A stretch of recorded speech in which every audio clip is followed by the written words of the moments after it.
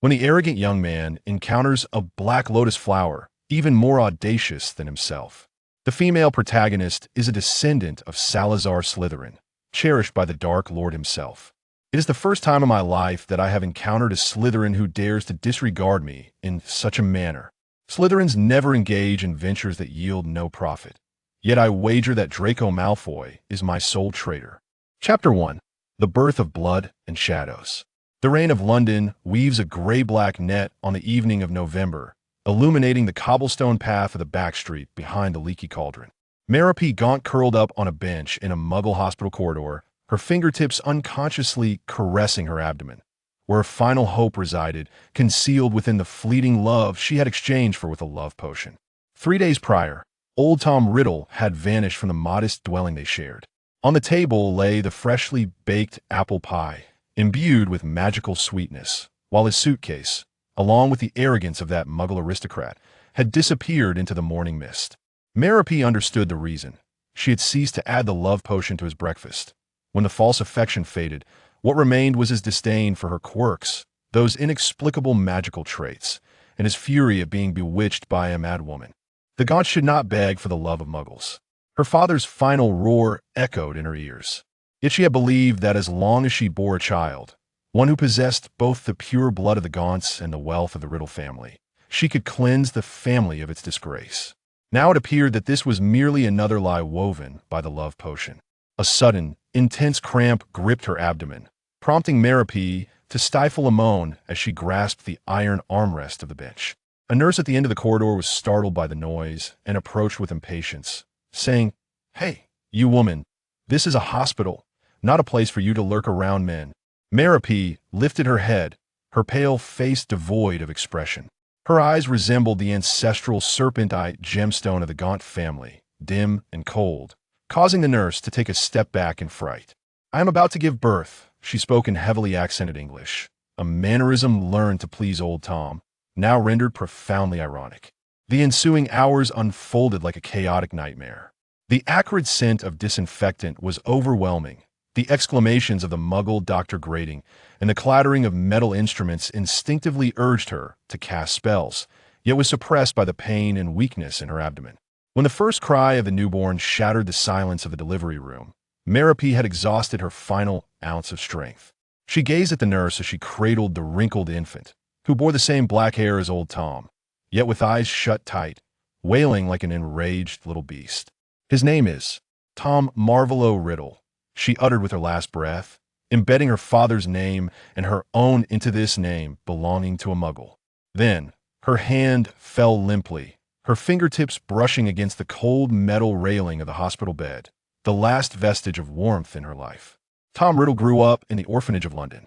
He remained oblivious to the pure-blood wizarding surname concealed within his name, nor did he realize that, beyond life, his mother had bestowed upon him the bloodline of Salazar Slytherin.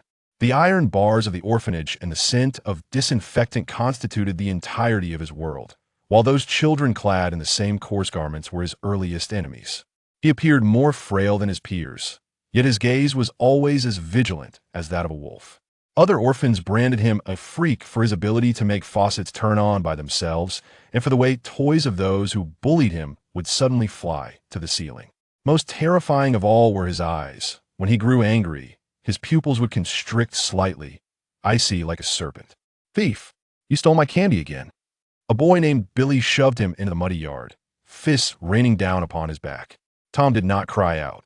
He merely braced himself on the ground with his elbows, lifting his head to fix his gaze on Billy. I did not. His voice was soft but carried an unsettling chill uncharacteristic of a child. Still daring to retort, Billy scooped up a handful of mud and smeared it across his face. "You unwanted bastard, you deserve to be thrown in the trash."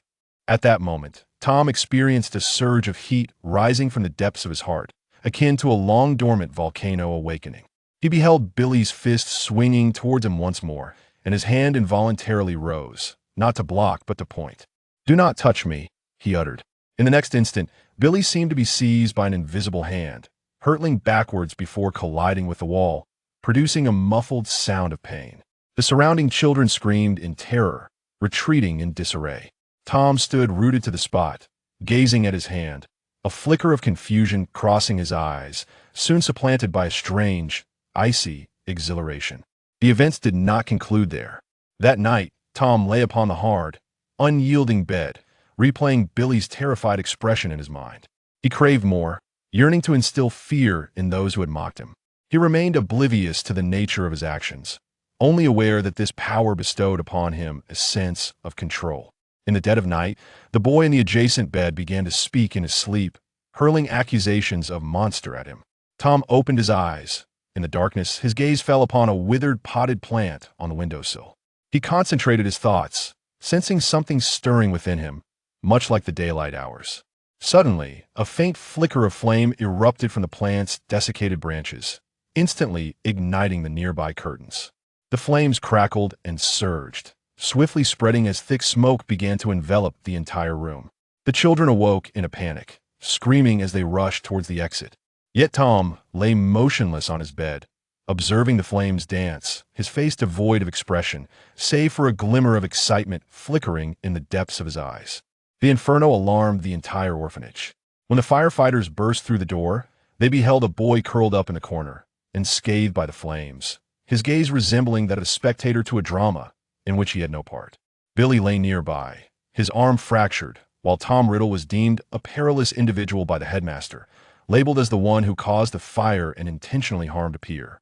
He was confined alone in a small room within the attic, the window boarded shut, with only a tiny opening allowing a sliver of light to seep through. Each day, a single meal was slipped through the crack in the door. No one spoke to him, leaving him with nothing but the endless darkness and silence. Tom reveled in this sensation as solitude brought him tranquility, allowing him to more acutely perceive the existence of that power within him. He began to experiment with controlling it, using his mind to move small stones, directing the movements of mice according to his will. Until one fateful day, the attic door swung open, sunlight flooding in to illuminate the figure of a man standing in the doorway. He was clad in an old-fashioned suit, adorned with half-moon spectacles, and wore a gentle smile upon his countenance. "Hello, Tom," the man spoke, his voice as soft as a feather. "I am Albus Dumbledore." Tom regarded him warily, his hand instinctively clenching. This man emanated a peculiar aura, distinctly different from everyone else in the orphanage, eliciting a sense of unease, yet simultaneously familiarity. Dumbledore entered, taking a seat on a small stool opposite him, exhibiting no hint of trepidation. "I am aware that you possess certain special abilities, Tom." He gazed into Tom's eyes, his tone serene. "I also recognize that you are unhappy here." Tom remained silent, merely fixating on him. "Would you care to accompany me?" Dumbledore inquired. "To a place where people understand you, where you can learn to wield your abilities rather than be shackled by fear." Tom lingered in silence for a protracted moment, until only the sound of their breathing filled the attic. He recalled Billy's terrified face, the thrill brought forth by the flames, and the solitude of his confinement. Then, he raised his head, for the first time revealing an expression that barely resembled a smile in the presence of a stranger, the corners of his mouth slightly lifting, yet his gaze remained devoid of warmth. "Where to?" he asked. "Hogwarts School of Witchcraft and Wizardry," Dumbledore replied, a complex glimmer flashing his eyes, "a realm belonging to wizards." Tom Riddle was oblivious to the fact that this decision would mark the inception of a new chapter in his life, drawing him ever closer to the future identity of Lord Voldemort. At this moment, in the shadows of the attic, he observed Dumbledore's extended hand, for the first time feeling, alongside anger and a desire for control, a nascent emotion named curiosity quietly taking root within him. Yet he was still too young to comprehend this curiosity, which would ultimately be overshadowed by his insatiable thirst for power and immortality, until he was completely consumed. Chapter 2. The Birth of Blood and Shadows. On Halloween night in 1981, the air in Godric's Hollow was thick with the scent of blood and sulfur. Enveloped by a shroud of rain and mist, Voldemort felt as if his body were pierced by a myriad of needles simultaneously.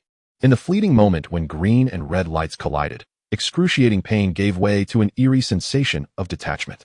His corporeal form was dissipating, while his consciousness fluttered like a moth emerging from its cocoon, torn upwards by an irresistible force. No. This anguished scream shattered into countless echoes as his soul departed from his body. The last image etched in his mind was that of a boy in a cradle, blood seeping from his forehead, alongside the lifeless form of Lily Potter, as his own body gradually crumbled to ash. The glory of pure blood, the dream of eternal life, collapsed with the wail of an infant. As consciousness coalesced once more, he found himself suspended above a cold, dark forest. The sense of decaying leaves and venomous serpents penetrated his very soul. This was Albania, the most remote corner of the European continent, steeped in dark magic. His Death Eaters lay scattered, some dead, others fled, leaving only a few loyal followers, like insects, lurking in the depths of the woods. He recalled his mother, Merope, the foolish woman who had fallen in love with a muggle, as well as the dilapidated old mansion of the Gaunt family, and the mirror within it etched with serpentine patterns. He was unwilling to concede defeat so easily. The bloodline of Slytherin must still flow somewhere, like seeds buried in the soil, awaiting the dark sunlight of his return to awaken them. The Albanian forest became the lair of Voldemort's fractured soul. He commanded the few remaining Death Eaters, who, like maggots, scuttled along the fringes of the wizarding world in Europe. They no longer brazenly sought out Horcruxes. Instead, all their efforts were devoted to locating the descendants of Slytherin. Investigate the collateral branches of the Gaunt family. His voice thundered in Peter's mind.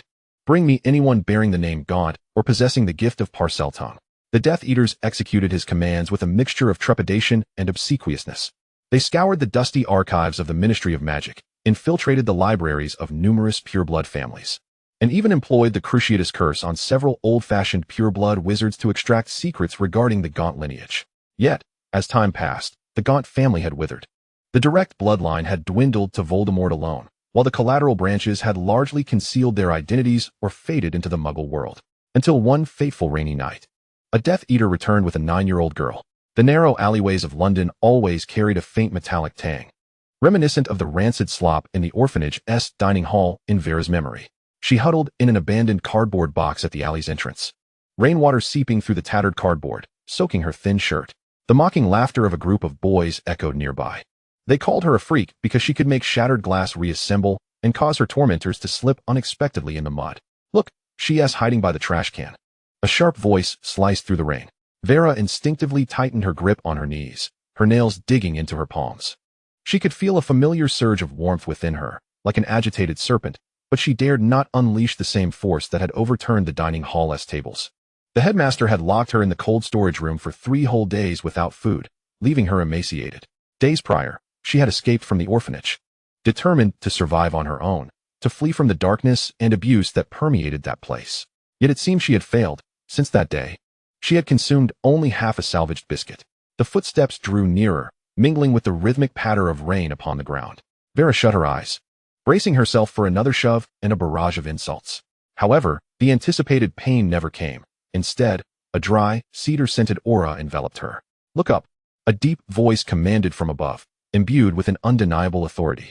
Vera timidly opened her eyes, the rain obscuring her vision. She beheld a pair of polished black boots, rising to meet a sharply tailored black robe. Who are you? Her voice trembled like a leaf in the wind. Who we are is of little consequence. A second voice chimed in, belonging to a man clad in Muggle attire, his face marred by a grotesque scar. What matters is that we know who you are. Before Vera could comprehend the situation, the man in the black robe swept her into his arms, prompting a terrified scream as she flailed helplessly, unable to control her body. The robed figure extended a hand, his fingertip brushing against her forehead, and a rush of icy magic flooded her mind, dispelling all fear, leaving only an odd tranquility. Do not be afraid, child. The man's voice softened, yet still carried a chill. You are not a freak. You are a witch. We have sought you for a long time. The Dark Lord wishes to meet you. The name Dark Lord struck her consciousness like a thunderclap. She was thrust into a black car, the leather seats imbued with a peculiar sweet metallic scent. As the vehicle roared to life, she eagerly devoured the soft bread offered by the man in the robe, catching sight of her own reflection in the window, pale, gaunt, yet with striking blue eyes that burned with an inner fire, as if harboring 2 clusters of unextinguished flames. It mattered not where she was headed. As long as there was food, she could survive. Time seemed to stretch indefinitely until the car halted before a fog-laden ruin. Amongst the crumbling walls, black vines entwined, and tiny green lights floated in the air. The scarred man pushed her out of the car, gesturing towards a stone edifice adorned with serpentine carvings. Enter, he awaits you. Inside the stone structure, there were no lights, only a central stone pedestal upon which rested a black ebony box, its surface embedded with 2 scarlet serpentine gems. As Vera approached, the gems flared to life, and a hoarse voice seeped from the box, akin to nails scraping glass. "Lift your head, child." Timidly, she complied, using the ominous red glow to glimpse a vague shadow floating above the box, vaguely humanoid, yet without form. "Who are you?" "I am your salvation." The shadow quivered, its voice resonating with an uncanny clarity. "I know of the suffering you have endured in the Muggle world. They call you a freak because they do not understand that you are a witch, Vera, and a descendant of Salazar Slytherin." The name Slytherin served as a key, unlocking a dusty corner of her memory. She recalled a tattered fairy tale book from the orphanage's old bookshelf, illustrated with wizards wearing pointed hats, their badges resembling the serpentine emblem etched upon the box before her. "Your parents were both noble pure-blood wizards," the voice continued, laced with seduction. "They were slaughtered to protect you. Look at yourself, child. You can move objects, perceive the malice of others. This is not being a freak, this is magic. A gift from the Slytherin bloodline. Yet you, bearing Salazar's blood, have been bullied like a wild dog in the Muggle world." The red light within the serpentine gems swirled, forming a blurred outline of a human face, devoid of wrinkles or expression, yet with eyes ablaze with ambition. "I am Voldemort," the shadow proclaimed, "the future ruler of the magical world. And you, Vera Gaunt, shall be my right hand in the restoration of pure-blood glory." His words slithered into the wounds of Vera's heart like a viper's tongue. Memories of mockery, shoving, and lonely nights flooded her mind, and tears streamed down her cheeks. But now, all of that has come to an end. Voldemort's voice brimmed with temptation. "I will teach you magic, true magic, that will render those who once tormented you too afraid to even glance your way. You will become the most powerful witch, reviving the glory of Slytherin." Voldemort knew he had found what he sought. After a decade of mere survival in the Albanian forest, the anguish of his disembodied state, the frustrations of defeat, all found meaning in this moment. The girl, Vela Gant, would become the new hope of his dark empire, the key to reclaiming all that he had lost. Outside the cave, the thunderstorm raged on. Deep within the cavern, the last remnant of Slytherin and the fragmented soul of the Dark Lord met in a perhaps nefarious encounter amidst the shadows.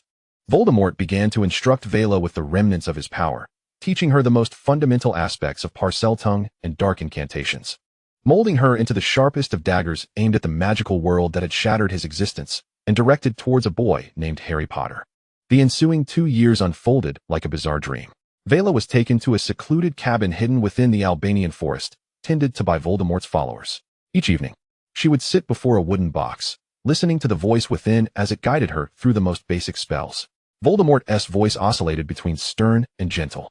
When she successfully levitated a quill, a deep rumble of approval emanated from the box. "Excellent. This is the mark of a Slytherin descendant. Remember, power derives from bloodline, not pity." He showed her the family tree of the Gaunt lineage, the parchment inscribed in Parseltongue with names she could not comprehend. The final page bore a blurred likeness of her parents. Her mother shared her pointed chin, while her father's eyes burned with a flame reminiscent of Voldemort's. She immersed herself in ancient spells, poring over dusty tomes of magic, and felt a comforting power course through her fingers as they brushed against the serpent-edged wand. Voldemort was harsh. Any slip-ups would result in punishment, yet he would bestow rare commendations upon her successes. They perished weakly at the hands of Muggles. He remarked with a trace of disdain, "But you, Vela Gant, shall not. I will send you to the finest magic school, Beauxbatons, to demonstrate the superiority of pure bloods to those French imbeciles. Remember, Vela, power is everything. Emotions are a sign of weakness, and pure blood status is the ultimate honor. You are a descendant of Slytherin. You must not be shackled by foolish love like your parents." A year later, the Dark Lord enrolled her in Beauxbatons. "The environment there suits you better," he said. "Let those arrogant French see just how exceptional a Slytherin descendant truly is." Vela adorned herself in exquisite French robes, practicing her elegant speech, while secretly honing the dark arts Voldemort had imparted to her. She understood that she did not belong there. Her mission was to locate the Horcruxes, resurrect the Dark Lord, and restore the glory of pure bloods.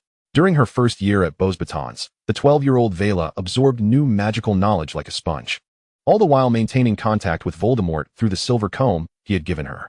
She learned to cloak her scheming behind a graceful smile, articulating the cruelest of remarks in fluent French. Her classmates dubbed her the mysterious French lady, yet none knew of her nightly practice of dark magic gestures beneath her covers.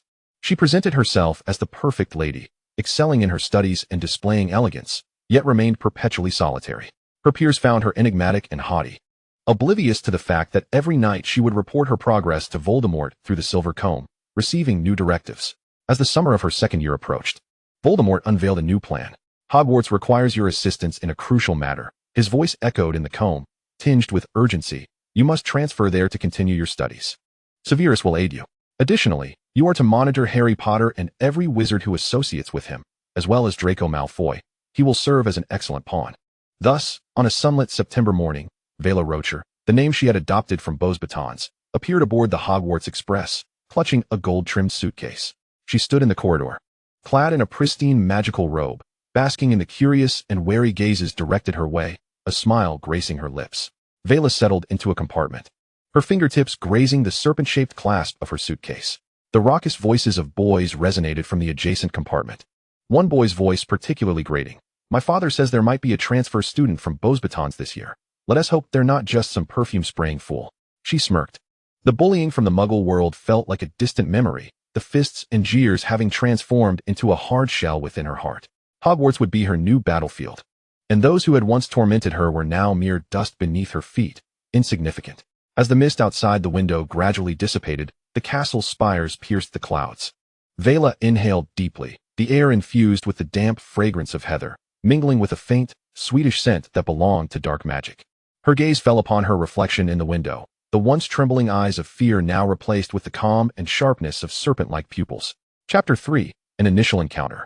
The screech of the Hogwarts Express's brakes ground against the tracks as Vela stepped off the train, her suitcase in tow.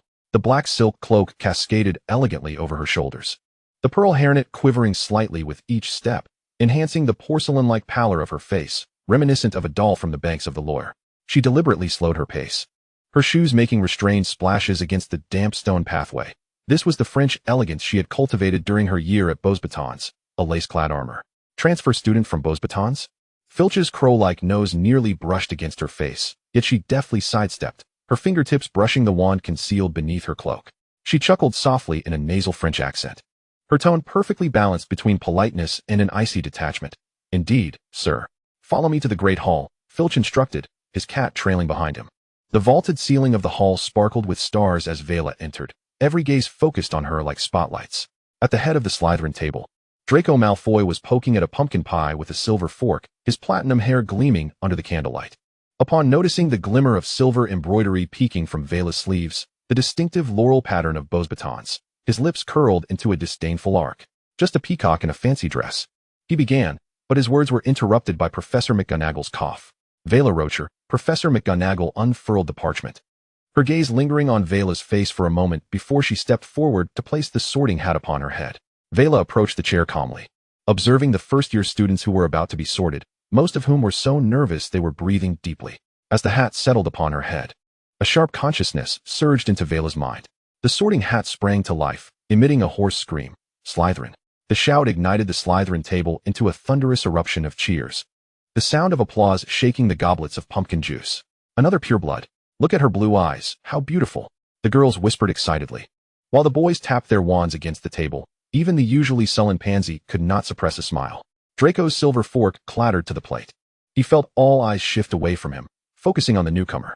She did not even glance in his direction, merely nodding slightly in acknowledgement to Professor McGonagall before turning to stride towards the Slytherin table, her skirt sweeping in a perfect semicircle. That poised elegance was reminiscent of his mother, Narcissa, at a ball, yet it bore an edge that inexplicably irked him. Who does she think she is? Goyle muttered in a hushed tone, spitting out his mashed potatoes. Crabbe nodded along, confusion evident in his small eyes. Draco said nothing, merely clenched his fists, his knuckles turning white. He beheld Vera settling at the far end of the long table, where Pansy immediately offered her candied fruits. She delicately pinched one between her fingertips, bringing it to her lips, while her peripheral vision swiftly swept over to the head table, where Dumbledore sat alongside a familiar figure in black robes. Thank you, miss. Vera responded with a quintessential French smile, her eyelids lowered, casting butterfly-like shadows from her lashes under the candlelight. She was acutely aware that she resembled a magnet at that moment, drawing the attention of all Slytherins, including Draco Malfoy, whose gaze felt as if it could sear through her back. This was precisely the focus she desired, as it allowed her to conceal herself more effectively. Beneath the table, her fingers moved stealthily. The elegance charm taught by Professor Beau's Batons had rendered her fingertips as delicate as porcelain, yet only she knew that beneath lay runes inscribed in Parseltongue. When Draco could no longer contain himself and glared across the long table, She lifted her gaze and smiled sweetly, like a poisoned macaron. Mr. Malfoy, do you require assistance in retrieving your fork? Draco's face flushed crimson. A suppressed wave of laughter rippled through the surrounding students. Even Goyle and Crabbe couldn't help but bow their heads. Vera gently stirred the pumpkin juice before her, watching her reflection ripple on the surface, still that beautiful visage. The steam from the cauldron enveloped the dungeon classroom as Snape's black robes billowed, his hawk-like gaze sweeping over the Slytherin table. Vera sat in the front row, her fingertips pinching a sprig of sneeze-wort in the mortar, her movements precise as if measured with a ruler. Miss Rogier, Snape's voice suddenly resonated behind her.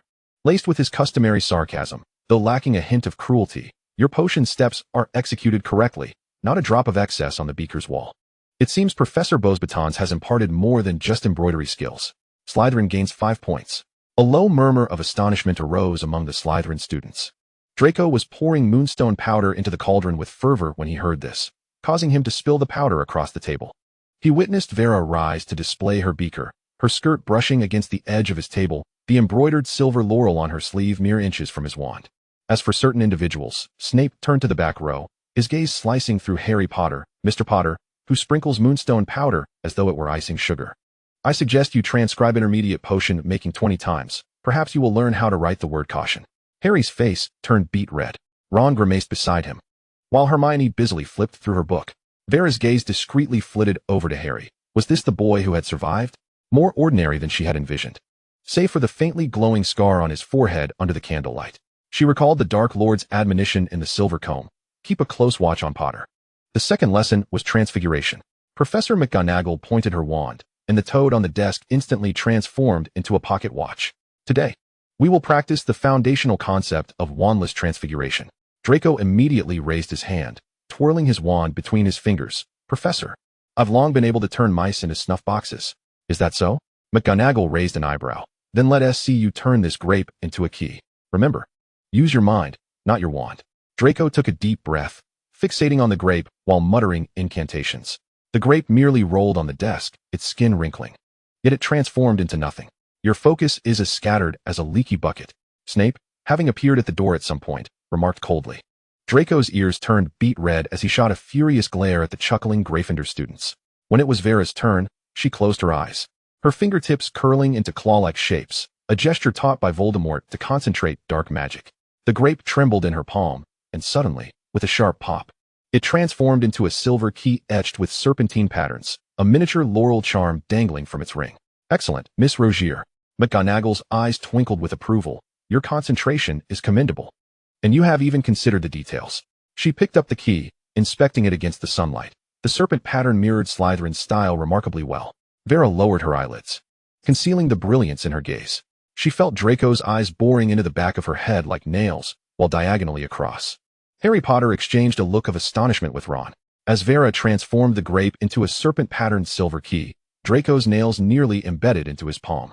The moment McGonagall turned away, he pointed his wand at Vera's bag, muttering under his breath, the switching spell. The bag toppled over, parchment scattering across the floor. However, Vera had anticipated this. With a flick of her wrist, a piece of parchment inscribed with her transfiguration notes suddenly morphed into a white bird, flapping to alight atop Draco's head, pecking at his golden hair with a chirp. Mr. Malfoy, McGonagall barked, causing a ruckus in my classroom? Stand at the back of the class. 5 points deducted from Slytherin. Draco's expression turned ashen as he stomped to the corner. He saw Vera crouching to gather her parchment, her fingertips swiftly sketching a symbol on one sheet, a mocking rune, with her sweet, yet teasing smile peeking from behind the paper. When she lifted her head, her face wore a feigned expression of innocence. Professor, it's possible my bag's clasp came undone. After class, Draco cornered Vera in the corridor. His wand pointed directly at her chest. You tricked me. A fraud from Beauxbatons. Yet Vera merely laughed, leisurely plucking a feather from her hair, one that had transformed from the parchment into a bird. Mr. Malfoy, she gently swept the feather across his wand, her French accent sharp as a blade. We call this elegant self-defense. Unlike some, who can only hide behind their followers and throw snotlings, she suddenly leaned closer, lowering her voice. Oh, by the way, did you feel a chill in your boots during potions class? Just a clever trick, he huffed, chin raised, his hair glinting blindingly in the sunlight. Let us see you match me in real combat spells. Vera halted, methodically adjusting her scarf, her French lilt laced with honeyed malice. Mr. Malfoy, in my previous dueling class, I used a rose branch as my wand. She stepped closer, lowering her voice. "But if you wish to experience the sting of a rose thorn, I wouldn't mind teaching you what elegant power truly means." Draco recoiled slightly, startled by the fleeting serpent-like glint in her eyes. Vera chuckled lightly, brushing past him. The silk of her cloak grazed the back of his hand, leaving behind a trace of an almost imperceptible chill. At the end of the corridor, Harry was deep in discussion with Hermione, while Ron wore a frown, staring at yet another howler in his hands. As Vera passed Harry, she deliberately let the silver key slip from her fingers. It clinked to the floor at Harry's feet, the serpent patterns glinting in the sunlight. "Your key." Harry bent down to retrieve it, and as he handed it back to her, the scar on his forehead throbbed unexpectedly.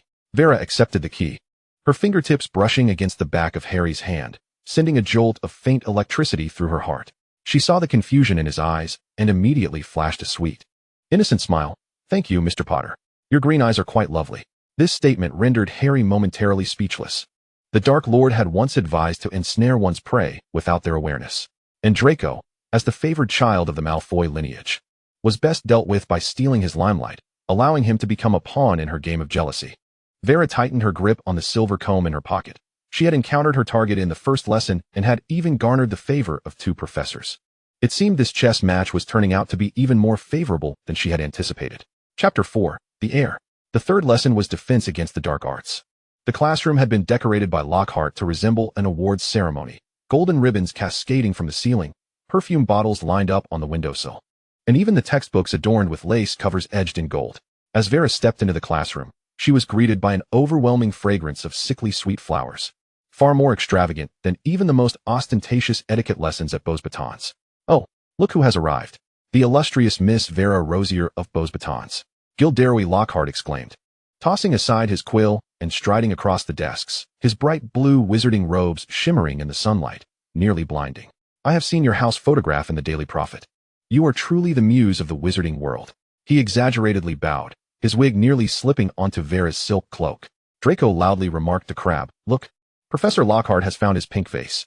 Vera's lips curled into a quintessential French smile as she delicately brushed aside the signed photo Lockhart offered with her lace-gloved fingertips. "You flatter me, Professor.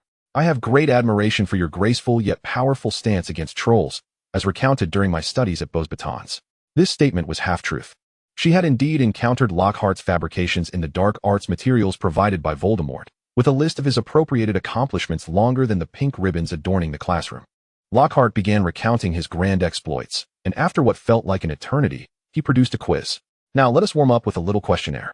Lockhart clapped his hands, and pink parchment fluttered like butterflies to each student's desk. The questions simple, such as, what is Gilderoy Lockhart's favorite color? And in which book did he describe his duel with a vampire? Draco crumpled his questionnaire into a ball. Idiotic questions. Goyle giggled foolishly, while Crabbe spilled ink all over the table. However, Vera calmly took up her quill and began to answer, her feather pen gliding across the parchment in elegant, flowing script. When Lockhart picked up her quiz, his eyes sparkled like the gold foil on a Christmas tree. "Oh, perfect. Full marks. Miss Rosier not only possesses beauty, but also remarkable insight." He raised the questionnaire for all to see, the pink ribbon fluttering at the corners, declaring her a true student who comprehended Lockhart's essence. Vera stood and curtsied, her silk skirt sweeping in a precise semicircle. She noticed Harry and Ron exchanging eye rolls in the back row, while Hermione bit her lip, as if resisting the urge to hurl her history of magic textbook at Lockhart's head. After class, Lockhart cornered Vera, presenting her with a copy of Gilderoy Lockhart, the Wizarding World's favorite, filled with his ornate signature, "Dear Miss, as a reward for your perfect score, here is my latest autobiography, containing my exclusive secrets on battling giant spiders."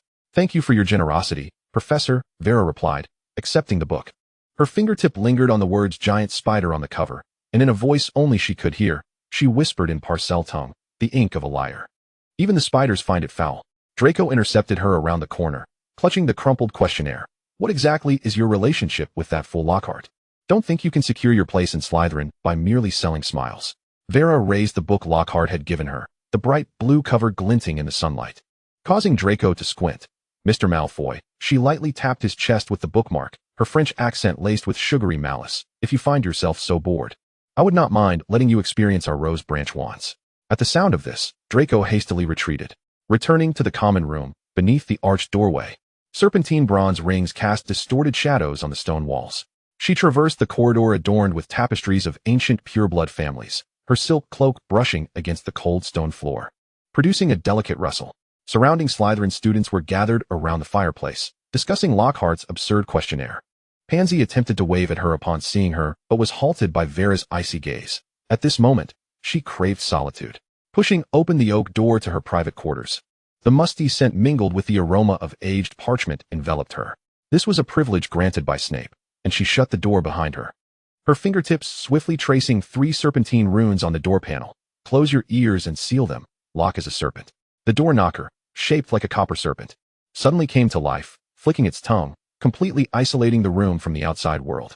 The 4-poster bed was draped in deep green velvet, and Vera withdrew a silver comb from the lining of her cloak, its teeth embedded with tiny serpentine obsidian, glimmering in the candlelight. She sat cross-legged on the carpet, pricking her fingertip with the needle, allowing a drop of blood to fall onto the snake eye pattern on the back of the comb. The silver comb hissed like a serpent, and a wisp of black smoke rose between its teeth, coalescing into a hazy visage of Voldemort. His voice rasped like nails on glass, yet carried a strange, soothing quality. How did class go, my little snake? Vera's tense shoulders suddenly relaxed, as if she had finally found sanctuary after a long journey. She looked down at her reflection in the silver comb, her pale cheeks flushed with excitement. And those blue eyes, usually veiled with scheming, now glimmered like a lost cub in need of reassurance. Lockhart is as foolish as a turkey. And Draco Malfoy is even more so. He dances to my tune. She chattered on about the details of the class, even describing the angle at which Lockhart's wig had tilted. Voldemort's visage flickered in the smoke, a hint of amusement threading through his voice. Excellent. Let the fools tear at one another. Only then can you seize what you desire amidst the chaos, such as that diary. His tone abruptly turned severe, like a whip cracking through the air. However, remember your lineage, remember your parents' sacrifices. They did not endure so that you could play house with Malfoy at Hogwarts. Vera shuddered, as if doused with icy water. But in the next moment, Voldemort's voice softened, imbued with a beguiling tenderness. But you are doing splendidly, my child. To play the role of an elegant lady before such a fool as Lockhart requires courage. You remind me of my younger self. This rare compliment warmed Vera's heart, instantly dispelling all fatigue and doubt. In the orphanage, she had been an unremarked upon waif, bullied by others, punished for any act of defiance, constantly cold and hungry, and now, this dark lord, master of sinister magic, called her child, saying she reminded him of himself. This feeling coiled around her heart like a toxic vine, perilous yet intoxicating. You just mentioned a diary? What do you mean? Vera inquired. Voldemort's visage swayed in the smoke, his serpentine voice penetrating her mind. A smoke bomb requires a fuse. Have you heard of the Chamber of Secrets of Slytherin? Vera's heart raced. The legendary chamber that could only be opened by pureblood descendants? She suppressed the quiver in her voice, recalling how the dark arts textbook from Beau's Batons had mentioned that it housed a monster. Not just a monster, Voldemort's voice lured her. It is the legacy left by Salazar Slytherin for purebloods, a basilisk capable of purifying Hogwarts of impurities. And the key to opening the chamber lies within a diary I once used. Vera's breath hitched. She had seen Lucius Malfoy with that old diary when purchasing robes in Knockturn Alley. The serpent emblem on the cover bore an uncanny resemblance to the ring of the Gaunt family. That diary was in Malfoy's possession?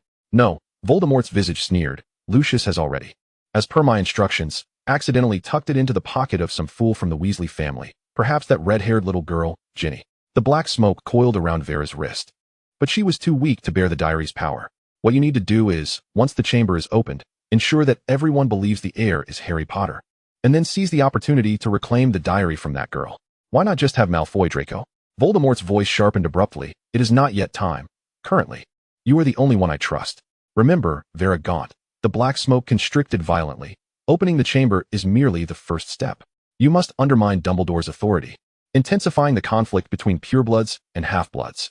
And that diary is my eye left within Hogwarts. It must not fall into Potter's hands. I shall not disappoint you. I will strive to fulfill this task, Vera declared with a resolute expression. The shadow of Voldemort flickered with apparent satisfaction. Clever little serpent. You may exploit Malfoy's jealousy to lead the rumor that Potter is the heir. As for that girl Ginny, once she has been drained of her worth by the diary, it will not be too late to reclaim her. A wisp of ethereal light emerged from the black smoke, searing a faint red serpent-shaped mark into her palm, a resonance with the diary, which would burn when approached. As the dark mist dissipated from the silver comb, the mark in her palm felt like it had been scorched by fire.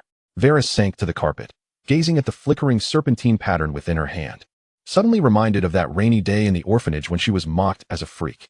Then, she had hidden beneath the sycamore tree. Now, she had become the architect of fear. The call of an owl echoed outside, and the shadows of the castle loomed like the claws of a monstrous beast under the moonlight. Approaching the window, she beheld the Slytherin Quidditch captain addressing the team. Draco Malfoy held his chin high, his platinum hair glowing in the night like a burning sun. "Mr. Malfoy," Vera exhaled onto the glass. Tracing a serpentine shape with her fingertip, "I shall gladly accept your prominence." In the hidden compartment of her bedside table, there were no trinkets that girls typically adore, only a vial of love potion brewed from snakeweed. When the time was ripe, she would inadvertently spill ink upon Draco's parchment, then elegantly apologize in a manner befitting Beauxbatons to cheer him up. After all, enticing this proud peacock to peck at Harry Potter required a more exquisite bait. The mark in her palm still radiated heat, akin to a slumbering serpent. The deep night carried a damp chill, and suddenly, the armor in the corridor clanked with metallic friction, while the portraits of wizards began to murmur, and even the stairs seemed more mischievous than usual. Until Filch's shrill scream shattered the night silence. The gray cat, Mrs. Norris, who often curled beneath Filch's desk, now stood frozen like a statue beneath the torch at the corridor's end. Her body was stiff as ice, her green eyes crystallized into murky glass beads. Her tail arched in an unnatural curve, and her claws remained poised for scratching. Most horrifying were the blood-written words on the wall, their jagged English letters steaming upon the stone bricks. "The Chamber of Secrets is about to be opened. Beware, enemies of the heir." The tail of the blood letters curled like a flicking serpent, ink dripping down the stone cracks to congeal into dark red beads upon Mrs. Norris's stiff whiskers.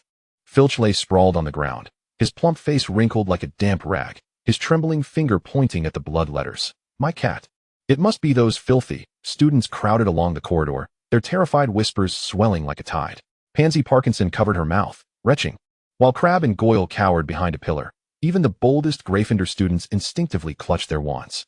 Moonlight filtered through the stained glass, casting an eerie pale hue upon the blood letters, turning the stone bricks into a ghastly white, even coating Mrs. Norris's fur with a thin layer of frost. Professor McGonagall rapped her wand against the wall, but the blood letters writhed as if alive, the serpentine tail nearly flicking towards the hem of her robes. "Back to your classrooms." Her voice trembled for a rare moment, yet the spell intended to maintain order shattered into fragments in the air.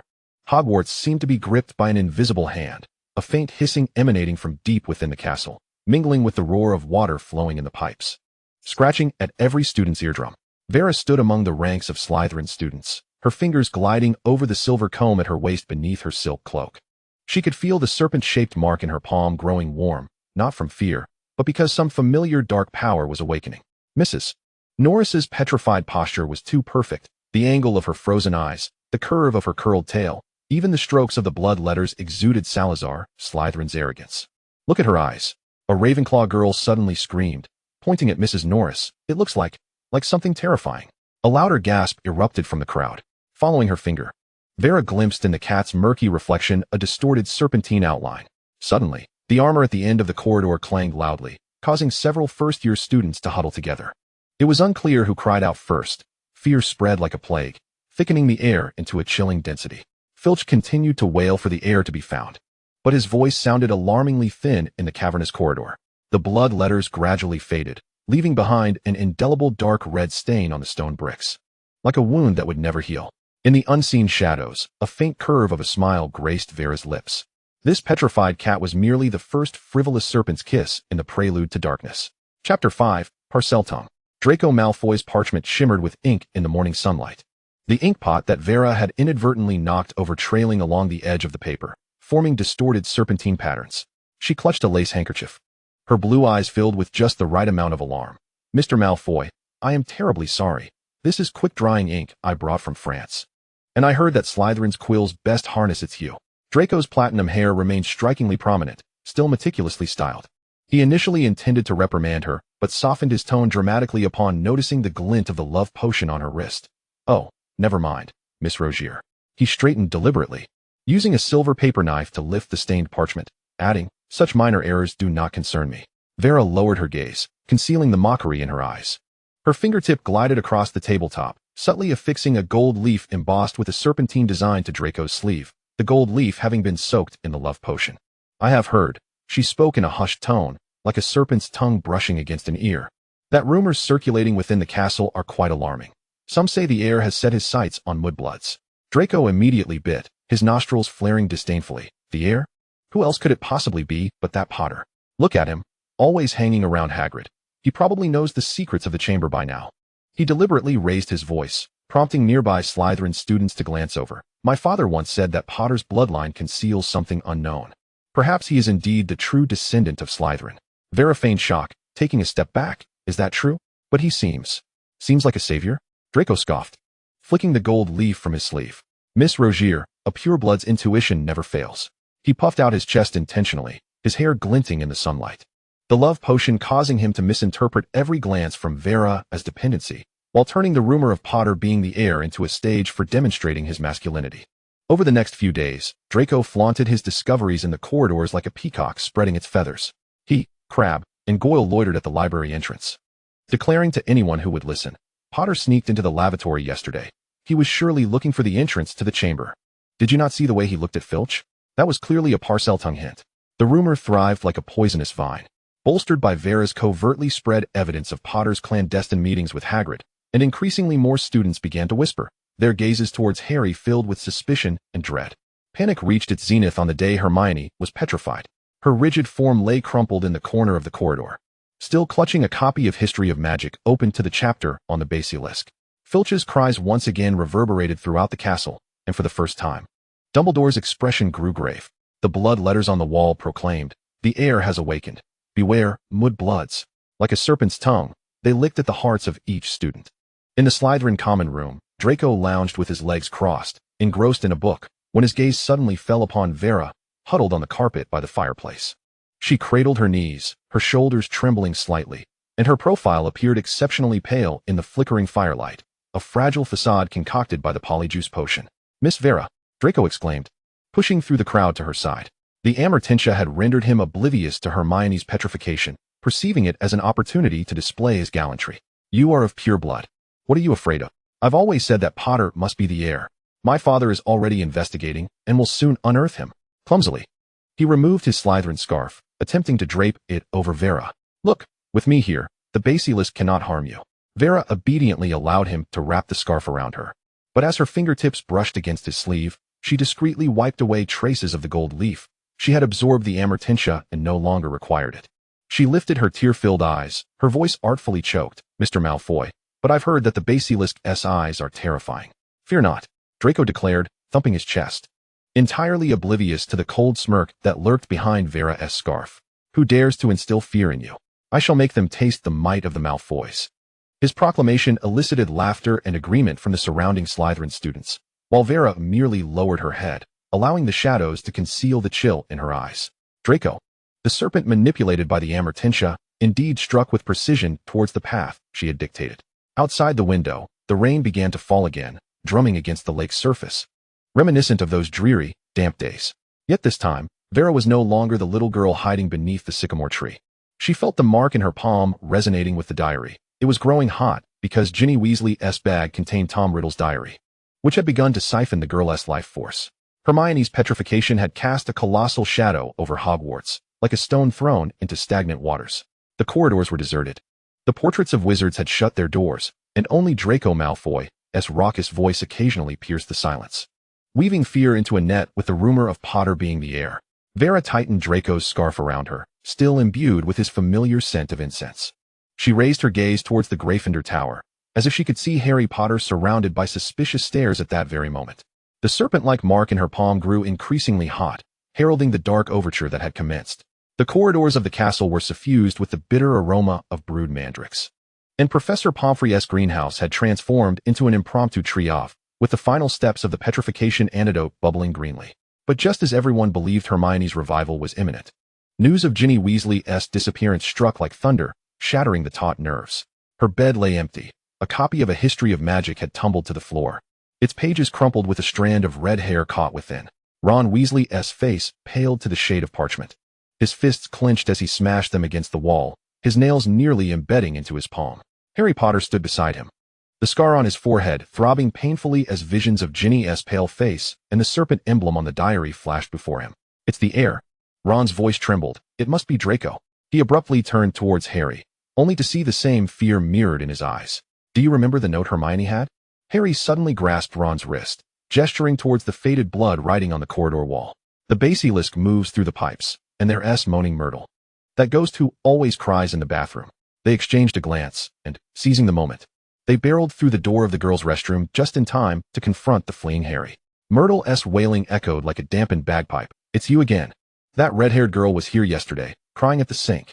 Before she could finish, Harry noticed the stone sink in the farthest stall, its tap adorned with serpentine engravings. Slowly turning in response to his unintentional parcel tongue. "This is it," Harry exclaimed, pointing at the tap beside the sink. He spoke in snake language to activate the mechanism, and the sink shifted to reveal a bottomless black hole, the musty odor mingling with sulfur wafting towards them, while a faint hissing sound emanated from the depths.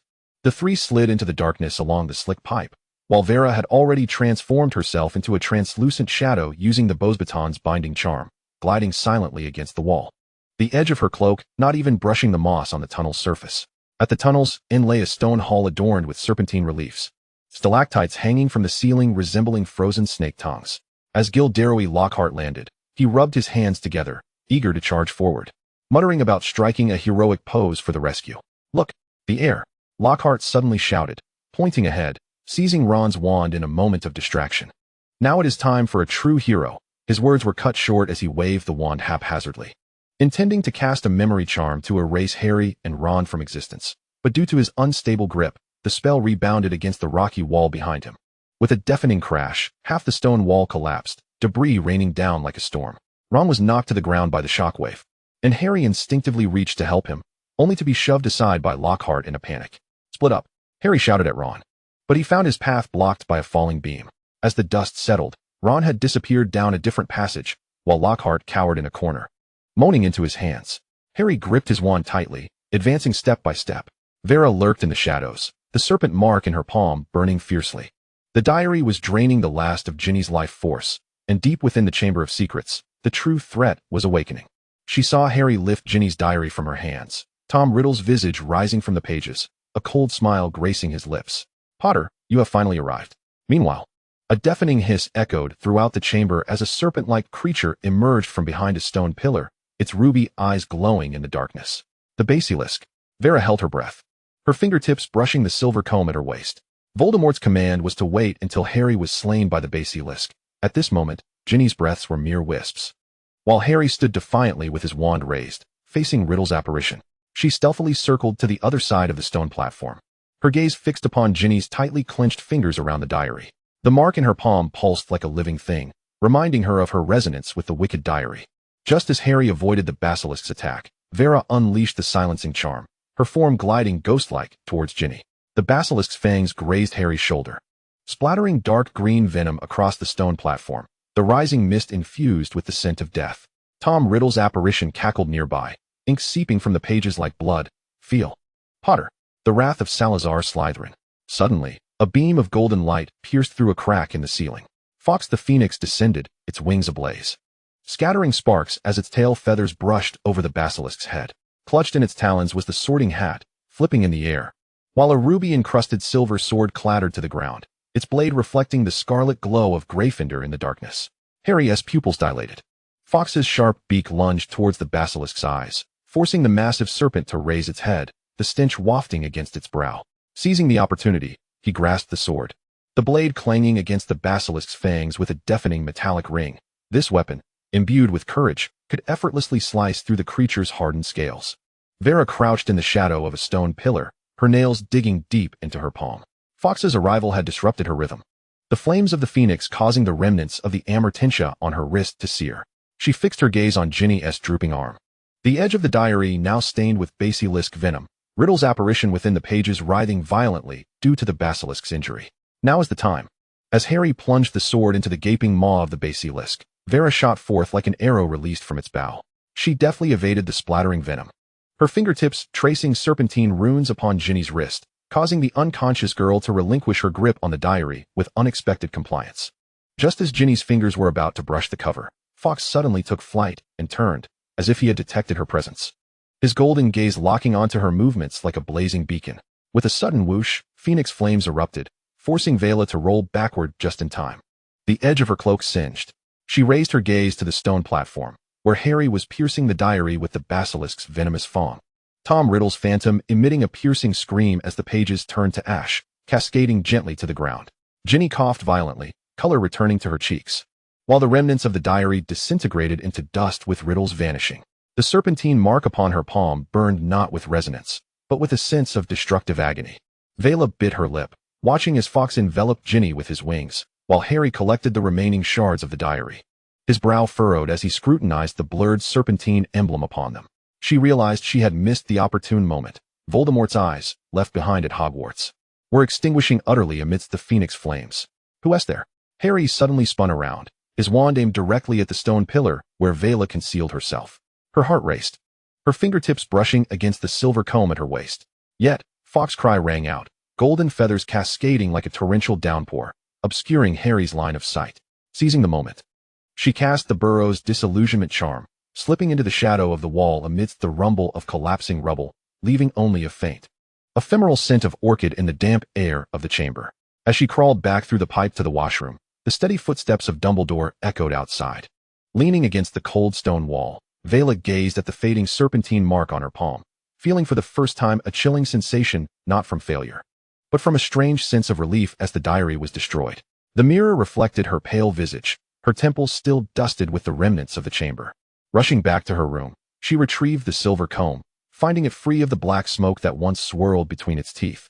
Only the serpentine obsidian gleaming with a lifeless sheen under the light.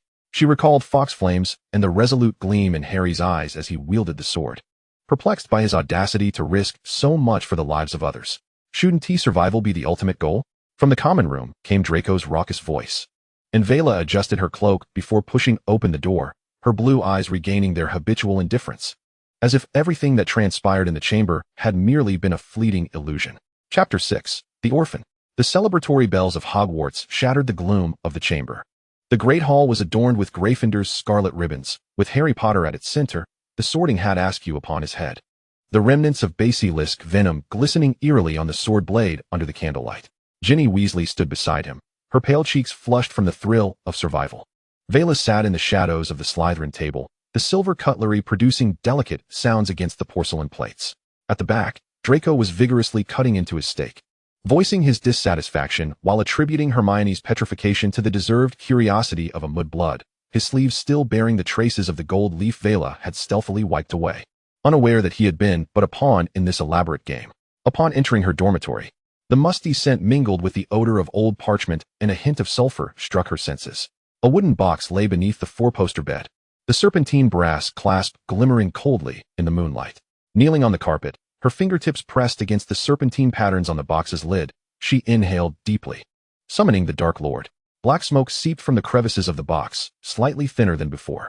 Voldemort's visage twisted within the haze, his voice, serpentine and subtly hoarse, uttered her name, Vela Gaunt. Vela lowered her gaze, preparing to deliver an apology she had rehearsed countless times in her mind. She had even crafted elegant phrases in the style of Beauxbatons, attributing her failure to the Phoenix's sudden intervention or Harry Potter's untimely sword. No need for explanations. Voldemort's voice interrupted her thoughts, as two red lights flared to life within the smoke-formed eye sockets. I anticipated your failure. Startled, Vela lifted her head, her blue eyes reflecting the flickering shadows of the smoke. You performed admirably. Voldemort's voice bore an unsettling tone of reassurance, the black mist coiling around her wrist. Less painful than before. Draco Malfoy successfully directed the blame towards Potter. Hermione's petrification sowed panic, and even Fawkes' appearance, accompanied by a hint of mockery in the smoke, led Dumbledore to believe he had thwarted a grand scheme.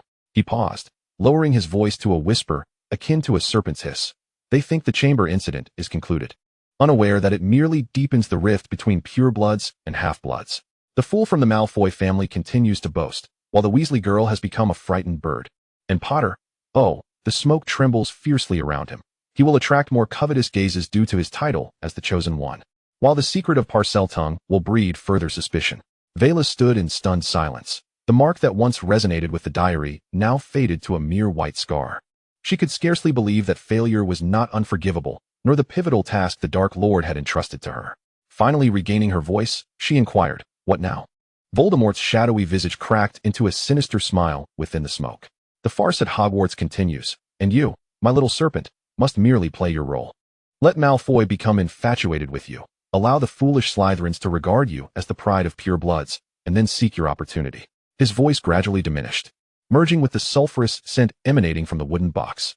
Vela glanced down at the badge resting in her palm, its obsidian serpent eyes flickering in the darkness, reminiscent of the basilisk's gaze before its demise.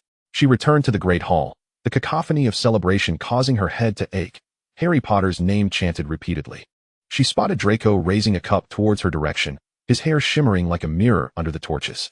A smile curled upon her lips, cold yet deliberate, as she raised her hand in a distant salute to Draco. The serpentine badge in her palm radiated a cool touch, starkly contrasting the previous burning mark. Perhaps Voldemort was right. Failure was merely another form of success. When all presumed the crisis had been averted, the true undercurrents were just beginning to unfurl. As long as she remained a pawn upon the chessboard of Hogwarts, there would always be an opportunity to make her move. Vela surveyed the jubilant crowd, and this time, she felt no confusion. Instead, an almost cruel clarity settled within her amidst Voldemort's intricate game. Beneath the ashes lingered residual warmth, and her task was to stoke that warmth until it ignited into an all-consuming blaze. The steam of the Hogwarts Express enveloped the warm June breeze, rustling the treetops outside the window. Through the compartment glass, Vela saw Draco Malfoy, irritable as he swatted away a chocolate frog offered by Crabbe. His signature blonde hair impeccably styled, yet frequently glancing in her direction, his earlobes flushed like ripe strawberries. "Miss Vela, may I borrow a moment of your time?" At the instant the door swung open, Vela was tucking a book away. The effects of the amortentia had already dissipated following the chamber incident, and logically, Draco should have reverted to his usual arrogance, viewing her as a rival for attention. Yet here he stood at the threshold, his fingertips unconsciously brushing his sleeve, where she had once applied the serpentine gold leaf. "Mr. Malfoy," Vela closed her trunk, a hint of scrutiny passing through her blue eyes. She deliberately let her silk cloak graze against his school robe, her tone laced with her customary aloofness. "Is there something you need?" Draco swallowed hard, abruptly thrusting a velvet box into her hands. "This summer's final Quidditch practice before the break saw me catching the golden snitch, albeit a mere enchanted replica lying dormant in the training box, its wings entwined with gossamer thin golden threads, coiling into serpentine patterns. It is said that the ladies of Beau's Batons have an affinity for exquisite trinkets, so I crafted it casually." Vela raised an eyebrow. "Casually?" The wings of this snitch were evidently refined with meticulous care, the angles of the golden threads perfectly replicating the Slytherin serpent emblem. As her fingertip grazed the edge of the box, Draco recoiled abruptly, his ears flushed crimson. "Don't overthink it. I merely thought, considering how you trembled in fear before the basilisk, that you could use a token of pure blood courage." The lie was clumsy, akin to a fledgling snake. Vela rotated the snitch within the box, its metallic surface reflecting Draco's anxious visage. He did not flaunt his usual prowess, nor did he mention his father's approval, but merely focused on her fingers, his breath growing shallower. The amortentia had long since worn off. Vela suddenly spoke, scrutinizing his reaction. Draco's face paled. Then in the next heartbeat flushed a deep shade of crimson. What did you say?" "How could I possibly be under the influence of such a base?" He abruptly fell silent, his gaze darting towards the window. "I just think you're different from the other Slytherins." "Different?" Vela recalled how she had once used the amortentia to manipulate him into spreading rumors. Remembered how he had thumped his chest in the Slytherin common room, declaring, "I will protect you," and how, even after the Chamber of Secrets incident, he continued to escort her to class daily, despite her constant coldness. Those actions, once perceived as the effects of the potion, suddenly took on an entirely new interpretation. "Mr. Malfoy," Vela teased, pushing the velvet box back towards him. "You wouldn't be." "I'm not," Draco exclaimed, raising his voice only to quickly lower it again, like a cat whose tail had been stepped on. "I only didn't want anyone to bully you, considering you came alone from Beau's Batons, and always keep to yourself." His voice dwindled, nearly drowned out by the clattering of wheels against the tracks. The compartment fell silent. The scenery outside the window blurred past, sunlight filtering through the glass to illuminate Draco's trembling lashes, casting a gentle golden hue upon his haughty profile. For the first time, Vela noticed that this young master, who so often boasted of his pure blood status, instinctively tightened his grip on his wand when anxious, the flush of his ears creeping down to his neck. Draco, summoning newfound courage, attempted to speak during the summer, but was interrupted by Pansy, who barged in. "Draco, you." Pansy paused upon seeing Vela, then smirked knowingly. "Oh, so you're cultivating a relationship with Vela?" Draco recoiled as if scalded, shoving the velvet box back into Vela's hands. "Take it. It's of no use to me anyway." He nearly fled the compartment, casting a venomous glare at Pansy, his ears of vivid crimson.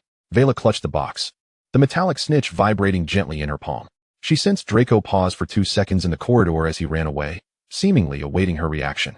The amortentia had indeed lost its effect. Yet, some things began to quietly flourish like vines, even as the potion's influence waned.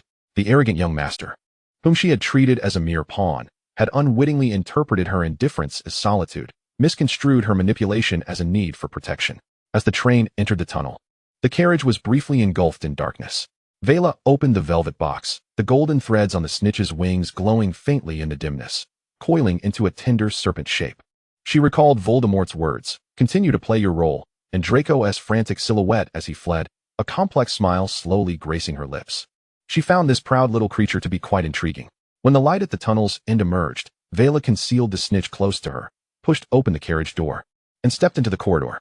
Draco was hiding around the corner, feigning interest in the window, but straightened at the sound of her footsteps. Hastily turning away upon meeting her gaze, his earlobes flushing uncontrollably again. "Mr. Malfoy," Vela approached him, intentionally leaning closer to whisper, "Thank you for the golden snitch. I truly adore it." Draco's wand clattered to the ground as he bent to retrieve it, but when he raised his head, he collided with her smiling blue eyes. The screech of brakes pierced the clamor of King's Cross Station. Vela descended the train with the throng, the ornate wheels of her suitcase rhythmically echoing against the concrete. She could feel that searing gaze trailing her from behind. "Draco, over here." Lady Narcissa Malfoy's voice called from the end of the platform, her emerald silk gown flowing as she clutched Lucius Malfoy's arm, her cane tapping a crisp rhythm against the ground. Draco acknowledged her, but continued to gaze in Vela's direction, his toes unconsciously scuffing the ground, as if anticipating someone's arrival. He had imagined Vela's family might be elegant ladies adorned in Beauxbatons traditional robes, or dignified gentlemen bearing ancient family crests. In any case, they should not be Severus Snape. Draco was taken aback. Snape emerged from the staff carriage, his dark cloak flowing through the crowd like liquid ink. He approached Vela directly, lifting her suitcase from the ground, the metal clasps clashing with a cold, hard sound. Vela said something, and Snape nodded slightly. She followed him, the silk cloak trailing behind her like a silent serpent. "Draco." Narcissa's voice tinged with impatience snapped him back to reality. He watched as Snape led Vela into the shadows of the archway at platform 9, his brow knitting into a frown. "Father," he hurried to catch up with Lucius, unable to restrain his curiosity. "Why is Miss Rocher?" "Professor Snape is fulfilling his guardianship duties," Lucius replied blandly, his platinum hair fluttering in the breeze. "Mind your own business regarding our affairs." Narcissa gently tugged on her husband's sleeve, whispering in a voice only he could hear, "You know the plight of a pure-blood orphan." "Orphan?" Draco was stunned. He had never considered that Vela Rocher, who always exuded the elegance of Beauxbatons, with every gesture radiating an air of an ancient lineage, could be an orphan. "Get in the car, Draco." Narcissa pushed him into the luxurious vehicle, shutting out the station's clamor. As the window rose, Draco caught sight of Snape placing Vela's suitcase into a black car in the distance. There was no exchange of words between them, yet an eerie understanding lingered in the air. The summer at Malfoy Manor stretched endlessly and monotonously. The lavender fields bloomed profusely in June, yet they could not dispel the agitation brewing within Draco. He practiced spells diligently every day, the red light from his wand pummeling the target mercilessly. Yet his mind incessantly replayed the image of Vela following Snape on the platform. She did not look back, not even for a moment of hesitation. "Hey, Draco, care for a game of wizard's chess?" Blaise leaned against the ornate railing, the white queen glimmering in the sunlight. Theodore not reclined lazily on the lawn, using the Daily Prophet to shield his face, the newspaper's headlines regurgitating Harry Potter's exploits in the Chamber of Secrets. "I'm not in the mood." Draco swatted away the chessboard Blaise offered, vaulting onto his broomstick. The July breeze tousled his golden hair, yet it could not disperse the clouds of doubt looming in his heart. He imagined Vela's summer. Was she delving into the history of dark magic at Beauxbatons, or brewing complex potions under Snape's watchful eye? Did she ever think of Hogwarts, of him? The thought sent a flush to his cheeks, and he accelerated skyward. The wind filled his ears, the estate below shrinking into a delicate model, yet the silhouette of that blue-eyed girl became increasingly vivid in his mind.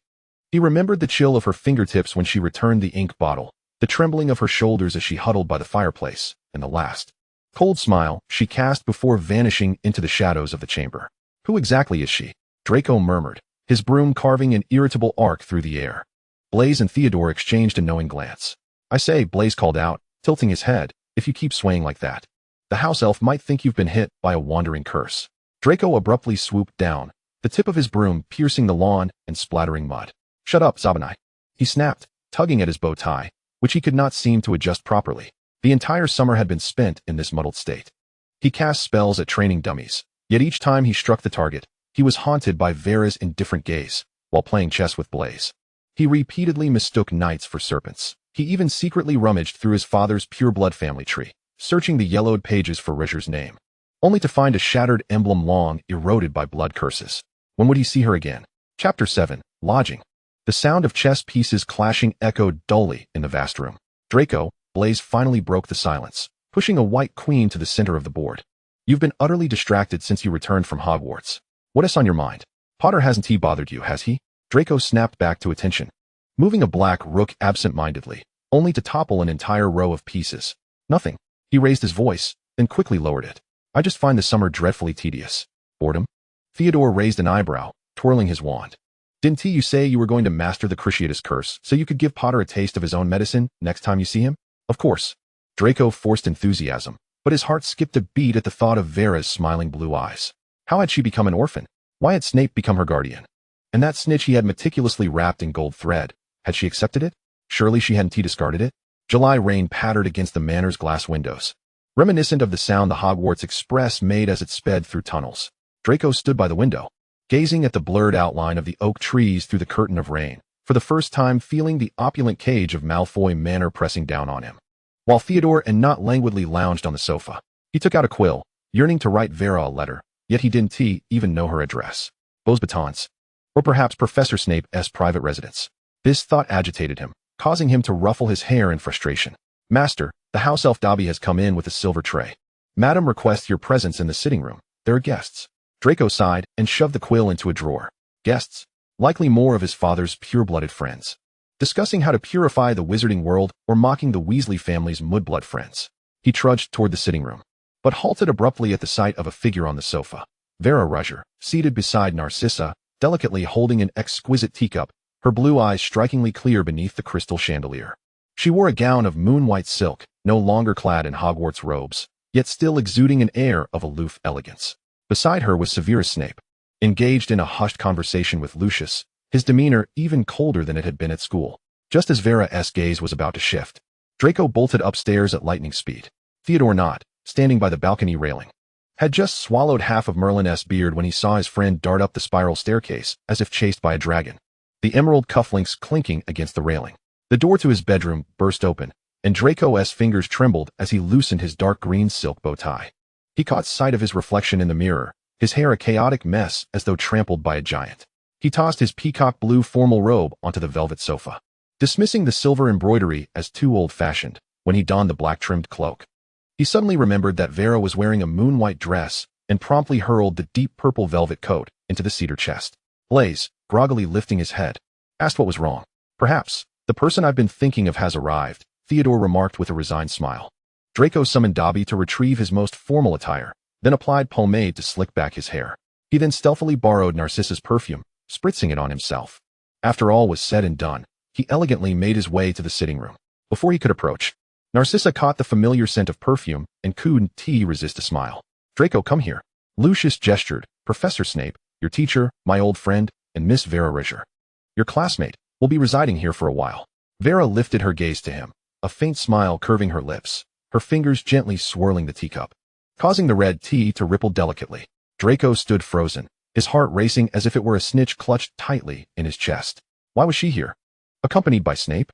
Countless questions swirled in his mind, yet upon meeting her gaze, they all evaporated, leaving him parched and tongue-tied. The crystal chandelier of Malfoy Manor shimmered with fragmented light at Vera's fingertips, and her pose holding the bone china teacup was impeccable, as if she was destined to sit upon a sofa draped in brocade. Draco remained rooted at the door until Narcissa cleared her throat, prompting him to realize his tie was askew, resembling a dying snake. Come sit down, Draco, don't just stand there like a daft goose. Narcissa rose to adjust his collar. Vera set her teacup down, the hem of her gown brushing against the carpet, wafting a subtle scent of rosemary, not the love potion used at Hogwarts, but a cooler, woodsy aroma. Draco, she inclined her head slightly, her blue eyes flickering over his flushed ears. I apologize for the intrusion. No intrusion at all, Draco blurted, his face reddening under the amused gazes of Blaze and Theodore. He had never seen this side of Vera. The moon-white dress accentuated her snow-like complexion, A serpentine silver ornament nestled in her hair, yet lacking Slytherin's ostentation. She resembled the night-blooming Queen Rose from Beauxbaton's greenhouse, so serene and beautiful. The ensuing days passed as though under the influence of a slowing charm. Vera was assigned to a guest room in the East Wing, separated from Draco's chamber by a long corridor adorned with family tapestries. She remained quiet, often found in the library reading, or tending to a few potted plants left by Snape in the greenhouse, which obeyed her like loyal pets. Draco began to concoct various excuses to appear by her side. He would intentionally drop parchment while passing the library, casually trim mandrakes in the greenhouse, and even muster the courage to invite her to watch him practice Quidditch. But Vera always remained polite yet distant, occasionally offering a comment or two on his flying skills, her gaze as if filtered through frosted glass. What was her true background? Blaise leaned over the terrace railing, observing Vera and Narcissa strolling across the lawn. My mother said her parents perished on a mission. She was recommended to stay here by Professor Snape. Is it really that simple? Theodore twirled his wand thoughtfully. Draco remained silent. Yet his mind drifted back to the day at the platform when Snape had carried her suitcase. He had secretly observed Vera's belongings. Aside from a few elegant dresses and that silver comb, the most conspicuous item was a locked wooden box, its clasp shaped like a serpent. He wondered what secrets lay within.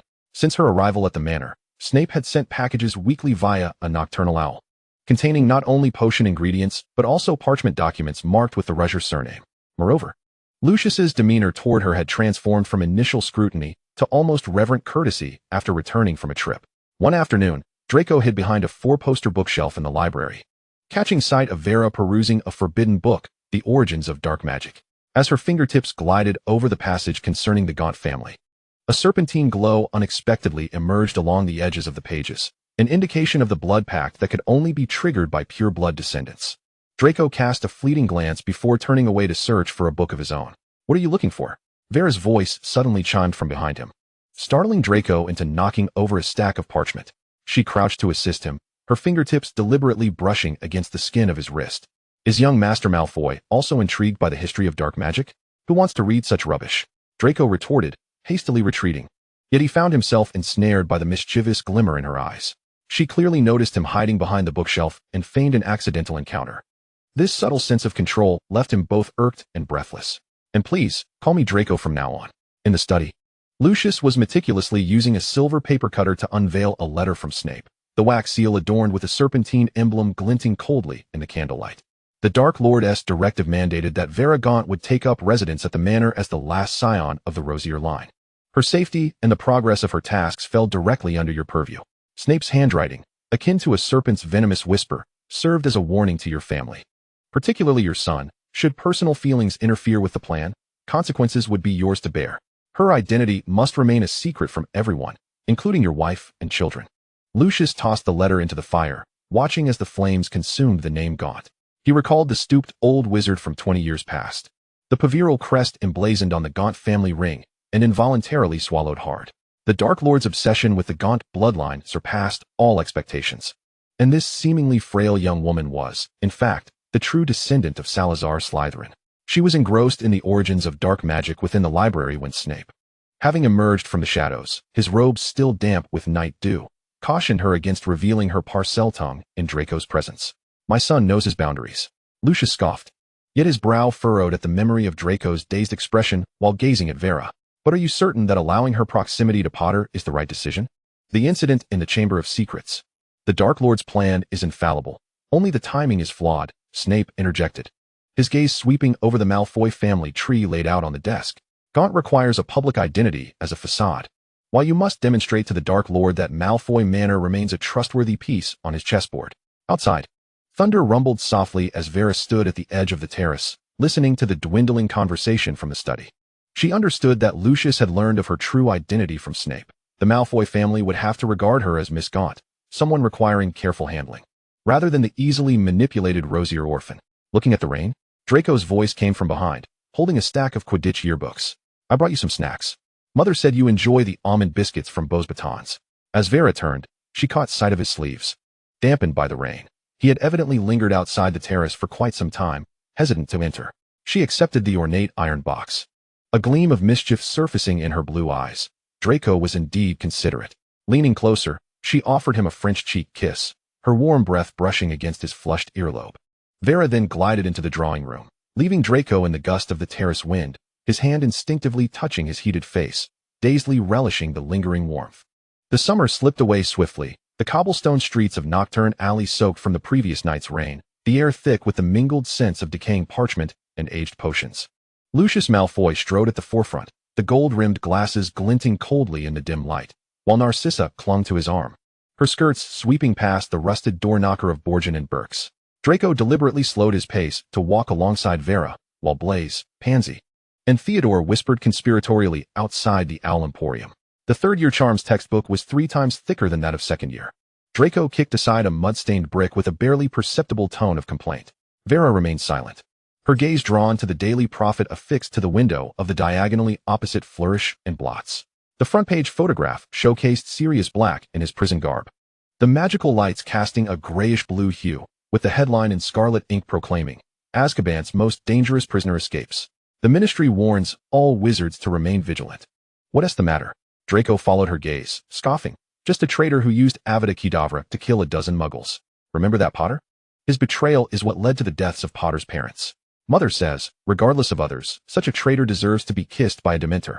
Vera instinctively tightened her grip on the shopping list, the edges of the parchment crumpling under her fingers. She truly had no knowledge of this Black, as Snape's packages had never mentioned such old news, and Lucius and Narcissa would always switch topics when she approached. Yet, in that moment, Draco's disdainful tone, the scrutiny behind Lucius's glasses, and Narcissa's suddenly tightened enamel bracelet cast an eerie weight upon that name. It sounds terrifying. Vera deliberately infused a hint of girlish timidity into her voice, taking half a step back towards Draco, observing the flush creeping up his ears, prompting him to straighten his back. Of course it's terrifying. A scoundrel like that should be locked in Azkaban to be fed to the Dementors. Enough of wasting time lingering over the newspaper. Lucius's voice resonated with undeniable authority, his silver cane striking the cobblestones with a heavy thud. The new issue of Magical History has arrived at Flourish and Blots. Vera, you must pay particular attention to the chapter on the persecution of medieval pureblood families. He emphasized the words pureblood families, and Vera understood this as a reminder to memorize the fabricated history of the Rosier family. As they entered the bookstore, Vera intentionally lagged a step behind, catching a glimpse of Lucius retrieving a folded parchment from the inner pocket of his robe and handing it to the old wizard behind the counter. The paper bore a dark green wax seal, identical to the serpentine mark on Snape's correspondence. She lowered her gaze, pretending to be engrossed in the monster's monstrous book. Yet her fingertips swiftly traced a serpentine symbol on her skirt, a signal to the Death Eaters lurking in Nocturne Alley, regarding the Black incident. Does the Dark Lord have any instructions? I cannot reach him. Hey, look at this. Draco suddenly thrust a copy of The Origins of Quidditch before her, the cover showcasing a seeker soaring through the air. In third year, I will definitely outplay everyone, and you'll be in the front row of the box cheering for me. As he spoke, the tips of his ears reddened once more, his fingers unconsciously rubbing the edge of the pages. Vera accepted the book, her fingertips brushing against the callus on his fingers, evidence of gripping a broomstick. She suddenly recalled yesterday in the greenhouse when Draco had secretly fed his venomous tentacula potion, and when she caught him, he had stubbornly claimed he was merely concerned for its wilting state. This revelation softened something within her, yet it was swiftly quelled by Snape's warning. Do not develop genuine feelings for those of the Malfoy lineage. They are merely pawns. All right, Vera lifted her gaze, smiling like a blooming hibiscus. But if Slytherin loses, young Master Malfoy will have to treat me to Honeyduke's chocolate frogs. She deliberately averted her eyes from the newspaper outside, where Sirius's gaze seemed to pierce through the printed words, fixated intently upon her soul. She remained oblivious to the implications of this fugitive and the Dark Lord's new scheme. Yet she was acutely aware of the necessity to play the role of the pitiable and dependent Rosier orphan. Upon leaving Flourish and Blots, Vera discreetly slipped a folded serpentine note into Draco's cloak pocket. It bore an inscription in invisible ink. The person in the newspaper is quite frightening. Thank goodness you're here.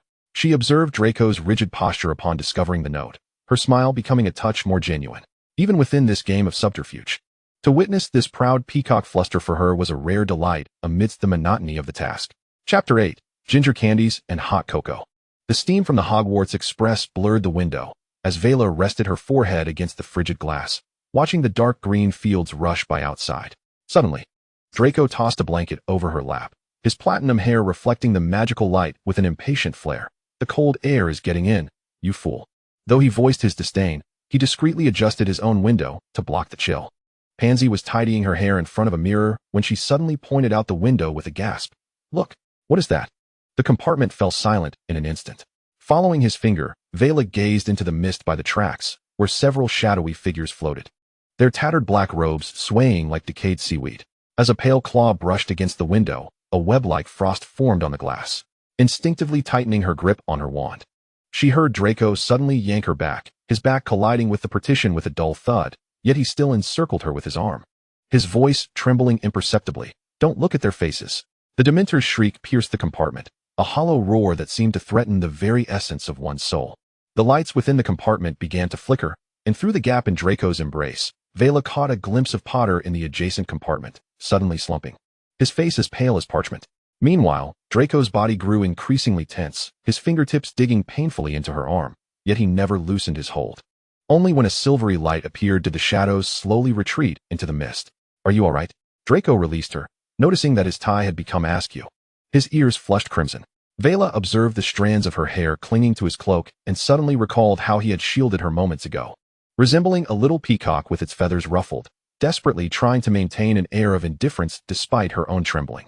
Young Master Malfoy's protective instinct was more exaggerated than that of any knight from Beau's batons. She deliberately smiled as she straightened his tie, her fingertips brushing against his Adam's apple. Feeling the astonishing warmth of his skin, Draco clicked his tongue and swatted her hand away, yet unlike his usual retorts, he merely gazed out the window, murmuring, "Those things are even more terrifying than my father described." At the start of term feast, when Dumbledore announced the new professor for the care of magical creatures, Vela saw Draco nearly sputter his pumpkin juice at the sight of Hagrid, who stood at the staff table, nervously tugging at his coarse woolen coat, dandelion fluff clinging to his beard. "Just wait and see," Draco said, jabbing a silver fork into the roast potatoes on his plate. "Hagrid teaching care of magical creatures? Within 3 days, he'll be mistaking dragon eggs for chocolate beans." During the first week of potions class, Draco cornered Harry and his friends in the corridor. He deliberately pulled his hood low, mimicking the Dementor's shriek while waving his arms, and Pansy and Blaze immediately joined in with exaggerated cries. "Woe betide Potter. His soul is to be devoured." Harry paled and took a step back. Ron gripped his wand tightly, but Hermione saw through their ruse. "Childish. Dementors don't walk like that." Draco, infuriated at being exposed, was about to retort when he caught sight of Vela standing at the top of the stairs, a mischievous glint in her blue eyes. He instantly straightened his posture, prodding Harry's backpack with his wand tip. "Just wait, Potter. Next class Snape will make you clean my cauldron." On the lawn for care of magical creatures, when Hagrid led Buckbeak out, Draco's cold laughter was almost enough to freeze the air. "This is a magical creature?" He kicked a stone with the tip of his boot. "Even the venomous beasts in my cellar are more respectable." Crabbe and Goyle immediately joined in with laughter. "Remember, bow first, and do it slowly." Hagrid's reminder had barely left his lips when Draco straightened himself deliberately, nostrils flared at Buckbeak. "Hey, you oversized lizard with wings." Before he could finish, Buckbeak's wings knocked Draco over, his legs crashing against a tree stump, blood seeping from his school uniform. "Malfoy!" Hagrid exclaimed, nearly tumbling into a pile of manure. Draco clutched his wound, wailing, "It hurts so much, I'm going to die. I'll tell my father, that wretched beast." As Hagrid carried Draco across the lawn, his platinum hair brushed against the drifting dandelion fluff. Vela followed behind, hearing the tremors in Draco's voice as he bit down on his pain. Yet he still managed to hum a half-formed insult. "Stupid creature, my dad will make it sit in Azkaban."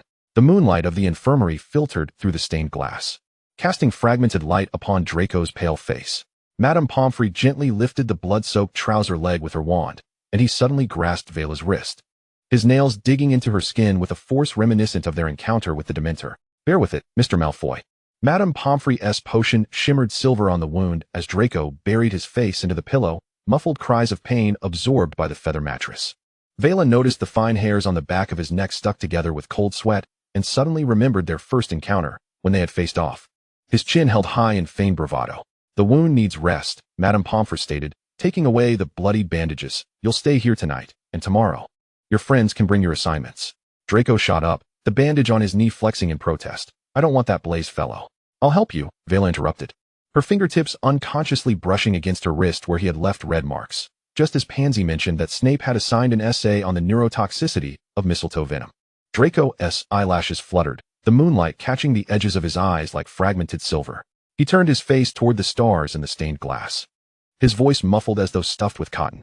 "Who asked for your help?"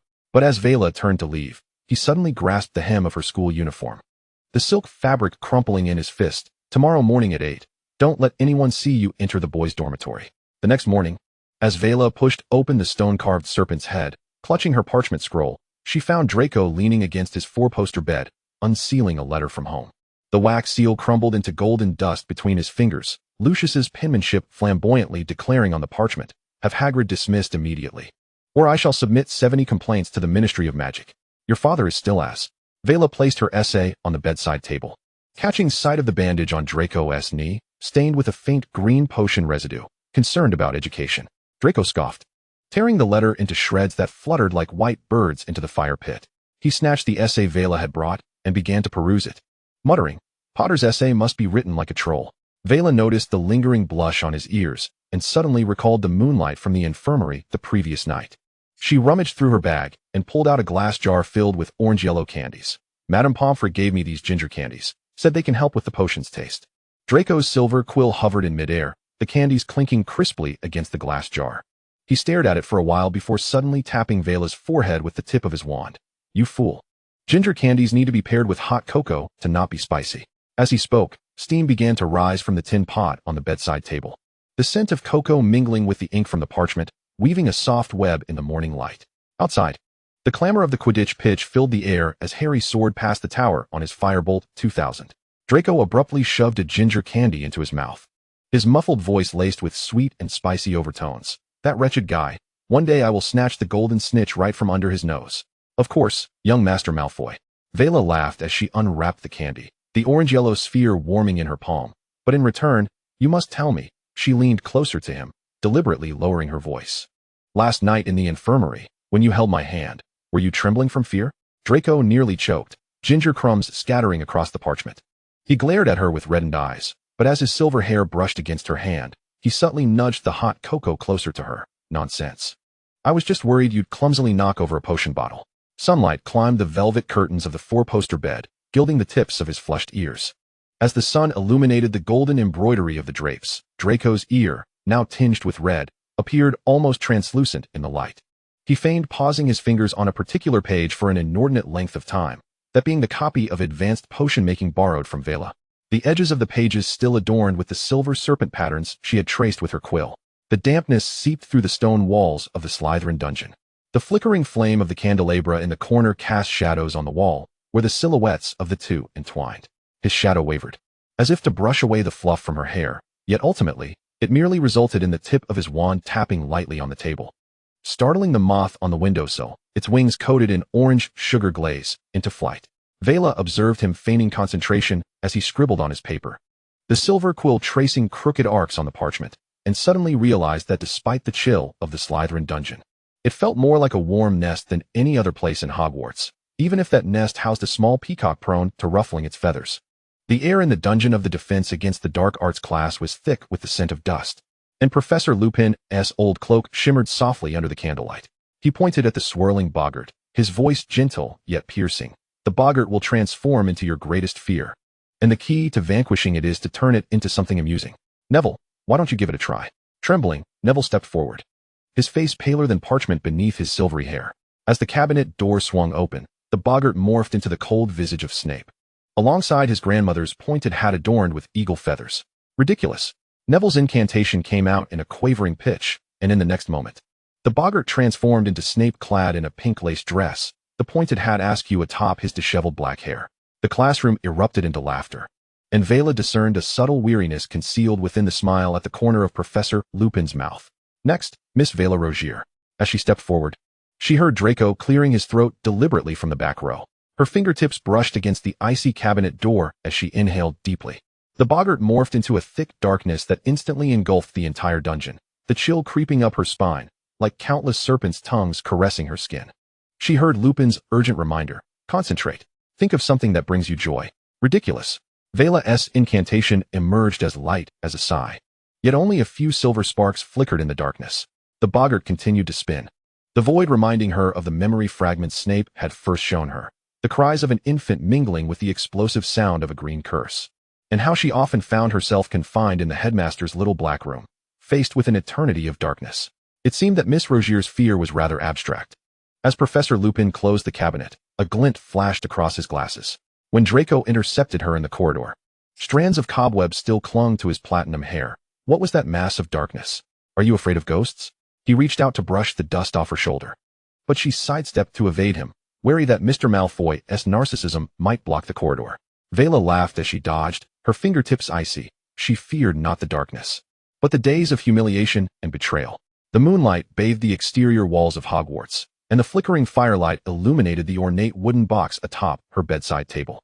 In Parcel tongue, she softly uttered a spell, and the box opened in response, revealing a silver hourglass that was eerily turning backward, while the obsidian at its base suddenly cracked, releasing a plume of black smoke that coalesced into Voldemort's twisted visage. My dear little serpent, the fact that Lupin is a werewolf must become known throughout the school. The black smoke swirled in her palm, akin to a ravenous little serpent. Potter is currently practicing the patroness charm. You are to approach him and ascertain his progress. My child, you are now my eyes. Vela beheld the fleeting image of Azkaban Castle within the black smoke. Recalling how the darkness conjured by the boggart seemed to conceal clues related to Lupin and Sirius's escape.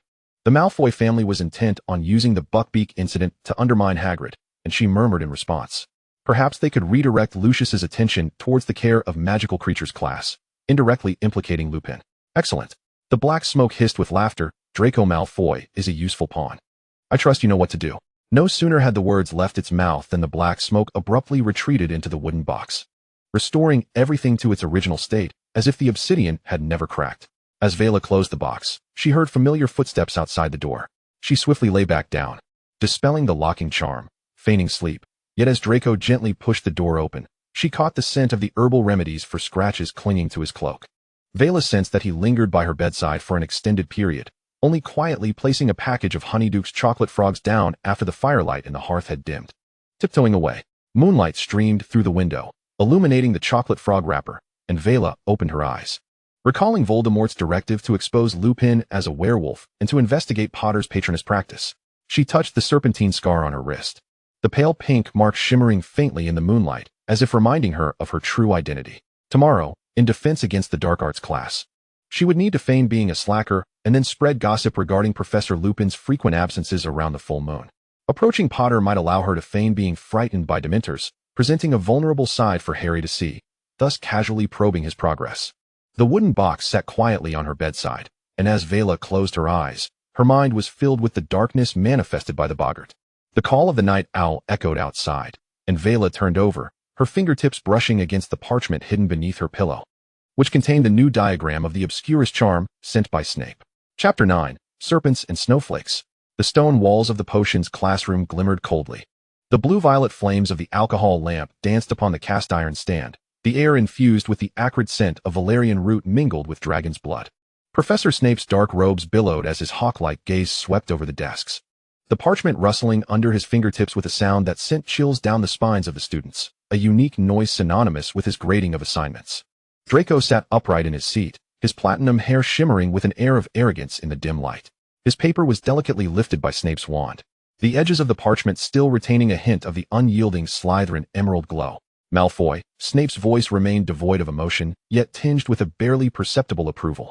Your analysis of the side effects of the shrinking solution, referencing the annotations from the 17th edition of 1000 Potion Problems, is commendable.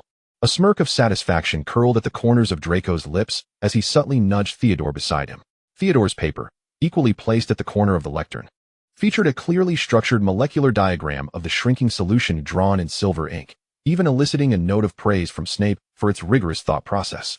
Sitting in the front row, Vela was recognized by Snape for her innovative hypothesis in her paper, proposing the use of moonlight worm stingers to substitute some ingredients to enhance the potion's stability. At least there are still some in Slytherin who remember that potion making isn't merely a mindless trick. Snape cast a cold glance towards Gryffindor, the chill in his tone freezing the air. Harry and Ron's parchment was clutched in Snape's hand, resembling two crumpled dry leaves. Potter, Snape's voice dropped ominously, laced with icy sarcasm. You claim in your paper that the shrinking solution might cause the drinker to develop gills? Have you mistaken magical creatures for a textbook on potion making? His wand jabbed sharply at the end of the paper, 3 glaring red crosses accompanied by a note of -3 points for Gryffindor materializing. Ron's ears flushed crimson as he furtively glanced at the scrawled handwriting on his paper, with several ink spots still wet. Clearly the result of a last-minute effort from the previous night. Even worse, in a bid to meet the word count, He had written about how to properly filter moth larvae as boiling the creatures in the cauldron until they disintegrated, which Snape was now pointing at, as if showcasing some failed magical experiment.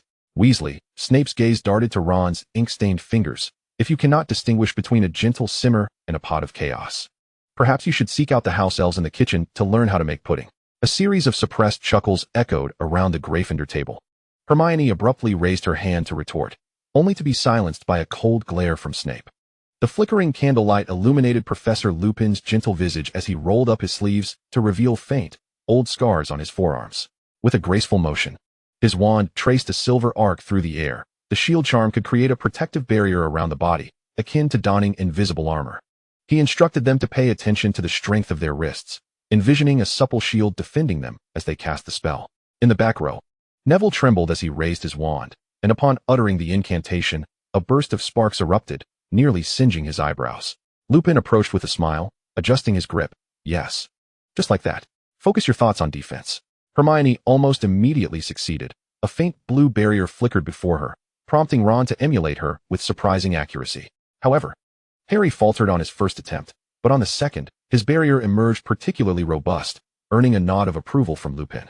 At the Slytherin table, Theodore completed the exercise effortlessly, the blue light at the tip of his wand steady and gentle. Draco, however, deliberately showcased his prowess in front of Harry, his platinum hair lifting with each flourish of his wand, each barrier forming with a flamboyant, ostentatious arc look. Potter, even Longbottom learns faster than you. Oh, but you seem to be on par with him, he sneered, though his gaze inadvertently drifted towards the front row, where Vera sat. Vera gripped her wand tightly, her knuckles turning white. On her first attempt, only a few stray sparks erupted, and on her second, there was a complete lack of response. Her wand drooping like a dead snake. Pathetic, Vera, Draco muttered under his breath, but softened slightly upon noticing her furrowed brow. Did you not sleep well last night? Professor Lupin approached Vera, lowering his voice. Try to recall a moment when you felt safe, perhaps tending to the mandrakes in the greenhouse. Vera nodded, raising her wand once more, her lips moving soundlessly, yet the barrier still failed to materialize. Dejected, she cast her eyes downward, her lashes casting trembling shadows in the candlelight. Professor, it seems I simply cannot learn this. It's all right, Lupin reassured her with a gentle pat on her shoulder. This charm requires a strong psychological suggestion. Just practice more after class. As he turned to assist other students, Draco leaned closer to Vera, his platinum hair brushing against her cheek. Meet me in the library tonight, and I'll teach you. My father has a copy of Advanced Defensive Magic, which has a dedicated chapter on this.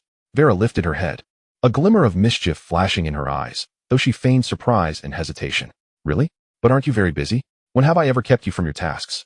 Draco raised an eyebrow, his tone imbued with an unassailable pride. 7 o'clock, at the corner table in the library. Don't be late. He failed to notice the faint smile that graced her lips as she lowered her gaze, a deliberate vulnerability exposing her intentions. When the class bell rang, Draco nearly hummed as he dashed out of the dungeon.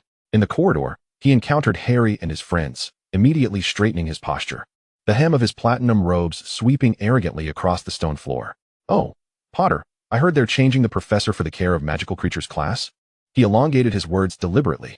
Buckbeak, that beast, is finally going to be dealt with. That fool Hagrid ought to return to his ramshackle hut. After all, only an idiot would keep a dangerous creature. Harry's fists clenched instantly. Ron's face turned crimson with fury, but Hermione restrained them. Draco reveled in their discomfort, even gesturing toward Hagrid's tightly shut hut with his wand. Maybe in a few days, we'll hear the sound of an axe falling. Quite the anticipation, he taunted, only to be gently interrupted by Vera. Malfoy, let's go. Professor Snape is waiting for our essays. Draco suppressed his laughter, but still turned his chin up defiantly at Harry. Vera followed closely behind, observing his buoyant demeanor regarding Buckbeak, her thoughts drifting to her own task. She touched the serpentine scar on her wrist, and when Draco turned to inquire what she desired for dinner, she offered a perfectly timed, concerned smile. Are you particularly happy today? Of course, Draco replied, raising an eyebrow, the sunlight streaming through the window accentuating the brilliance of his smile. That filthy beast deserves to be eradicated, does it not? Vera nodded, her voice lowering to a whisper only they could hear. During our tutoring session tonight, you must teach me the shield charm repeatedly, just in case we encounter any danger. Draco puffed out his chest, exuding confidence as if he had mastered all of Hogwarts' defensive spells. Rest assured, with me around, no harm shall befall you. The castle of Hogwarts lay blanketed in pristine white snow, icicles hanging from the eaves and refracting rainbow hues in the sunlight. As the bells heralding the Christmas holiday rang out, the scent of cinnamon and roasted turkey wafted through the great hall. Students rushed toward the castle doors. Parchment scrolls clutched tightly, while owls flapped their wings, leaving paw prints in the snow. The passes required for the upcoming trip to Hogsmeade needed parental signatures. Draco impatiently brushed the snowflakes off his shoulders, the hem of his platinum robes rustling against the snow. He glanced at Vera, who was bent over tying her scarf. The mink trim dusted with snowflakes, resembling a delicate adornment. "Ready, Vera?" he inquired, lightly tapping the tip of his wand, causing their luggage to follow behind them automatically. Pansy Parkinson, clutching a gold-trimmed velvet handbag, hurried to catch up, her ruby earrings swaying in the cold breeze. "Vera, let us sit together," she insisted, linking arms with Vera and pushing Draco aside. "You won't believe it. My father brought back a music box from France that plays by itself. It'll be a hit at the Christmas feast." Draco frowned at Pansy's almost clingy demeanor towards Vera, the plush cushions in the carriage being largely monopolized by Pansy, as she incessantly shared the latest gossip from the Daily Prophet. Vera merely smiled and nodded, occasionally meeting Draco's gaze before quickly looking away. "Pansy," Draco finally interjected, tapping the ice flowers on the carriage window with his wand. "If you spray your spittle all over Vera's cloak again, I won't hesitate to ensure you walk back to the manor through the snow." Pansy shot a glance at Draco, smirking disdainfully, and nestled even closer to Vera, throwing a defiant glance at him. Amidst the crunch of the carriage wheels over the snow, Draco heard Vera quietly whisper to Pansy, "Mr. Malfoy is just afraid of the cold," which nearly caused him to crush the silver snuff-box in his grasp in anger. The long table at the Christmas feast was laid with silver cutlery, the light refracting from the crystal chandelier illuminating the portraits of the Malfoy lineage that adorned the walls. House elves scurried about, serving steaming pumpkin soup, the aromas of cinnamon and cardamom mingling with the scent of pine wood from the fireplace, enveloping the hall in a warmth reminiscent of spring. "Theodore, is your father's business still thriving in the Balkans?"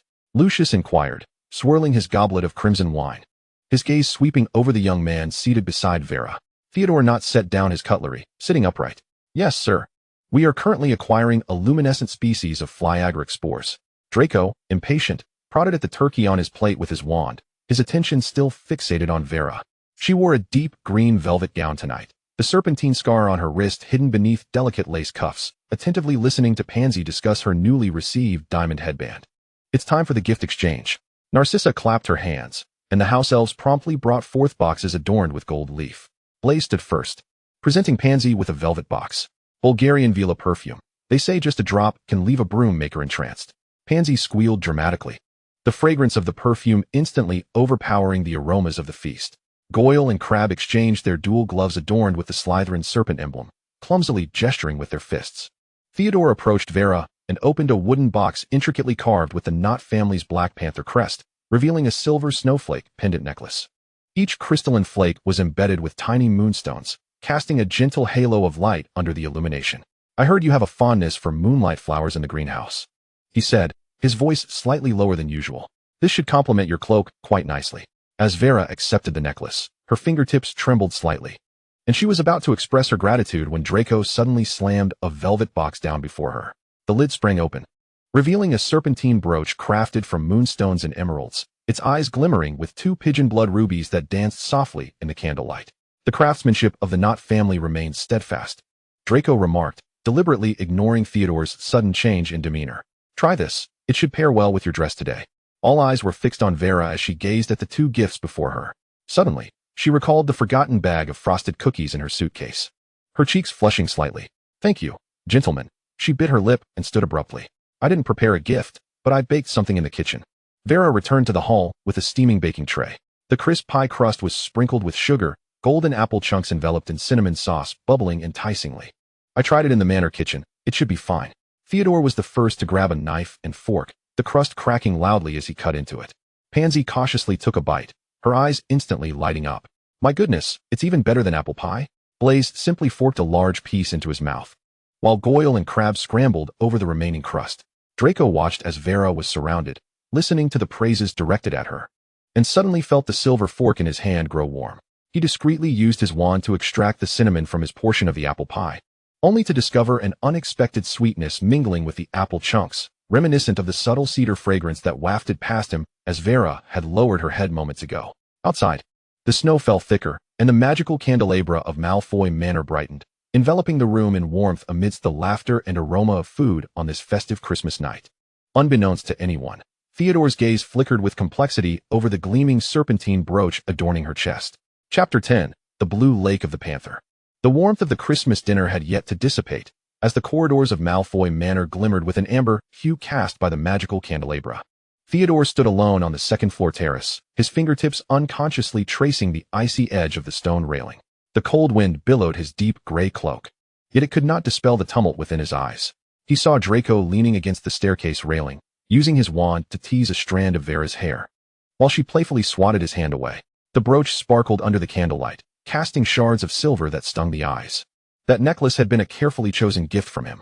3 months prior, in the Moonstone Emporium of Diagon Alley, he had watched the shopkeeper use magic to seal genuine moonlight within silver discs, each snowflake crystal corresponding to the intricate veins of the moonlight flowers in the Hogwarts greenhouse. He envisioned Vera wearing it, only to see her remove the necklace during the banquet, opting instead for Draco's ostentatious serpentine brooch. "Aren't you going to join us for a game of exploding snap?" Blaze's voice broke through his thoughts, shaking a crystal ball in his hand. "Pansy swears Slytherin will win next year's Quidditch finals. Goyle bet 10 sickles on Gryffindor."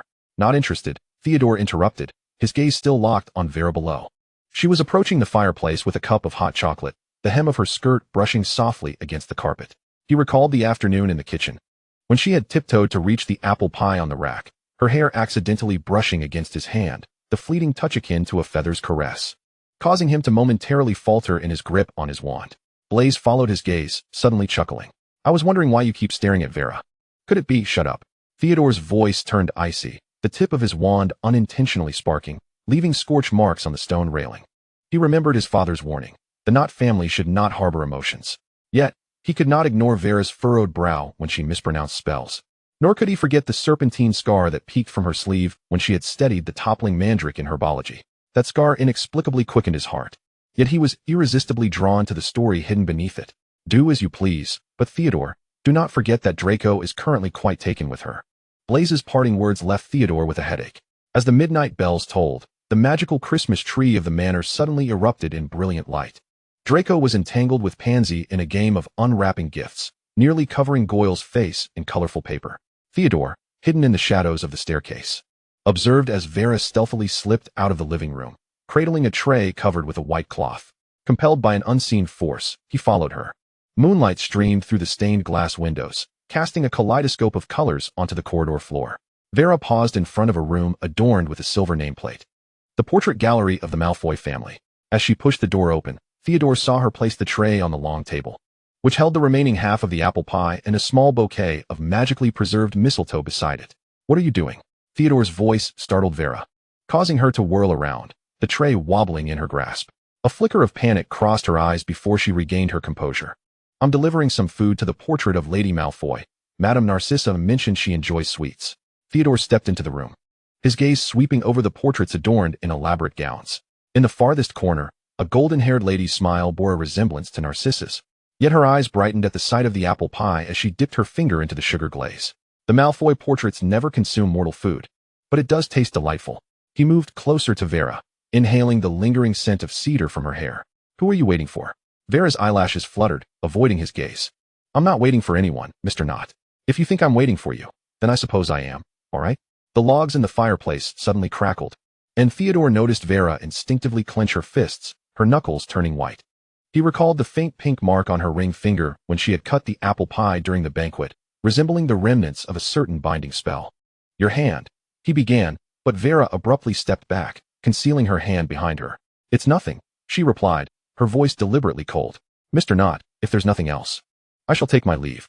Theodore watched her almost flee the room, the moonlight glinting off the serpentine brooch on her chest, the ruby serpent eyes seemingly mocking his infatuation.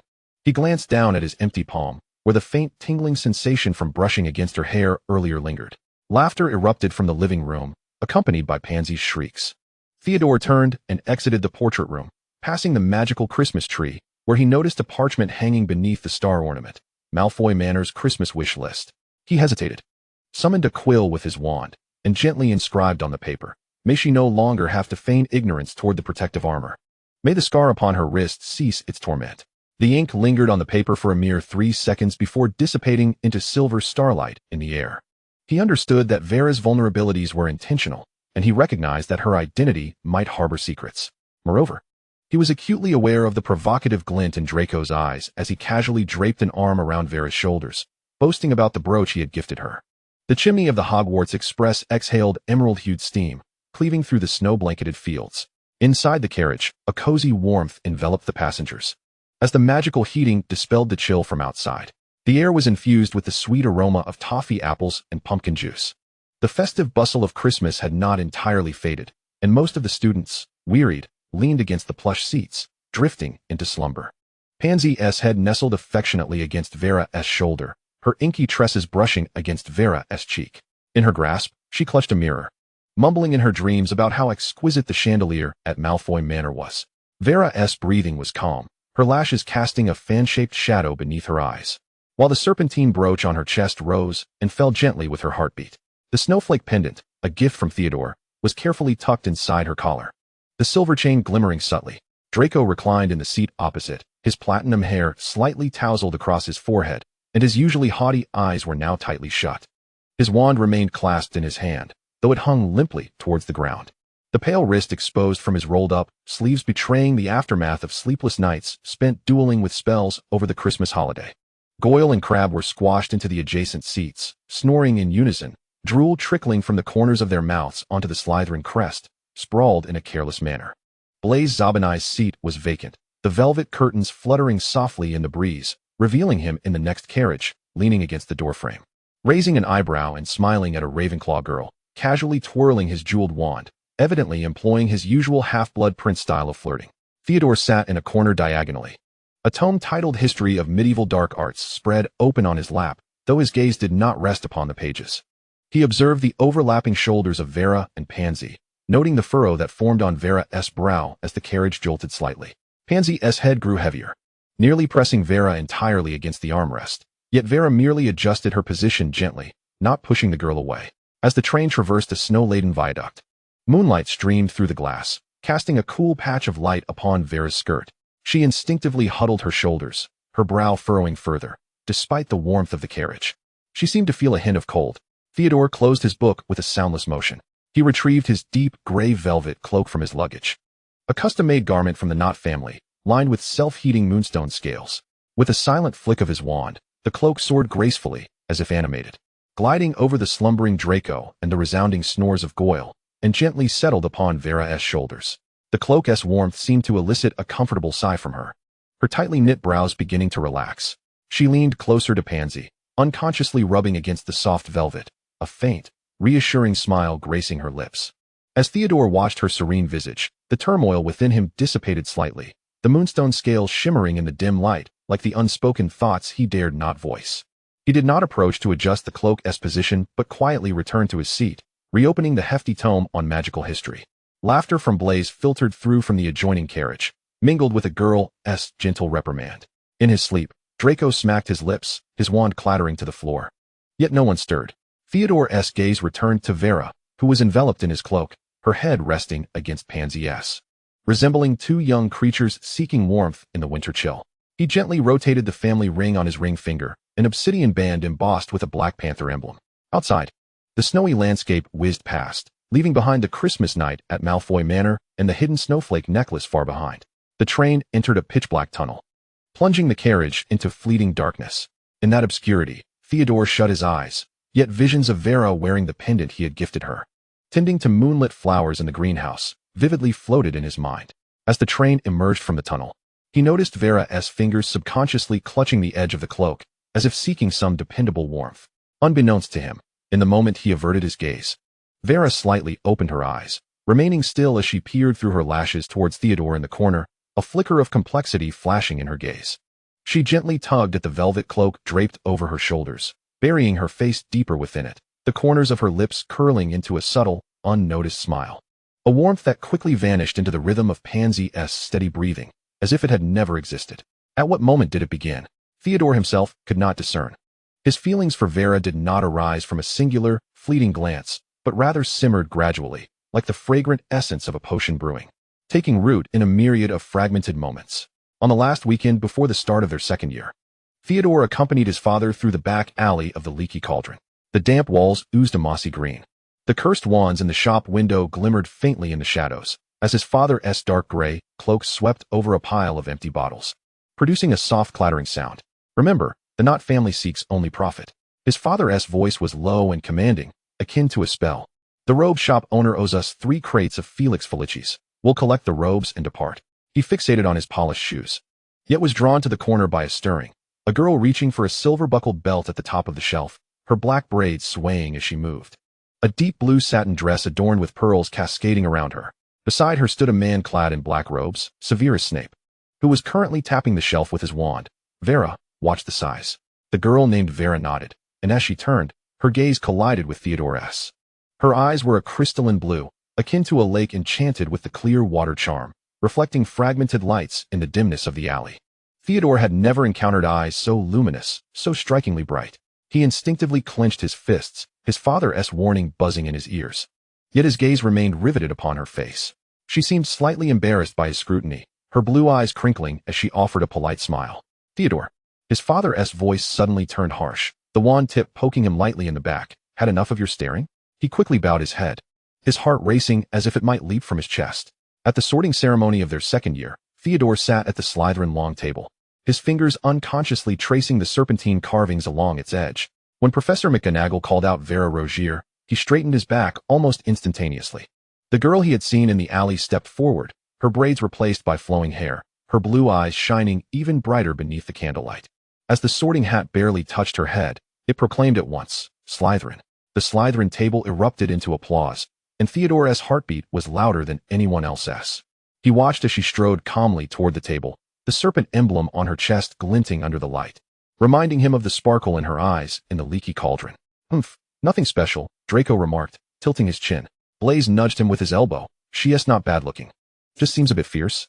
Theodore remained silent, yet his gaze followed Vera's figure intently. The first time he truly noticed her was in herbology class. While everyone else cowered from the screams of the mandrakes, Vera knelt beside the bed of seedlings, carefully wrapping the roots of the sprouts with her sleeve. Her fingertips smeared with moist soil as she quietly recited incantations, her lashes casting quivering shadows in the sunlight. Her focused handling of magical plants resembled Theodore's own immersion in the study of ancient runes, a tranquility that inexplicably felt familiar to him. Later, within the confines of the library, he often caught fleeting glimpses of Vera concealed in the corner of the restricted section, perusing the weathered tome History of Dark Magic.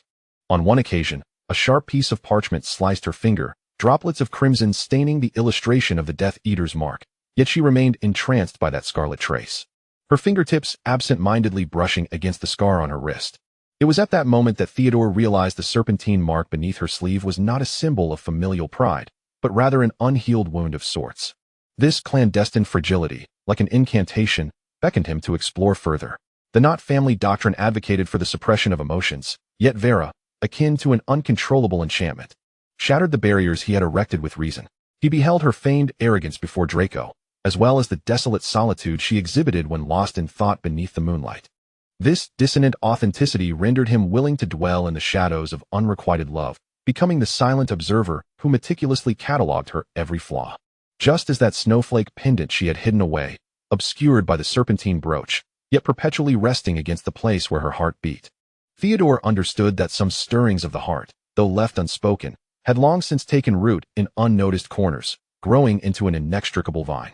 Chapter 11. A Tribute to the Eternal Rose. As the Hogwarts Express arrived at the castle, ominous clouds loomed low over the towers. Students disembarked, treading through the snow that barely reached their ankles, yet halted at the castle's entrance upon hearing the shrieks of their peers. The portrait of the fat lady hung vacant in its frame, the edges of the oil paint flaking away, revealing 3 deep claw marks that appeared to have been made by some beastly talon. Where's the fat lady? Hermione's voice trembled as she pointed to the dark brown stains at the edge of the frame. This does not resemble a mere magical attack. Panic spread like ink dropped into clear water. Filch came sprinting with a lantern held aloft, his shrill voice echoing through the corridor. Stand back. Do you not see the danger sign? The door to the portrait guardian's office crashed open. Students clustered in the corridor, whispering amongst themselves, quickly springing into action to search for the fat lady. Suddenly, the Ravenclaw prefect cried out, "Look! There's movement in the portrait of Bashida Bashit." The crowd surged towards the adjacent corridor, and indeed, they found the fat lady cowering in the corner of the Bashida portrait, her lace dress torn into tatters, and the paint on her face smeared from tears. It was him. It was Sirius Black, she shrieked, pointing outside the frame. He is back. His claws are sharper than a troll's, and his eyes are filled with death. The news spread like wildfire. Outside, the lake's surface was suddenly swarming with a doubled number of Dementors, their ragged cloaks casting flickering shadows on the castle's windows. Even the magical candelabras in the corridor flickered in fear. Draco scoffed at the campus panic, yet found himself glancing towards the stands during every Quidditch practice. Vera, today's training is crucial, he said, shaking his broomstick, his platinum hair caught in the wind. Do you not think the Seeker of Slytherin requires a dedicated audience? Vera, engrossed in organizing her herbology notes, merely smiled faintly in response. I must assist Madame Pomfrey in the hospital wing. Someone broke a rib during the last Quidditch practice when hit by a bludger. Let Parkinson do it, Draco frowned, impatiently tapping his wand against the broom's tail. Next weekend, we face Gryffindor. That fool Harry Potter will undoubtedly give it his all. I believe in your prowess. Vera closed her notebook, her tone laced with meaningful suggestion. Moreover, watching the match in the rain could lead to a cold, and Madame Pomfrey does not favor patients with coughs.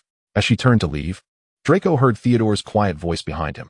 The increased wind resistance in rain may cause Potter's firebolt to stall. He whirled around sharply, only to see Theodore's comm profile and the corner of his advanced Quidditch tactics book, dampened by the rain. On the day of the match, a torrential downpour indeed commenced, yet it failed to dampen the students' enthusiasm. Slytherin's green flags fluttered in the rain, while Gryffindor's scarves were nearly drenched to a deep shade of purple, the roar of the crowd mingling with the rain as it pelted the Quidditch pitch. Theodore stood at the front of the Slytherin section, his wand subtly clenched in hand. He observed Vera and Pansy squeezed at the edge of the stands, Pansy using her wand to conjure a transparent bubble to shield them from the rain. While Vera's gaze remained fixed upon the sky, raindrops cascading from her hair, soaking the serpentine brooch resting upon her chest. Ready to cast a spell? Blaze's voice broke through his thoughts, following Theodore's gaze towards Vera. Alas, Pansy beat you to it with that waterproof charm. Poor Theodore, you're a step too late. Theodore remained silent, his eyes locked on the two figures darting through the air. Draco's Nimbus 2001 and Harry's Firebolt surged almost simultaneously towards the golden snitch hovering beneath the clouds. The rain obscured his vision as the bludgeons spun wildly in the tempest, the beater's spells exploding with bursts of green and red light amidst the downpour. As Harry soared higher, shadowy figures emerged from the depths of the clouds. Dementors, their tattered cloaks billowing in the rain, lunged towards Harry like colossal bats. Potter is finished. A chorus erupted from the Slytherin stands. Harry's body stiffened abruptly, the firebolt teetering on the brink of chaos. Screams erupted from the Gryffindor section. Draco's eyes gleamed with exhilaration. He dove sharply, his broom grazing Harry's shoulder as he managed to seize the fleeing golden snitch. Its golden wings thrashed wildly in his palm. The Slytherin stands erupted in thunderous cheers, green ribbons cascading from the sky, mingling with rain as they splattered against Draco's triumphant visage. He landed in the center of the pitch, brandishing the snitch aloft, embraced by his teammates, yet his gaze pierced through the rain, searching for Vera. At that moment, she was being pulled away by Pansy towards the changing room, her hair and skirt thoroughly soaked. The rain continued to fall, and the shadows of the Dementors still circled ominously above the castle. In the Slytherin common room, the ceiling glowed with emerald light, cast by the prefect's enchantment, creating a shimmering cascade that danced upon the surface of the butterbeer in the silver goblets. Draco reclined against an ornately carved sofa, twirling the golden snitch between his fingers, listening to Blaze tapping a rhythm on the table with his wand, while Pansy and others adorned the candelabras with green ribbons. Theodore leaned against a stone pillar, his gaze occasionally drifting towards Vera, who was surrounded by the crowd of revelers. Cheers to Slytherin, Goyle bellowed, hoisting a pumpkin juice in the air. Laughter erupting as cups clinked together, butterbeer foam splattering against the velvet curtains. The party raged on until midnight, with Pansy drunkenly placing a crown adorned with serpent fangs atop Vera's head. Next year, we shall win 3 times. 3 times. Vera laughed, steadying the crown. Yet her gaze wandered to the lake outside, where the giant squids stirred the inky waters, and in the distance, a solitary light flickered from one of the castle's tower windows. 3 weeks later, during the Hogsmeade weekend, Pansy dragged Vera into Madame Malkin's robes for all occasions, the lace of her skirt sweeping past the brass bell at the entrance, emitting a crisp chime. This one, and that dark green one. Pansy yanked down several dresses from their hangers, the shopkeeper trailing behind with a feather duster. Vera leaned against a silk screen, watching Pansy dive into a fitting room, suddenly captivated by a white gown in the corner. The hem was embroidered with silver serpents, and the neckline draped with delicate pearl chains that glimmered coldly in the dim light. She reached out to touch it, but the sound of footsteps approached from behind. Theodore stood there, having apparently been chatting with Blaise moments before. "Do you like it?" He gestured towards the white gown, his voice soft as raindrops falling on satin. "Try it on."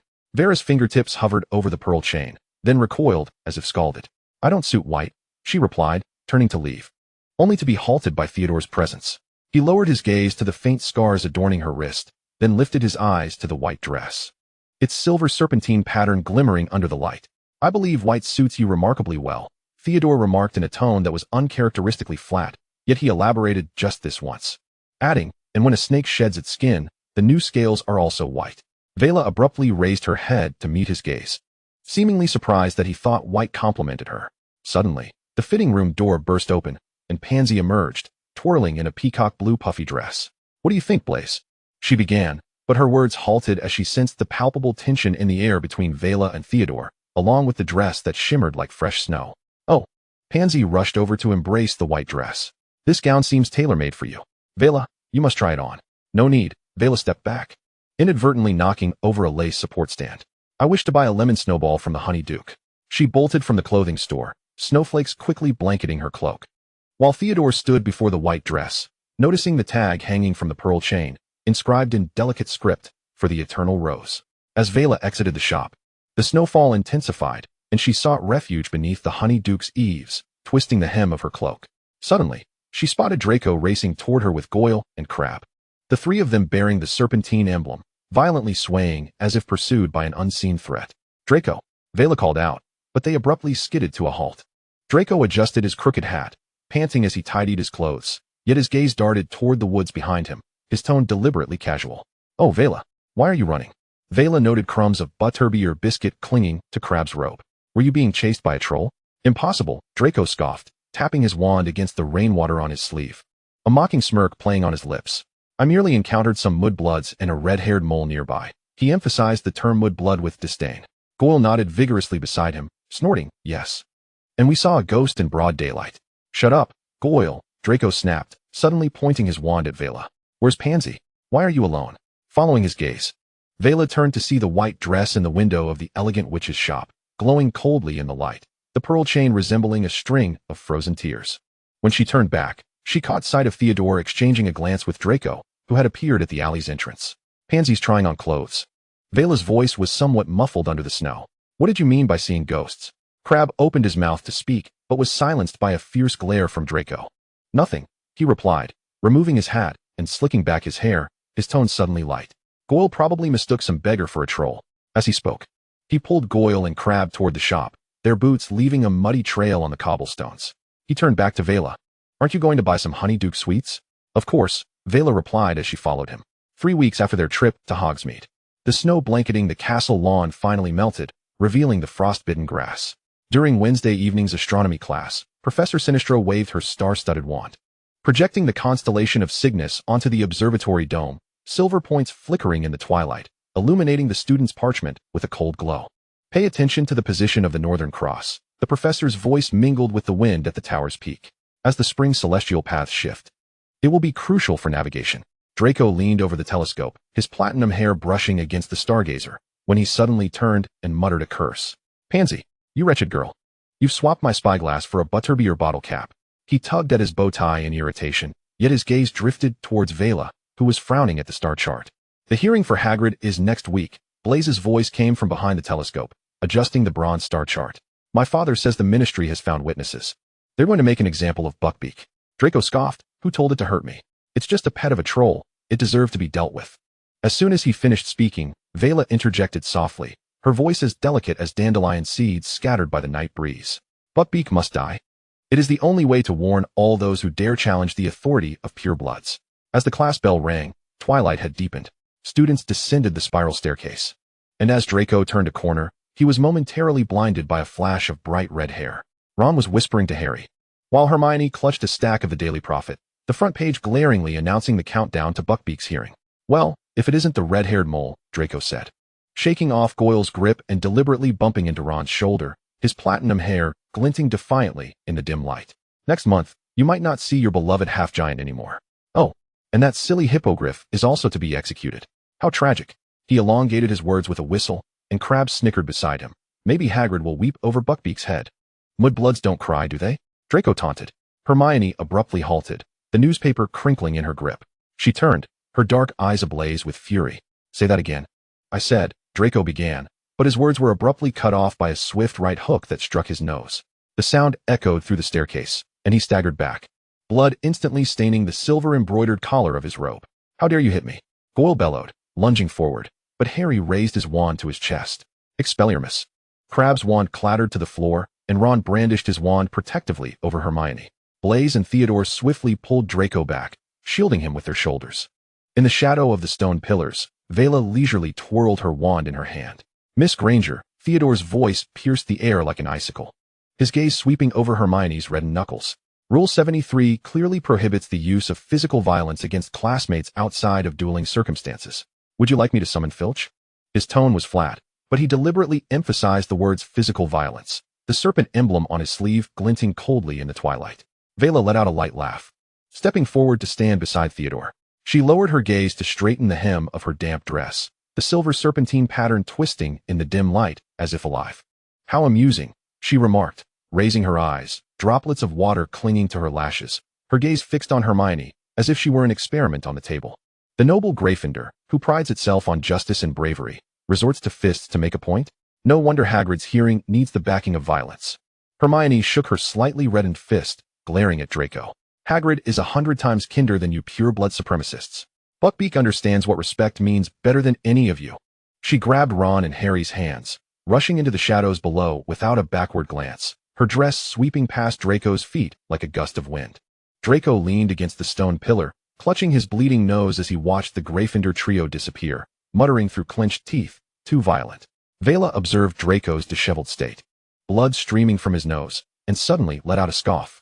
The emerald potion bottle in her palm glimmered coldly. You deserve it. Her voice was soft yet clear, penetrating Draco's ears.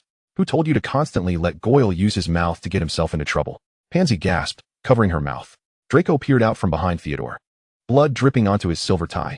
Vela, what about me? Vela arched an eyebrow, tugging Pansy, who was still in a daze, down the staircase. Do you want to stay and watch your blood stain the entire staircase? Or shall we wait for Filch to come and give us all a note? Without looking back, she pushed open the revolving door, and the rain instantly tangled in her hair. As the voices of the two individuals faded around the staircase corner, Vera abruptly slowed her pace, retrieving a silk handkerchief embroidered with serpentine patterns from her pocket. However, she did not turn to offer it to Draco. Instead, she crumpled the handkerchief in her palm, the cold gleam of the emerald-hued potion bottle reflecting the flicker of agitation in her eyes. Theodore silently observed the direction in which Vera had vanished, until Draco inquired, "Why didn't you stop her?"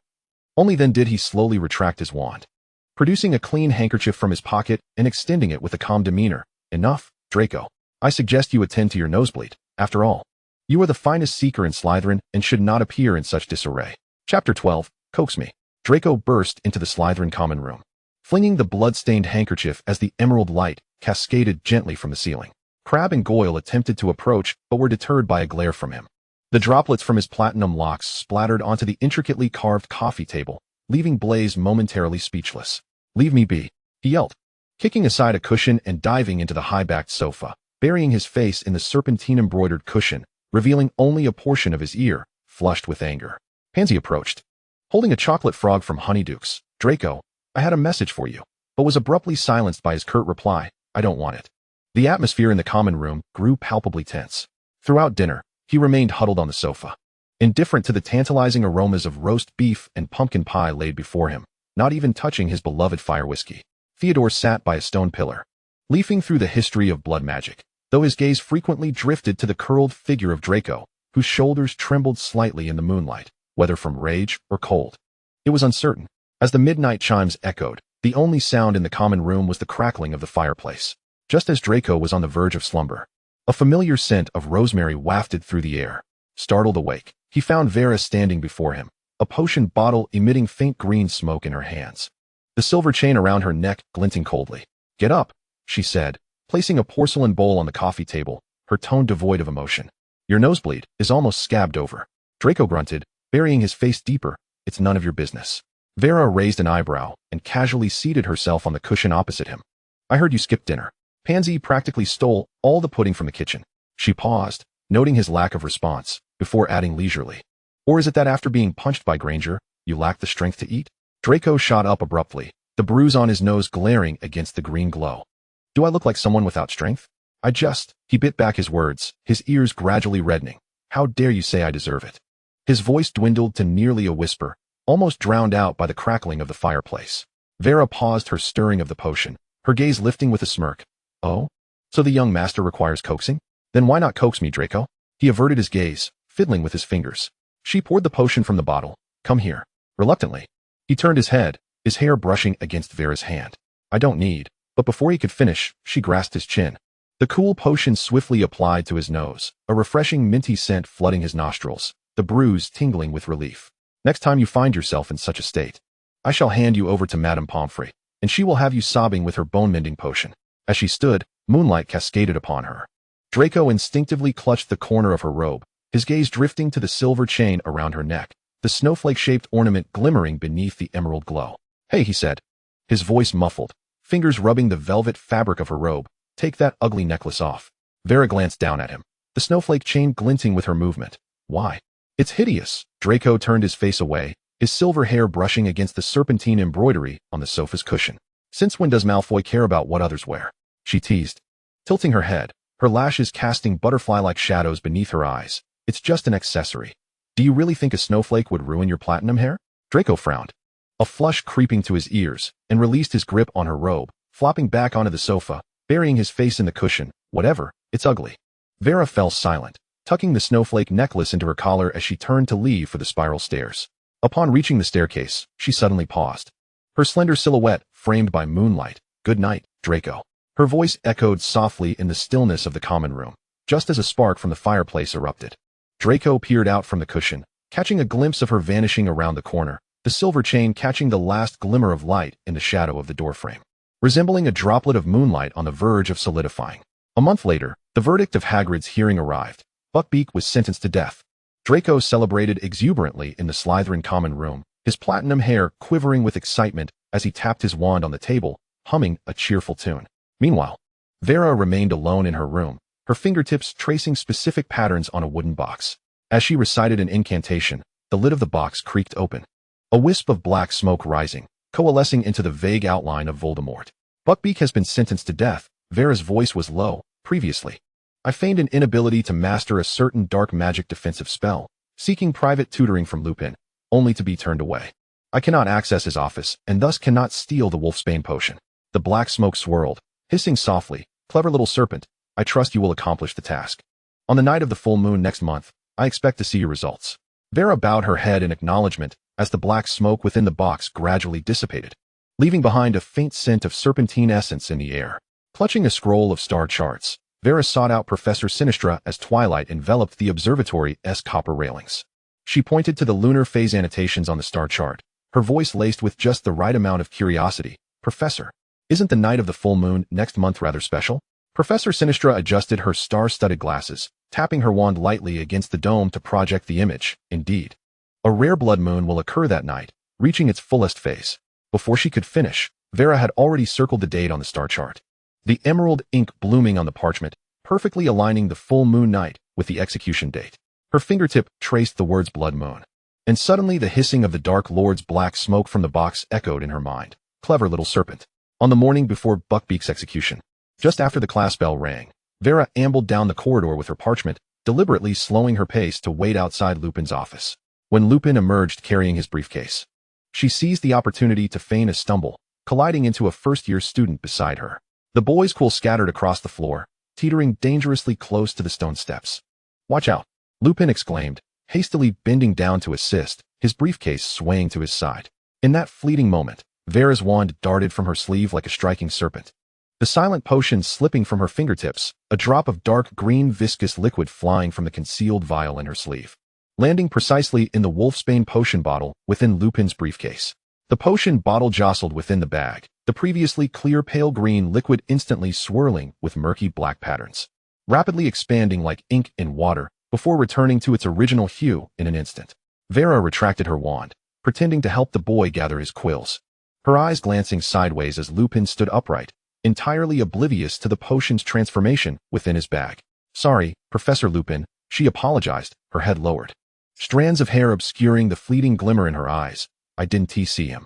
"Not a problem," Lupin replied with a warm smile, patting his briefcase. "Just be cautious next time." He turned to head towards the classroom, while the wolfsbane potion bottle within the bag swayed, the bottom gradually settling with tiny black crystals, a toxic reaction unique to the blood of a giant serpent, sufficient to render the entire potion ineffective on the night of the full moon. Vera watched as his silhouette faded around the corner of the corridor before slowly straightening up, her fingertips still tinged with the acrid scent of hippogriff blood. It was the 6th day of June 1994, the day of Buckbeak's execution. The twilight enveloped Hogwarts like a piece of velvet soaked in ink, gradually shrouding the towers in darkness. At this moment, warm smoke should have been wafting from Hagrid's chimney. Yet instead, only wisps of ashen gray floated, reminiscent of Buckbeak's life, soon to fade away. Harry, Ron, and Hermione were inside Hagrid's hut, attempting to console him and devise a plan to rescue Buckbeak.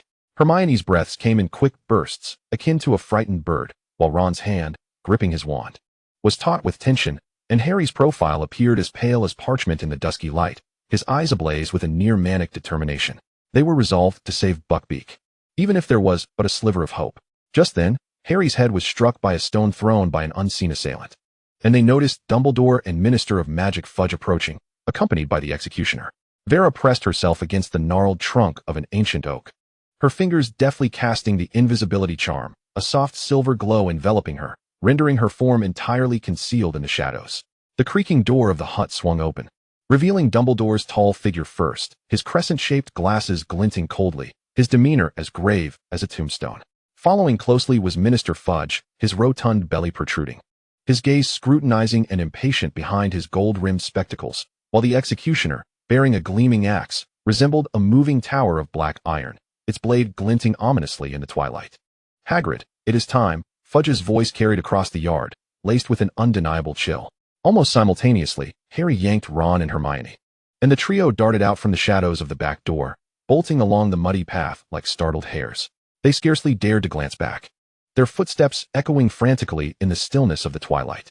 A barely perceptible smile curved Vera's lips as she silently followed, her invisible footsteps treading softly upon the fallen leaves without a sound. They concealed themselves on a distant hillside, thorns snagging at Hermione's robes, while Harry and Ron panted heavily, their shoulders heaving. Beneath them, in front of Hagrid's hut, the executioner raised his axe, the last remnants of the setting sun, or perhaps the glow of magic, casting a final blinding line of light along the blade. "No." Hermione's subdued cry was abruptly stifled by Harry's hand, yet a muffled whimper still escaped her lips. At the moment the axe fell, the ground seemed to tremble slightly. Following this, a multitude of crows erupted from the roof of Hagrid's hut, a dark cloud soaring into the sky, their hoarse cries shattering the night like a dirge of despair. The trio could endure no longer. They clung to one another, Harry burying his face in Ron's shoulder, while Hermione trembled violently, silent tears soaking her cloak. Vera stood a short distance away, her invisible form cloaked in the night mist. She observed the agony on their faces, watched the crows circling in the night sky, and a cold smirk finally broke free without reservation. Just then, the rat in Ron's arms, Scabbers, suddenly emitted a sharp squeak, its fur bristling as if cursed, writhing madly within his cloak. "Scabbers, what's wrong?" Ron instinctively clenched his fist, only to have the creature bite down hard on his finger, causing him to loosen his grip. The dusty rat seized the opportunity to dart away, scrambling down the slope with all four paws, its tail twitching like a fallen leaf. "Catch it!" Ron shouted, disregarding the pain in his bitten finger as he tumbled after it. The dew-soaked grass was as slick as ice. After just 2 steps, he was abruptly tripped by something, sending him crashing into the thicket. Ron finally managed to grasp Scabbers, but before he could rise, a shadow leaped from behind a tree, an enormous black dog, its fur as dark as ink, amber eyes glinting with menace in the night, seized Ron's collar and dragged him toward the whomping willow on the other side of the hill. "Let him go," Harry roared, drawing his wand, while Hermione's scream nearly overlapped with Ron's startled cry. The call was torn apart by the night wind, and Vera spun around to see the branches of the whomping willow thrashing wildly, as a dog larger than a stag dragged Ron towards the shadows beneath the tree's roots. Ron's wand fell to the ground, and Hermione dashed after it, while Harry aimed his wand at the beast, only to be struck sharply on the shoulder by a branch of the willow. "Harry!" Hermione's cries were swallowed by the crack of branches as she and Harry both dove into the barely visible opening at the base of the whomping willow. Vera instinctively wanted to follow, but as soon as her toes left the ground, she felt her wand suddenly grow hot. The blue glow of the invisibility charm receding like a tide from her fingertips, her school uniform sleeves becoming visible in the moonlight. "Oh no," she muttered under her breath, hurriedly seeking refuge in the nearby bushes. Almost simultaneously, a familiar figure emerged from the thicket, Professor Lupin, wand in hand, hurriedly approaching, his face pale, his sharp gaze sweeping over the whomping willow, brows furrowed in concern. Vera crouched among the thorns, feeling the last remnants of the invisibility charm's magic ebbing from her skin, her heart racing as if to shatter her ribs. She saw Lupin halt before the whomping willow, his wand slicing through the air as he uttered a spell that froze the thrashing branches in an instant, before he too bent down to enter the opening leading to the shrieking shack. Shortly thereafter, Snape appeared, also slipping into the entrance. Given Snape's usual stern demeanor towards her, Vera dared not make a sound. She remained concealed in the shadows outside the whomping willow, her invisible form nearly merging with the roots of the tree. From the direction of the shack came a cacophony of commotion, and suddenly, a squat, rotund man with greasy hair stumbled out, donning a wrinkled suit, his face etched with terror. As Vera pondered the man's identity, Lupin and Sirius burst forth, with Harry and Hermione supporting Ron closely behind, all wearing expressions of fury. "Get him!" Harry shouted, pointing at the portly man. The man, in a panic, lunged toward Ron, snatching his wand from his waist. In the instant the green light flickered, his body shrank rapidly, like a balloon deflating, gray fur exploding from beneath his skin, ears morphing into pointed shapes, and a tail abruptly sprouting. Peter Pettigrew transformed back into a rat. The rat squeaked, clutching the wand in its mouth, and darted into the roots of the whomping willow with lightning speed. Harry and Hermione's spell struck it, but only managed to knock off a few flakes of bark. By the time Professor Lupin rushed forward, the rat had vanished into the darkness, leaving Ron standing there, evidently still grappling with the reality that the pet he had cuddled every night was, in fact, a detestable, greasy traitor. Vera remained hidden in the shadows, relishing this dramatic scene. The man seizing the wand and transforming into a rat took mere seconds. She delighted in watching these individuals' frantic, yet helpless expressions. In a special chapter for Draco's birthday, the evening breeze of June carried the fragrance of wisteria through the ornate iron gates of Malfoy Manor. As Vera tiptoed to avoid the moonlight on the stony path, the gift box in her arms gently swaying with her steps. The warm glow of candlelight spilled from the ballroom's floor-to-ceiling windows, and she could hear Pansy's laughter mingling with the crackling sounds of Blaise adjusting the gramophone, while Theodore lowered his voice to remind them not to mess up the cake's icing, and the guest of honor, Draco, was currently being ushered away by Lucius under the pretext of discussing family matters. "Hurry! His broomstick is about to round the rose maze," Pansy suddenly shrieked, her emerald hairpin chiming with a crisp sound. As Vera burst into the banquet hall, Blaise had just extinguished the final wall sconce, while Theodore had already pressed the lit silver serpent-shaped candles into the black forest cake. The 37 candle flames cast a luminescent glow upon the Slytherin green ribbons, making them appear as if they were flowing with venom. At the moment the ornate doors swung open with a resounding crash. Ribbons and golden sequins cascaded from the dome above. Draco stood frozen at the threshold, his platinum hair shimmering with starlight, his silver-gray robes still adorned with grass clippings from the training grounds. He gazed at the magically illuminated giant banner, where the words "Happy Birthday, Little Dragon" were inscribed in floral magic, surrounded by magical jellyfish that bubbled and pulsed with life, ultimately eliciting a wry chuckle from him. "How did you manage to persuade my father?" "We claimed we were hosting a birthday banquet befitting the pure-blood social ideal," Blaise replied, shaking a crystal goblet from which he conjured butterfly-shaped ice cubes. To his dismay, he witnessed Pansy turn a shade of green as she inserted frog-shaped candies into the cake. Amidst the laughter, Pansy raised her wand, and with a gentle tap, the cake's frosting transformed into a miniature apparition of Draco riding a broomstick, performing aerial acrobatics. As the night deepened, guests gradually began to disperse. Draco leaned against the ivy-clad railing of the terrace, gazing at the reflections of the castle lights dancing upon the lake's surface. Behind him, a familiar set of footsteps approached, accompanied by a faint hint of rosemary. "Happy birthday, Draco. I have prepared a more extravagant gift." Vera pressed a velvet box into his palm, her ears tinged with crimson. "But you complained last time that the quill I provided leaked ink." Draco opened the box to find a pin adorned with sapphires, resting quietly inside, its cap engraved with the initials of his name. The moonlight danced upon the silver vines entwined around the pin, harmonizing with the scattered diamond hairpins in Vera's hair. In the distance, Blaise's exaggerated cough broke the moment. Draco chuckled softly, reaching to tuck a stray lock of hair behind Vera's ear. his fingertips brushing against her warm cheek. They say the birthday boy can make any wish tonight? Without waiting for Vera's response, he gently grasped her hand and began to dance clumsily beneath the starlight.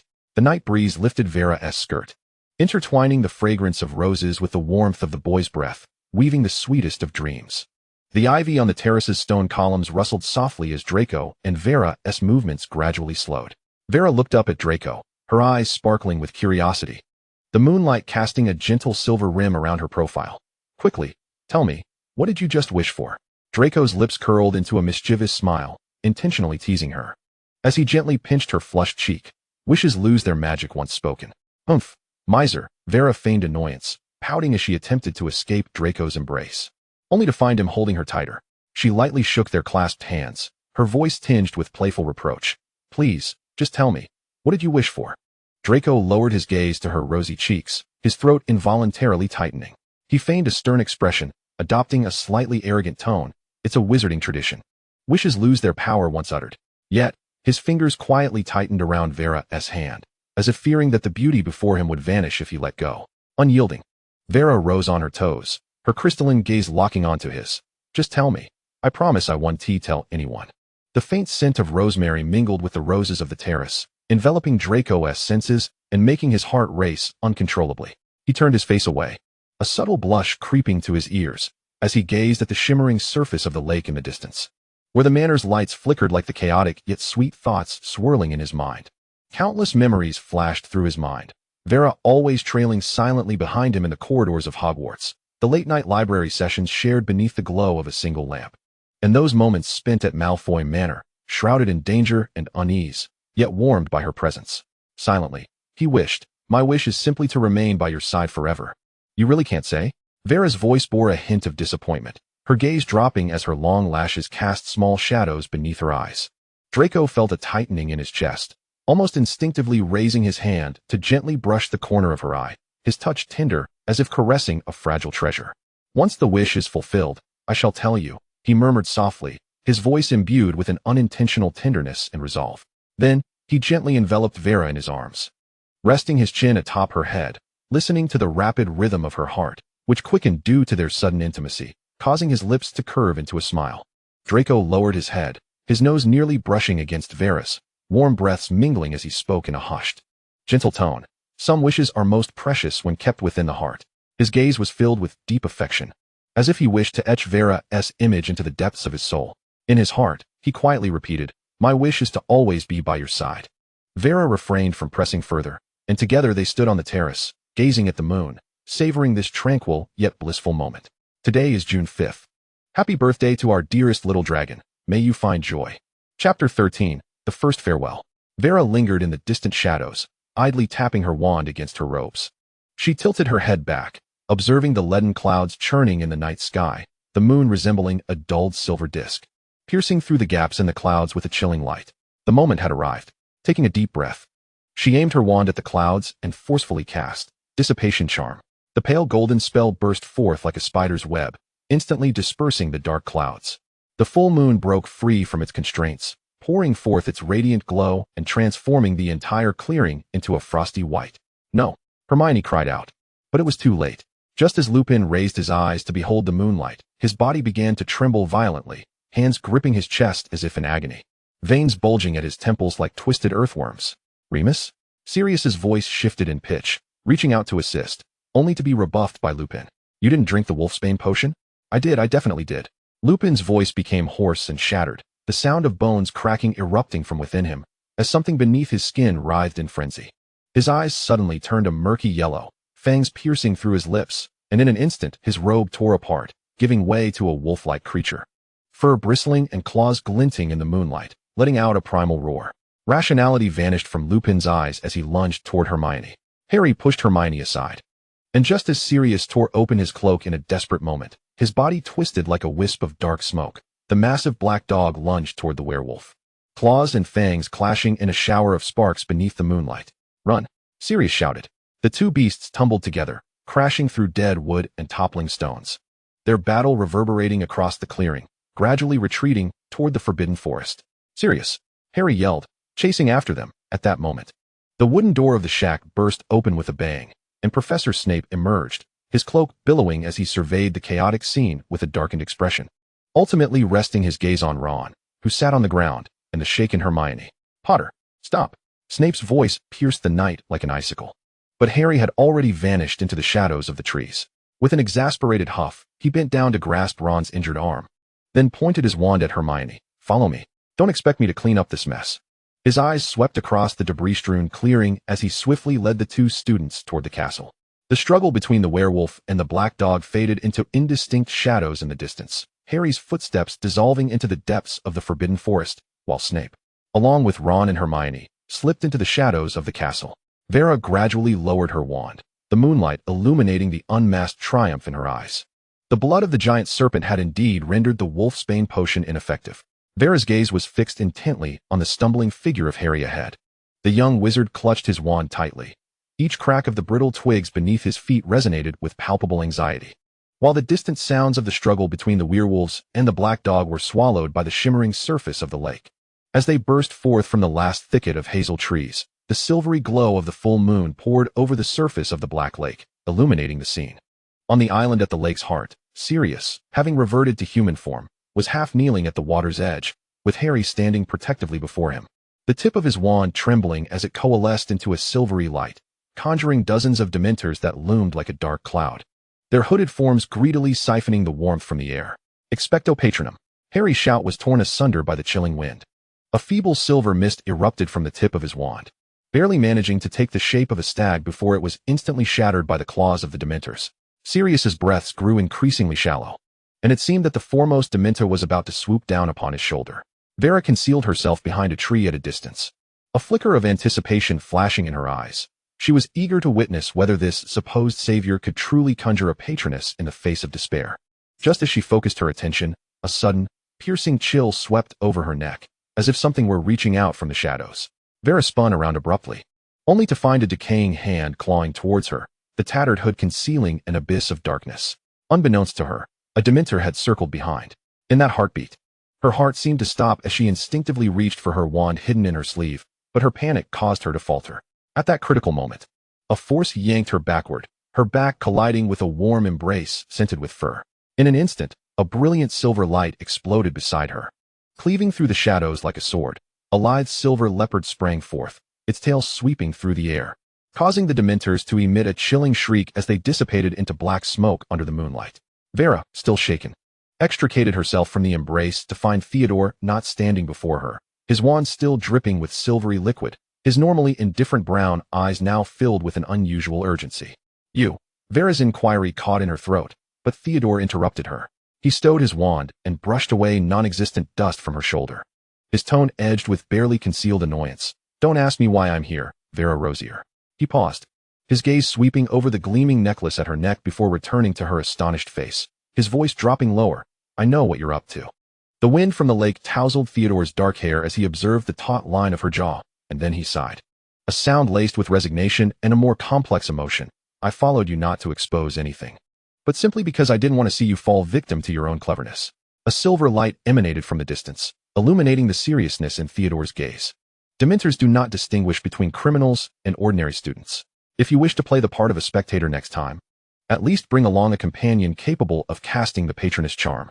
Vera stared at the lingering silver fox tail apparition in Theodore's hand, the shock in her eyes suddenly replaced by a glint of mischief. She tilted her head deliberately, her fingers curling around a strand of hair at her temple. "The not heir, when did you master such a splendid patroness?" The night breeze fluttered the hem of Theodore's dark robe as he lowered his gaze to avoid her penetrating stare, his ears subtly flushed. "Because I am Theodore not." The response carried his usual haughty tone, yet it could not mask a hint of haste. He paused, then suddenly met Vera's eyes with a steady gaze, his brown irises gleaming astonishingly in the moonlight, unlike certain individuals who fail to notice a dementor creeping up behind them. "Oh." Vera arched an eyebrow, stepping closer to him, the distance between them shrinking instantaneously. She could catch the scent of fur and old parchment mingled in his cloak. "So, Mr. Not follows me to prove the spirit of Slytherin's solidarity?" She deliberately elongated her words, watching as Theodore's brow furrowed deeper. "Think whatever you like," he retorted suddenly, reaching out to lightly touch the small vial hidden in her sleeve. "But the next time you add troll blood to your potion, remember to use the heating charm to stabilize the crystals." Your so-called perfect technique from yesterday left traces of your trembling hand on the corridor's stone floor. Enough for Filch to sniff out from 3 streets away. Vera's smile faltered for a moment. He even knew that? Yet Theodore appeared not to notice her astonishment. Turning his gaze back to the center of the Black Lake, the silver stag was rearing and whinnying, dispersing the last of the Dementors. Sirius managed to push himself up, and the distant barking of Hagrid's dogs could be heard from his hut. We must leave. We cannot allow them to discover our presence here. Theodore's voice suddenly turned grave. I do not know what you intend to do, nor do I know who has sent you to do it. He turned, moonlight casting shadows across his sharply defined features. But I can help you, if you need it. Vera regarded him in silence, the wind tooling her hair against her lips. This boy, often immersed in the library, who enjoyed chess and the rhythmic scratch of quills on parchment, now bore an undeniable seriousness in his eyes that was absent from his usual demeanor. She suddenly laughed. Not the icy laugh from before, but one tinged with playful amusement. Theodore nodded. Do you even know what you're saying? Helping me might get you branded as a Death Eater's accomplice. I'm not just any ordinary person. I know. Theodore met her gaze, a faint smile curving his lips. Akin to a dragonfly skimming over the lake's surface, and I am not a good person either. Besides, there is only you at Hogwarts who could turn my cauldron into a rattlesnake during Transfiguration class. The waters of the Black Lake mirrored the full moon. As Harry's figure dashed across the opposite shore, the distant lights of the castle twinkling like stars. Vera looked at Theodore's outstretched hand. It was clean and slender, with calluses from years of gripping a quill. After a moment's hesitation, she placed her hand upon his, and at the instant their fingertips met, an invisible pact was silently forged in the night. It's a deal, not, she whispered, a glint of cunning flashing in her eyes. But why are you helping me? Theodore sighed in resignation. I have my reasons. More than that, I am more concerned about how you will explain the scent of snake blood on your sleeves to Professor Snape tomorrow morning. His sense of smell is far more acute than that of a Dementor, as the heavy oak door to the common room closed behind them. Vera collided with the icy platinum hair of Draco. His gray-blue eyes were filled with chill, his wand clutched tightly in his hand, and his tie askew.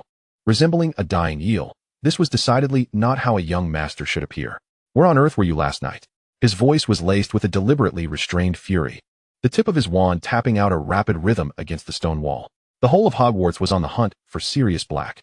I heard that Lupin transformed into a werewolf and escaped. Do you know how long I've been searching for you?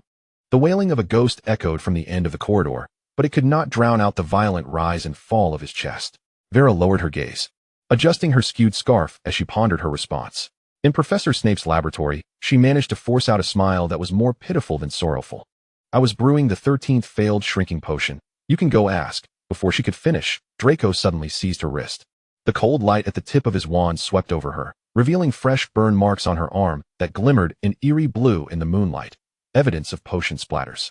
Draco's platinum head bowed low, nearly brushing against her trembling fingers. I told you those potions are dangerous, he muttered, his voice muffled by his collar, like a cat whose tail had been stepped on.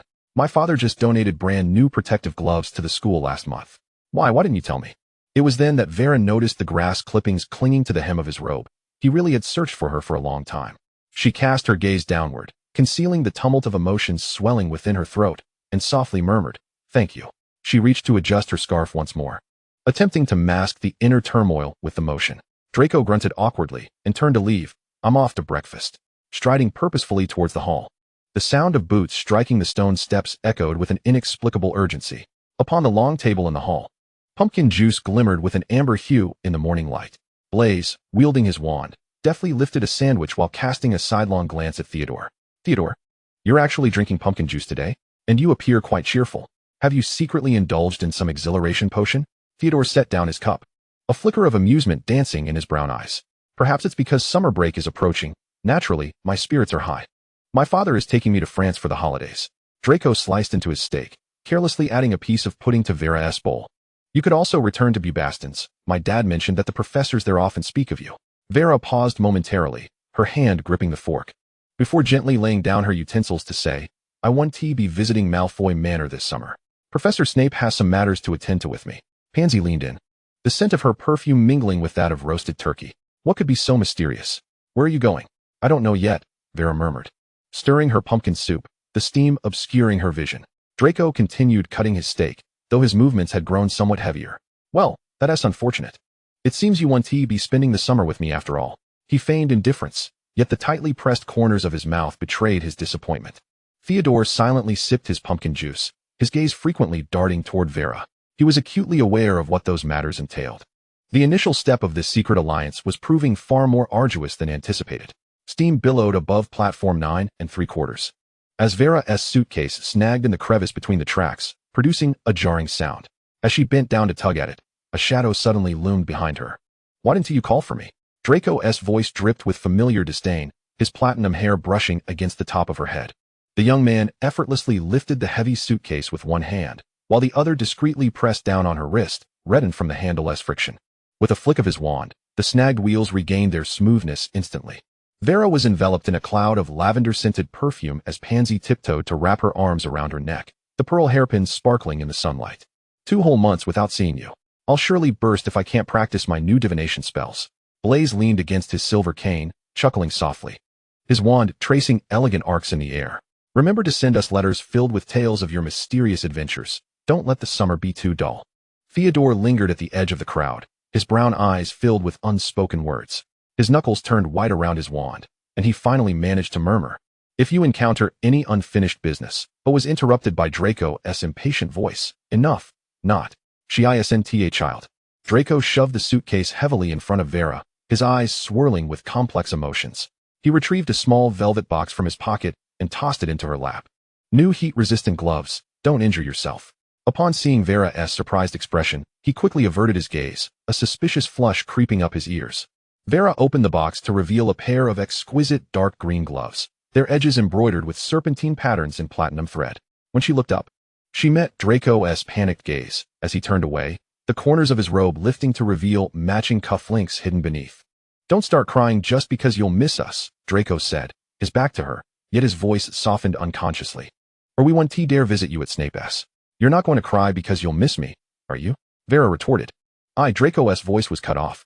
The station bell chimed abruptly, and Snape's black cloak rustled ominously in the wind. He reached out to take Vera's suitcase, his voice as frigid as ice. "If young Malfoy has the leisure to play the caretaker, he would do better to invest more time in studying defensive dark magic." As Vera took 2 steps alongside Snape, she suddenly turned back. Draco stood in the sunlight, his platinum hair glistening with a golden hue, laughing and waving at her along with the others. The crowd began to surge, steam clouding her vision. Vera clutched the peppermint in her pocket tightly, the wrapper crinkling softly in her palm. Chapter 14, The New Blade. The damp scent of decaying leaves mingled with the acrid odor of sulfur. As Vera's boots pressed into the soft moss of the Albanian forest, the tip of Snape's wand flickered with ethereal blue flames, illuminating the stone door overrun with toxic vines, reminiscent of an entrance from her memories, every intertwining pattern resembling frozen time, instilling a sense of reassurance within her. "Welcome home, little snake." A hoarse voice seeped from the shadows, the Death Eater's mask glinting with an eerie green sheen beneath the hood. As the figure raised a hand, the left sleeve slipped, revealing the dark mark which writhed in the dim light. "The Dark Lord has been waiting for you." Vera's fingers absent-mindedly brushed against the heat-resistant gloves concealed within her sleeve.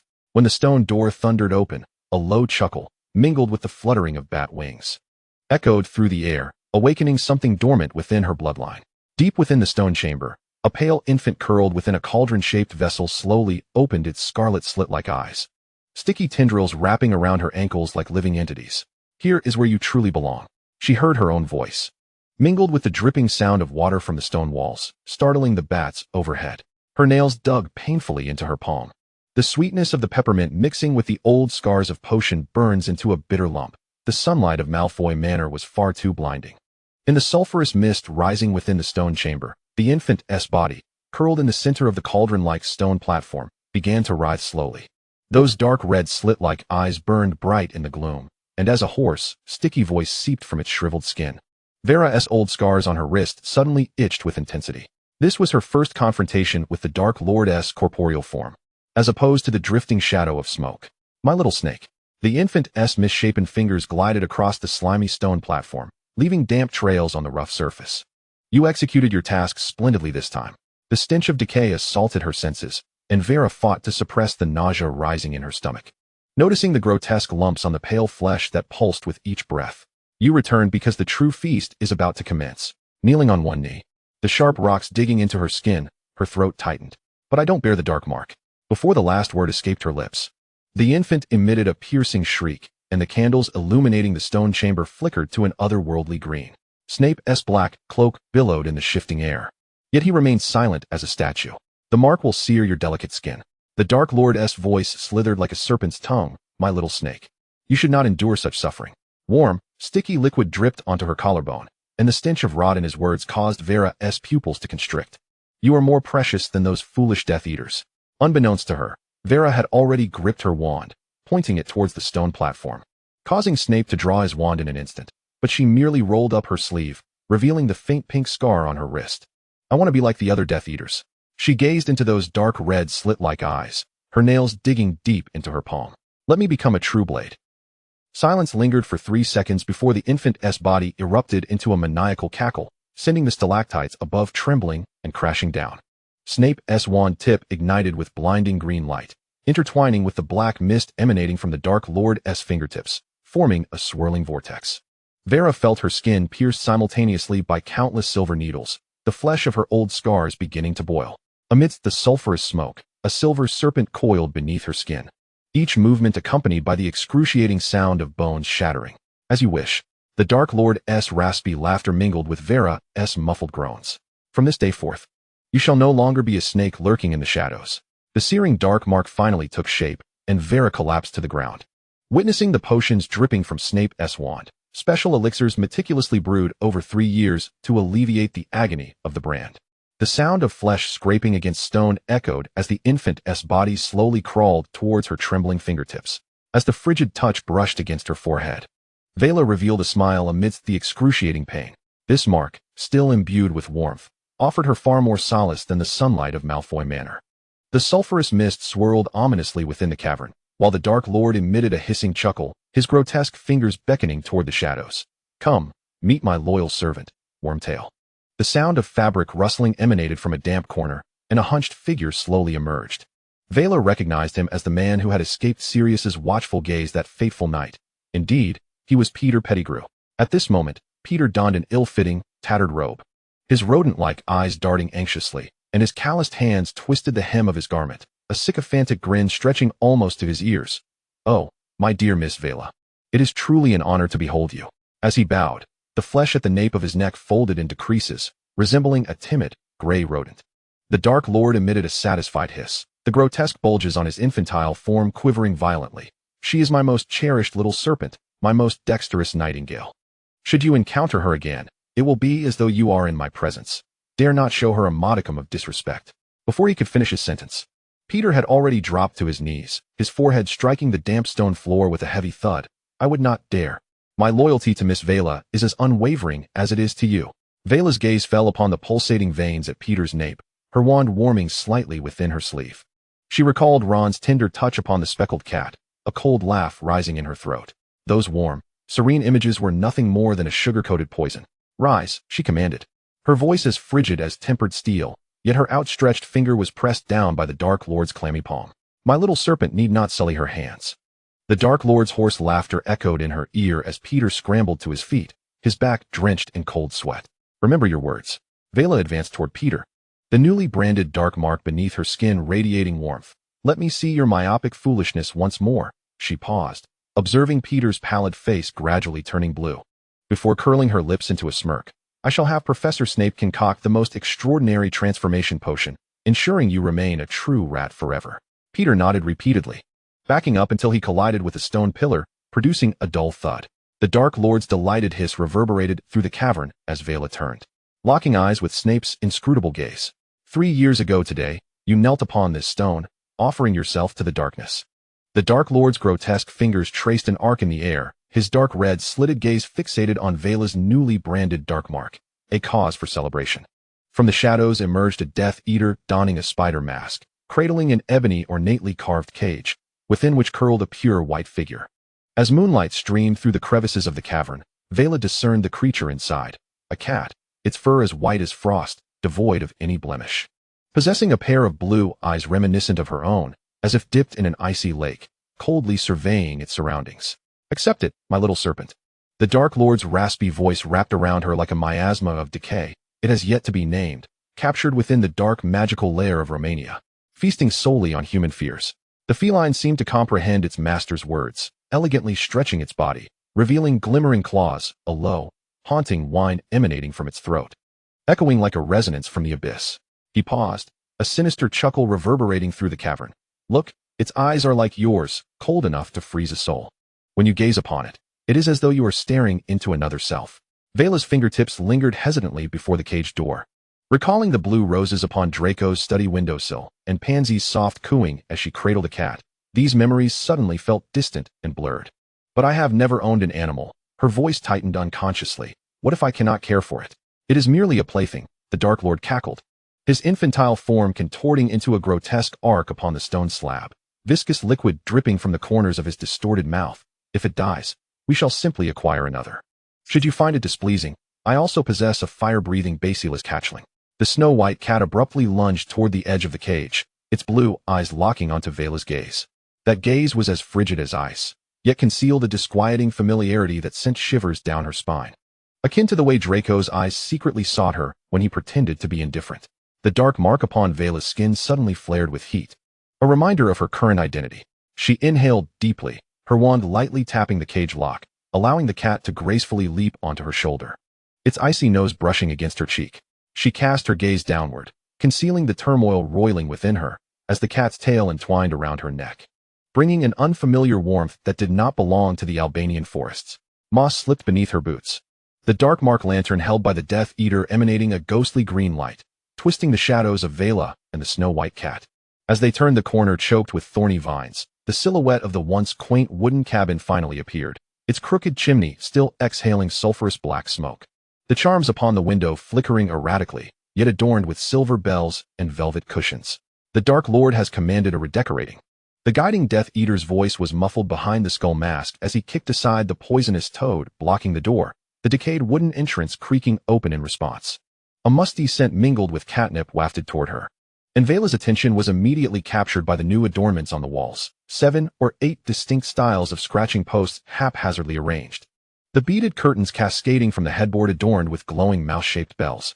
And even the once blemished stone wall she had used for engraving was now embedded with a massive enchanted mirror, reflecting the elegant sight of the white cat grooming its paws.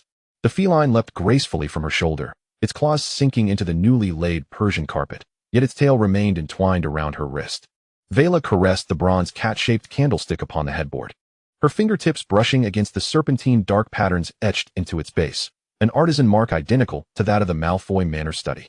Memories surged forth. Draco once remarked that her eyes resembled the unfrozen depths of a black lake, while the Dark Lord now stated that the eyes of the shadow cat mirrored her own. Two voices intertwined in her ears as she gazed into the mirror, observing her new dark mark upon her arm, and suddenly, a light laugh escaped her lips. The hooting of an owl echoed from outside, and Vela cradled the shadow cat curled upon the soft cushion, its icy gaze meeting hers. Most dared not utter his name, trembling in fear at the mention of the mysterious figure. Yet what she saw were the grotesque tumors on the Dark Lord's infantile body, those scars twisted by magic, reminiscent of the marks left upon her back by past whippings, like Draco's forced smile at the Pure Blood Gala. "We are all people torn asunder by the world and pieced back together," she whispered to the cat, the dark mark igniting with heat. The feline suddenly extended its tongue, gently licking her fingertips, the cold sensation reminiscent of the peppermint sweets Draco had once offered her. Throughout July, the cabin reverberated with the explosive sounds of curses. Vela's wand tip spewed serpent-shaped black flames, reducing practiced troll models to dust amidst the green glow of the Cruciatus curse. She repeatedly sketched the faces of those who had tormented her deep within her heart, until she could maintain the spell with an expressionless facade for a full 3 minutes. The dark mark burned beneath her skin, a reminder of her farewell beneath the sunlight at the Hogwarts platform, now a distant flash in her memory. She traced the black gemstone collar around the cat's neck, gazing at the burn marks gradually searing into the stone walls, finally certain she was no longer that weak, oppressed little girl. When the Dark Lord rose to full power, the scars from her training would transform into the sharpest of blades. In August, torrential rains battered the crumbling windows of the Riddle house, the wallpaper marred by mildew, while Nagini's scarlet-slitted eyes flickered ominously in the shadows. The Dark Lord slumped languidly upon the intricately carved throne, the infantile form swathed in black robes trailing through the dust-laden ground, whispering in a sticky voice with Wormtail Peter, "Bones, flesh, the blood of traitors." Vela, cradling a cat in the corner, felt the feline's snowy fur brush against her wand at her waist. The damp air was permeated with the scent of decaying wood and rust, and she found herself staring vacantly at Nagini's sinuous movements. A sudden crack of rubble echoed from outside the door. Wormtail Peter scurried to the entrance like a frightened rodent, the tip of his wand emanating a sickly green glow. The creaking door was thrust open violently. Rainwater mingled with mud surged into the hall, illuminating the hunched figure outside. Old gardener Frank trembled as he raised a wine bottle, his murky eyes filled with terror and rage. "Monsters, you damned monsters. Dispose of him," commanded the Dark Lord, his voice as frigid as ice. The grotesque lumps on the infantile body quivered. "Let me witness the fruits of your training, my little serpent." Vela felt the cat in her arms suddenly arch its back, emitting a low growl from its throat.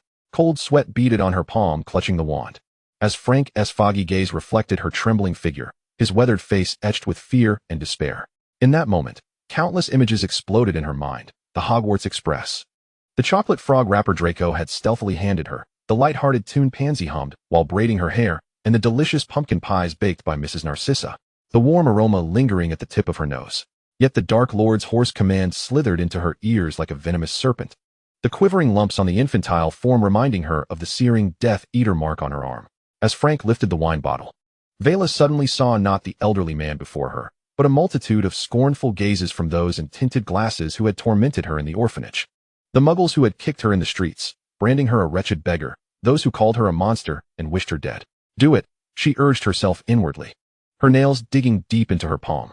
When the green light flared from her wand's tip, it felt as though another version of herself was being consumed by that radiant glow. Frank's anguished scream shattered her final hesitation.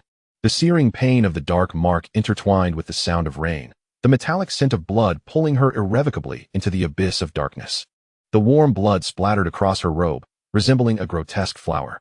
Vela stared blankly at the lifeless body, the cat's yowl snapping her back to reality, its cool tongue lapping her bloodied hand, as if attempting to cleanse her of sins that could never be washed away.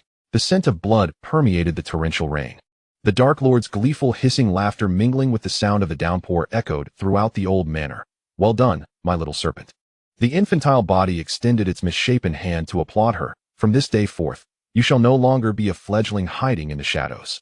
Vela gazed down at her slightly trembling fingertips, the dark mark burning beneath her skin. "Am I a monster?" Vela repeatedly questioned herself in the new chamber. The cat leapt back onto her lap, its frigid tail wrapping around her wrist, as if to soothe her quaking soul. Chapter 15. She was never an accessory. The Dark Lord's infantile form writhed grotesquely in the chair, his crimson-slitted eyes fixated intently on the newly branded dark mark on Vela's skin. The Quidditch World Cup. It is time for the wizarding world to hear the ominous prelude of darkness. His deformed fingers dug into the table, leaving a long, slimy trail. Snape has already returned to Hogwarts. This time, you shall lead. Vela knelt on one knee, the dark mark searing beneath her skin. Amidst the sulphurous haze, the cat nimbly leapt onto her shoulder, its blue eyes locking with the Dark Lord's slitted gaze. "Do not worry, my serpent," the Dark Lord hissed with a sardonic chuckle, the protruding lumps oozing foul liquid. "There will be those who secretly aid you, souls eager for chaos, already sharpening their claws in the shadows." As she lowered her gaze, she caught sight of Wormtail Peter peeking from behind a stone pillar, his rodent-like eyes darting nervously. The rustling of black robes echoed from all directions as over 20 Death Eaters emerged, their hoods concealing their faces, the moonlight glinting off their dark marks, reminiscent of serpents flicking their tongues. "Remember, instilling fear is merely the first step," the Dark Lord's voice whispered in her ear, the putrid breath sending shivers down her neck. As the emerald green skull ascended, the entire wizarding world would know that their nightmare had returned. The cheers of the Quidditch World Cup abruptly ceased under the shadow of dark magic, and Vela, cloaked in black robes, wove through the panicked throngs of screaming people. She chased after the terrified crowd, feeling the pulsation of the dark mark on her arm resonating with her heartbeat. This adrenaline rush was far more exhilarating than snatching bread from others' hands. The purple flames emitted from her wand licked the tense, singed fabric fragments swirling amidst the cacophony of frantic cries. "Reveal the mark." The strands of hair she had let loose were tousled by the night wind. As the tip of her wand sliced through the night sky, the emerald green skull entwined with a serpent formed amidst the clouds. Distant shouts of alarm echoed from the stands.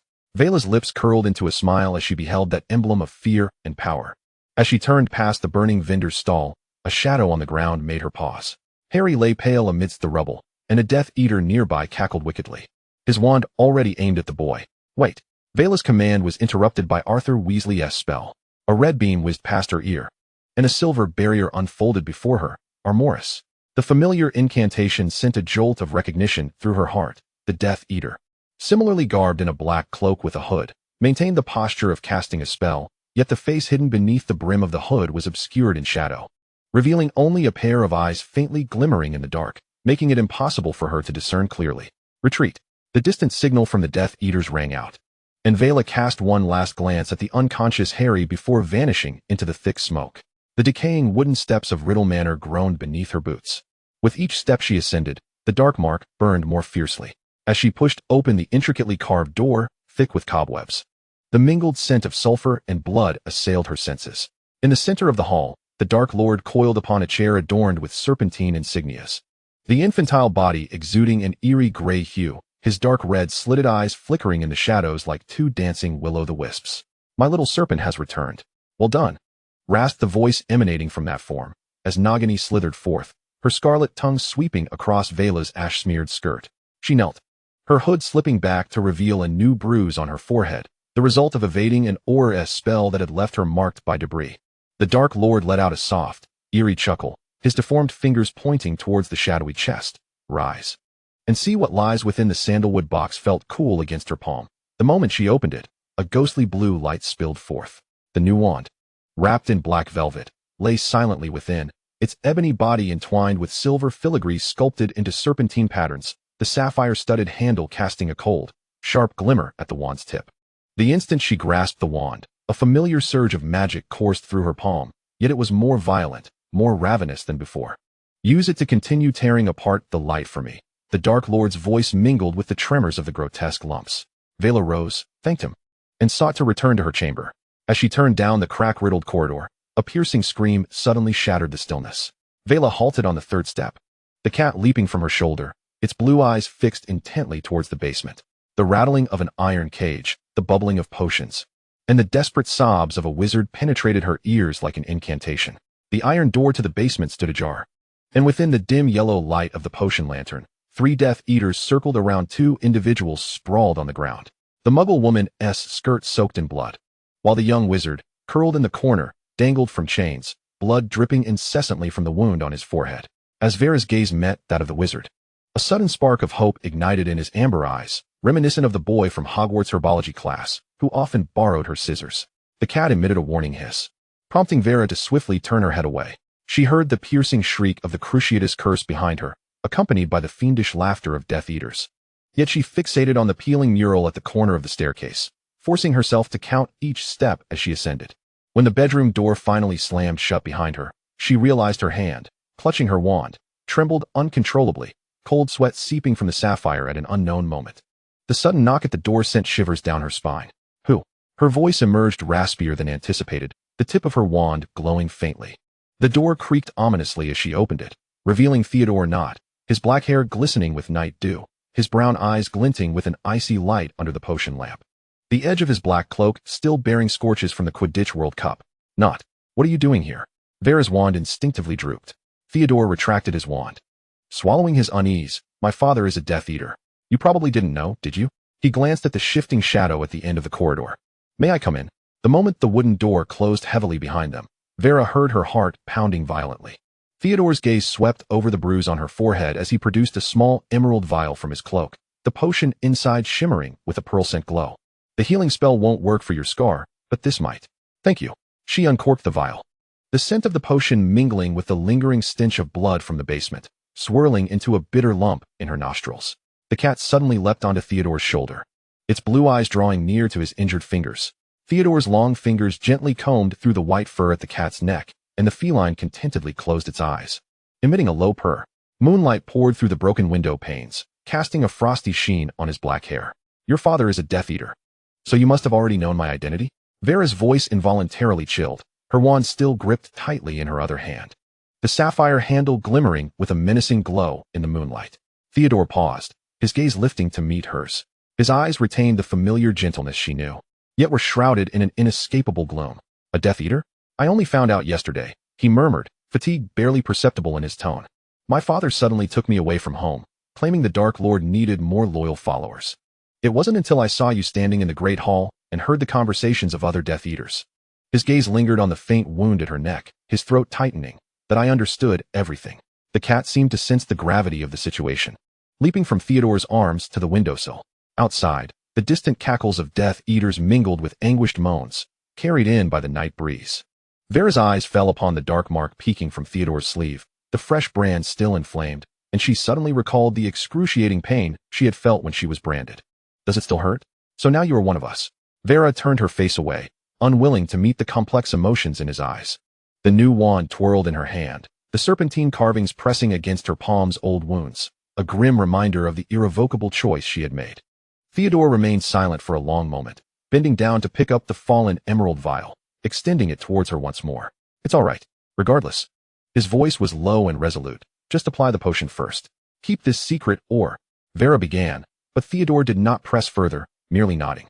Beneath the moonlight, the potion gently swayed in the vial, reflecting fragmented glimmers of light. As the summer waned into early autumn, the sun cast a slanted glow upon the cobblestone streets of Diagon Alley. Vera tiptoed, craning her neck in search of the sign for flourish and blots. Her dark hair tousled by the wind. Theodore timely reached out to steady her parchment book list as it fluttered in the breeze, his finely boned fingers glistening with a warm sheen in the sunlight. Just ahead, he lightly tapped the ivy-clad brick house at the corner with his wand. Suddenly halting in his tracks, Vera followed his gaze, spotting the platinum-haired Draco Malfoy standing at the entrance of Madame Malkin's robes for all occasions, Lucius Malfoy beside him, elegantly adjusting his dark green velvet cloak. "Good day, Mr. Malfoy," Theodore initiated, his voice smooth as honey laced with ice. As Vera prepared to bow, she noticed Lucius's scrutinizing gaze upon her, as if bewitched by a confused charm. The fleeting terror in his silver-gray eyes made her uneasy. "Miss Virakiel," Lucius intoned, his voice wrapped in a silken smile, his fingertips unconsciously tracing the dark patterns on his cuff. "Long time no see." "Indeed, it has been a while, Uncle Lucius," Vera replied, accommodatingly, though they had only crossed paths on the night of the Quidditch World Cup. Lucius offered a graceful farewell before stepping into the robe shop. Draco shoved aside his father's arm, the silver cufflinks grazing past Vera's ear with a slight whoosh. "Vera, what have you been up to all summer?" Draco tugged at her book bag strap, his nose nearly brushing against her flushed cheek. "I played 20 one-on-one Quidditch matches at the estate. Even Goyle couldn't find his broom." He suddenly glared at Theodore. "And why are you two together?" Just as Vera was about to respond, Pansy Parkinson burst forth from the direction of Nocturne Alley. "Vera, I've missed you terribly. Come shopping with me. I've been looking for you forever," Pansy exclaimed, her grip on Vera's shoulder surprisingly strong, pulling her along without a second thought. Draco watched Vera being whisked away, turning to glare at Theodore. "She is not someone you should be getting close to." Theodore crossed his arms defiantly, meeting Draco's gaze head-on. "Draco, she is an independent individual. She has the right to choose her friends. She is not your possession." Draco scoffed derisively, twirling his wand adeptly between his fingers. "I never considered her a possession. But your father wouldn't allow it, would he?" "I don't need you to teach me, Draco," Theodore replied calmly. "We are friends. But that does not give you the right to make decisions for others." The two faced off, the air thick with tension, yet neither wished to truly sever ties. With a huff, Draco tossed his hair back and strode away, leaving Theodore to watch his retreating figure with a soft sigh before turning towards the direction where Vera and Pansy had departed. Inside the accessory shop, warm yellow lights softly enveloped the myriad of trinkets on the shelves, the air infused with a faint scent of lavender. Pansy adjusted the amethyst-studded headband atop her head in front of a magical mirror, the delicate purple light shimmering with her movements. "I'm serious, Vera." Pansy suddenly turned to her, the amethyst catching the light and casting a radiant arc. Draco's glare earlier could have burned Theodore right through. "And Theodore?"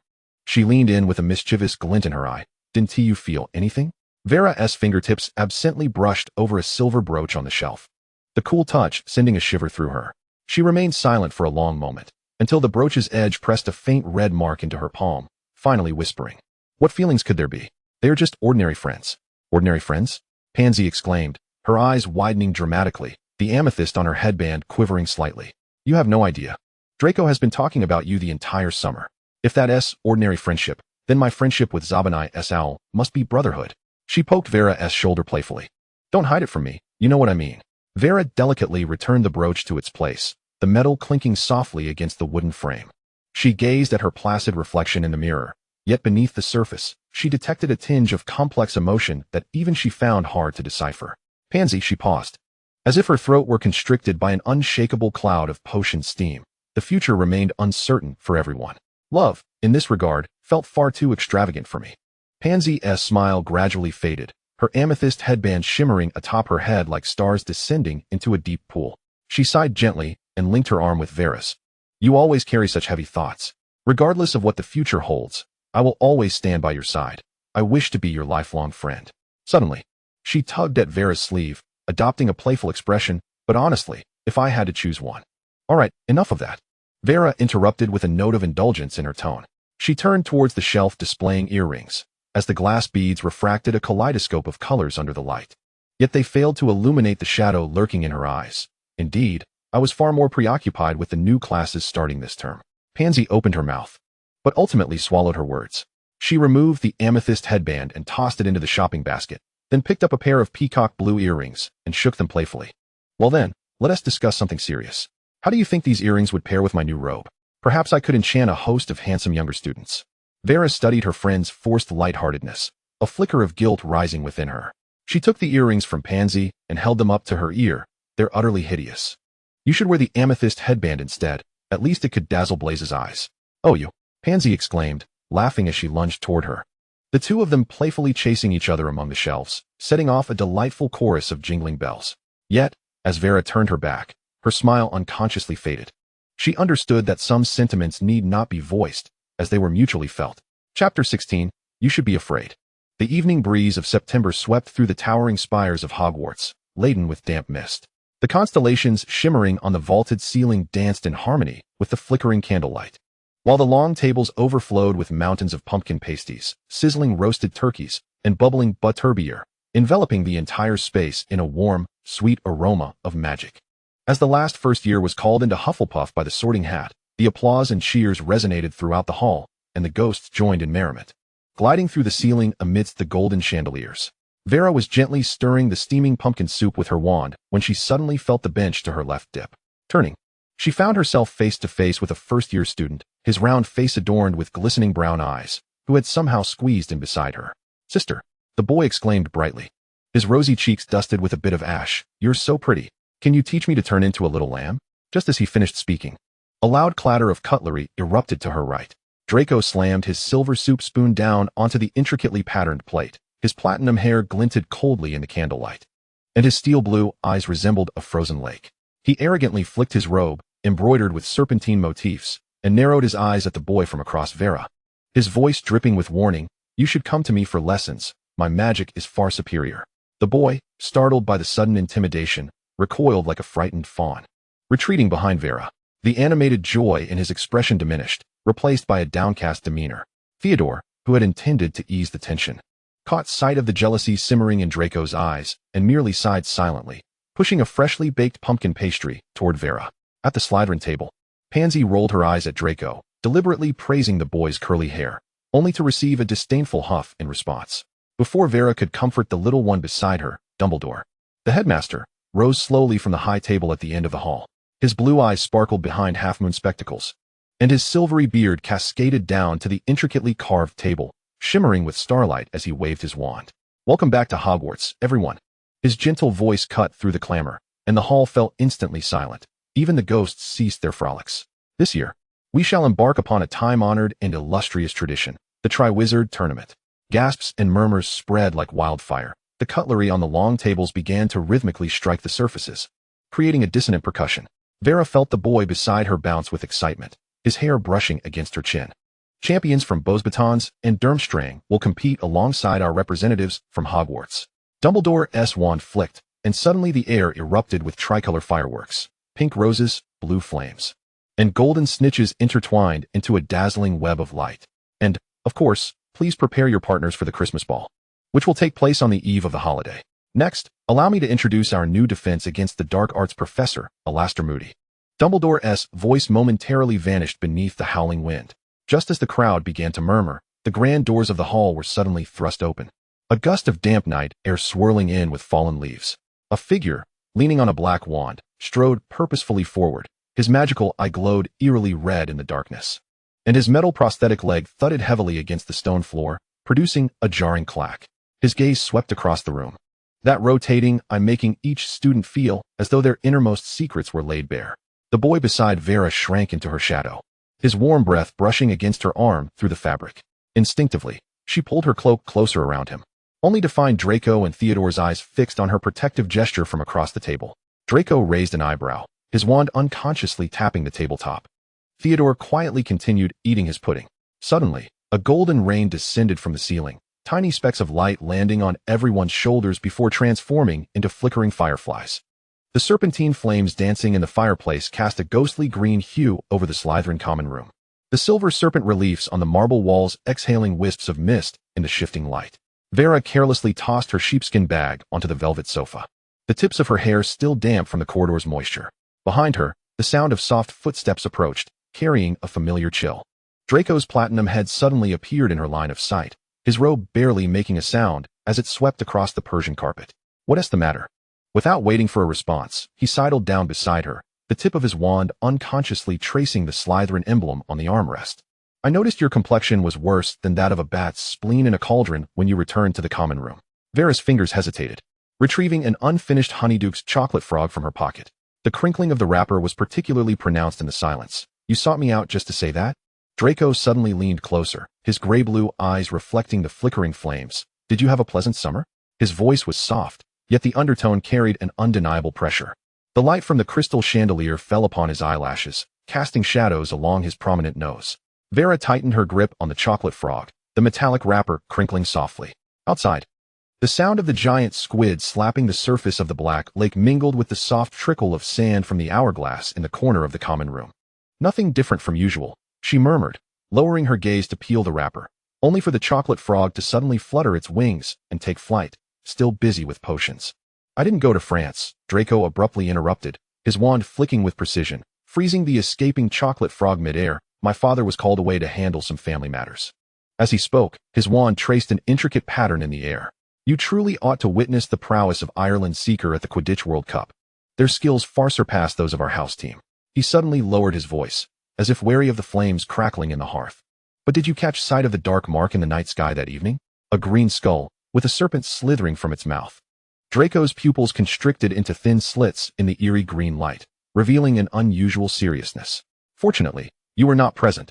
Otherwise, you would have surely been terrified." The only response was the crackling of the fire. Vela gazed at her reflection in the hearth. "Perhaps." Suddenly, a rustling sound emerged from the corner, and a cat sauntered over, its blue eyes flickering in the darkness like two small flames. The feline gracefully leapt onto the armrest of the sofa, its tail brushing against Draco's hand. "Does it have a name?" Draco inquired, delicately lifting a strand of the cat's white fur with his wand. The motion was particularly gentle. The cat emitted a disgruntled purr, its front paw pressing against his wand. "Not yet." Vela cradled the cat in her arms, its soft fur brushing against the scar on her wrist. The cat immediately began to purr contentedly, nuzzling its furry head against her palm. Draco's gaze lingered on the collar around the cat's neck, and he suddenly chuckled softly. With a graceful flourish, his wand traced an elegant arc in the air. As silver-green starlight coalesced into words, "How about calling her Serene?" He tapped the tip of her tail with his finger, and the originally snow-white fur at the end shimmered with a serpent-like emerald hue. After all, she was a Slytherin cat. She deserved a name befitting her lineage. The cat seemed to understand, suddenly leaping from Vela's embrace to pounce on the dancing starlight emanating from Draco's wand. "It appears she quite likes the name." Vela watched Serene chase the shimmering lights across the carpet. "Of course, one must consider who bestowed it." Draco crossed his legs, and then rose to his feet, casting a glance at her. "It's getting late. You should return to rest." "All right, good night, Draco." "Good night, Vela." Draco turned to leave, the image his wand had conjured now complete, a remarkably intricate magical rose. Vela gazed at the enchanting bloom before taking her wand to shrink and solidify it, safely tucking it away in her drawer. Morning light streamed through the towering stained glass windows of Hogwarts' Great Hall, casting a kaleidoscope of colors across the long tables. Just as Draco set down the silver knife upon his toast, the Malfoy family's owl swooped down, its wings fluttering, the tips brushing against his meticulously groomed platinum locks. "Right on time." Draco smirked as he reached out to catch the parcel tied with golden satin ribbon. As it landed, it produced a delightful rustling sound. The gift box emblazoned with the Malfoy family crest rolling onto the ornately carved oak table, its mint green wrapping paper glimmering with a pearl-scent sheen in the sunlight.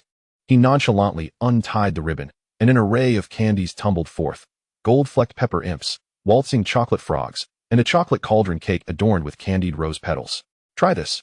Draco tossed a box of color-changing fizzing bees to Theodore and Blaze, while he kicked a caramel-drizzled cupcake towards Goyle and Crab. Pansy had already tiptoed over, her peacock blue nail polish reflecting similar cool tones as the candy box. "Shall I reserve something special for the little queen?" she drawled, her fingers hovering over a cream puff. Vela observed as Draco extracted a crystal box etched with frost patterns from the bottom of the pile. Upon lifting the lid, a sweet aroma of grapes wafted into the air. It contained a whole grape pudding coated in sugar glaze, its amethyst-like grape flesh nestled within a trembling custard, and sprinkled with delicate edible gold flakes. "Here, I made a supersized portion just for you two. So you want to argue over one portion not being enough and two being too much." Draco placed a gilded spoon between them, the platinum cufflinks glinting coldly in the morning light. Leaning against the intricately carved chair, Draco watched as they divided the pudding, only to be suddenly nudged by the sharp beak of the owl, which had landed beside him. Noticing a parchment bound to its leg, he unrolled it, releasing a waft of Dragon-S blood ink. His mother-S elegant cursive graced the bottom of the letter. "Remember to save Miss Rogier an extra serving of lemon sherbet. She enjoyed it several times at the estate last summer." The enchanted sky above the hall shimmered with vast clouds of pink and purple as Draco pushed the lemon sherbet towards Vela. Catching a glimpse of Pansy dipping her fingertip into the pudding-esque frosting, a sly smile playing on her lips as she sampled it. The morning sun filtered through the greenhouse glass, casting a hazy golden hue over the rising mist. As students from Slytherin and Hufflepuff streamed in, the air became saturated with a pungent, acrid scent. Babbity root tubers lay in a clay pot, their gray-green skins riddled with protruding nodules, pulsating rhythmically with each breath, resembling a multitude of swollen slugs stacked together. "Come along, children." Professor Sprout's voice emerged from behind a towering pumpkin vine, her elbows adorned with dragonhide gloves, her nose smeared with fresh soil. "Today, we shall learn the most crucial step in handling Babbity root tubers, extracting the pus." She patted one of the tubers, causing it to tremble violently, the nodules quivering in response. Pansy recoiled sharply, her suede boots slipping on the damp mossy ground. "Professor, this is far more repulsive than a troll's earwax." Her hands nearly disappeared into her sleeves. "Are you certain we must use our hands?" "Absolutely, Miss Parkinson." Professor Sprout waved her gooey glove in the air. "The pus from Babbity root tubers is an excellent material for acne treatment, provided one uses the correct method for extraction. Watch closely," she instructed, gripping the tuber's top nodule. With a sudden squeeze of her thumb and forefinger, a thick, yellow-green liquid burst forth, splattering against the transparent barrier formed by a protective spell. "This is sheer torture for a lady," Pansy shrieked, clutching Blaze's arm, her nails nearly embedding themselves in his robes. "What sort of inhumane class is this?" "Relax, Pansy," Blaze replied with a resigned shake of his arm, the silver serpent-patterned tie swaying gently. "It does have a rather unique appearance, but think of it as merely squeezing a pimple on a troll, all right? It will be over soon." His teasing earned him a roll of her eyes, but successfully prompted Pansy to release her grip. "I would prefer to clean a giant spider's lair in the Forbidden Forest." A Hufflepuff girl muttered. "Miss Davis, how will you know if you don't try?" Professor Sprout smiled as she distributed gloves, the deep green material imbued with the scent of fresh mugwort. "Remember, undiluted pus contacting your skin will instantly cause blisters, much like boiling water." Her warning made several Hufflepuff students instinctively step back. As Vela donned her gloves, she caught a whiff of the faint mugwort fragrance at her fingertips. She stared at the Babbity root tubers before her, watching as the protruding nodules rose and fell in sync with her breath. Taking a deep breath, her fingers finally made contact with the slick surface, and just as she exerted pressure, the plant began to shake violently. "Oh no!" Vela instinctively wanted to retreat, but the thick pus had already erupted. In a split second, a pale yellow magical barrier flared to life before her, intercepting the splattering goo. It was then she noticed a Hufflepuff boy with dark hair and gray eyes standing beside her, his wand still raised in the position of casting. His school robes were streaked with fresh earth, yet it did not detract from his handsome visage. He offered Vela a warm smile, his gray eyes reflecting the greenhouse's warm glow. "Next time, remember to tap 3 times to let it relax a bit." His voice exuded a calming steadiness, as if he were accustomed to handling such unexpected situations. Just as Vela was about to express her gratitude, a shrill scream erupted from behind her.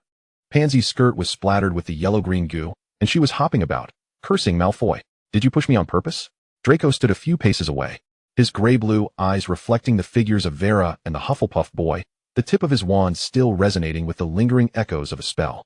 Theodore reluctantly sheathed his wand, bowing his head to continue squeezing out the pus, while Blaze jested that it was no big deal, as Draco was a step behind this time. Chapter 17. The 3 Unforgivable Curses.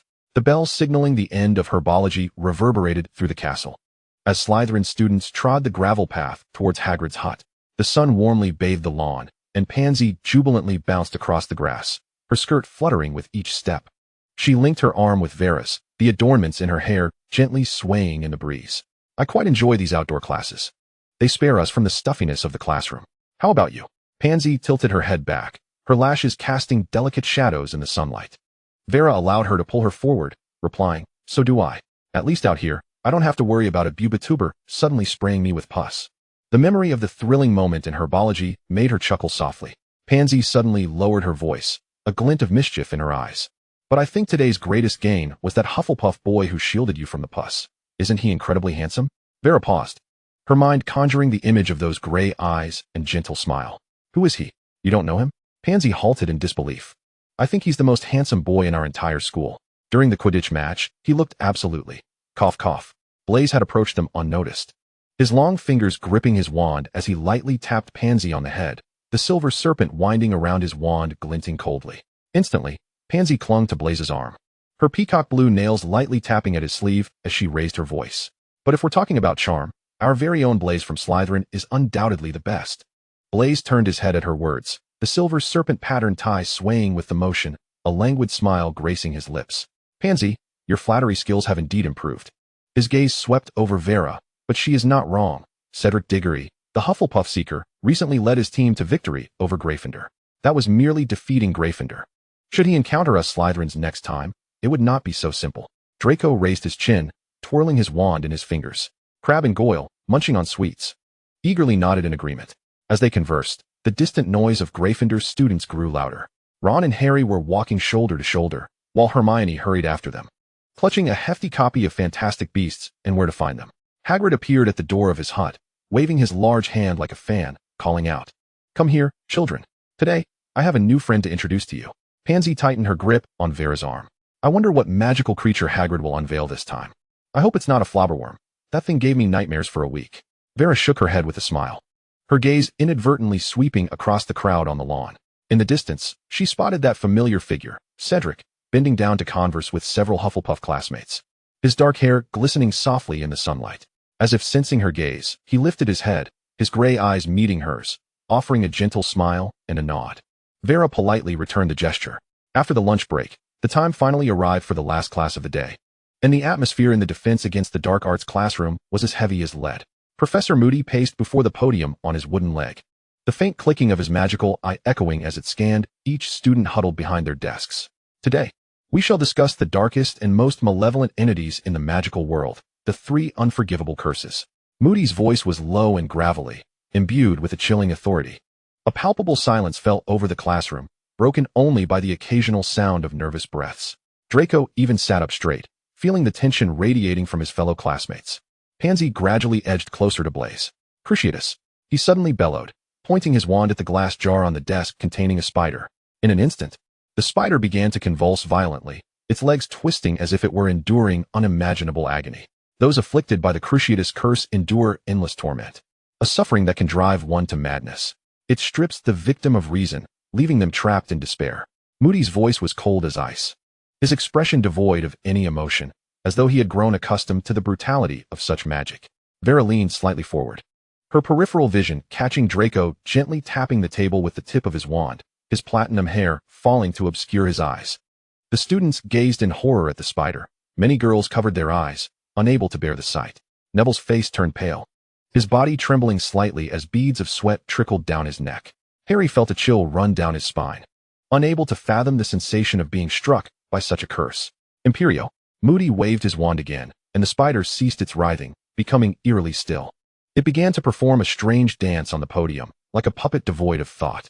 Those controlled by the imperious curse lose all sense of self-awareness, becoming mere tools of the caster, unhesitatingly obeying any command, no matter how cruel or against their own will. During the reign of dark forces, many innocent souls were manipulated by the imperious curse to commit heinous acts. This curse can be resisted, but it requires immense strength of character.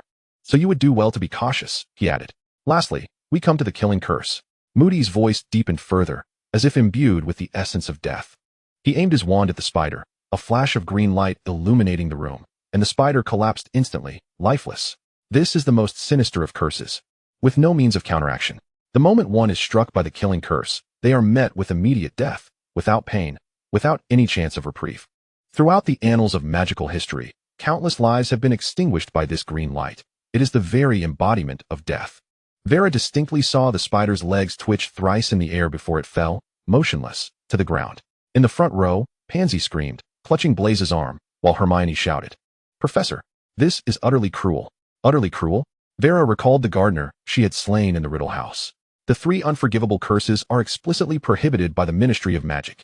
Anyone found using them will be imprisoned in Azkaban for life, as they represent pure evil, a violation of life and humanity. Professor Moody surveyed the classroom, his magical eye seemingly capable of penetrating the innermost thoughts of each student. Theodore's gaze pierced through the swirling potion fumes, landing on Vera beside him.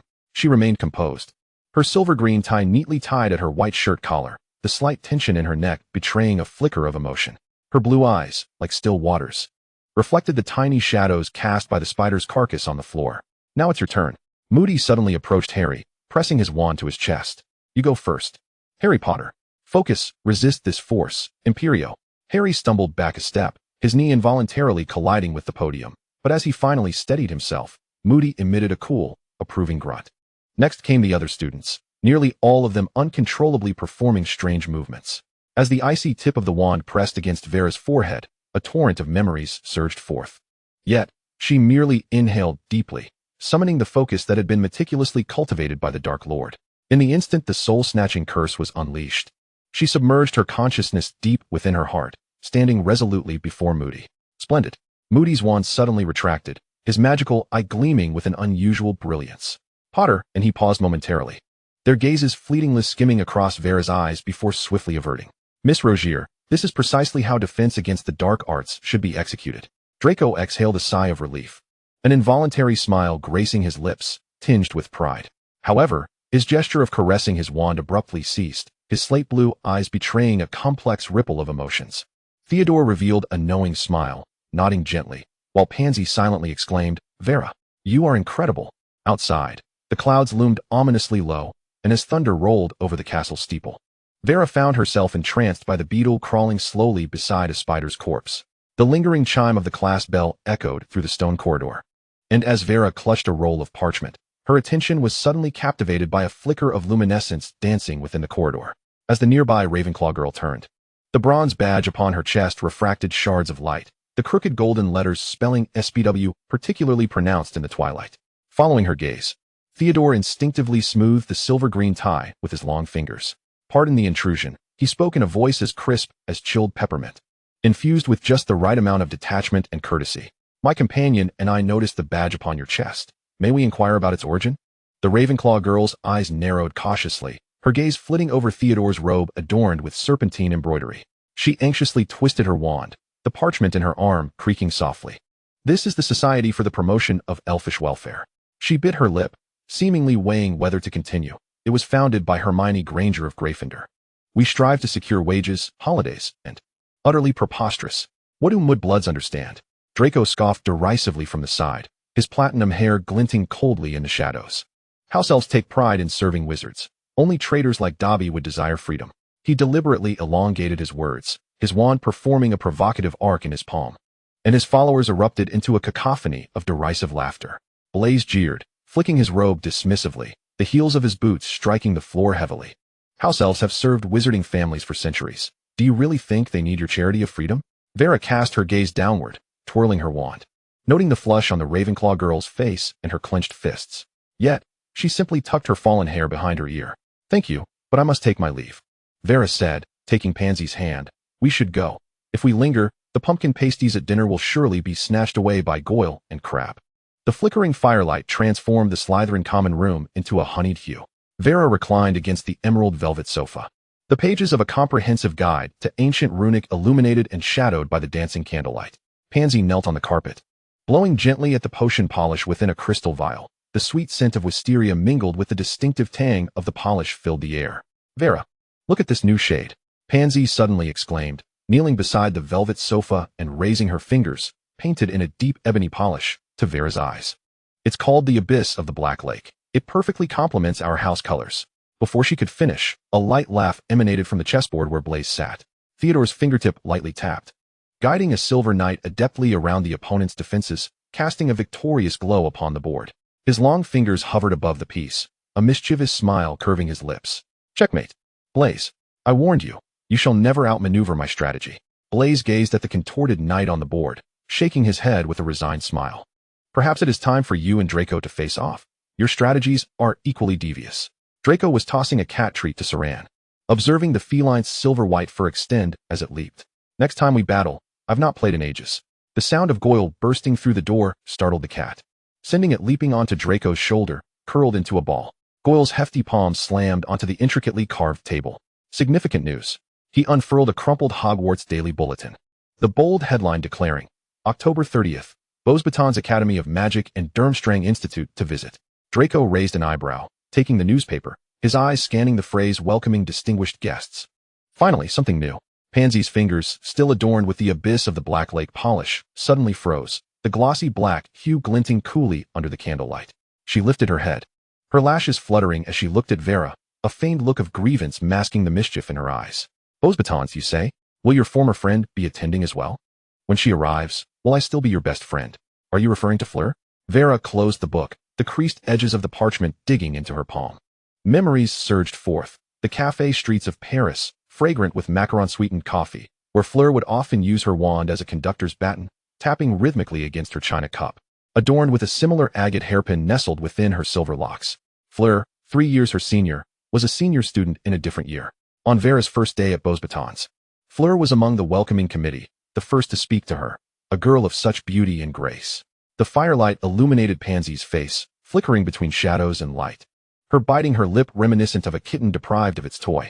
Vera gazed at the girl before her, one who adored vibrant nail colors, spoke with a sharp tongue, yet cared deeply about appearances. The rare gentleness in her blue eyes shimmered momentarily. She bent down and gently tapped Pansy's puffed cheek with her fingertip. What thoughts are you conjuring?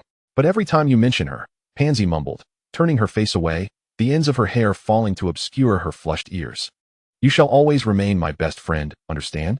Vera's voice was soft yet imbued with unwavering certainty.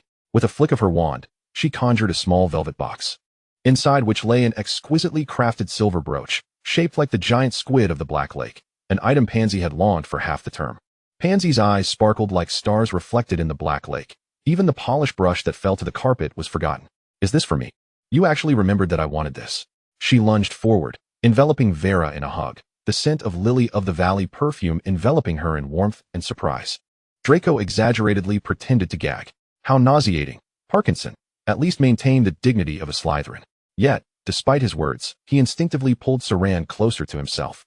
Theodore discreetly used his wand to mend the polished stains on the carpet, a subtle smile gracing his lips. Blaise, unbeknownst to when he had poured himself a butterbeer, the amber foam spilling over the rim of the cup. Now then, let us toast to the unbreakable sisterhood of Slytherin. The cup he pushed forth glided across the table in a silver arc suddenly. A spark erupted from the fireplace, illuminating Pansy's beaming face as she grabbed the polished bottle and pressed Vera's hand onto her knee. In that case, you must paint your nails in the same shade as mine. We shall let everyone know the most dazzling sisterhood in Slytherin. Her voice was abruptly interrupted by the incantation of the dimming charm, yet she continued to laugh joyously in the darkness. Chapter 18. Distinguished Guests. The parchment of the defense against the dark arts class fluttered in the flow of magical air as Professor Moody's singular eye scanned the desks. Pansy was meticulously arranging her hair with a pearl-studded silver comb. Parkinson. His wand struck the table with a resounding thud, causing the practice rubber snake to bounce. Concentrate. Or do you believe that the practical spells are less important than your hair? Pansy's polished fingers tightened around her wand, her knuckles paling. She bit her lip in silence. Her ears flushed a deep crimson from embarrassment. Sitting diagonally behind her, Vera clearly observed the fleeting mockery in Moody's singular eye. In the corridor after class, Pansy kicked aside a crumpled piece of enchanted parchment, her pearl hairpin swaying vigorously with the motion. He is deliberately targeting me. I clearly succeeded with that spell just now. It was merely 3 seconds late before she abruptly halted her discourse, noticing Vera turning towards the direction of the teacher's office. Where are you going? To have a cup of tea. Vera did not look back, the hem of her black velvet dress sweeping past the enchanted candelabra in the corner. Draco leaned against a stone pillar, his long fingers toying with his wand, platinum locks gleaming coldly in the candlelight. Pansy, admit it, you were frightened by Moody's false eye. weren't you?" Before he could finish, Blaze casually slapped the potion's textbook onto his friend's shoulder. His dark gray eyes filled with a hint of exasperation. "Don't add fuel to the fire, Malfoy. Moody's torment today was indeed excessive. All right, Pansy. I'll make it up to you with pudding next time." Draco raised an eyebrow, the tip of his wand emanating a silvery incantation. The door to Moody's office clicked shut behind Vera. As she turned around, before the magic in his eye could coalesce, he suddenly knelt with a thud. His face contorted in the dim light, his throat constricted as he rasped, "Miss Gunter." Vera walked straight to the oak desk and sat down, her fingertips gliding over the magical map of the school. "I am Rogier." She raised her hand. Sunlight filtering through the stained glass illuminating the nail polish Pansy had applied the night before, its edges irregularly smudged, remnants of their playful antics. "I think Pansy did a splendid job." She gazed at the gleam on her nails, her tone casual. "What do you think, Mr. Crouch?" The false Moody shuddered, nearly bowing his forehead to the floor. The hand hidden beneath his robe trembled violently, as if yearning to reach for his wand yet too afraid. "I was merely correcting a student's mistake." "Correcting?" Vera laughed lightly, the nail polish swirling under the light.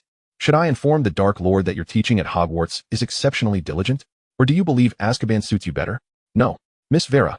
Little Barty Crouch suddenly bowed deeply, the metallic eye clattering against the floor. "Miss Parkinson performed excellently. It was my misjudgment. I beg you, please don't." His voice was laced with unmistakable terror, as if he were about to have his soul kissed away by a Dementor. "I do not wish to return to Azkaban." Vera stood, her wand spinning in her palm. The false Moody immediately lay prostrate on the ground, his face buried in the carpet, even his breath subdued. She approached the door, her fingertips resting on the doorknob when she suddenly turned back, her voice as cold as ice. "Make her unhappy again, and you shall know the consequences." The tip of her wand flickered with a green light, a ghostly shadow passing through. The door swung open just as the wind from the corridor carried Pansy's voice. "Vera, where have you been?" Vera walked to her side, naturally linking her arm with Pansy's, the nail polish on her fingers glimmering brilliantly in the sunlight. "Let us go buy some new nail polish." She turned her head towards Pansy, a smile gracing her lips. "This time, let us choose a brighter color, so that certain individuals can see clearly." Pansy laughed, the earlier grievance dissipating. The two walked side by side through the corridor, the silver threads of their skirts shimmering like flowing light in the flickering candlelight. Moonlight crept through the intricately carved window panes into the dormitory, casting a web-like shadow on Vera's black velvet bed curtains. Suddenly, the dark mark on her left arm burned intensely, like a branding iron searing into her skin. Vera jerked upright, her wand flicking out as the door locked, defensive spells materializing across the walls. A wooden box beneath the bedside table began to hum, the serpent-shaped silver chain entwined around its surface rattling softly. The moment Vera pried open the box, thick, tar-like black smoke surged forth, twisting into the visage of the Dark Lord. "My dear little snake."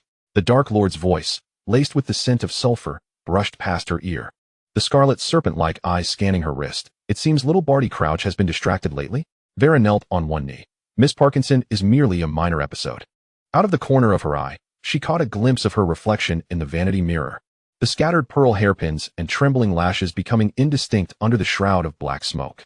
The Dark Lord was silent for a moment before continuing. "It matters not how you treat him. However, his task is to ensure Potter participates in the Triwizard Tournament. I need Potter's blood to restore my corporeal form.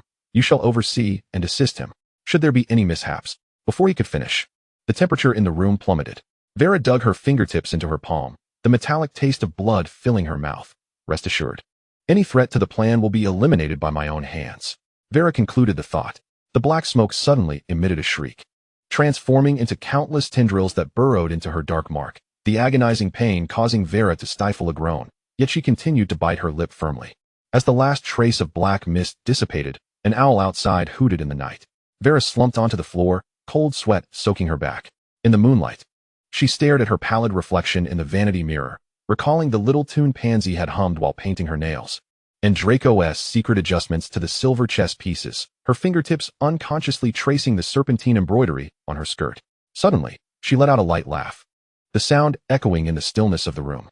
In the potions classroom on the afternoon of October 30th, the mist rising from the cauldrons was infused with excitement, as the class would end early to welcome the arrival of the other two schools. When Snape used his wand to prod at the bizarrely purple potion in Harry's cauldron, the entire classroom fell into an abrupt silence.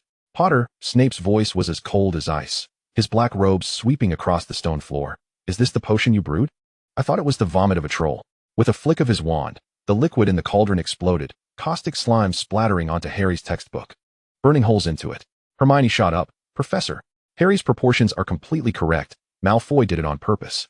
Gryffindor loses 3 points. Snape did not even lift his eyelids. His gaze behind the lenses cold as a serpent's flicker for your unfounded defense. The Slytherin students could no longer suppress their snickers, while Harry sat with his head bowed, trying to appease the fuming Hermione beside him. He had long since grown accustomed to Snape's deliberate torment. With Snape's command to dismiss the class, the young wizards surged out of the classroom. Hogwarts in the evening was cloaked in a dusk of deep purple, the ornate iron gates slowly opening amidst the humming of magical spells. Vera stood at the front of the Slytherin line, the silver serpent embroidery on her black velvet dress fluttering gently in the evening breeze, the cold metal headband pressed painfully against her forehead, a gift from Pansy, who insisted she wear it to be sufficiently dazzling for their esteemed guests. She gazed at the darkening sky in the distance, memories of Beauxbatons Academy suddenly surging forth, Fleur tossing macarons into her mouth with a radiant smile, the two practicing spells in a lavender field, the starlight from their wands cascading down upon Fleur's ear. But now, could those fingers stained with the blood of the innocent still touch such pure warmth? Look! Pansy's exclamation broke her reverie. A gap suddenly opened in the clouds above the forbidden forest, a soft pink-blue glow spilling forth. The crowd erupted into a frenzy. Professor McGonagall's voice, commanding order with her wand, drowned out by the waves of astonishment. The legendary Beauxbatons carriage materialized like a floating palace, towering 3 stories high. Its surface entwined with mother-of-pearl vines, the pink-blue gradient paint shimmering with a dreamlike luster in the sunset.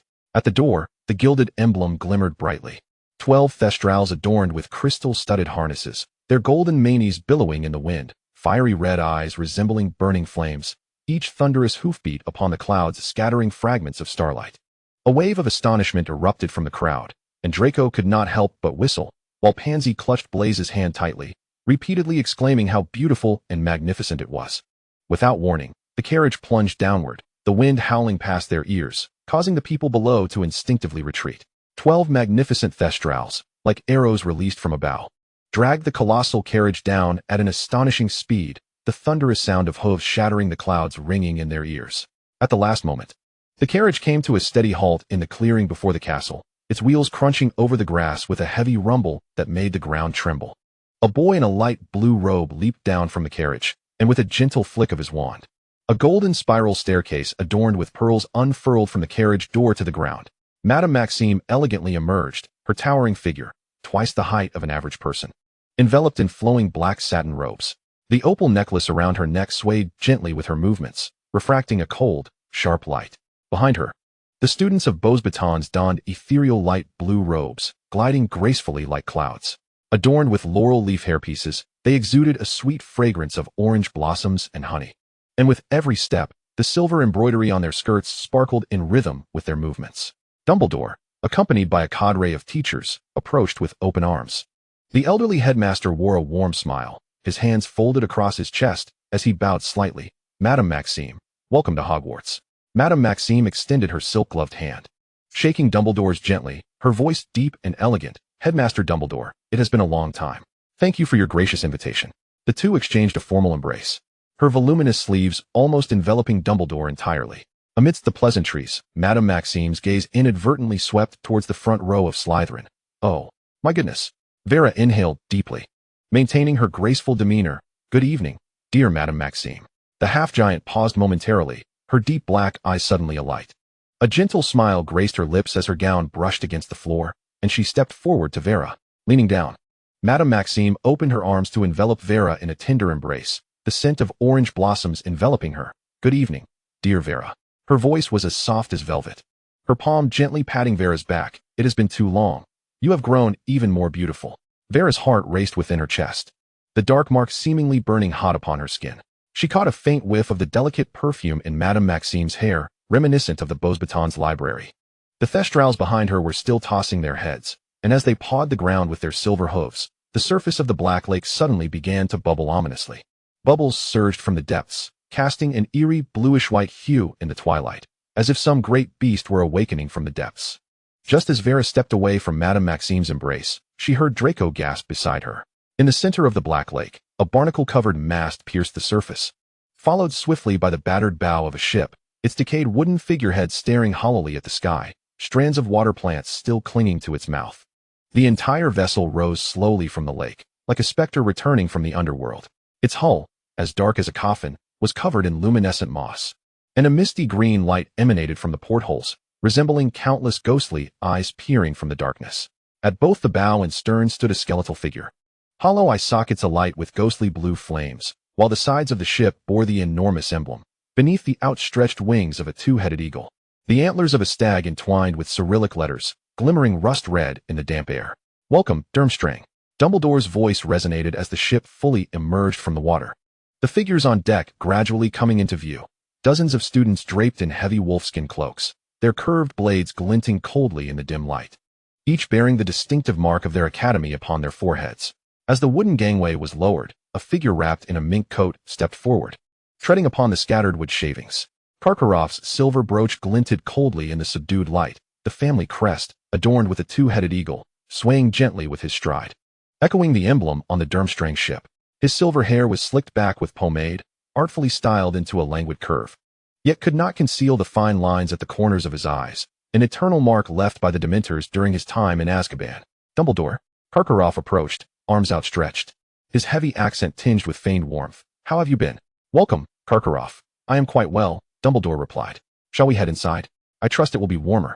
Karkaroff rubbed his hands together, beckoning. "Come, Victor." He turned back, parting the crowd to create a path. Krum emerged from the shadows, the scar from the golden snitch at the Quidditch World Cup etched across his brow, his hawkish nose accentuated by two thick black brows that lent a more severe aspect to his already stern visage. His wand was tucked at his waist, knuckles calloused from years of gripping a broomstick, the stag emblem embroidered on his school uniform rising and falling with his breath. As he lifted his gaze, his eagle-like eyes scanned the crowd, prompting a low murmur of excitement to ripple through the onlookers. "Victor Krum," Blaise whispered, clearly exhilarated. "He's the top seeker in the world." Theodore also looked up, intrigued. Chapter 19, the prologue unfolds. The twilight deepened over the Black Lake as the intricately carved doors of the Hogwarts Great Hall slowly swung open, and magical candelabras ignited instantly, bathing the entire space in a warm golden glow. The students of Beauxbatons linked arms, their silver-threaded skirts shimmering with each step, resembling a flowing river of stars, while the Durmstrang boys tightened their wolfskin cloaks, the clinking of their curved blades creating a sharp sound that echoed disturbingly in the quiet corridor. At the Slytherin table, Draco meticulously arranged his hair, the silver serpent-embroidered cuffs brushing against Krum's fur collar. "Krum, your fire dragon dive at the Quidditch World Cup was spectacular. Could you perhaps offer some pointers at the next practice?" "Of course," Krum replied, his gaze fixed on the star map swirling across the Great Hall's ceiling, his eyes sparkling with childlike wonder. "This place feels like a living night sky." The Bulgarian boy's Adam's apple bobbed, the scar glinting slightly in the candlelight. "Far warmer than Durmstrang." Blaise followed his gaze and suddenly chuckled. "Once you experience the room of requirement, you might forget your wand in your pocket." Their conversation was abruptly interrupted by a gasp as Fleur Delacour, lifting her skirts, made her way through the throng towards Vera. "Ma chérie." Fleur's golden hair brushed against Pansy's astonished face, enveloping Vera in a honey-scented embrace. "Since you left, the greenhouse at Beauxbatons has withered."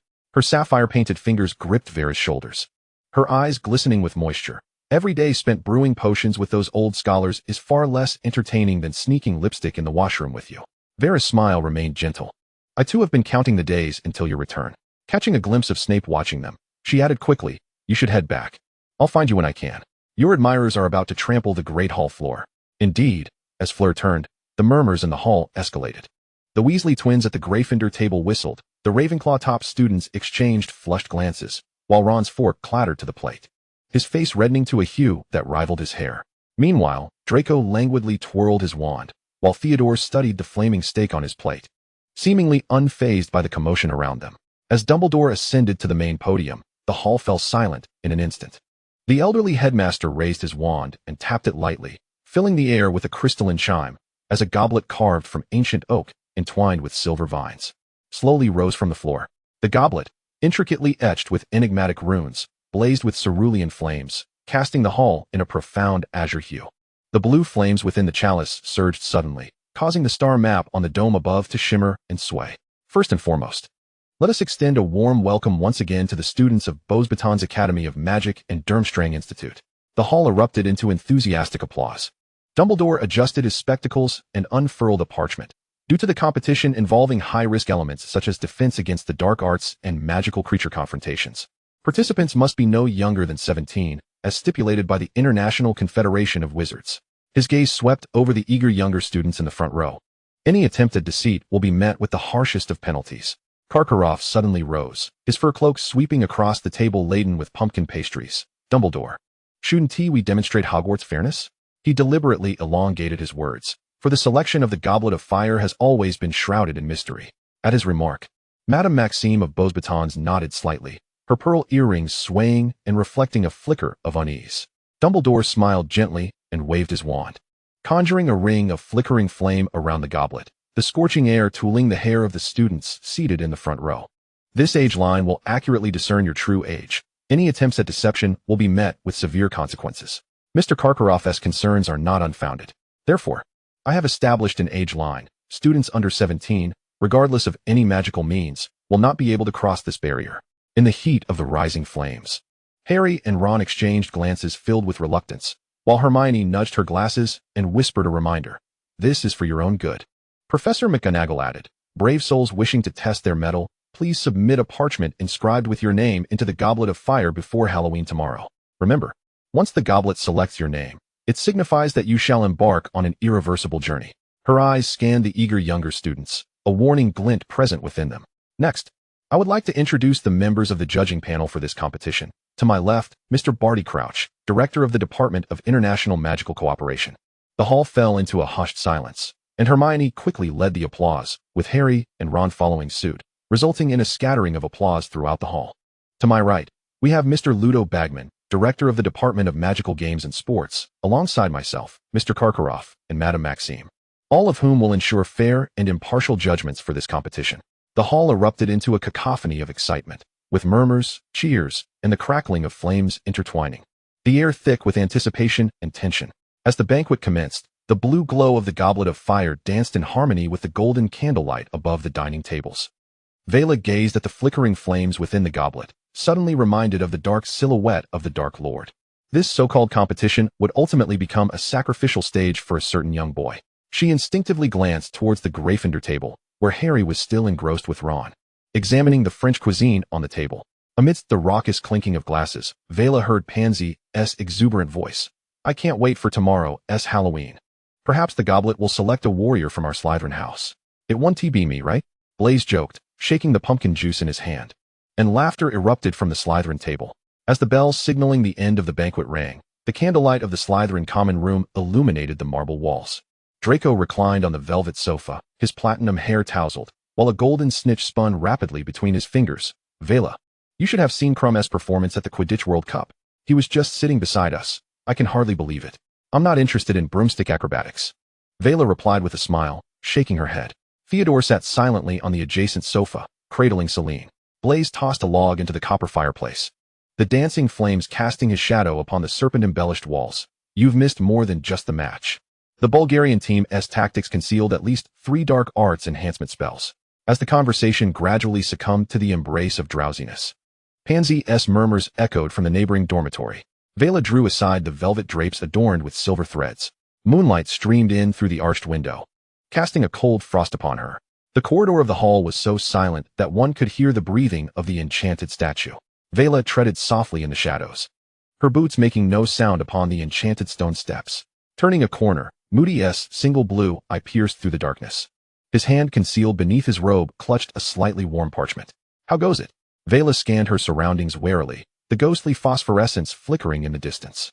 Moody let out a raspy chuckle, his nose twitching with the motion. The handwriting is mimicked more precisely than a wand. A powerful confuse charm has evaded even Dumbledore's anti-cheating spells. He licked his cracked lips, the scent of decay mingling with the burnt wood of his wand wafting toward her. Care for a check, Miss Vela? The parchment glinted with an eerie bluish-white under the moonlight, the script spelling out Harry Potter in a neat, printed style.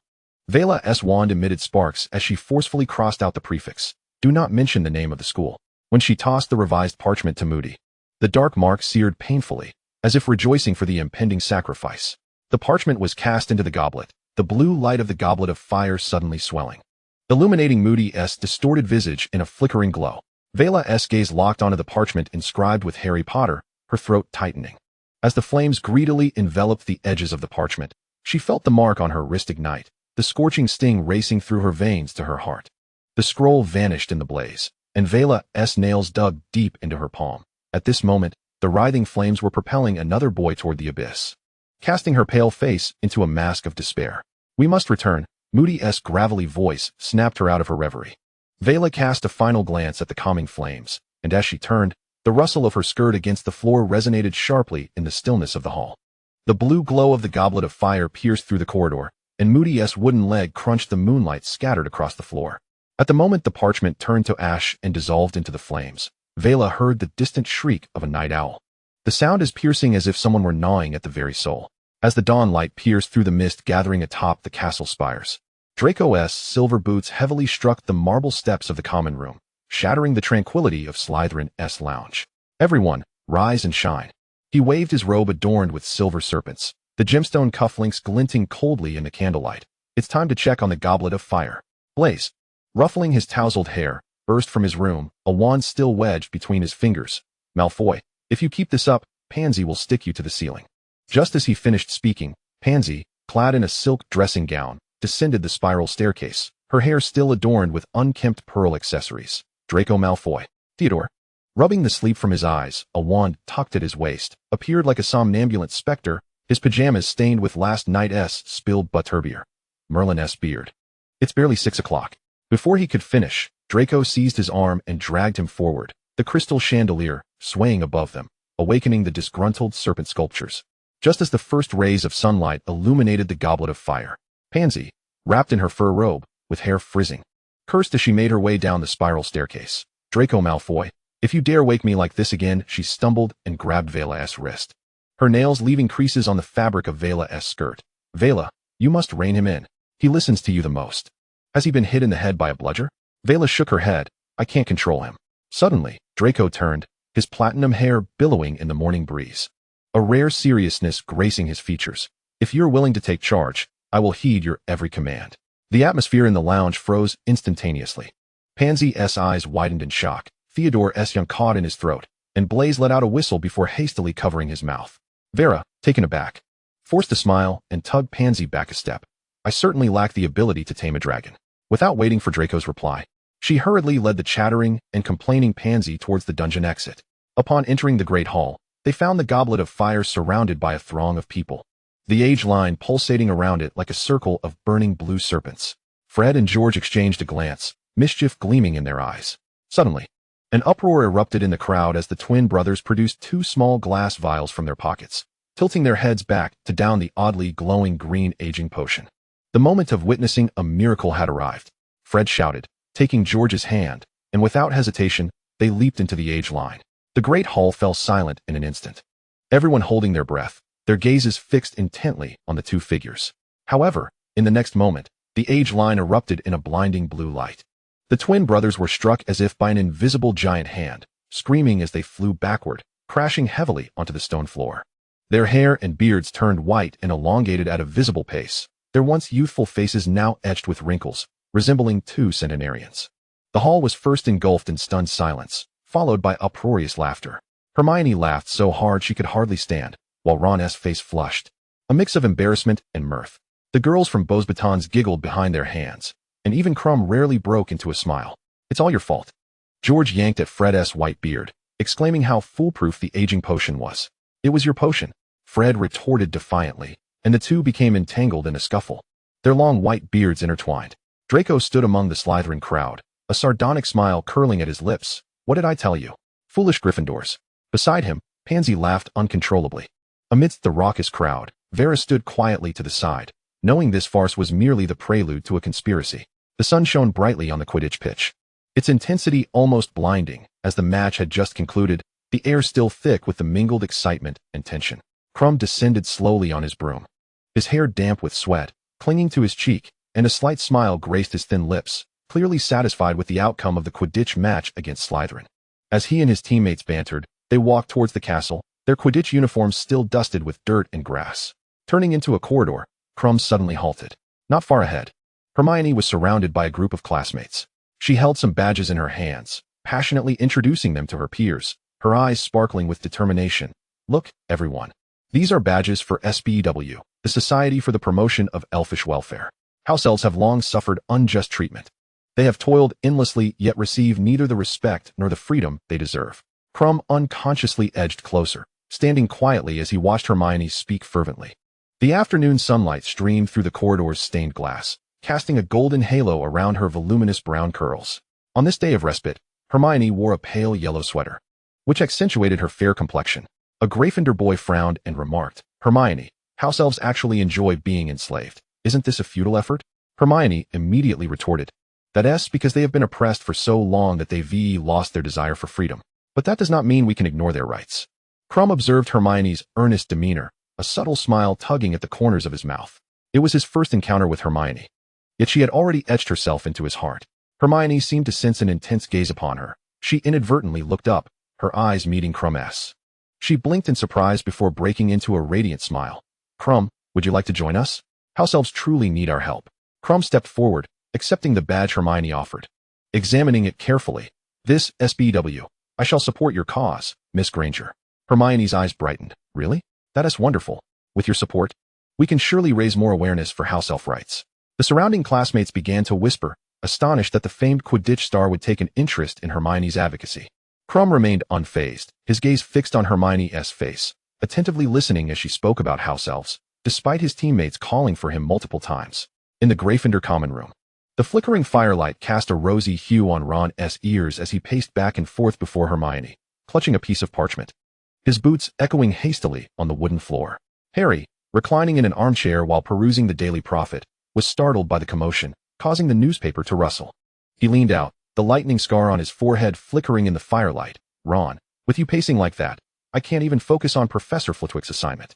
Please, Hermione, just help me this once." He suddenly halted, eyes brimming with pleading. "George swore that if I could get Krum's autograph, he'd give me his newly concocted quick escape sweets." Hermione paused, her quill hovering above the ink pot, the golden red flames dancing across her glasses, casting a flickering smile on her lips. "I will do my best," she replied slowly. Securing the ink bottle, pulling out the silver badge from her bag, the letters SBW glinting coldly in the firelight. "But you must wear this badge and promote house elf rights to the entire team during Quidditch practice." "What?" Ron's voice shot up, startling the sorting hat on the mantelpiece. "You know Fred and them would turn me into a bludger target. Last time I wore that ridiculous hat you made, they laughed at me for 3 days straight." Harry couldn't help but chuckle, quickly covering his mouth, though his shoulders still trembled with amusement. Hermione raised an eyebrow, the quill poised above the parchment. Dripping ink. "Either you wear the badge and promote, or George's quick escape sweets will go to waste." She deliberately shook the badge in her hand, the metallic clinking sounding as if mocking him. "And I may not even get his autograph, but it's better than having no hope at all, right?" Harry set down the newspaper, walking over to pat Ron's shoulder. "I think this is a splendid idea, Ron. Who knows, once you've done your promotion, Fred and George might even develop a magical sweet to help house elves escape. Even you're helping her." Ron's throat bobbed, his gaze darting between the badge and Hermione's resolute eyes. Ultimately, he slumped into the worn red sofa, the stuffing peeking out as he tugged at it in frustration. "Fine. You win, Hermione." Harry laughed alongside him, only to be met with a glare from Ron, which quickly silenced him. Chapter 20, The Fourth Champion. As the crowd gradually dispersed, only a few remained in the Great Hall, attempting to toss parchment rolls. Draco raised an eyebrow at Blaise and Theodore beside him. "Quidditch pitch? I arranged to meet Krum yesterday." Blaise lazily twirled his wand. "Are you sure you want to embarrass yourself in front of a Bulgarian player? If you're scared, just say so," Draco scoffed, glancing at Pansy, who was fixing her disheveled hair, then at Vera standing in the shadows. "Shall we go take a look?" The afternoon sun bathed the Quidditch pitch, the golden snitch's shadow flickering among the stands. Krum had already changed into his training attire, the tail of his broom rustling in the wind. As Draco soared across the Quidditch pitch, he deliberately brushed past Vela, the gust of wind stirring the stray wisps of hair at her temple. Behind him, Blaise and Theodore executed a splendid series of evasive maneuvers. Pansy leaned against the railing, screaming her encouragement, her voice overshadowing the sporadic murmurs of the few spectators in the stands. Krum, a true world-class player, easily discerned Draco's feint with a sudden dive. Yet the Slytherin trio remained undeterred. Theodore's precise pass allowed Draco to seize the opportunity and charge toward the goal. As the final quaffle sailed through the hoop, Draco abruptly halted his broom, hovering before Vela. Sweat dripped from his chin, dampening his platinum hair that clung to his forehead, enhancing the brilliance of his slate blue eyes. "Did I play well?" Vela looked up at him, the afternoon sun casting a golden halo around him. Suddenly recalling the Dark Lord's warning, she felt her throat tighten, yet the boy's spirited demeanor compelled her to smile and nod. Impressive, Draco. Blaise zipped past them on his broom, stirring up a breeze. Save the flirting for after the match. Crumbs caught the golden snitch again. Draco cursed under his breath. Pivoting to dive back into the fray, his robe billowing like the wings of a silver bird. Vela watched his retreating figure, discreetly wiping her clammy palms on her skirt. As a few friendly matches concluded, the twilight began to envelop the sky.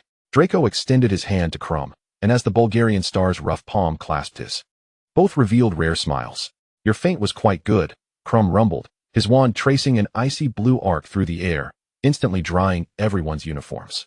You are the more skilled one, Draco retorted, raising an eyebrow as he caught sight of Vela removing her pearl hairpin and tucking it into her handbag. The soft lavender of her skirt fluttering in the evening breeze. Shall we meet again next Saturday? If you are free, I could bring you the grape pudding my family makes. Blaise whistled, tossing the golden snitch model into the air and catching it deftly. Count me in. I heard Crumb brought some enchanted drink that glows. Theodore nodded silently, his black cloak flowing like a moving shadow in the dusk. Crumb mounted his broom, the metal gauntlets glinting under the illumination charm. Of course, see you in the Great Hall. His broom shot into the night sky like a released arrow, leaving a fleeting trail of ink behind. Pansy had already begun urging everyone toward the castle. The sound of their shoes striking the flagstones sharp and clear. Can the glowing butterbeer be more thrilling than the list of champions in the Goblet of Fire? Hurry up. What if we miss it? Now you're in a rush. Who slept so long this morning? Draco scoffed. Pansy stood on her toes, playfully smacking Draco's shoulder, her coral nails nearly piercing his shirt. Malfoy, do you want the entire school to see our house enter the Great Hall like a disheveled troll? Draco chuckled lightly, his platinum hair dancing in the evening breeze. Suddenly, he took off running, his black robe billowing like bat wings. Blaise whistled again, the golden snitch model spinning between his fingers, their hurried footsteps startling the moths resting on the stone steps. Pansy's scream mingled with the sound of slipping shoes echoed down the corridor. Wait for me, you rude bunch. Theodore and Vela walked side by side at the back of the group. Shadows crept up the castle's gargoyle, casting mottled shapes on Vela's lavender skirt. Wiping his forehead with a handkerchief, Theodore lowered his voice. Who do you think will be Gryffindor's champion this time? Vela's pearl earrings swayed gently as she gazed at her playful companions ahead, her lashes casting butterfly wing shadows on her cheeks. Do you think he would wish for someone? Just as her words faded, Draco's taunting shout echoed from afar, as Pansy leaped to snatch the house scarf from his grasp. Theodore hesitated, a flicker of coldness flashing in his eyes, before his expression returned to its usual calm. He was about to speak when Vela continued. I almost forgot. Your defense was quite ingenious. Her fingertip traced an arc in the air, nearly disrupting Crumb's predictions. A rare blush tinged the boy's pale cheeks. He averted his gaze, pretending to adjust his cloak, swallowing hard before muttering, just basic tactics. Yet the involuntary smile at the corners of his mouth betrayed his inner exhilaration. Ahead, Draco suddenly turned and walked backward, waving the scarf at them, his hair glinting coldly in the twilight.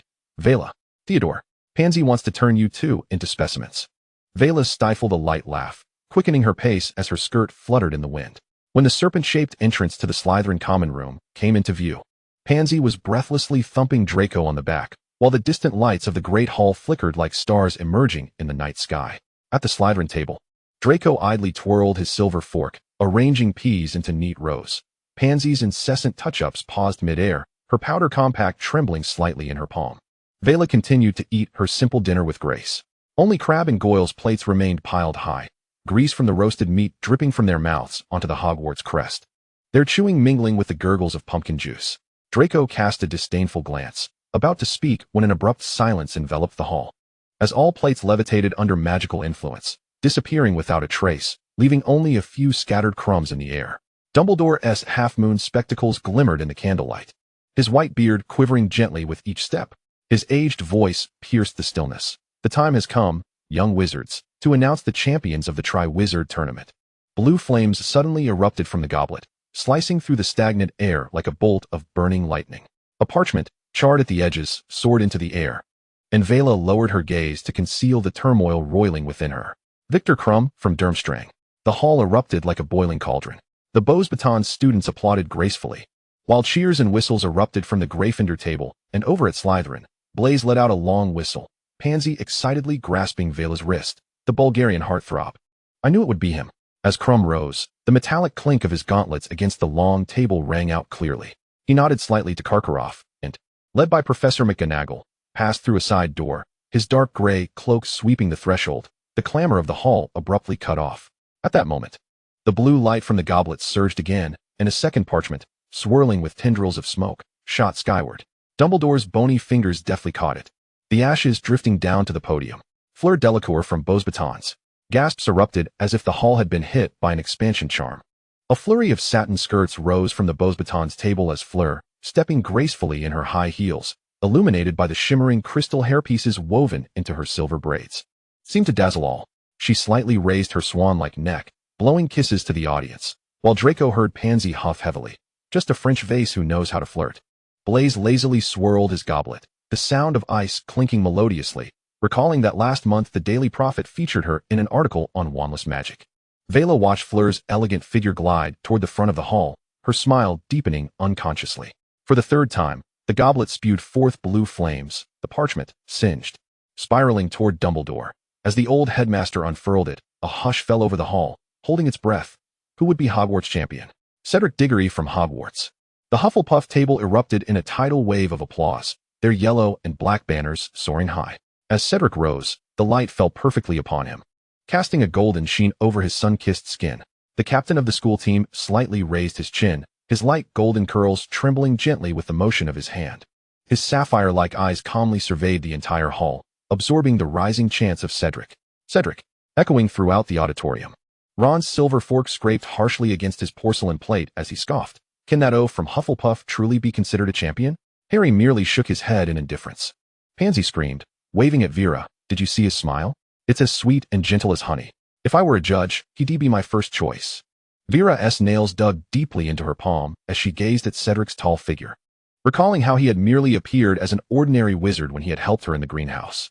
Yet now, he was chosen as a champion, exuding an impeccable elegance as he approached the front stage. As Cedric passed the Slytherin table, their eyes briefly met. He offered a courteous nod, sending a shiver down Vera's spine. Let us hope all goes well, Theodore remarked, unconsciously tapping his wand against the table, the obsidian tip casting distorted reflections of light. After Dumbledore had finished announcing Fleur's name, he raised his hand to silence the boisterous hall, the veins on the back of his wrinkled hand subtly protruding. The champions of Hogwarts have been established, he declared, but before he could finish his sentence, the goblet of fire suddenly emitted a piercing shriek. Its cerulean flames surging like a mighty serpent, sparks crackling as they fell upon the dome of the auditorium. The entire hall fell into an instant silence, all eyes fixated on the wildly swirling flames. Professor McGonagall's wand slipped quietly into her palm, while Professor Lupin's knuckles turned white from his grip. Meanwhile, Moody, seated among the faculty, had his magical eye rotating eerily, emitting faint clicks. As a charred piece of parchment was ejected from the flames, Dumbledore's wand tip hovered in midair, a silvery protective charm swirling at his fingertips.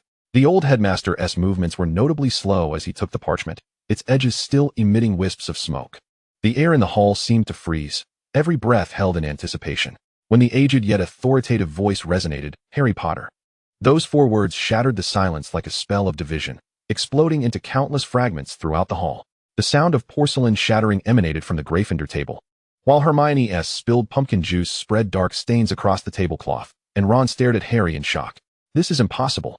Fred and George leapt onto the table simultaneously, their twin robes fluttering wildly. The age restriction charm was just reinforced last week. Draco shook his wand defiantly. Let us see what our savior is up to now. Harry felt as though his breath was caught in his throat. Countless gazes pierced him like searing spells, the air in the auditorium thick and oppressive. He stood frozen, his mind a blank canvas, as if all strength had been stripped away. He felt the eyes upon him as arrows, the noise around him fading into a distant murmur, the scene before him blurring into a surreal haze. He could not comprehend why this was happening when he had not placed his name in the goblet of fire. Chaos erupted in the hall, nearly everyone shouting accusations of cheating. From the shadows of the Slytherin table, Vera smirked slightly. Her smile was drowned out by the rising tide of skepticism, yet it was as cold and lethal as a serpent's fangs. Dumbledore raised his hands, gradually calming the tumultuous noise. His gaze swept across the hall, finally resting on Harry's trembling fingertips. The choice of the goblet of fire is irrevocable. His voice was deep and solemn, yet the tip of his wand glimmered with the light of a revealing charm, silver threads silently wrapping around Harry. In the Slytherin common room, a damp scent of moss filled the air, the dark green velvet curtains trembling from the currents of the Black Lake. Draco kicked his chair over in frustration, the silver snake head of his wand striking sparks against the floor. Potter must have used some dark magic. He loosened his tie adorned with emeralds, his platinum hair sweeping across the expensive Persian rug with his vigorous movements. Crabbe and Goyle immediately shoved aside younger students, their hefty hands slapping down on the table. Draco is right. That kid can't even pronounce the levitation charm properly. Butterbeer spilled over the sides of their cups, twisting into serpentine shapes upon the table. But the age line was cast by Dumbledore himself. Pansy's voice was crushed by Draco's derisive laughter. Blaise seized the silver snake-shaped letter opener from the table, its tip accurately piercing the parchment map of Hogwarts, landing precisely on the Gryffindor Tower. Let us not forget his father's penchant for the dark arts during his time here. Invisibility cloaks, the Marauder's map. Who knows where he got the counterspell? Theodore twirled his wand, the obsidian tip reflecting an eerie light in the candle's glow. No need to fret over the details. Let us simply enjoy the spectacle. Blaise Zabinai toyed with the silver serpent pendant. I've heard the goblet's selection is based on courage, wisdom, and ambition. What does Potter possess to merit that? Vera observed Draco's reddening face and the Slytherin's restless demeanor, unhurriedly replying, let us see if he can truly rise to the occasion. Chapter 21. The Slytherin Weasel, revised. In potions class, the infusion of wormwood in the cauldron bubbled and gurgled as Snape's black robes swept past the desks, his hooked nose nearly poking into the rim of Harry's cauldron. Potter, your potion resembles a troll's vomit, and the aroma would be more fitting for a flobberworm's last meal. His bony fingers suddenly seized Harry's collar. Perhaps you should apply those pilfered cheating methods to your potion's work. Seated in the front row, Draco feigned stirring his potion while discreetly observing the commotion beside him. Harry pressed his lips tightly together, gripping his wand so hard that his knuckles turned white. While Ron focused intently on his cauldron, deliberately avoiding Harry's gaze, the atmosphere between them was as stiff as a solidified potion. A glint of mischief flickered in Draco's eyes. He eagerly pulled Theodore and Blaise closer, whispering, you'll never guess what I've discovered. He lowered his voice, excitement glimmering in his silver-gray eyes. Potter and that Weasley Haven tea uttered a word. They're practically enemies. Theodore adjusted his glasses, the obsidian wand tip shimmering in the candlelight. Interesting. It seems there's about to be an internal conflict within Gryffindor. Professor. The wooden door creaked open cautiously, revealing a small third-year Gryffindor student, Colin Creevey, holding a piece of parchment. Mr. Bagman requests that Harry Potter come immediately for a photograph with the champions. Snape's expression darkened instantly, the wand beneath his black robes twitching restlessly. You may go after class. But Mr. Bagman, Colin continued timidly. Snape disdainfully shoved Harry's sleeve away, his sharp words striking like a serpent's fangs. It appears our star savior has more important matters to attend to. Take your pile of rubbish and leave my classroom. Harry felt an overwhelming sense of relief as he grabbed his bag and turned to leave. The ceiling of the Slytherin common room shimmered with a ghostly blue light from the lake's reflection. Draco knelt upon the Persian carpet, the tip of his wand hovering above the half-melted platinum crest. Crabbe and Goyle loomed beside him like cumbersome rhinos, their thick fingers pouring moonstone powder into the cauldron. This sticky stuff smells like a troll's stinky socks. Goyle wrinkled his nose and recoiled, only to be yanked back by Draco's grip on his collar. Do you think crafting a magical crest is akin to brewing butterbeer? Draco thrust his wand forcefully into the cauldron, silver blue sparks erupting, casting a distorted serpent shadow upon the ceiling. Pansy, elegantly adorned in pearl-studded slippers, approached with a mischievous glint in her eyes, crimson nails gripping Draco's attire. How could you not involve me in such delightful antics? Do you require my assistance in stabilizing the spell's fluctuations? Draco deftly evaded Pansy's touch, yet his peripheral vision discreetly caught the figure of Vera lurking in the shadows. Vera, seated by the window, engrossed in her book, idly toyed with the tail of her cat, serene, as a faint smile graced her lips, her gaze as frigid as the depths of the Black Lake. Draco's heart inexplicably fluttered, prompting him to turn away and focus intently on the badge in his hand. As dusk deepened, Theodore and Blaise entered. The damp air clung to them, infused with the scent of pine resin, droplets from their obsidian wands glistening in the light. Oh, is it raining again? Pansy exclaimed, casting a drying charm upon them. What are you plotting? Theodore inquired, shaking the parchment in his hand. I just saw Professor McGonagall rigorously inspecting students out after hours. His voice trailed off. Draco stood, brandishing a pristine badge, its platinum surface glittering with yellow incantations. Of course, it is in support of our Cedric. This way, our savior will surely feel disheartened, realizing no one stands by him. Childish, Vera remarked, having appeared beside him. the silver serpent patterns on her black dress shimmering with her movements. With a flick of her wand, the surface of the badge rippled. The words support Cedric twisting into a blinding crimson. Potter cheats. Draco's heart raced, his gaze riveted on Vera. Captivated by her focused expression and the slight lift of her eyes, Pansy squealed in delight, her emerald earrings chiming with her excitement. How marvelous, Vera! Just imagine Potter's reaction. Draco raised his wand. What about this? The text on the badge morphed once more, each letter wriggling like a sluggish slug. Potter stinks. Tomorrow, he would pin the badge to his chest, the dark mark subtly visible beneath his silk shirt, eagerly anticipating Potter's expressive countenance. As night deepened and others retired to rest, Draco remained absorbed in the badges. Frowning, he repeatedly adjusted the incantation, yet the transformation fell short of perfection, just as he tossed aside another failed attempt in frustration. A delicate fragrance wafted through, and Vera approached, cradling Serene. Still awake at this hour? She asked, settling beside him, Serene nimbly leaping onto Draco's lap and nudging his hand. His heart raced erratically, though he feigned composure. How could I sleep with these not perfected? Vera chuckled lightly, teasingly. You weren't nearly this eager when preparing for your OWL exams. As she raised her wand, the magic swirling at her fingertips was gentler, yet more precise than his. Her spell not only smoothed the distortion of the text, but also infused it with an eerie, vibrant green glow. Draco, entranced, involuntarily exclaimed, Vera, you are incredible. The moment the words left his mouth, he regretted his bluntness. However, Vera merely arched an eyebrow, a flicker of untraceable delight in her eyes. Oh, so now you seek my assistance? Draco's cheeks flushed, his voice stiffening. Who said I was asking for your help? I merely believe that having an extra pair of hands enhances efficiency. Vera's laughter rang more freely now, and as Draco beheld her crescent smile, his heart raced as if it might leap from his chest. Outside the greenhouse in November, pumpkin vines swayed gently in the morning breeze. Draco leaned against a sturdy oak, his platinum hair glinting coldly in the sunlight. He swung his legs, observing Pansy below, stamping her feet. Come down, Draco. Where have you hidden my new parchment gloves? You'd better pray I don't catch you. Pansy's shrill outcry startled the owls perched above. How unfortunate for you. Pansy, Draco drawled lazily, twirling his wand. It seems you'll need to search thoroughly. Suddenly, he noticed two figures emerging below, his silver-gray eyes gleaming like poisoned daggers. Potter, Theodore, and Blaise had appeared beneath the tree, casually tapping their wands against their palms, the light refracted from their obsidian wands dancing across Harry's face. Draco nimbly leapt from the tree, a cascade of dry leaves swirling around him, landing precisely at Harry's feet. Did you see clearly now, Potter?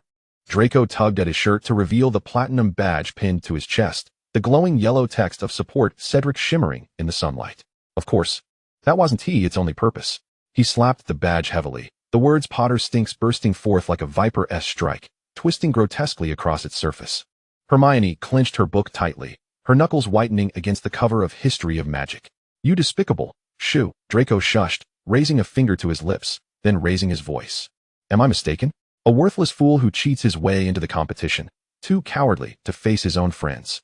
He deliberately turned to glance at Ron in the distance, whose ears flushed crimson at Draco's words, yet he remained silent. From beneath the pointed eaves, Slytherin students leaned out, their badges flashing a host of humiliating phrases. Harry felt his temples throb, the air around them thickening like tar. In corridors, on lawns, even in the stands of the Quidditch pitch, countless eyes glimmered with malice, the pulsating crimson words spreading like a plague throughout the campus. Goyle lifted his badge, the sweat on his meaty palms blurring the letters. Ignore them, Harry. Hermione's voice came from his side, warm and reassuring. But when Harry looked up, he found Draco teasingly tugging at a strand of Hermione's hair. His slate blue eyes filled with scorn. How touching. No sooner had he finished speaking than Harry's wand was out, aimed directly at Draco's throat. Don't you dare touch her. Draco's icy gaze flickered with menace as he raised his wand in response, the air crackling with imminent chaos. Pansy's terrified scream pierced the air, while Blaise's knuckles cracked as he tightened his grip on his wand, heightening the tension. In the nick of time, a spell shot forth, Moody's singular eye gleaming with crimson light. His wand swung like a conductor's baton, striking Draco with precise accuracy. In an instant, Draco's platinum hair transformed into snowy fluff, his regal robes morphing into a bushy tail as he became a weasel, helplessly rolling on the grass and emitting high-pitched squeaks. Moody, stop this at once. Professor McGonagall's sharp cry sliced through the air as her checked robes billowed towards them. Yet the one-legged professor remained oblivious, his wand directing the weasel in a chaotic arc through the air. Amidst the gasps of onlookers, Vera emerged from the library, parchment in hand. Witnessing Theodore rush into the fray, carefully cradling the trembling weasel. Handle it according to school rules.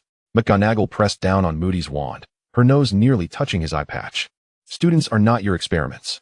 Blaise swiftly retrieved a handkerchief to wrap the weasel, while Pansy trembled, her fingertips hovering uncertainly before retracting, tears glistening in her eyes. Vera hurried to follow, watching as Theodore held the weasel close, its tiny claws gripping his sleeve. They took Draco back to the common room, away from the turmoil. The serpentine copper door of the Slytherin common room creaked open, the flickering flames of the fireplace elongating the shadows of those within. Vera gently drew the heavy velvet curtains shut, while Theodore placed the white ferret upon the softest mink cushion. The ferret curled into a trembling ball of snow. Its emerald eyes misted with tears, its tail tightly coiled against its body. Pansy wept openly, burying her face in the cushion. What should we do? Blaise silently draped his cloak over the ferret, his fingers brushing against its slightly warm fur, eliciting a soft whimper of indignation. Perhaps we should seek Professor Snape, Goyle suggested, panic evident in his voice. If you wish to be punished by him with frog dissection, then by all means, go ahead, Vera replied. Flipping through the hefty tome entitled Advanced Transfiguration, her eyes scanning the densely packed counterspells. The parchment rustled under her fingertips until her gaze settled upon a line of ancient incantations marked in crimson ink. Steady him. Vera withdrew her wand, its tip glowing with a gentle blue light. Theodore gently laid the ferret flat on the table, while Pansy trembled, gripping the edges of the mink cushion. Tears splattering onto the fabric. Blaise stood silently behind Vera, arranging the collected moonstone powder and sneezewort juice beside her. The wand traced intricate patterns in the air as Vera recited the obscure incantation.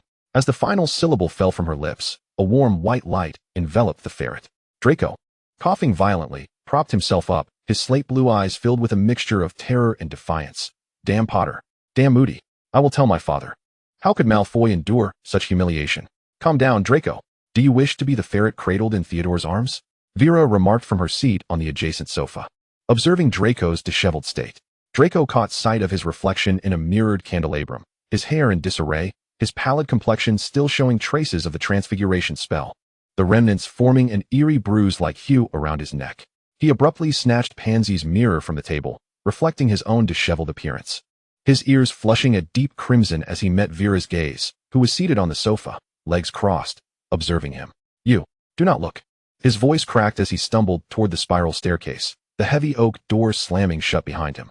As night descended upon Hogwarts towers, the flames in the common room's fireplace reached new heights.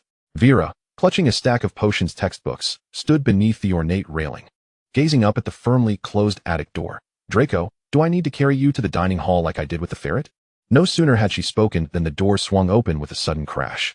Draco, grasping his crooked bow tie, leaned halfway out, his ears reddened like ripe berries, a sheen of sweat glistening on his nose.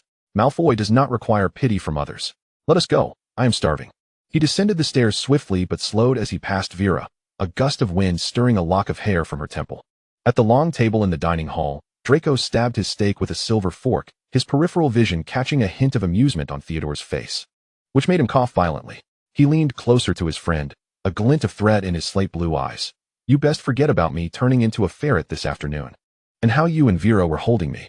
Before he could finish, Theodore shoved a piece of pumpkin pie into his mouth, raising an eyebrow with a smirk. What ferret? I only recall a certain young master learning new coughing etiquette today. Draco, miffed, bit into a large piece of pie, the sweet cinnamon flavor bursting on his tongue as he suddenly caught sight of Vera diagonally across the table, indulging in a slice of chocolate pudding. Her lashes cast a fan-shaped shadow beneath her downturned gaze, the fluffy hair accessory in her hair swaying gently with her movements, momentarily transforming her back into the elegant and cunning Vera he remembered from his early days at school. Perhaps she had never changed, it was he who had. He hastily lowered his head to cut his steak, yet amidst the crisp clinking of his cutlery, he could hear the thunderous pounding of his heart. Chapter 22, Project 1. The November wind swept through Hogwarts Castle, laden with damp mist, as the colossal magical stands constructed at the edge of the Forbidden Forest were already filled with eager students. Draco lounged lazily against the ornate railing of the Slytherin section, his platinum hair tousled by the breeze, his eyes glinting with calculation. I am truly looking forward to Potter's performance today, he remarked, a mocking smile curling at the corners of his mouth as he tapped his wand lightly against the railing. The sound of metal clashing ringing sharply. Pansy excitedly leaned closer, her meticulously styled curls bouncing with the motion, a diamond-studded telescope in her hand reflecting a cold light. I have brought enough tissues to weep for our savior." She ostentatiously waved a handkerchief embroidered with pink roses high, prompting a ripple of laughter from the surrounding Slytherin students. Beside her, Theodore quietly chuckled, engaging Blaise in conversation about the upcoming match. Vera remained unperturbed, seated quietly beside Draco. Cradling Saran in her arms, her gaze calmly fixed on the competition area enclosed by magical barriers below. Her deep green scarf fluttered gently in the wind, its ends brushing against her cheek, as she refrained from joining in the discussions around her.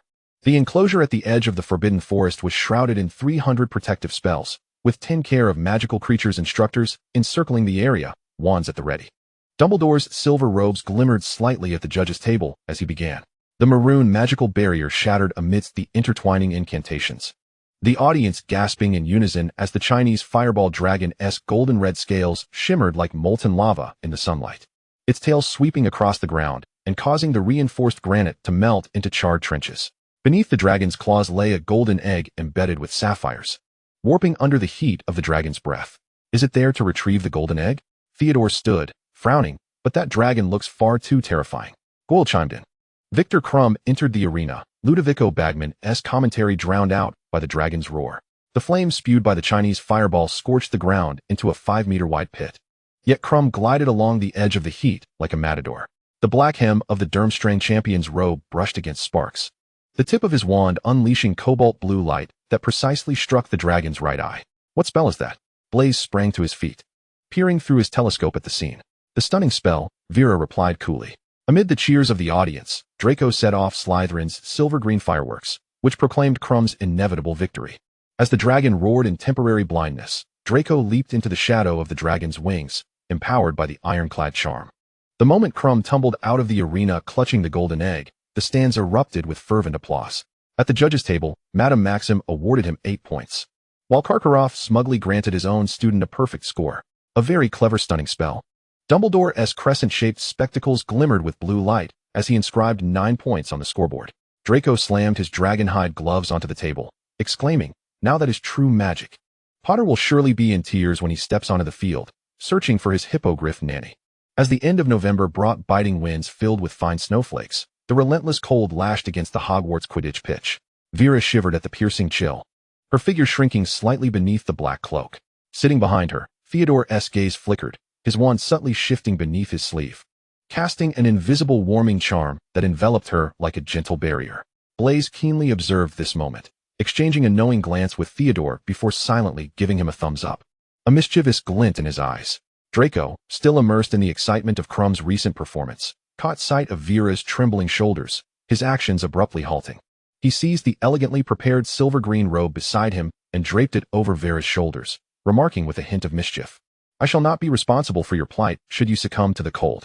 His words elicited a soft chorus of teasing from the surrounding Slytherin students, with Pansy dramatically covering her face and quipping, "Oh dear, when did Draco become a gallant protector of flowers?" In the stands, all eyes were riveted upon the center of the arena as Dumbledore's resonant and steady voice shattered the silence, proclaiming, "The next contestant, Fleur Delacour." With Dumbledore's announcement, a graceful figure glided onto the icy arena. Fleur maintained her characteristic pride and confidence, yet only she was aware of the cold sweat that had already drenched her palms. Her fingers, dangling at her sides, trembled slightly, her nails nearly digging into her skin as she sought to dispel her inner anxiety through the pain. With each step she took, she silently recited the incantation in her mind, but the familiar syllables now fluttered chaotically in her thoughts like snowflakes scattered by a frigid breeze.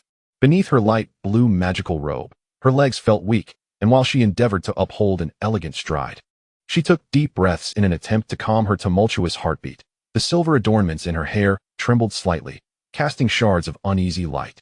On the opposite side of the arena stood the Welsh green dragon, towering majestically. Its elongated form shimmered with an eerie emerald hue under the dim sky, resembling a creature cloaked in flowing jade. The amber slit of its eye burned with a bloodthirsty flame, and as it gently flapped its enormous wings, a gale strong enough to overturn the stands was unleashed. The air was thick with the acrid scent of sulfur emanating from the beast, sending chills down the spine. Fleur, after a series of anxious maneuvers, finally cast a hypnotic spell upon the Welsh green dragon, which slowly succumbed to the ground. Cautiously and deliberately, she approached the golden egg. The spectators held their breath, not daring to make a sound. Just as Fleur grasped the egg and prepared to turn, the slumbering dragon erupted into a deafening roar. Its amber eye snapped open, the remnants of sleep replaced by fury. Fleur's spell had not been potent enough to fully lull it into slumber. The colossal dragon surged to its feet, stirring a tempestuous wind, and with a powerful swipe of its robust foreleg, it lunged at Fleur. Her complexion paled, but she quickly waved her wand, conjuring a transparent shield before her. Yet, the Welsh Green's might was beyond her expectations. Its claws crashed against the shield, shattering it instantly. The sharp talons grazed Fleur's shoulder, leaving a deep gash from which blood seeped. The excruciating pain caused her to falter, but gritting her teeth, she tightened her grip on the golden egg and dashed toward the edge of the arena. The dragon opened its gaping maw once more, unleashing a torrent of searing flames. Fleur rolled to the side, the flames singeing her silver hair. In a moment of peril, she broke free from the confines of the arena. The protective spells cast by the safety personnel quickly ensnared the enraged dragon within the boundaries. She knelt on one knee, still clutching the golden egg, her silver hair cascading chaotically over her shoulders, and a smile of survival graced her pale face. The stands erupted in gasps of astonishment, quickly followed by a thunderous applause greater than before. Incredible! She is far from a mere ornament. Pansy screamed. How did she change so quickly? Blaze chuckled. You wouldn't understand. I have been captivated by her prowess. Pansy waved a small flag excitedly. The audience, bundled in cloaks against the chilly wind, held their breath in anticipation of the next brave soul to emerge. Dumbledore stood at the center of the judging panel, his silver beard flowing in the wind as he raised his wand, announcing in a booming voice, the next contestant, Cedric Diggory. As applause erupted, Cedric stepped forth from the waiting area. His palm, firmly gripping his wand, was slick with sweat, and the rhythm of his heartbeat thundered in his ears. He was acutely aware that countless eyes were upon him, particularly those of his Hufflepuff peers, who hoped for a stellar performance. Proclaiming Cedric as their champion and beacon of hope, before him loomed the Swedish short snout, its massive form exuding a daunting aura. Hot breath billowed from its nostrils, forming white mist in the frigid air, while its scales glimmered with a chilling metallic sheen. Cedric inhaled deeply, striving to steady himself. He silently recalled the strategies from his training, yet his steps felt unsteady. The dragon lunged first, its gaping maw unleashing a wave of intense flames. Cedric reacted swiftly, rolling to the side as the ground behind him ignited. For the next 2 minutes, Cedric engaged in a fierce duel with the short snout, casting various protective spells as fire collided with magic, creating dazzling bursts of light. Sweat trickled down his forehead, dampening his collar, and each evasive maneuver strained his nerves to their limits. Finally, seizing an opportunity, he pointed his wand at a stone on the ground and shouted the transformation spell, Animagus. In a flash of light, the stone morphed into a barking hound. Professor McGonagall leapt from her seat in the judge's box, her dark green robe billowing as she did, her eyes sparkling with surprise and pride. What a perfect transformation spell, truly worthy of my finest student. Her typically stern countenance flushed with color, as the mastery over the transformation and its form was exemplary enough to serve as a classroom model. The short snout, momentarily distracted by the unexpected creature, charged toward the faux dog, its massive claws leaving deep impressions in the ground. Cedric seized this moment, sprinting with all his might toward the golden egg. His breath came in rapid gasps, the only sounds his pounding footsteps and the howling wind.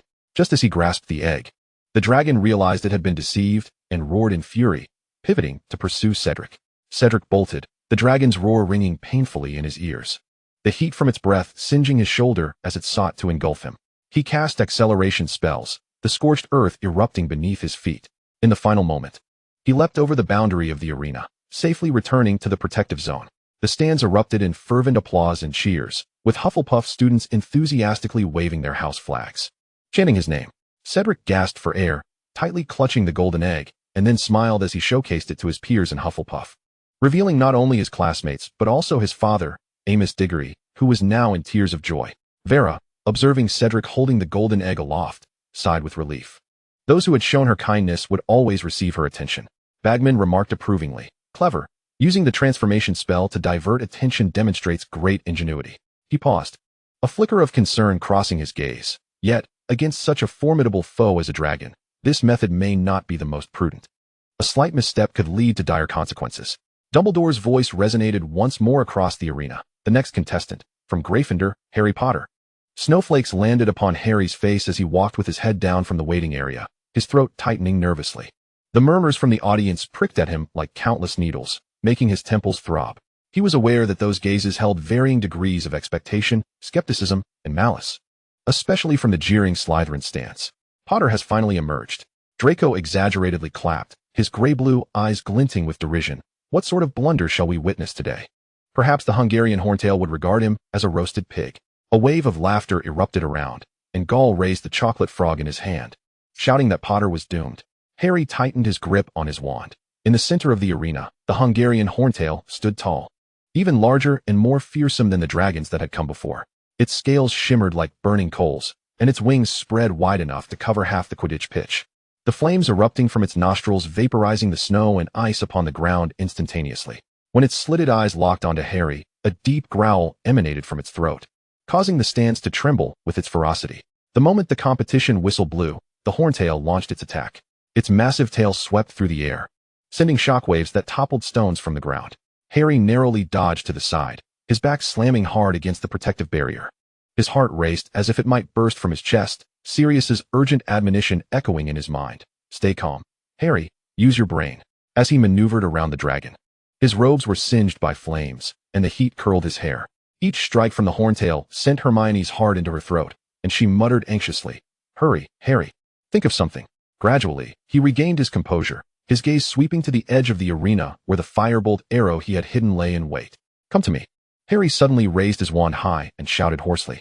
A golden streak of light tore through the sky, and a sound reached his ears from behind. There was hope, he thought, as the firebolt arrow surged into the arena like lightning. The dragon, enraged by the sudden appearance of the object, turned and unleashed a torrent of flames. But Harry deftly maneuvered the arrow away from the searing blaze. He spiraled through the air on his broom, using the arrow's incredible speed to confound the beast. Finally, in a fleeting moment before the dragon could react, Harry dove down. As he grasped the golden egg, the dragon's claws grazed perilously close to his heels. A gasp erupted from the stands, and Harry yanked on his broom, shooting upward at a near-vertical angle, successfully crossing the boundary of the arena. The moment the hourglass timer ceased its flow, the judges gasped in astonishment, declaring that Harry's time was shorter than that of the other three champions. The Gryffindor stands erupted in jubilation, George and Fred igniting fireworks in the shape of Harry Potter's name in the sky, while Ron and Hermione cheered. Hermione's shriek even drowning out the clamor of the arena. Draco's face was as pale as the winter snow. He slammed the telescope down on the cushioned table. "How can this be possible? It's just luck." Blaise patted Draco on the shoulder, though his tone carried a hint of reluctance. "Don't be angry. There are still 2 more rounds of competition." Vera lowered the telescope, standing with Celine, a meaningful smile gracing her lips. She gazed at the golden egg in Harry's hands, each step he took bringing the resurrection of the Dark Lord one step closer. The cold wind tousled her dark hair, and the light in her blue eyes flickered with inscrutable depths. Chapter 23, The Cage. Professor McGonagall's silver wand clicked sharply against the edge of the podium, causing the ornate oak desk to tremble and ink to splatter from the quills. Harry was lost in thought as he stared out at the falling snowflakes, while Ron propped up his Transfiguration textbook at the corner of the desk, surreptitiously unwrapping a Honeyduke's chocolate frog beneath it. Both boys jumped at the sudden sound. Mr. Potter, Mr. Weasley, Professor McGonagall's eyebrows knitted into a sharp triangle, her gaze piercing through her glasses like icy daggers. "If you have no interest in this theory, perhaps you should join the giant spiders in the Forbidden Forest for your Transfiguration lessons? At least they would listen attentively." Harry's cheeks flushed with embarrassment, and he hurriedly redirected his gaze from the window. Ron fumbled to shove the chocolate frog back into his pocket, smudging the pages with melted chocolate. All eyes in the classroom turned towards them, and Hermione urgently poked Ron's arm, whispering, "Apologize quickly." Professor McGonagall took a deep breath, waving her wand to neatly stack the textbooks into a pyramid on the podium. "Let this be the last time.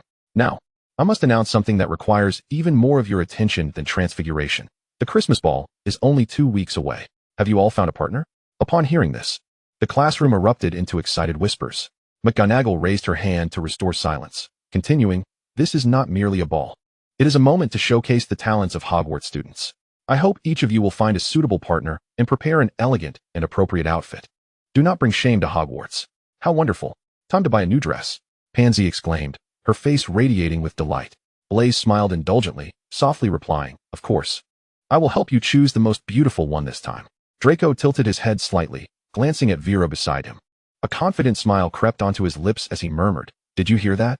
You can have a new dress. I can help you pick one out. Why do you look so unenthusiastic?" Vera merely cast a disinterested glance at him, her tone calm. "It's fine, but I'm not particularly fond of dancing." Her attitude caught Draco by surprise. He raised an eyebrow, seemingly on the verge of saying something, but stopped himself. Sitting not far away, Blaise noticed Vera's words and felt a stir within him. He lightly nudged Theodore with his elbow, nodding toward Vera, his eyes filled with insinuation. However, Theodore appeared as if he had been scalded, a conflicted and anxious expression on his face. He muttered, "I'm not ready yet. I haven't invited a girl." Blaise sighed in exasperation, whispering, "Don't hesitate. Just go for it." Theodore nodded. "All right, I'll find an opportunity to ask her tonight." McGonagall clapped her hands, regaining everyone's attention. "All right. Students, make sure to prepare. Now, let us continue with the lesson." The atmosphere of magic in the classroom thickened once more. Moonlight spilled across the corridors of Hogwarts, the wall sconces casting dappled shadows on the stone floor. Vera gently closed the door to Snape's office, the parchment for her potion's homework still carrying the bitter scent of potion ingredients. She adjusted her robe adorned with dark patterns, suddenly catching sight of a familiar figure around the corner. Theodore was gripping something, pacing restlessly under the moonlight. "Theodore?" Vera raised an eyebrow, her gaze sweeping over his tense shoulders. The boy suddenly turned, but a flurry of owl wings swept across the hand he had hidden behind his back. Snow-white feathers fluttered down, revealing a half-blooming white rose in his arms, its petals glistening with dewdrops. At that moment, the owl in Theodore's grasp let out an urgent hoot, its talons wobbling with a letter. He hesitated before tearing off the envelope, his father's bold handwriting stinging his eyes. "Return home immediately tomorrow morning. Arrangements have been made with the school." Theodore's fingertips trembled slightly as he stared at the undeniable period at the end of the sentence, all the words he had prepared turning into a lump in his throat. "What are you doing here?" Vera's voice was close at hand, and Theodore jerked his head up, the moonlight casting a silver fringe on her dark hair, her blue eyes inquisitive. Theodore stumbled back a step, his lower back colliding with the cold stone pillar. He wanted to hide the rose deeper, his sweat-dampened fingers appearing pale and cold in the moonlight. "I was just passing by." He heard his own voice come out dry and unsteady. Vera's gaze fell on his poorly concealed hand, a faint smile playing at the corners of her lips. "Passing by? What treasure are you hiding?" Theodore froze in place. The cold wind swept through, carrying the sound of distant tower bells. He suddenly recalled the crumpled design sketch for the dress from Transfiguration class, and Blaise's impatient urging. His throat constricted, but he slowly extended his hand, revealing the bouquet of roses. "I still think white suits you very well," he heard his own hoarse voice say. "So this is for you." The fragrance of roses intertwined with the moonlight flowed between the two, as Vera cast her gaze down upon the flower, her lashes casting delicate shadows beneath her eyes. Vera hesitated for a moment, her gaze shifting from the rose to Theodore's flustered face, as he nervously held his breath until a hint of a smile gradually graced Vera's lips. "Thank you." She reached out to take the rose, her fingertips inadvertently brushing against the back of his hand. However, plucking flowers from the greenhouse was against school rules. Theodore opened his mouth, yet found himself at a loss for words. Vera brought the rose closer to her nose, inhaling its rich scent mingled with the faint aroma of cedarwood that lingered around her, enveloped by the night. "Let us return to the common room together," she declared, turning to walk ahead. As they traversed the path back to the common room, their footsteps echoed through the empty corridor. Theodore trailed behind her, his eyes drawn to the silver hairband nestled in Vera's hair, ultimately swallowing back the question of whether she might become his dance partner. The moonlight streamed through the stained glass windows, elongating their shadows. Stealing a glance at the flower pinned to her cloak, the white rose swayed gently with their steps, stirring a pang of bittersweet emotion within him. He was acutely aware that he would depart early the next morning. This was perhaps the closest he would ever be to his longing, yet also the farthest. "Do you seem troubled?" Vera suddenly halted, turning to face Theodore. Her gaze was like a sharp blade, effortlessly slicing through his facade of calm. Theodore's fingers clenched tightly around the letter in his pocket, the thorn from the rose he had just plucked piercing his hand painfully. He opened his mouth, intending to reveal his imminent departure and the matter of the dance partner. But the words morphed into, "It's nothing, just pondering the potion homework." Vera scrutinized him for a few seconds, seemingly searching for answers within his evasive gaze. Just as Theodore anticipated further questioning, Vera merely shook her head gently and resumed walking. "Theodore, what secrets could possibly exist between us? If there is something to be shared, perhaps I could offer my assistance." Theodore's heart skipped a beat as he watched Vera push open the door to the common room, the warm golden light spilling through the crack and casting a soft halo around her figure. Oh, how he yearned to confide in her, to tell her that from the very first moment they met in Diagon Alley, he could never forget her blue eyes, that he had always known she was working for the Dark Lord, and it was he who had suggested she bear the mark of a Death Eater, that he wished to dance with her at the Christmas ball, to stand beside her. Yet he dared not speak. For a girl of humble origins held no appeal for the Knott family. His father would unequivocally disapprove. What if his stubbornness caused her harm? Come in. It is time to rest. Good night, Theodore. Vera's words lingered as she vanished behind the door. Theodore stood rooted in place, staring at the closed door, his heart full of unsaid words, which transformed into a heavy sigh. He glanced down at the crumpled letter in his hand before turning to walk into the dark corridor. The moonlight filtered through the high windows, casting a long shadow upon him, intertwining with the shadow of the Slytherin serpent emblem on the wall. Morning light spilled into the Hogwarts Great Hall at an angle, the golden plates and silver goblets reflecting fragmented light. Draco tapped his silver spoon against his glass, producing a crisp sound, and gestured disdainfully towards the Gryffindor table, mockingly stating, "Tisk, tisk, tisk, Potter and Weasley have truly reconciled, glued to each other once again." He caught sight of Hermione pushing a scone towards Ron, a sneer curling at the corners of his mouth, likening them to two inseparable rats. Before he could finish, he suddenly frowned, scanning the vacant seats beside him. Where is Theodore? By this time, he should be attempting to sneak the last piece of bacon away from me. Blaise leisurely sliced his fried egg, the clinking of his knife and fork ringing particularly clear. He left early this morning. His father's owl delivered a letter quite late yesterday, and I heard the wax seal was stamped with urgency. He shrugged, spreading a generous layer of jam on his toast. Old Knott's orders left Theodore with no room for negotiation. The young master not is quite the busy bee, Draco grumbled, not even a chance to say goodbye. Vera paused, her fork hovering above her plate, the roasted potatoes rolling halfway across the dish. She looked towards Blaise, her voice calm. Why is his family so strict? Blaise wiped his mouth, lowering his voice. The Knott family has long been staunch supporters of pureblood supremacy, and Old Knott's rules could fill 3 parchment scrolls. Theodore must wield his wand in precisely the same manner as dictated by family tradition. That seems exaggerated, Pansy interjected quietly. Blaise shook his head with a light chuckle. Moreover, his father is quite the traditionalist, always seeking advantageous pureblood alliances, indifferent to what Theodore truly desires. Since I met him at the age of 5, I can recall him always leading a difficult life. He said this while observing Vera's reaction. In their second year, Old Knott had confined Theodore for choosing elective courses he disapproved of, the last time he had secretly raised a Niffler. He had nearly been sent to Borgin and Berks as an apprentice. Draco cast a sidelong glance at Vera, deliberately elongating his words. What's this, Vera? Why are you so concerned about him? He shook his empty cup, curiosity flickering in his eyes. Vera lowered her gaze, spreading jam on her bread at a leisurely pace. It's merely that I miss a companion who could help me remember potion recipes. I find it somewhat disconcerting. She took a bite of her bread, catching a glimpse of an owl taking flight outside the window, and suddenly thought how wonderful it felt to soar into the sky. Blaise stared blankly at the empty seat. I hope he returns soon, safe and sound. Draco nodded in agreement. It is certainly quite dull without anyone to vie for the bacon. The carriage rattled over the frozen gravel road as Theodore gazed out the window at the spires of Knott Manor. Those Gothic towers resembling skeletal fingers entwined with the low-hanging clouds. A cold breeze slipped through the window crack, carrying the unique chill of the white camellia, his mother's favorite flower in life, now stirring a painful churn within his stomach. As he pushed open the intricately carved wooden door to the study, the flames in the fireplace leapt high, distorting the family portraits adorning the walls.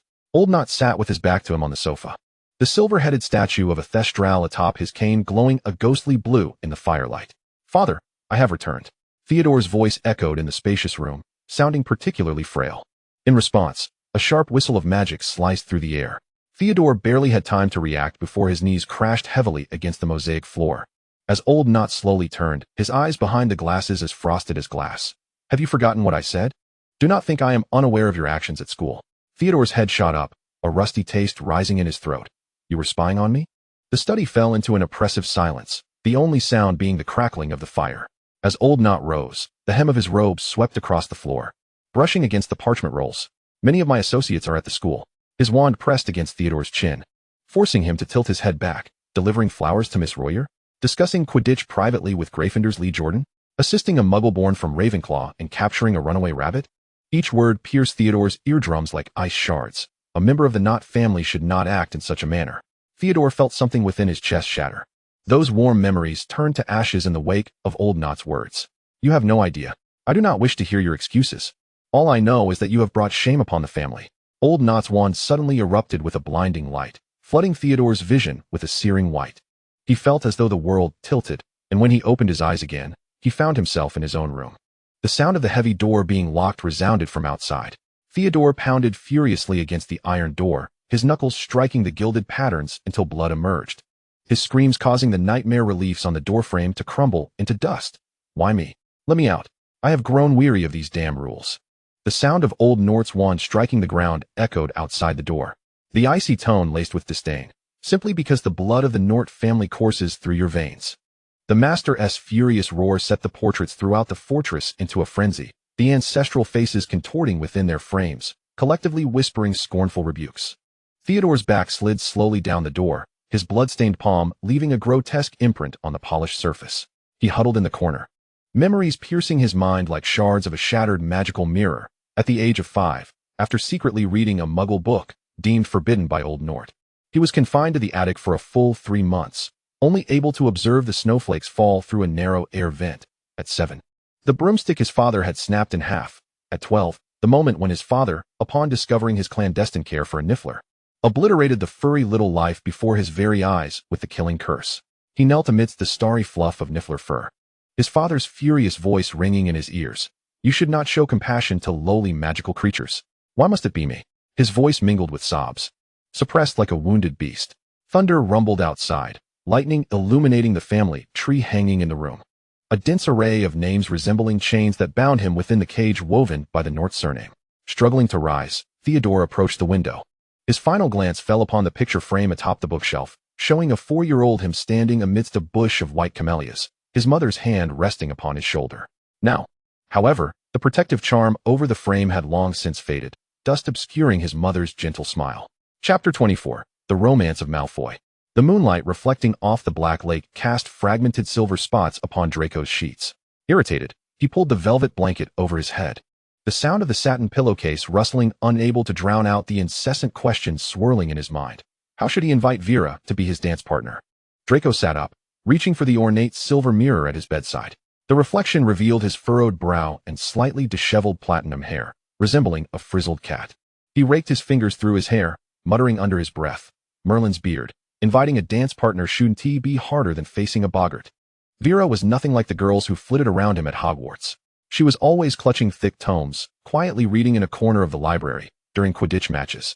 While others cheered from the stands, she remained utterly unresponsive. Most distressing of all was her declaration of disinterest in dancing. Draco leapt from his bed, pacing the room.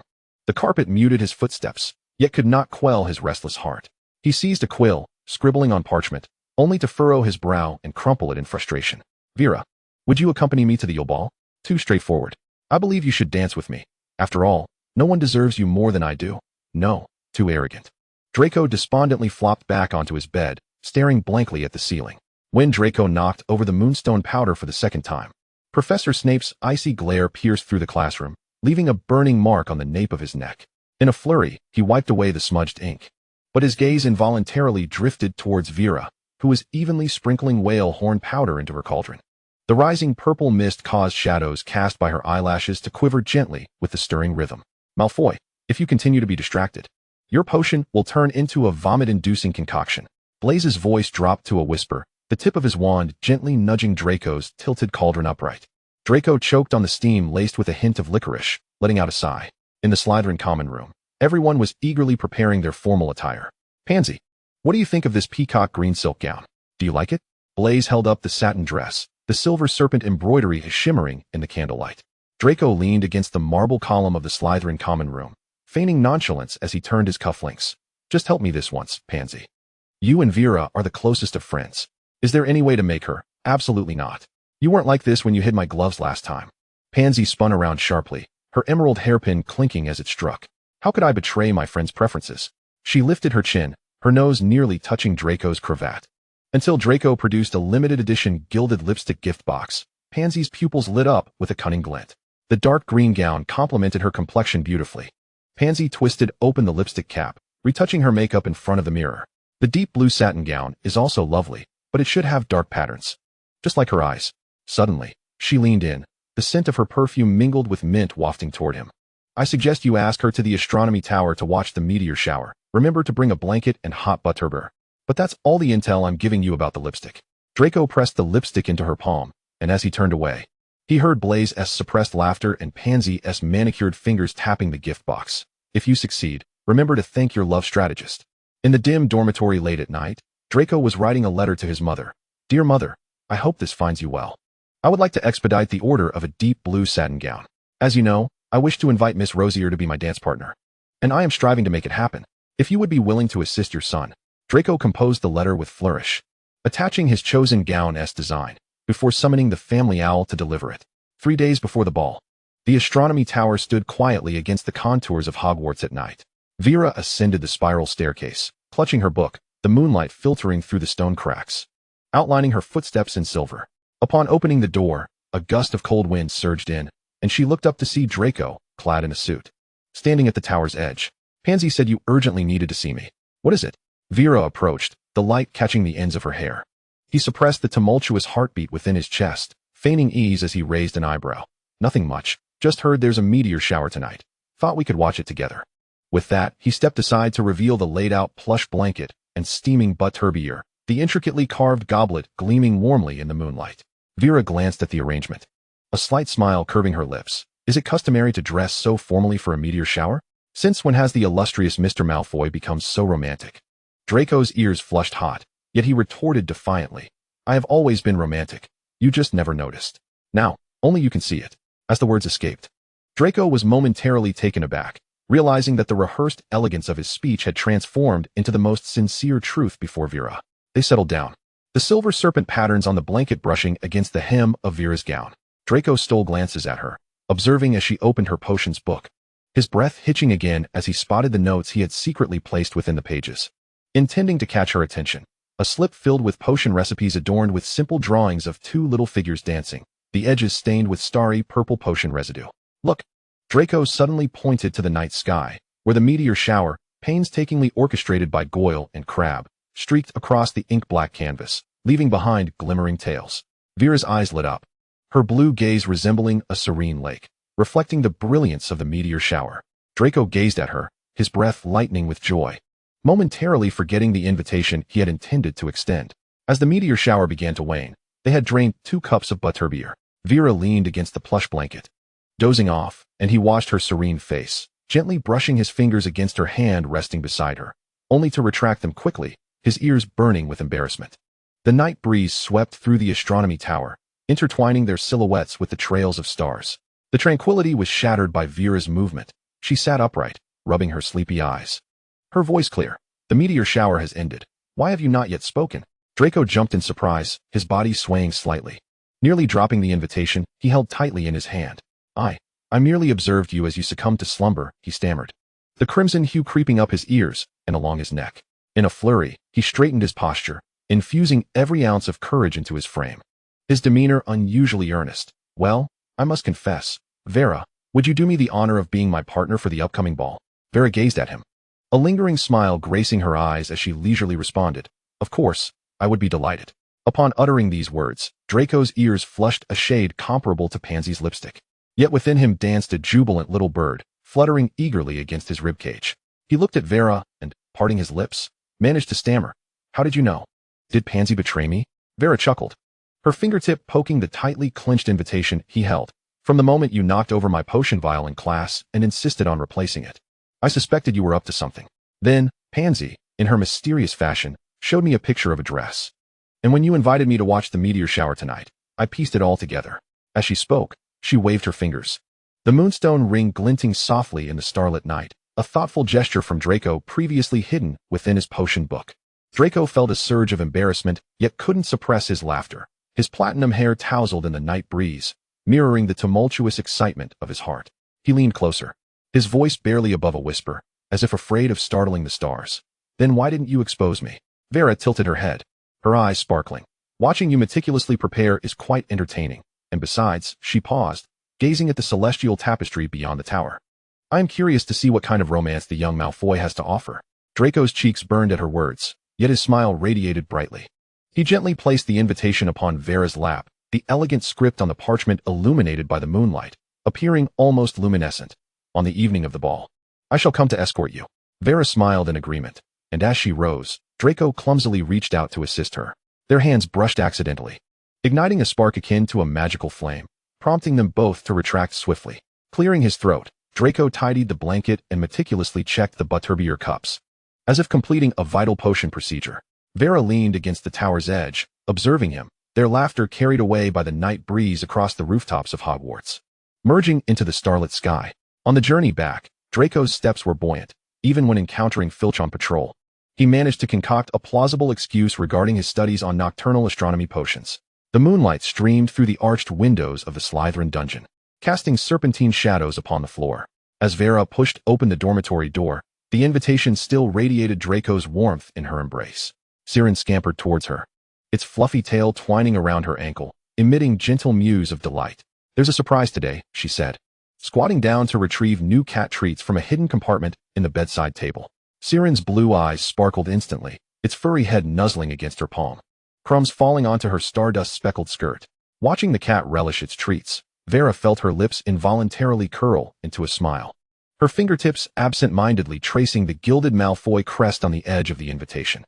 The dressing table mirror was veiled in a fine mist, and as Vera wiped it clean, the reflection unveiled a haunting memory. In the downpour, she clutched her wand, witnessing the lights of a Muggle home extinguished by her spells, her gown soaked in blood.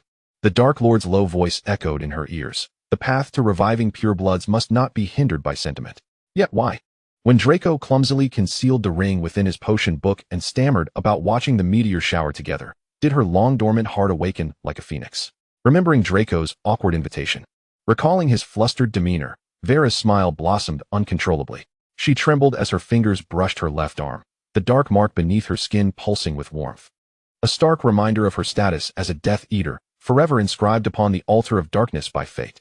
Even if only for a fleeting moment, she mused, smiling at her own reddened eyes in the mirror, her fingertips gliding over the cool moonstone of the ring. Suddenly, Siren leaped onto her lap, its fluffy head rubbing against the dark mark on her arm, as if tenderly licking a wound. Siren then jumped onto the dressing table, its tail sweeping across the potion textbook, revealing the moonstone ring nestled within the pages, casting shards of light. Vera cradled the cat, burying her face in its warm fur, allowing waves of happiness to wash over her, wishing for dawn to arrive slowly, ever so slowly. The following is my own rambling. Feel free to skip it. I just need a vent. Sob, sob, sob. I'm so furious. I'm so furious. I'm so furious. Just earlier, while playing Wonch, I was using Xiao Qiao, and after about 10 minutes or so, I cleared my mid lane and assisted the jungler in taking down the dragon. But then their mid laner, jungler, and support came over and eliminated us. I didn't provide vision for the jungle monsters, even though I signaled before arriving. And our top laner claimed I was the top in economy, but didn't know I needed to help him. At that moment, I was 4-3, and our jungler was 0-6. I can't recall Ziomen's stats. All three of my deaths were at the hands of their jungler. I couldn't even venture too far out. It infuriated me to no end, as those two brothers kept berating me, while inputting voice messages and playing the game. My hands trembled with rage. I'm so furious. I'm so furious. I'm so furious.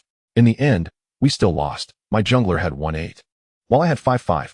How wonderful. I absolutely love gaming. An earnest edition Hermione and Crumb too. The December sun slanted through the stained glass windows of the Hogwarts library, casting a kaleidoscope of colors upon Hermione Granger's open pages of magical botany. She bit down on her quill, her fingers absent-mindedly caressing the yellowed pages, attempting to divert her focus from the cacophony of voices behind her. "Mr. Crumb, have you found a dance partner for the ball? Victor, could you please sign my parchment?" The chorus of playful entreaties sounded like a flock of chirping sparrows. Tightening Hermione's frown further, she adjusted her posture for the third time, yet the girls surrounding Crumb only grew bolder in response to his silence. One Ravenclaw girl even shoved her gold-trimmed notebook directly in front of him, her sleeve brushing against Crumb as he annotated ancient runic texts. Hermione abruptly turned, her hair sweeping over her shoulder. In that instant, their eyes met, and she found herself ensnared by a pair of deep-set eyes, as dark as the Black Lake. His previously icy gaze faltered upon meeting hers, as if struck by a disarming charm, causing him to look away and fluster.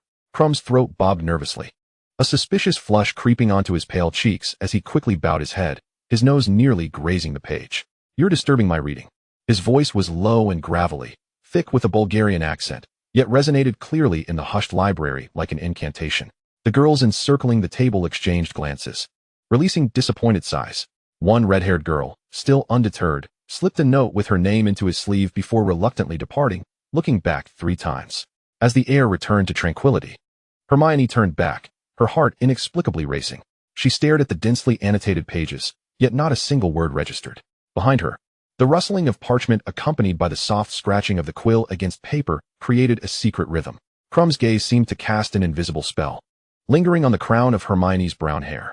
He observed the way her brows furrowed in concentration, the way she bit her lower lip, revealing her pearly teeth, resembling a stubborn little rabbit, and how she occasionally tucked stray strands behind her ear. These fleeting images captivated him far more than any Quidditch strategy he had ever studied. As the date of the Christmas ball draws ever closer on the calendar, Krum has crumpled his parchment draft into the 17th paper ball. He knows he must be as decisive as seizing the golden snitch, yet each time he attempts to speak, his throat feels as if ensnared by a silencing charm. During dinner, Harry and Ron come to the library to summon Hermione. "You've missed another opportunity," Krum sighs to himself. The setting sun bathes the Quidditch pitch in a honeyed hue. Krum removes his goggles, sweat trickling down his jawline into his collar. His gaze instinctively sweeps over the stands. Fully aware that Hermione will not appear there, yet he often finds her presence in the library, like a spellbound book that never reveals its final page, enticing him to uncover the secrets nestled within each line. "Victor!" The call from a teammate interrupts his thoughts. He is about to accept the offered water pouch when his peripheral vision catches sight of 3 figures approaching from Hagrid's pumpkin patch. Hermione's chestnut curls flutter in the breeze as she discusses the dietary needs of blast-ended Skrewts with Harry, deftly avoiding Ron, who stumbles over a tree root. Krum's throat tightens, and the handle of his broomstick leaves a damp imprint in his palm. When Hermione suddenly halts and gestures towards the library, he instinctively thrusts his broom at the nearest teammate, rushing towards the castle without even removing his protective gear. As cold water splashes across his face, the reflection in the mirror still bears the weariness of Quidditch practice, yet the flickering flame in his eyes cannot be extinguished. He hastily wipes his face, retrieves a white shirt buried at the bottom of his trunk, and fumbles to fasten the top button, slipping on a deep gray sweater. A small glass vial in his pocket emits a soft chime as he moves. It contains a calming draft stealthily acquired from potions class, now glowing a brilliant blue. 1, 2, 3. He tilts his head back and swallows the potion, the icy liquid gliding down his throat, mingling mint with bitterness, yet failing to fully quell the tumultuous beating of his heart. Krum takes a deep breath and pushes open the ornately carved wooden door of the library. As the door swings open, the setting sun has already spilled across the window panes. As expected, Hermione occupies her usual spot, a quill dancing across the blank pages of Essentials of Potion Brewing, her round glasses slipping down her nose. "Miss Granger." His voice emerges more hoarse than anticipated. Hermione looks up, her brown eyes widening in surprise upon recognizing him. Krum feels his heart race like a rogue bludger, yet he forces himself to meet her gaze. "May I invite you to be my partner at the Christmas ball?" The air around them seems to fall into a profound silence. Hermione's quill clatters to the parchment, smudging a small ink blot. "Me? I thought you would invite someone else." She hastily adjusts her glasses, her ears tinged with a suspicious flush. "I have been observing you for quite some time," Krum confesses, his fingers unconsciously tracing the edge of the table, where Hermione had once etched runes with her wand. "I admire you greatly, especially your advocacy for the liberation of house elves, and your diligence in class. You are intelligent and kind, always so brave and rational." He pauses, feeling the heat rise to his ears. "In truth, I came to the library because of you.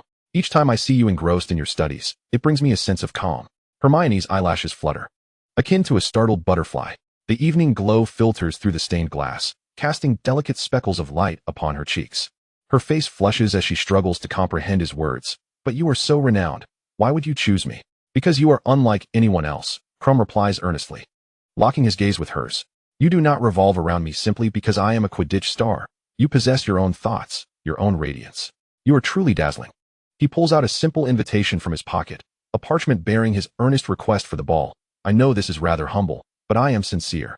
As Hermione gazes at the heartfelt invitation, a smile slowly graces her lips. "Victor, I would be honored to be your partner." Krum's heart nearly leaps from his chest, his lips curving into an uncontrollable radiant smile. "So am I, truly honored." Chapter 25, The First Dance. Hogwarts' Great Hall seems to have been enchanted with a time-bending spell, the ceiling adorned with a flowing aurora of stars, indigo and silver intertwining like liquid moonlight cascading downwards. The colossal Christmas tree towers 3 stories high, adorned with mechanical music boxes that automatically open and close. Whenever the music plays, Nutcracker soldiers emerge from the revolving wooden carvings, shooting forth golden sparkles. Ice-carved candelabras snake along the walls, the solidified emerald drips of wax eternally suspended in the act of falling. While crystal goblets filled with eggnog emit an ethereal blue glow, the the frosted sugar snowflakes swirling around them hum in unison to the Christmas carol. The soothing waltz melody flows as the four champions and their partners step into the dance floor. Pansy's peacock green velvet gown commands the spotlight, its hem woven with 360 shimmering peacock feathers, each spin resembling a peacock's fan, refracting light into a cascade of iridescence. When Blaise lifts her, the hidden silver threads among the feathers shine brilliantly, casting a grand peacock silhouette upon the ceiling. Draco's black tuxedo, embroidered with silver trim, accentuates his tall stature, the serpent family crest pin glinting coldly with each breath. He extends his hand to Vera, the platinum cufflinks at his sleeves reflecting fragmented light. Vera, you look more beautiful than ever tonight. The deep blue off-shoulder silk gown perfectly contours Vera's figure, the diamond-studded hem swaying gently with her steps, reminiscent of twinkling stars in the night sky. A delicate sapphire necklace adorns her fair neck, the perfectly cut gem harmonizing with her blue eyes, while a moonstone hairpin nestled in her locks radiates a soft glow. Vera's earlobes flush pink. Thank you. Draco takes a deep breath, stepping forward with a graceful gentleman's bow, his right hand slightly bent in an inviting gesture. Vera, would you care to dance with me now? Vera smiles in response, placing her hand gently in his, fully willing. Her voice is soft, tinged with a barely perceptible nervousness. Draco wraps his arm around her waist, guiding her onto the dance floor. Their movements are light and fluid, Draco skillfully leading Vera through spins, forwards, and backwards. Each time Vera looks up at him, she notices Draco's ears flushed, yet he strives to maintain his elegant demeanor. As the waltz reaches its gentle climax, Draco elegantly twirls Vera, and as their eyes meet, she suddenly whispers, "You are my first true dance partner." Her words, though carried by the music, resonate clearly in Draco's ears. Draco's fingers instinctively tighten, his heart thrumming like a drum within his chest. Yet his exterior remains composed in true Slytherin fashion. "It is my honor." He slightly tilts his chin, a softer curve to his smile than usual, the pin trembling subtly with his heartbeat, concealing joy within the flowing silver-threaded embroidery. As the music reaches its zenith, Draco guides Vera through the final movement, and the hall's ceiling suddenly showers them with golden snowflakes imbued with the scent of peppermint. When the last note dissipates into the air, they walk toward the long table, coincidentally encountering Blaise and Pansy, who have just concluded their first dance. "Vera, that dress was made for you," Pansy exclaims, admiringly stroking the fabric of Vera's gown. "Look at our Malfoy. He resembles a gentleman straight out of an old photograph."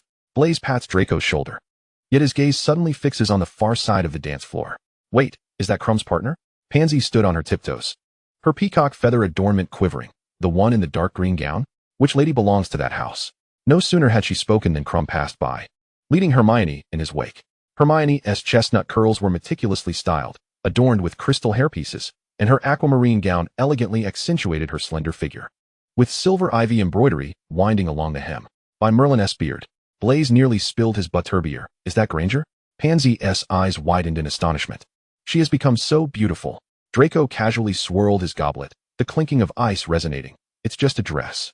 Vela sipped her juice in silence, observing Snape and Moody conversing quietly at the edge of the dance floor. At that moment, a cascade of luminous auroras transformed the great hall's dome into a sky filled with fireflies, fleetingly alighting upon the guest's hair. As a lively jig began to play, Pansy and Blaise re-entered the dance floor, while Draco, his brooch gleaming, extended his hand to Vela, the silver embroidery shimmering in the interplay of light and shadow. Round 2. "Shall we surpass Parkinson and her ilk?" Vela placed her hand in his palm, her fingertips brushing against his wrist. "Let us catch up first." They exchanged smiles, returning to the rhythm of the dance, their figures blending into the crowd amidst the flickering gold dust. The ball concluded at midnight, the star-studded night sky enchanted, moonlight cascading over Hogwarts Castle. Almost everyone had enjoyed themselves immensely, laughter gradually dissipating into the breeze. Vela discreetly slipped her toes out of her satin heels, revealing her blistered feet beneath the hem of her gown. Draco caught sight of her slightly furrowed brow, and with a gentle flick of his wand, a private curtain of light descended from the floating crystal chandelier. Noticing her discomfort and the slow pace she took, concern filled his gaze. "It's my fault for having you dance for so long. Can you still walk?" He lowered his gaze to her reddened ankles, the silver embroidery of his cuff brushing against her hand as a warm voice enveloped in moonlight suggested, "Let us try this." The faint glow of the spell hadn't yet touched her skin when Vela laughed and evaded. "Never mind. This is the price of my self-imposed beauty." As she bent down to lift her skirt, she stumbled into his cedar-scented embrace. Draco instinctively gripped her wrist, his other hand securely supporting her knee. In that case, he lifted his chin, his wand tracing a silver arc in the air. I permit you to briefly shed your beautiful armor. He gazed at Vela under the moonlight, softly urging, take off your shoes. Vela hesitated, her cheeks flushing. Is that appropriate? The journey is still long. Draco's half-kneeling gesture stirred a gust of air, the silver embroidery of his cuff brushing against her heated calves. Just leave it to me. He gently clasped her ankle, carefully helping her remove the exquisite but torturous heels. Turning his back to her, he spoke with a gentle insistence that brooked no refusal. Climb on, I'll carry you back. When silence followed, Draco glanced over his shoulder. Please don't refuse me, all right? Vela's heart skipped a beat as she gently draped herself over his back, her arms encircling his neck, the sapphire necklace lightly clinking against his collarbone. Draco held her steadily, and as he rose, Vela felt the warmth radiating from him. Throughout the journey, Draco walked steadily, and when the cold wind stirred, he cast a warming charm. Vela leaned close to Draco's ear, sharing amusing tales from the ball, to which he responded with soft laughter. Vela, promise me you'll stay this happy, all right? The tremor of his chest resonated through her back, and Vela paused before answering. I will. Navigating the silent corridors, they finally returned to the Slytherin common room. Pushing open the door intricately carved with serpentine patterns, the warm candlelight enveloped them instantly. Merlin, I almost thought you'd fallen into the dungeons.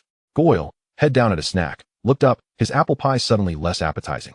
Upon seeing this scene, Pansy let out a shriek and collapsed onto the sofa, her eyes sparkling with envy. Oh my, how romantic.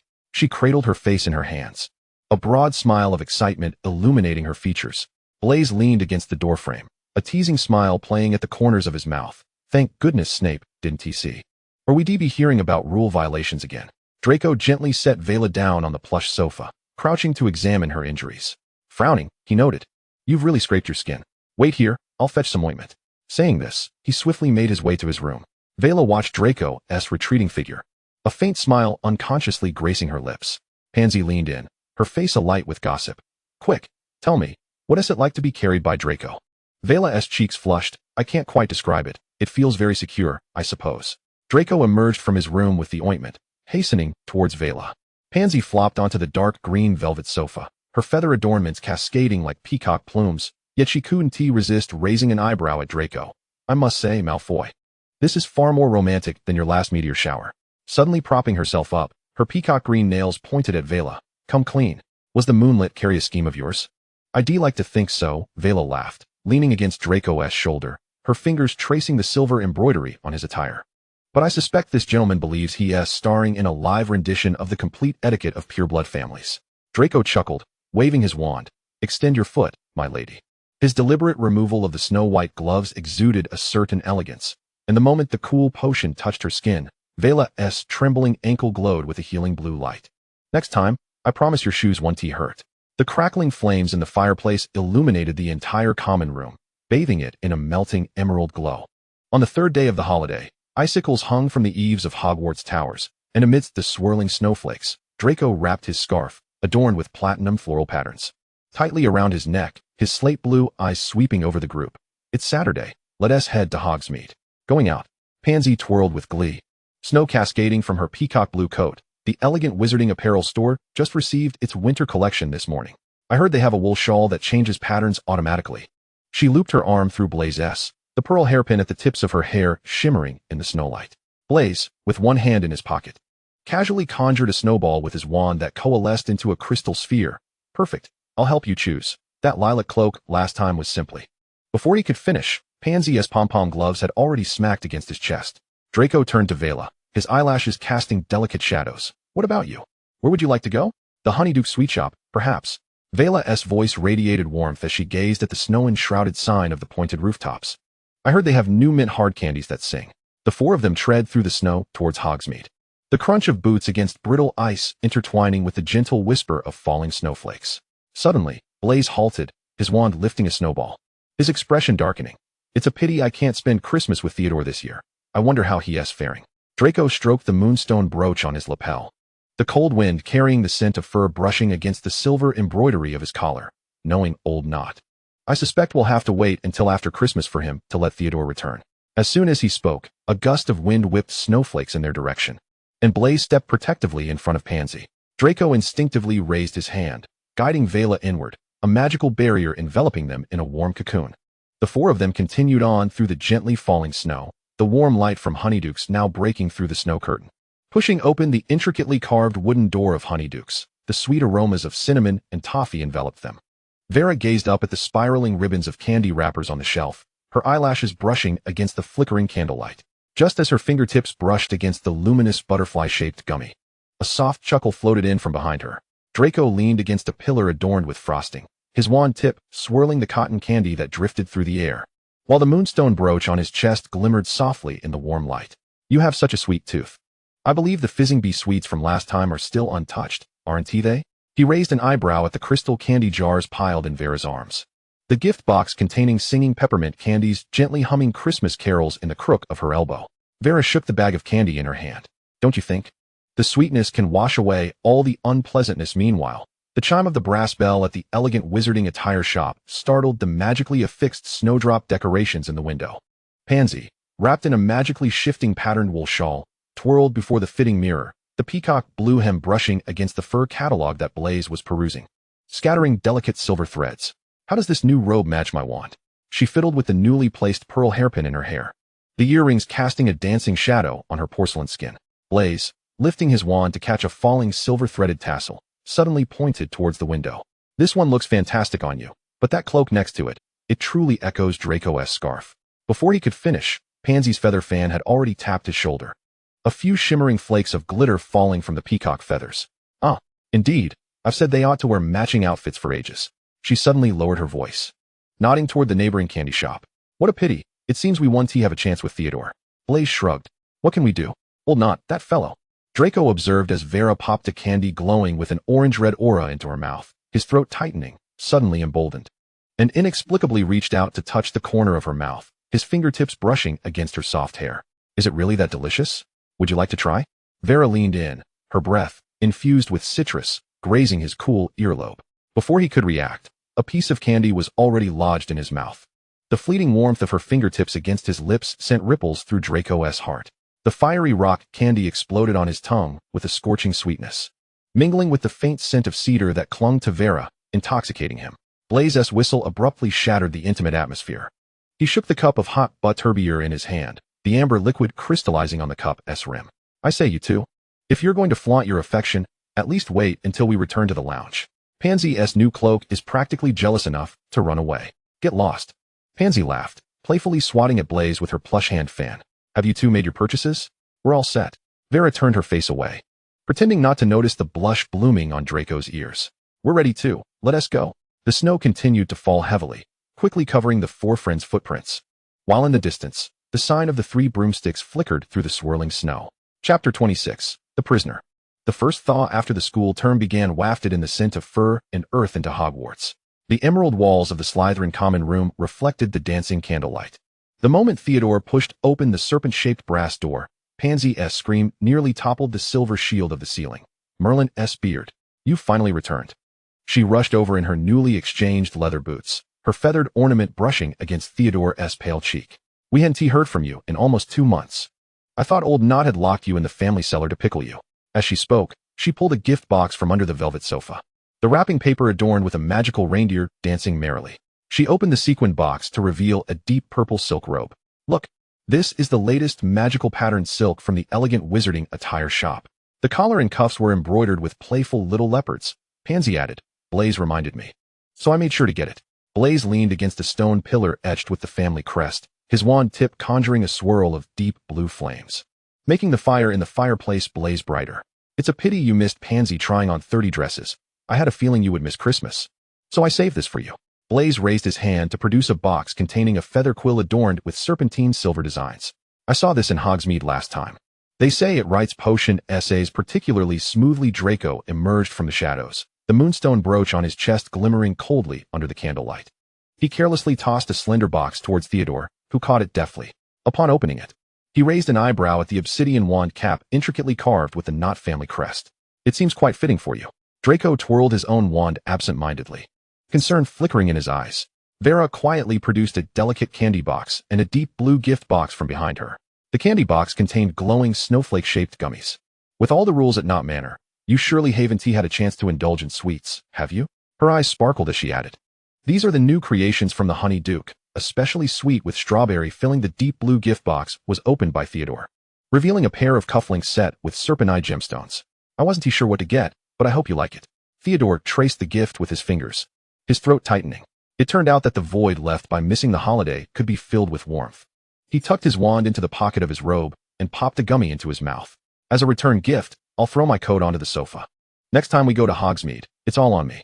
Theodore slowly removed the wool scarf from around his neck, revealing pale skin marked by the indentations left by old knot. Pansy suddenly lunged forward, grasping Theodore's wrist.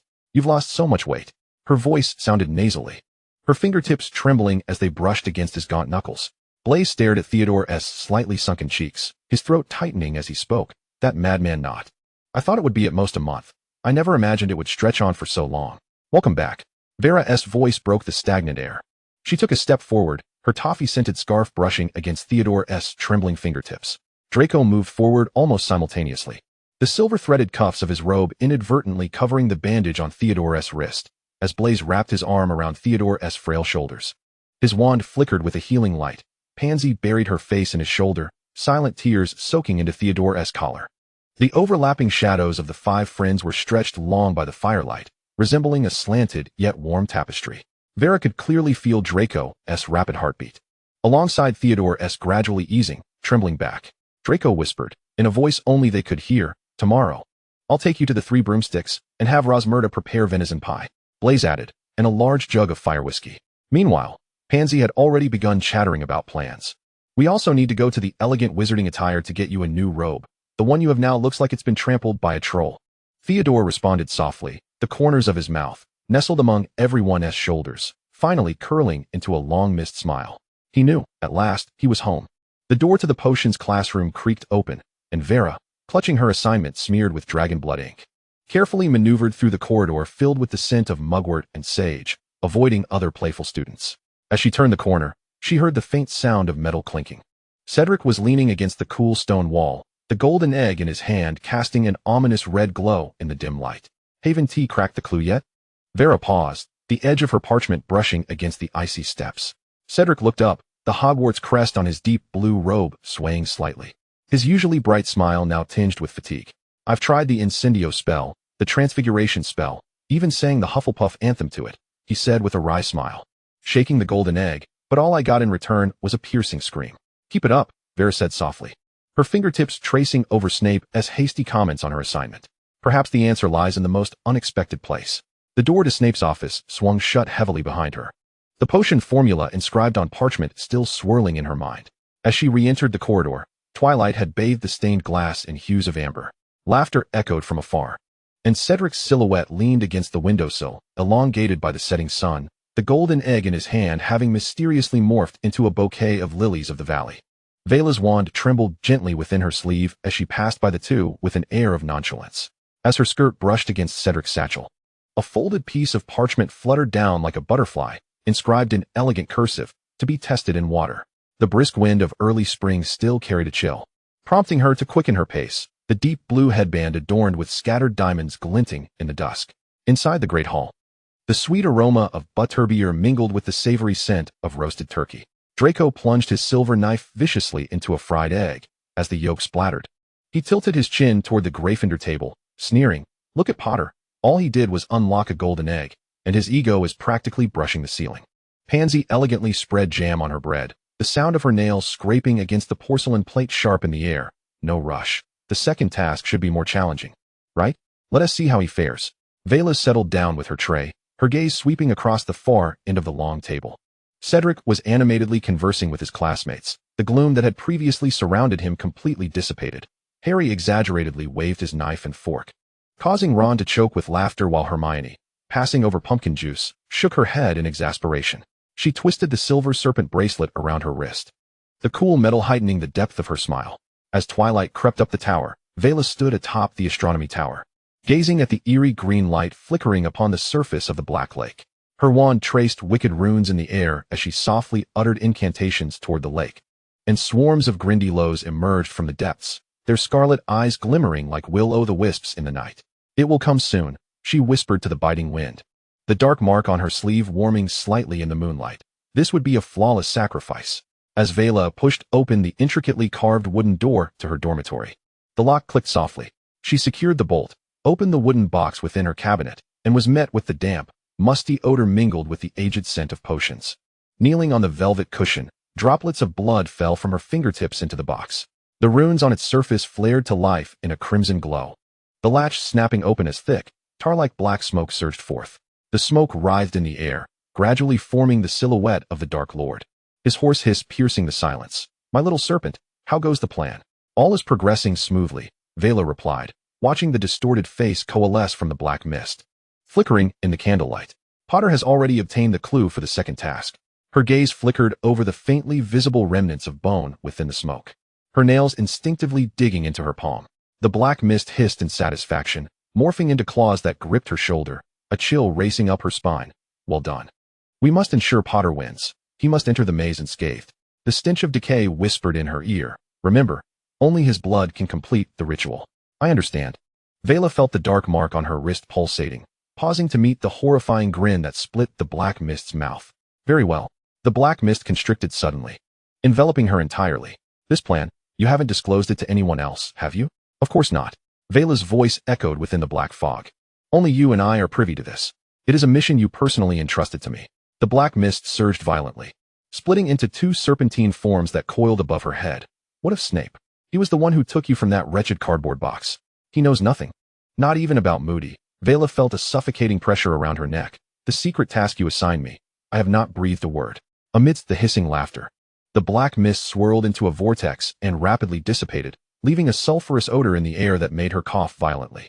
As the final wisp of smoke vanished entirely, the wooden box sank back into darkness, and only the wound on her fingertip continued to bleed, the droplets twisting and curling in the moonlight. Sunlight filtered through the foliage at the edge of the forbidden forest, casting a peculiar atmosphere over the wooden tables in the care of magical creatures class. Hagrid, who usually fed the blast-ended scroots by the tree stump, was conspicuously absent, replaced by Professor Grubbly Plank, cloaked in wolf fur. She tapped the tree trunk with her silver wand, drawing the students' attention from the radiant glow at the forest's edge to a unicorn tethered beneath a yew tree, its spiraled horn glistening with a pearl-scent sheen in the sunlight. "Professor, where is Hagrid?" Harry's anxious voice carried on the wind through the ferns. Grubbly Plank's lashes cast hard shadows beneath her eyelids. "He is unwell." Her wand pointed toward the unicorn, its mane gently swaying with the breeze. "Today we are fortunate to observe the unicorn up close. Gentlemen, step back 3 paces. Unicorns are particularly sensitive to male presence." Draco tugged on Crab's sleeve, retreating behind a hazel tree, raising his voice purposefully. "Maybe Hagrid is hiding in his hut, weeping. After all, the Daily Prophet just exposed his giant mother's tusks." Pansy chuckled along. The Daily Prophet was far too kind. That half-breed giant should stay far away from the school. "Quiet down, everyone," Grubbly Plank called out. Amidst the murmurs, Vela found herself face-to-face with the unicorn. Staring into its pure gaze, the rancid stench of the black mist from the dim chamber seemingly lingering at her nostrils. As the boys retreated, the unicorn suddenly lifted its head, gazing directly at her, its eyes shimmering with a tender light. "Miss Rosier, would you like to attempt to touch it?" Professor Grubbly Plank's voice called from behind. Vela trembled as she extended her hand, just as her fingertips were about to graze the soft fur. The Death Eater mark on her left arm flared with an agonizing heat. The unicorn's coat shimmered with a pearl-like luster, each silver mane untouched by dust. Yet the closer she drew, the sharper the pain of the mark became. She jerked her hand back, stumbling backward. "Be careful." Draco rushed forward in an instant, his long arms steadying her waist, his voice tinged with concern. "Don't fall." "What's wrong?" Pansy asked anxiously. Vela shook her head, her throat tightening. "It's nothing." She dared not look upon the unicorn's holy visage, its radiance seeming too bright, exposing the darkness within her heart. Under the scrutinizing gazes of her peers, she turned her back to the pure creature, striving to suppress the tumult within. Just as she turned, her gaze inadvertently met Theodore's knowing eyes, which narrowed slightly in the shadows, enveloping all her secrets in a thick silence.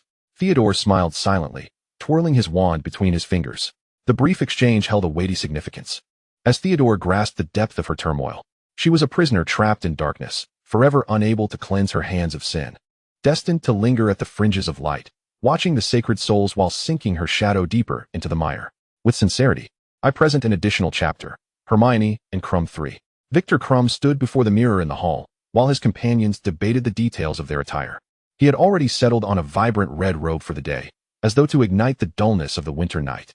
The robe, featuring a high collar, was crafted from a fabric that resembled frozen flames, cascading down his tall frame in sharp lines. A black leather shoulder strap crossed diagonally over his chest, its metallic buckles glinting coldly, while a matching wide belt cinched his waist, the silver ornate clasp dancing between red and black, adding a touch of cunning to the solemnity. Strikingly prominent was the crimson cloak draped over one shoulder, its plush, fluffy trim resembling the mane of a tamed snow beast, gently quivering with each gesture he made to adjust it. He turned his face, allowing the light from the mirror to fall more evenly. Beneath his prominent nose, a pair of deep brown eyes sparkled with tenderness, their usual sharpness dulled by an anticipation for the ball, softening ever so slightly like a warm current beneath an icy lake. Crumb gazed into the mirror, feeling as though something was amiss, until his dormitory mate, Aldo, spritzed him with a touch of perfume. Regardless of usual appearances, it was imperative to leave a good impression on the ladies tonight. Henry chimed in from the side. All right. Crumb, one word, handsome. Just go and enjoy yourself. Crumb smiled, pouting in gratitude. The snow fell heavier, cloaking the castle in a silvery white for Christmas, as the silver bells of the decorations in the corridor tinkled gently in the night breeze. Standing outside the Gryffindor common room, the plush trim of his red robe caught some of the fine snowflakes, shimmering like pearls under the magical light. He clenched his fists and then relaxed them, his throat rising and falling gently with each breath. Ever since he first locked eyes with Hermione's resolute gaze in the corridor, he had often found his heartbeat erratic with such anticipation. He adjusted his shoulder strap, the metallic buckle glinting coolly, as his heart kept time with the music emanating from the great hall, drumming steadily within his chest. Suddenly, the sound of light footsteps echoed from within the common room, and as the oak door creaked open, Crumb's breath caught in his throat. Hermione emerged from the shadows, her water blue gown flowing like a thawed stream, cascading elegantly along her figure, cinched at the waist. Her usually voluminous curls were intricately styled into an elegant updo, with stray tendrils framing her face, accentuating the graceful line of her neck. Today, Hermione wore makeup. A hint of blush graced her cheeks, casting a peachy glow, while her lashes, curled by a charm, arched playfully, and the slight lift at the corners of her eyes made even the armor on the corridor's columns appear to quiver. Crumb, belatedly realizing that it was his own shadow that seemed to tremble, gazed at her, his throat constricting as if frozen by a spell. And after a moment of dazed hesitation, he extended his hand, the warmth of his palms seeping through the silk gloves, conveying his flustered excitement. You look truly beautiful today, he murmured, his voice barely above a whisper, the Eastern European lilt wrapping around the word beautiful in a sweet, sticky manner. Hermione pressed her lips together, the curve of her smile softened by the candlelight. Thank you. You look quite handsome today as well, Victor. As her words drifted into the corridor, Crumb sensed the silver bell's gentle chime quicken, the warmth of his palm traveling up his arm, even the coolness of the metal buckle warming under her touch. The snowlight in the corridor fell upon their joined hands, blending the red of his robe and the blue of her gown into the gentlest of portraits before the Yule Ball. The strains of string music became clearer, enveloping them as they moved toward the starry-sparkled great hall. The magical starlight in the hall's dome grew ever more brilliant, and Dumbledore, standing at the long table, chuckled as his silver beard trembled with mirth. Now, let us welcome our 4 champions and their partners to commence the first dance of our Christmas ball. The music unfurled like flowing stardust, as Cedric led Cho into the dance floor. As Cho's light pink skirt twirled, Cedric's peripheral vision caught sight of Hermione, her water blue gown accentuating her lightness, the jewels in her hair sparkling brighter than the stars. He nodded slightly, a sincere smile gracing his lips. Hermione, you look truly beautiful tonight. Cho blinked in agreement, her soft hair swaying at her shoulders. Yes, Hermione, you look like a princess stepped out of a magical portrait. Hermione's ears flushed instantly, her nerves causing her to twist the hem of her skirt. It dawned on her that many were stealing glances in her direction, whispers swirling like tiny spells, tickling her ears with curiosity about why she was Victor Crumb's partner. Crumb's tall figure emerged from the crowd, the plush trim of his robe brushing against Hermione's hair. He offered a slight nod of acknowledgement to Cedric, his palm gently cradling Hermione's hand, the pressure light as if he feared to crush a delicate teacup belonging to a house elf. Hermione took a deep breath, and as she lifted her foot to the music, her skirt swept across the floor. In that moment, she caught sight of Harry and Ron squeezed among the crowd. Harry's eyes sparkled as he gazed at Cho, while Ron stared at her, mouth agape as if he could fit a chocolate frog inside. Crumb noticed the tension in Hermione's shoulders and sensed her nervousness. He guided her through the dance steps with grace and precision, while leaning closer to her ear, he softly whispered in his Bulgarian accented English, "It's all right, don't be nervous." Don't mind their gazes. Just enjoy this moment, okay? Right now, it's just us. Hermione tilted her head back, meeting his earnest gaze. And the tension melted away as if under a dispelling charm. She smiled back at him. Of course, it's just us in this dance. The murmurs around them gradually faded into the harmony of the music, and Hermione began to relax. Moving in sync with Crum's rhythm, her skirt traced larger arcs. Blooming like a water blue flower at the center of the dance floor, transforming all gazes into starlit petals. In the heart of the dance floor, the steps of the four champions and their partners began to intertwine. The music swelled to its crescendo, and the starlight in the dome seemed to sway with their movements. Hermione looked up to meet Crum's focused gaze, and in that moment, the hall's clamor and the crowd's curiosity faded into mere background noise, leaving only the dance and the comforting warmth emanating from their clasped hands. Chapter 27, Project 2. On Valentine's Day, golden and pink ribbons danced lightly in the breeze along the corridors, while a little cherub at the entrance of the great hall joyfully scattered petals, eliciting peals of laughter from the students. Pansy, clutching a box filled with chocolates, skipped merrily into the Slytherin common room, her eyes sparkling with sweetness. Draco, look at the chocolates Blaise sent me. She waved the silver-trimmed box in front of Draco, the rich aroma of cocoa wafting through the air. Yet, Draco merely cast a dismissive glance, his attention fixated on the unopened heart-shaped box of chocolates in his hands, the pink hearts printed on it gnawing at his irritation. Throughout the day, a steady stream of boys blushed as they handed chocolates to Pansy, who graciously accepted them with a smile. The silver accessories in her hair swaying gently with each movement. Draco's fists clenched tightly, his face growing green with jealousy. Upon returning to the common room, Draco slumped onto the sofa, his platinum hair appearing somewhat dull in the dim light. Pansy settled beside him, poking his stiff shoulder. Still sulking? What's the matter? Are you contemplating how to deal with those boys giving chocolates to Pansy? What gives them the right? Draco shot upright, his blue-gray eyes brimming with anger. Those fellows are merely offering ordinary chocolates. They don't deserve Pansy. He seized the box beside him, only to slam it down again. The satin ribbon on the box now slightly askew. Pansy sighed in exasperation, using her wand to smooth the crooked ribbon. Instead of fretting here, why not just tell her your feelings?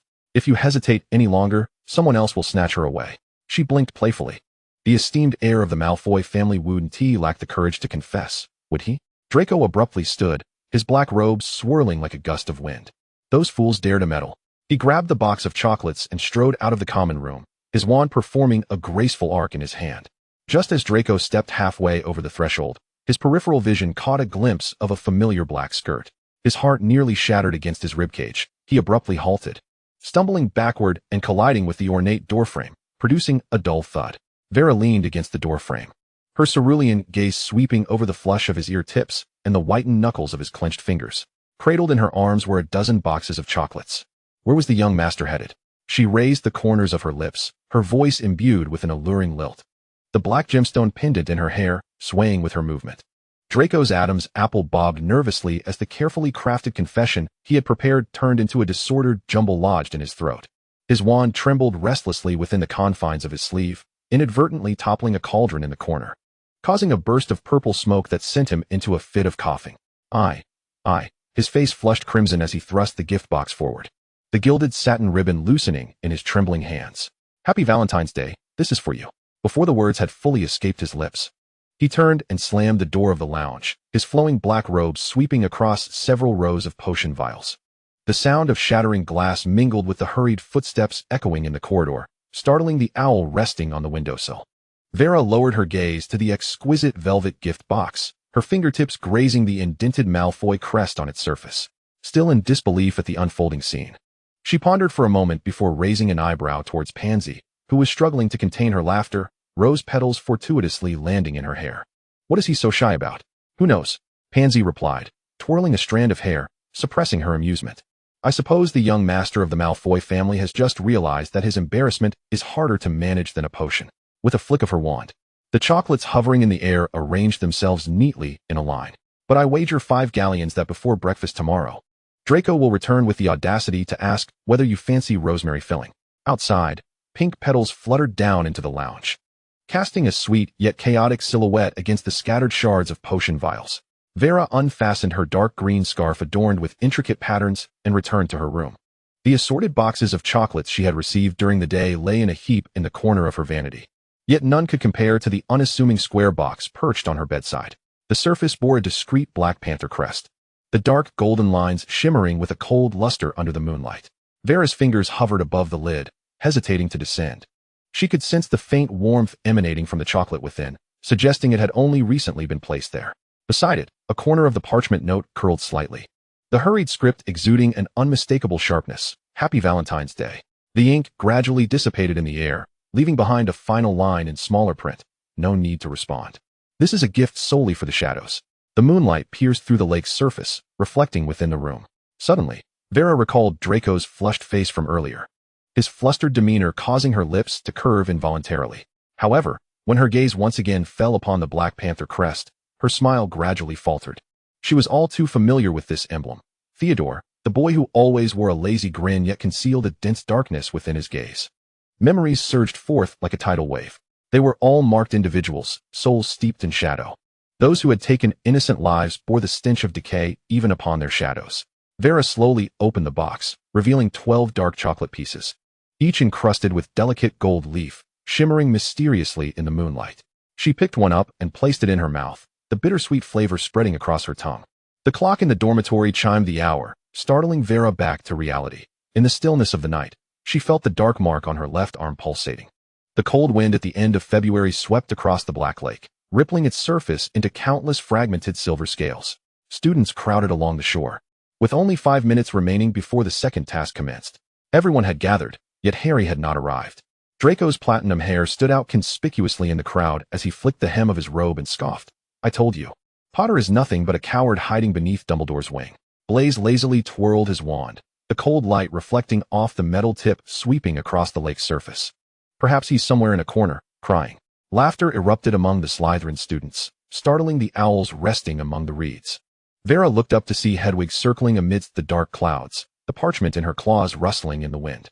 Instinctively, her gaze darted towards the shadows by the shore, where Moody's magical eye emitted an eerie red glow, the mechanical whirring mingling with the sound of the wind. When their eyes met, the Death Eater disguised as Mad-Eye Moody shrugged slightly, his artificial eye betraying a hint of barely perceptible agitation.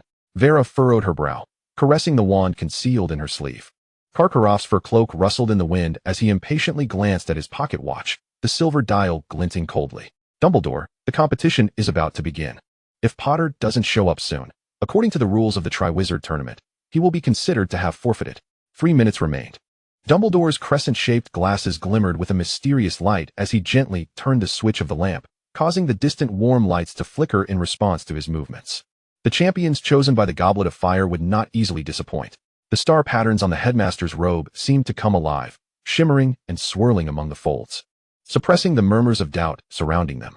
The Weasley twins' booth was bustling with people, with George jumping onto a stone pedestal, a stack of parchment in hand, his fiery red hair dancing wildly in the wind. Last chance. Bet on Cedric for a guaranteed win. Fred shook a tin box filled with gold coins, intentionally amplifying the clattering sound. For those betting on Potter, you can get half a galleon back if you refund now. The crowd stirred.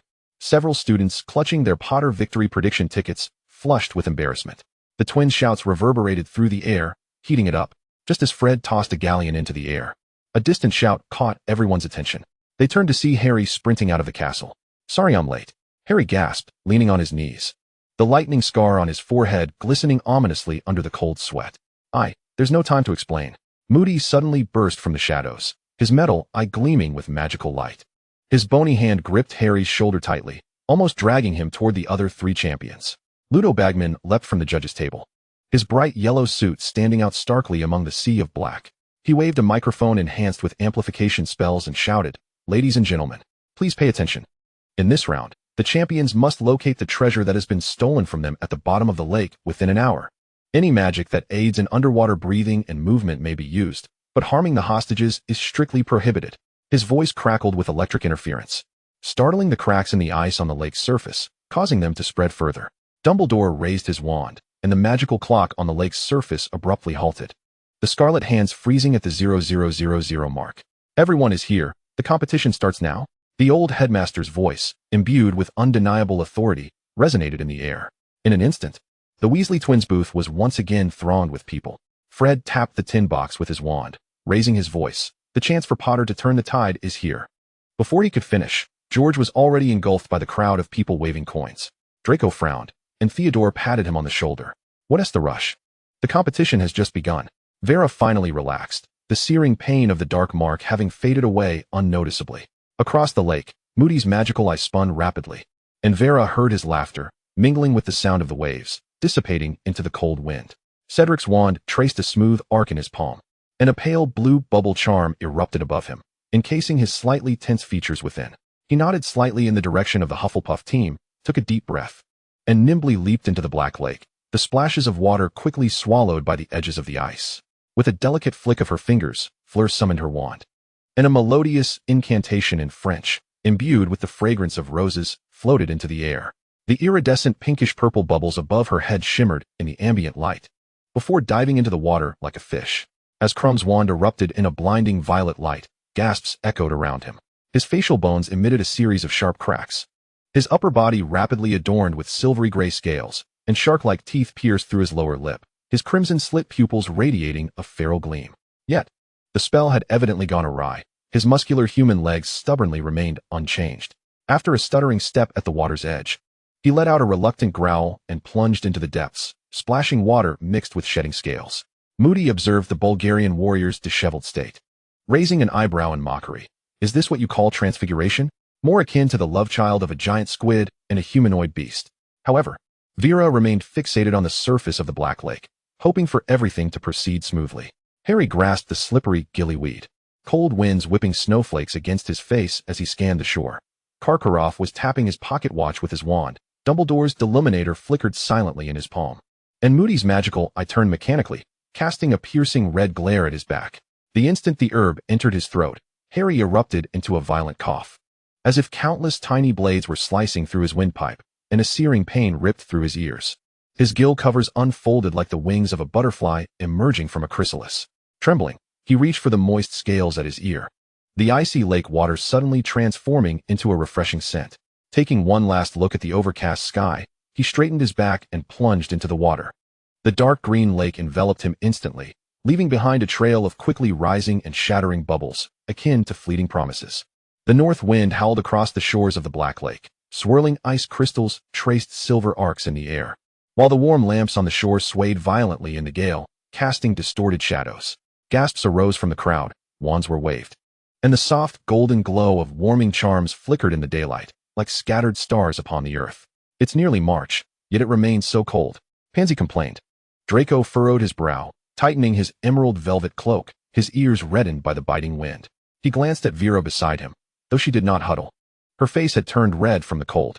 After a moment's hesitation, he retrieved 5 exquisite tin thermoses from the nearby table, the steaming warmth infused with rich cocoa instantly dispelling some chill. Drink up, he said, turning his face away, a suspicious flush creeping to his ears, feeling a bit warmer. Pansy's eyes brightened as she snatched a cup and hugged it to her chest, the steam casting a rosy hue upon her cheeks.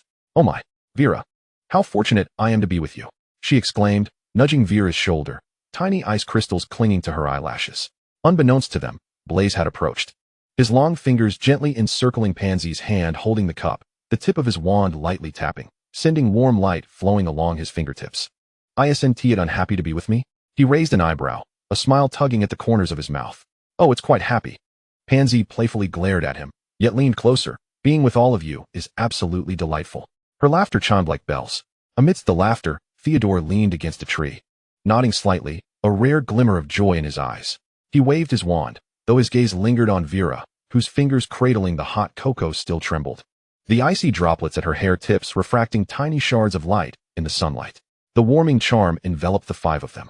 Almost every gaze was fixed intently on the churning surface of the lake, anxious whispers mingling with the howling wind.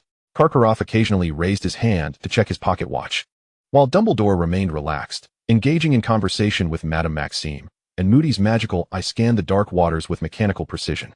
Chapter 28, Task 2. The ripples on the lake's surface expanded, ice crystals refracting tiny lights in the tempest. Gasps surged from the crowd like a tidal wave. Vera stood on her toes, the cold wind lifting the wisps of hair at her temples, her eyes locked onto the water's surface. With a resounding splash, Cedric burst forth from the depths, tightly cradling the pale-faced Cho Chang. His robes were soaked, hair plastered to his forehead, yet a resolute smile remained on his lips. The Hufflepuff students erupted in cheers, some waving house flags, others jumping and shouting, "Cedric! Cedric!" Their jubilant cries nearly lifted the heavy clouds above the Black Lake. "He's from our house," a young Hufflepuff boy shouted. The assistant wizards quickly paddled their boats closer, carefully hauling the two onto their vessel. Thick blankets enveloped their drenched bodies, and warm ginger tea was offered to their lips. Cedric, prioritizing Cho, first handed her the steaming cup, softly inquiring, "Feeling better?" Cho nodded slightly, her eyes sparkling with joy. "You did it. We did it." Cedric gently wiped the water from her face. Draco scoffed at this sight, a sneer curling his lips. Hufflepuff can walk with their heads held high in the castle again. Pansy stomped her foot in frustration, lamenting, "What about Crumb? I should have bet on Cedric." Blaise shrugged. "A bet's a bet." Suddenly, the surface of the Black Lake trembled violently, a silvery gray figure breaking through the waves. Crumb, transformed into a shark, appeared with a missing fin. Blood swirling grotesquely on the lake's surface. In his arms lay a drenched Hermione, droplets clinging to her lashes. Cheers erupted like a tidal wave, only to quickly fade into hushed whispers. The crowd froze as if petrified, with only a few sporadic claps echoing. Karkaroff's face darkened ominously. Vera heard Pansy's sharp intake of breath beside her and turned to see her friend's eyes wide with disbelief, nearly popping from their sockets. "What? Crumb's treasure, Hermione?" Pansy's scream pierced the cold air. "That mudblood? Has he lost his mind?" Draco's wand struck heavily in his palm. Crumb must be out of his wits. He laughed coldly, his brown eyes reflecting the shadows of Crumb and Hermione, all for someone of such low birth. "Is it really that shocking? They danced together last time." Vera interrupted, unconsciously tracing the ornate pattern on her thermos.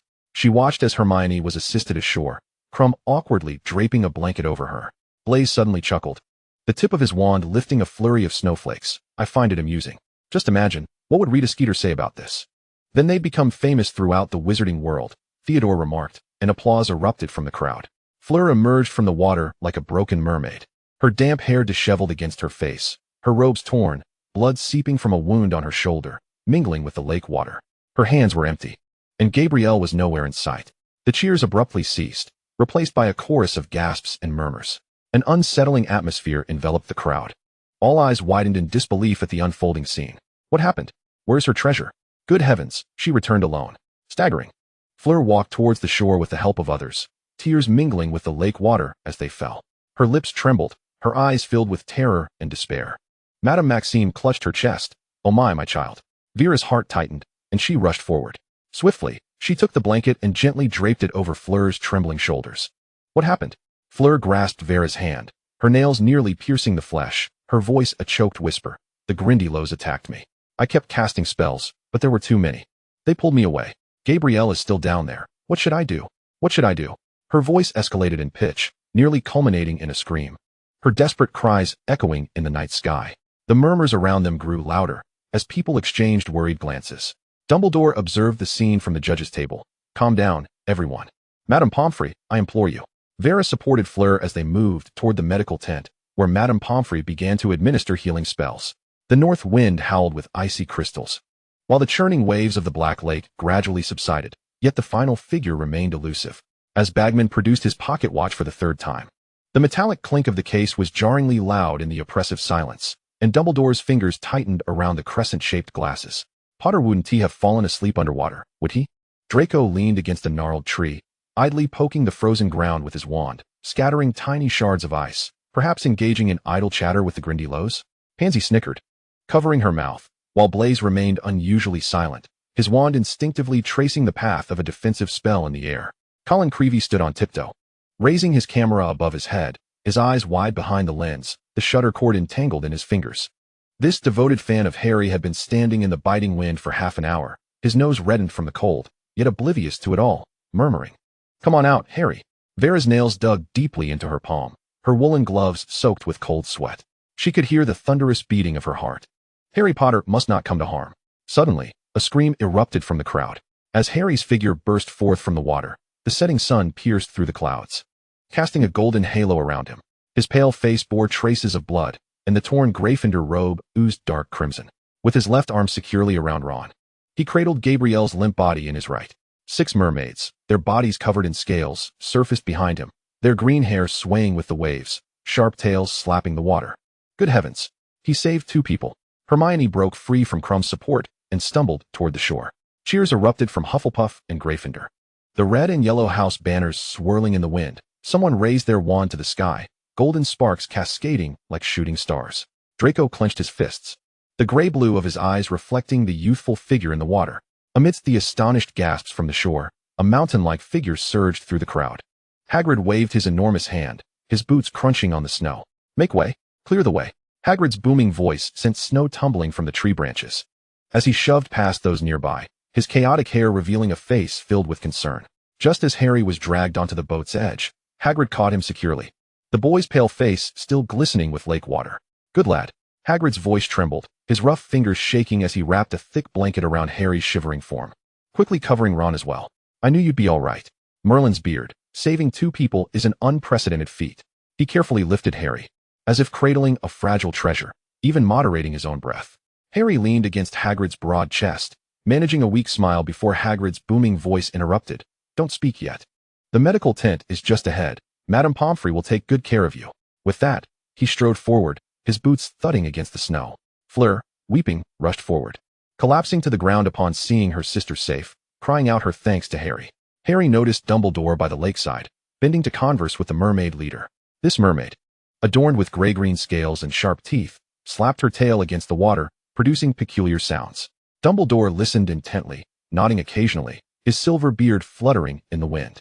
Soon, he returned to the judges' table, addressing the crowd. After a moment, Bagman waved his wand, producing a sharp whistle. "Ladies and gentlemen, please be quiet. I now announce the scores for the second task of the Triwizard Tournament." The clamorous crowd gradually quieted, all holding their breath in anticipation. First, from Hogwarts, Cedric Diggory. Bagman announced loudly. He skillfully utilized the bubblehead charm and was the first to successfully rescue a hostage. An undisputed first place. The Hufflepuff students erupted into thunderous cheers, their house flag waving in the air, confetti cascading down. Second place, Victor Crumb from Durmstrang. Bagman continued. Though his transfiguration spell had some flaws, he successfully completed the task. The Bulgarian exchange students cheered loudly, Crumb smiling wearily as he waved to the audience. Next is Hogwarts Harry Potter. The moment Bagman finished speaking, murmurs of dissent erupted from the crowd. He was the last to return. He took so much longer. Various voices of criticism rose in a chorus. Bagman raised his hand for silence, a mysterious smile on his face. "Professor Dumbledore has just spoken with the mermaid leader. The mermaid leader informed us that Harry Potter was the first brave soul to locate all the hostages. However, he did not escape alone. He risked his life to stay in the depths, ensuring everyone could reach the surface safely, choosing to be the last to leave the Black Lake. This selflessness and courage embody the spirit required for the Triwizard Tournament." The crowd fell silent for a moment before erupting into enthusiastic applause. Hagrid waved his arms excitedly. Professor McGonagall clapped fervently, her eyes glistening. Snape glowered at Harry, while Harry, Ron, and Hermione cheered with excitement. Finally, Bagman announced, and last but not least, from Beau's Batons, Fleur Delacour. But Vera could no longer bear to listen. She had obtained the desired outcome. Silently stowing her wand in her sleeve and turning to blend into the dispersing crowd, Draco hurried after her, the tips of his boots crushing the snow. It was just luck. The candlelight in the Slytherin common room cast flickering snake shadows on the ceiling. As Vera stepped over the threshold, she heard the sound of leather rubbing behind her. Draco leaned back in an ornate armchair, his silver gray eyes glinting coldly in the shadows, his fingers unconsciously spinning a badge. "Vera, where have you been?" Her footsteps halted on the dark patterned carpet, the evening breeze scattering the remnants of snow still clinging to her hair. "Just some matters." Before she could finish, Draco had already stepped closer, trapping her between the cold stone wall and his warm chest. The scent of cedar mixed with mint enveloped her as his wand brushed past her ear, illuminating the wall sconce. In the warm yellow glow, the shadows cast by his lashes quivered with each breath. "What matters?" he asked, his voice husky, fingers lifting a stray lock of hair. "Pansy said you didn't even eat dinner. Blaise saw you heading to the staff tower 3 times. He gripped her wrist, his warmth seeping through her sleeve. "Don't feign indifference. You know I care." Vera tilted her head to evade his piercing gaze, her hair brushing against his flushed ears. "Let go." As she struggled, the back of her neck inadvertently collided with the stone wall, causing her to gasp in pain. Draco immediately loosened his grip, but instinctively placed his palm at the back of her head, his fingertips grazing her soft hair. "Tell me, Vera." His breath brushed her flushed cheek. "You know I can." "I said no need." She abruptly shook off his hand, but lost her balance and began to fall backward. Draco swiftly caught her waist, and they tumbled into the dimly lit sofa. The hem of his velvet robe spread out, enveloping her in a warm green whirlpool. In the fleeting moment when their gazes locked, the fireplace unexpectedly crackled, sending sparks flying. Draco's attention traversed from the slight furrow of her brows, across the blush of her eyes, and finally settled upon her trembling lips. His Adam's apple bobbed, the shadows cast by his lashes gradually enveloping the tumult of emotions swirling beneath. Vela sensed his breath drawing nearer, warm and tinged with an unsettling allure. Just as Draco's lips were about to brush against hers, Vela averted her head, her earlobe grazing his heated cheek, producing a faint sound that echoed in the stillness of the lounge. "This is my affair," she protested as she struggled to rise, her skirt whispering across the marble floor. "What gives you the right to meddle?" Draco stood frozen, his fingertips lingering with the warmth of her waist. Watching her hurried retreat vanish around the corner of the spiral staircase, he felt as though awakening from a dream, gripping the armrest of the sofa tightly. The golden snake embroidered beneath his palm, twisting in agony. "I'm sorry," he murmured to the empty lounge, collapsing onto the couch, his gaze lost in the swirling silver serpents of the ceiling's relief. The flickering light of the fire cast a complex interplay upon his eyes. Memories of Vela lingering outside Moody's office, her contemplative gaze fixed upon the black lake, and the rapid breath she had taken when she evaded him. All these fragments coalesced in his mind, manifesting into a disquieting suspicion that pricked at his heart, a subtle ache. Chapter 29. We did not argue. The scent of toasted bread wafted through the hall as Draco sat sullenly, poking at the sausages on his plate. Oblivious to the jam that splattered onto his sleeve, Pansy took a bite of her butter pie, her hairpiece swaying with the motion. "How peculiar, Draco. Why haven't we heard Potter's usual ruckus today? You should have been teasing him by now." Blaise lifted his pumpkin juice and took a sip, his gaze flitting between Draco's taut profile and Vela, who was sipping her own drink across the table. Draco remained absorbed in slicing his sausage, grunting noncommittally. Pansy widened her eyes, exchanging a puzzled glance with Blaise. Blaise squinted and subtly gestured toward Vela. Pansy suddenly enlightened, twirling her sugar spoon and leaning closer to Theodore. "I say, Theodore, you seem eager to play Quidditch with Blaise today? How fortuitous, I could go watch you." Theodore set down his napkin and looked at Pansy, bewildered. "What?" Pansy blinked, raising her voice deliberately. "Vela is undoubtedly going to be holed up in the library again. Judging by the flush of her ears, she's still sulking over Crum's loss to Cedric yesterday. She probably doesn't want to exercise. So we won't disturb the two of you." Draco remained grim-faced. Blaise placed a hand on Pansy's shoulder, the hem of his robe brushing against Draco's arm as he rose. "Come on, Pansy, if we linger too long we might miss the good seats." He subtly nodded towards Theodore, who promptly understood, pulling the still-dazed boy to his feet. "Enjoy your date amidst the tomes." Pansy winked at Vela as she departed, the bells at the ends of her hair jingling with each step. Draco watched the trio until they vanished beyond the ornate archway. Silence enveloped the long table, save for the occasional soft sound of Vela sipping her pumpkin juice. He stared at the array of food before him, his throat constricting before he finally blurted out, "I apologize for my behavior last night." The sharp clink of silverware abruptly ceased at Vela's lips. She set down her pudding, her lashes casting delicate shadows beneath her eyes. "I didn't take it to heart." Draco forced a smile that resembled a grimace. The chill of the honey jar seeped into his palm as he fixated on the crystallized sugar at the opening. Did she truly mean she hadn't taken it to heart? Those heated breaths, the reckless touches. He was the one who had lain awake all night, tormented as if under the Cruciatus curse. "Shall we head to the library together?" Vela spoke suddenly, her fingers tracing the serpentine relief on her cup. "With the upcoming exams next year, we ought to prepare." Draco looked up sharply, the morning light catching her cascading hair, illuminating her blue eyes that always held secrets. He could hear the thunderous beating of his heart, yet merely uttered a nonchalant hum as he grabbed his bag and stood, purposefully slamming his wand against the table, forcing himself to respond in the most casual tone. "Fine, I suppose I shall accompany you." The two of them walked through the corridor, their footsteps echoing on the empty stone floor like two disparate notes. Draco focused on the ground ahead, counting the cracks in each tile, suddenly wishing that this path to the library would stretch on endlessly. Vela halted at the fork leading to the library, glancing back at Draco, who was still engrossed in counting the floor tiles. "Are you dawdling, hoping to turn to stone here?" Just as Draco was about to retort, hurried footsteps echoed around the corner. Harry and Ron approached side by side, Ron's hand subtly resting on his wand, his jaw clenched, ready for a confrontation. In the past, Draco would have raised his chin defiantly, lobbing sharp barbs at them, yet now he merely pressed his lips together, fixated on the glimmering silver snake clasp in Vela's hair, quietly following her as if under a silencing charm. In the instant they brushed past each other, Ron's gaze nearly burned a hole into the back of Draco's head. He widened his eyes, watching Draco's fingers at his side curl and uncurl unconsciously. a submissive demeanor that starkly contrasted with the haughty Malfoy he remembered.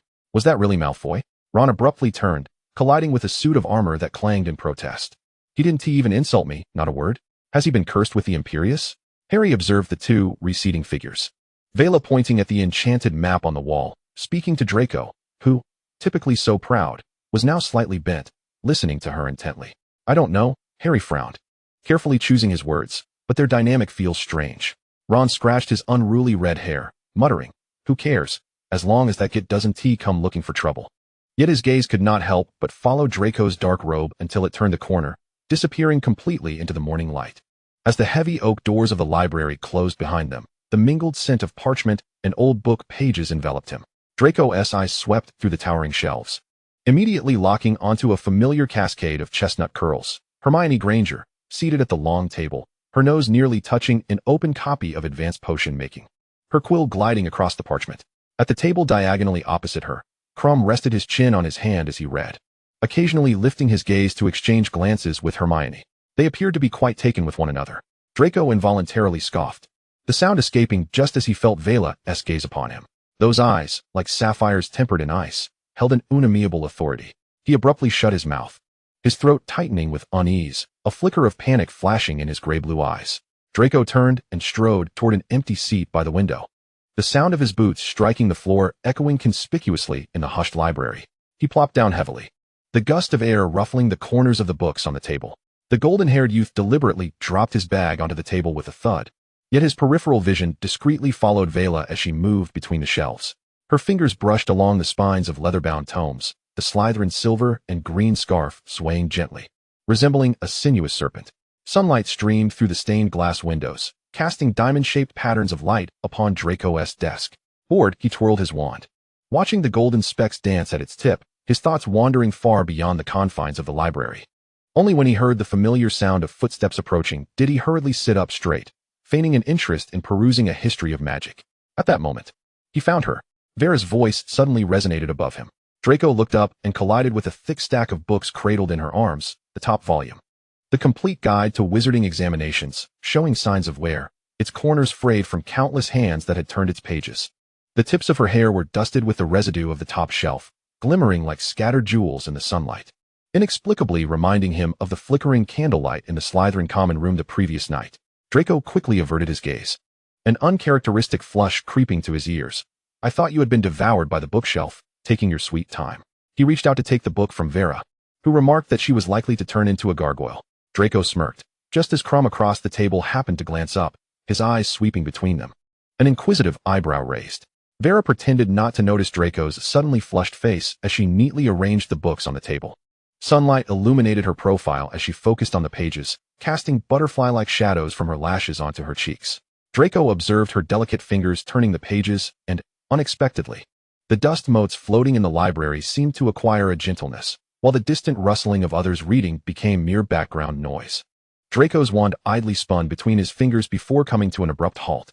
He tilted his head, scrutinizing the open complete guide to wizarding examinations before Vera, his eyes flashing with sudden surprise. With your exceptional grades, why are you bothering with this? Surely, these elementary theories are so trivial for you that you could recite them with your eyes closed? Vera's motion paused momentarily, her parchment-like fingers unconsciously caressing the gilded title.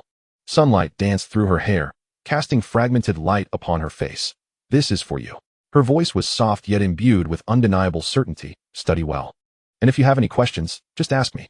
The air fell silent. Draco felt a tightening in his throat, his Adam's apple bobbing involuntarily. He ran a hand through his wind-tousled silver hair, attempting to mask the flush on his ears, and feigned nonchalance with a scoff. Me? Well, I suppose I will take it seriously. Draco fixated on the glimmering light atop her head, suddenly seizing the book before him. The leather cover still bore the warmth of her fingertips, and as he opened it, a dried dandelion specimen nestled between the pages gently floated down. In his haste to catch it, the pages rustled loudly, causing a nearby Ravenclaw student to turn back in irritation. Clumsy, Vera murmured under her breath, reaching to tuck the specimen back into the book.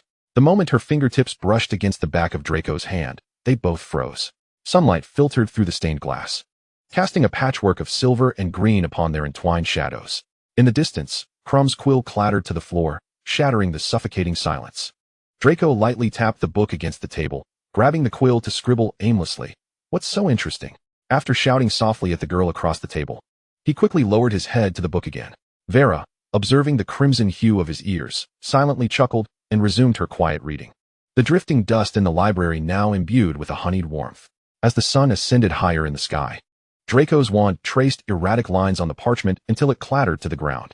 Rubbing his aching wrist, he glanced at Vera, who was deeply engrossed in her notes. I'm hungry. We should go eat. What made you poke at that sausage all morning instead of eating properly? Vera replied, not looking up, her quill punctuating advanced theoretical transfiguration with an ink blot. Sunlight streamed through the wisps of hair behind her ear, casting trembling spots of light on the pages. Draco exaggerated a sigh, letting his shoulders droop as if he were a cat whose tail had just been stepped on. That was because I was in a foul mood this morning. He kicked his bag aside, his boot tip grinding over the diamond-patterned shadows on the floor. Besides, who prompted someone to suddenly stop talking last night? He abruptly realized he had misspoken, and his ears burned bright red. Vera's lashes fluttered, her quill hovering in midair. The library was so quiet that the distant sound of Neville feeding his toad could be heard. What about now? She gently inquired, her voice like a feather drifting in honey. Draco stood, one hand in his pocket, while the other stylishly swept through his silver hair. Though he couldn't conceal the slight tremor in his fingers, I would like to spend some time alone with you. I'm feeling quite splendid at the moment. He tilted his chin up, a signature haughty smirk gracing his lips. Finally, Vera lifted her gaze, her blue eyes sparkling with mirth. She closed her book and, as she stood, her Slytherin scarf brushed against Draco's outstretched fingers, sending a shiver coursing through him. Let us go eat, she said. Can we refrain from arguing in the future? We? Draco echoed as he followed her. When did we argue? Vera did not turn back, but she sensed Draco murmuring a soft yes upon hearing her words. They walked side by side through the corridor lined with ancient tomes, their robes brushing against one another before parting, like two leaves dancing in the wind. It was only when the sweet aroma of pumpkin pie wafted from the long table in the great hall that Draco noticed Pansy, Blaise, and Theodore had already taken their seats. Pansy, her cheeks flushed, was clutching Blaise's sleeve, her untouched steak sitting before her. Meanwhile, Theodore, who had been lounging with his legs crossed, quickly straightened up at the sight of Draco and Vera approaching side by side, his previously smirking lips now flat. Draco pulled out a chair and, after Vera had seated herself, casually draped her scarf back over the back of her chair. Pansy lifted her head from her coaxing of Blaise, her eyes sparkling as she leaned in.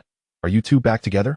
Her pink feathered hairpiece bobbed animatedly, resembling an inquisitive little owl. We weren't even fighting, Draco replied, raising an eyebrow as he elegantly took his seat, his wand spinning a silver arc at his fingertips. Blaise shot Pansy a sidelong glance. Just now, someone looked as if Cedric was about to steal their soul, yet they have time to meddle in others' affairs? He elongated his final syllable, watching Pansy's face flush in response. What? Were you ogling the muscles of the Hufflepuff seeker? Nonsense. I was merely admiring his new broom. Pansy exclaimed, throwing her napkin at Blaise, the bells on her hairpiece jingling. That was just water. I choked, and it accidentally spilled. Their bickering drew the attention of nearby Slytherins, prompting Draco to rap his plate. If you keep arguing, you'll have to duel in the Quidditch pitch. He spoke sharply, but his peripheral gaze remained on Vera, who was intently slicing her pumpkin pie into manageable pieces. Theodore leisurely carved into his roast chicken, the crisp sound of silverware clattering. All right, let us eat. Why is everyone arguing today? He slid a platter of sizzling sausages across the table, effectively separating Pansy and Blaise, who were still glaring at each other. Draco mumbled, we weren't arguing.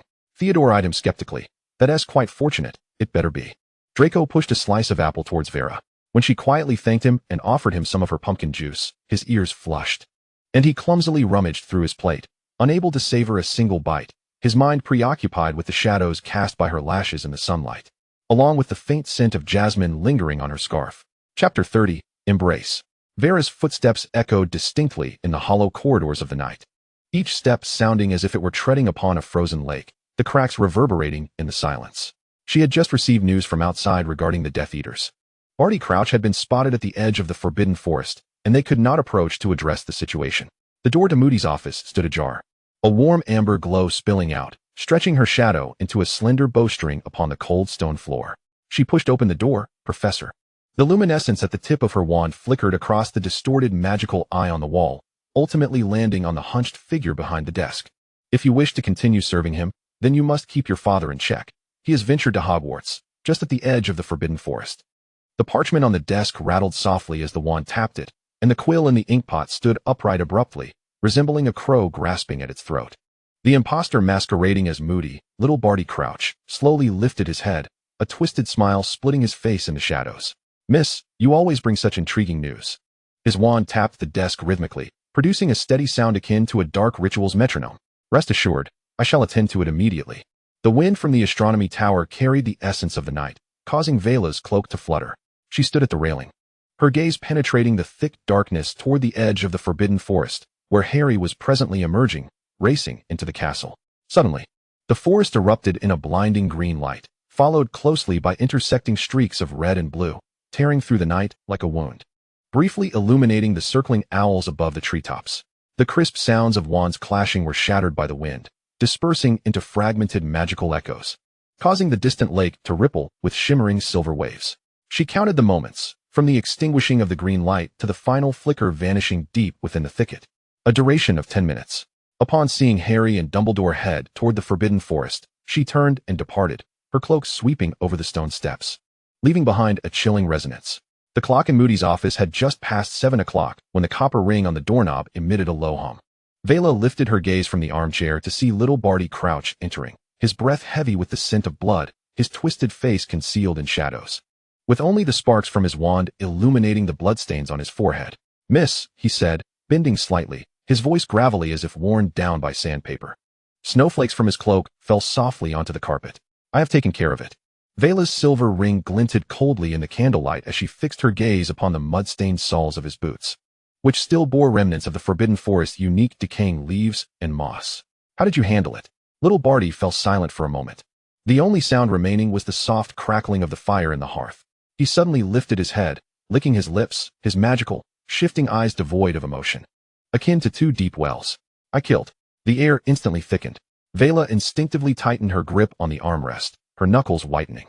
She had envisioned countless possibilities: imprisonment, memory obfuscation, or the use of the soul-stealing curse, but never anticipated such a decisive answer. "You killed your father?" Her voice trembled with an unrecognized quiver, a fleeting green light flashing before her eyes, revealing that it was not a battle, but an end. "Yes, I killed." Little Barty straightened slowly, the cloak slipping from his shoulders to reveal Moody's patched robe underneath, its cuffs soaked with dark liquid. He approached the desk, picked up the ink bottle, and the quill re-dipped into the ink, leaving a crooked blot on the parchment, reminiscent of an unhealed wound. He should have been buried long ago. His voice was chillingly calm, as if discussing the weather. Someone who attempted to thwart the master's plans deserves to die.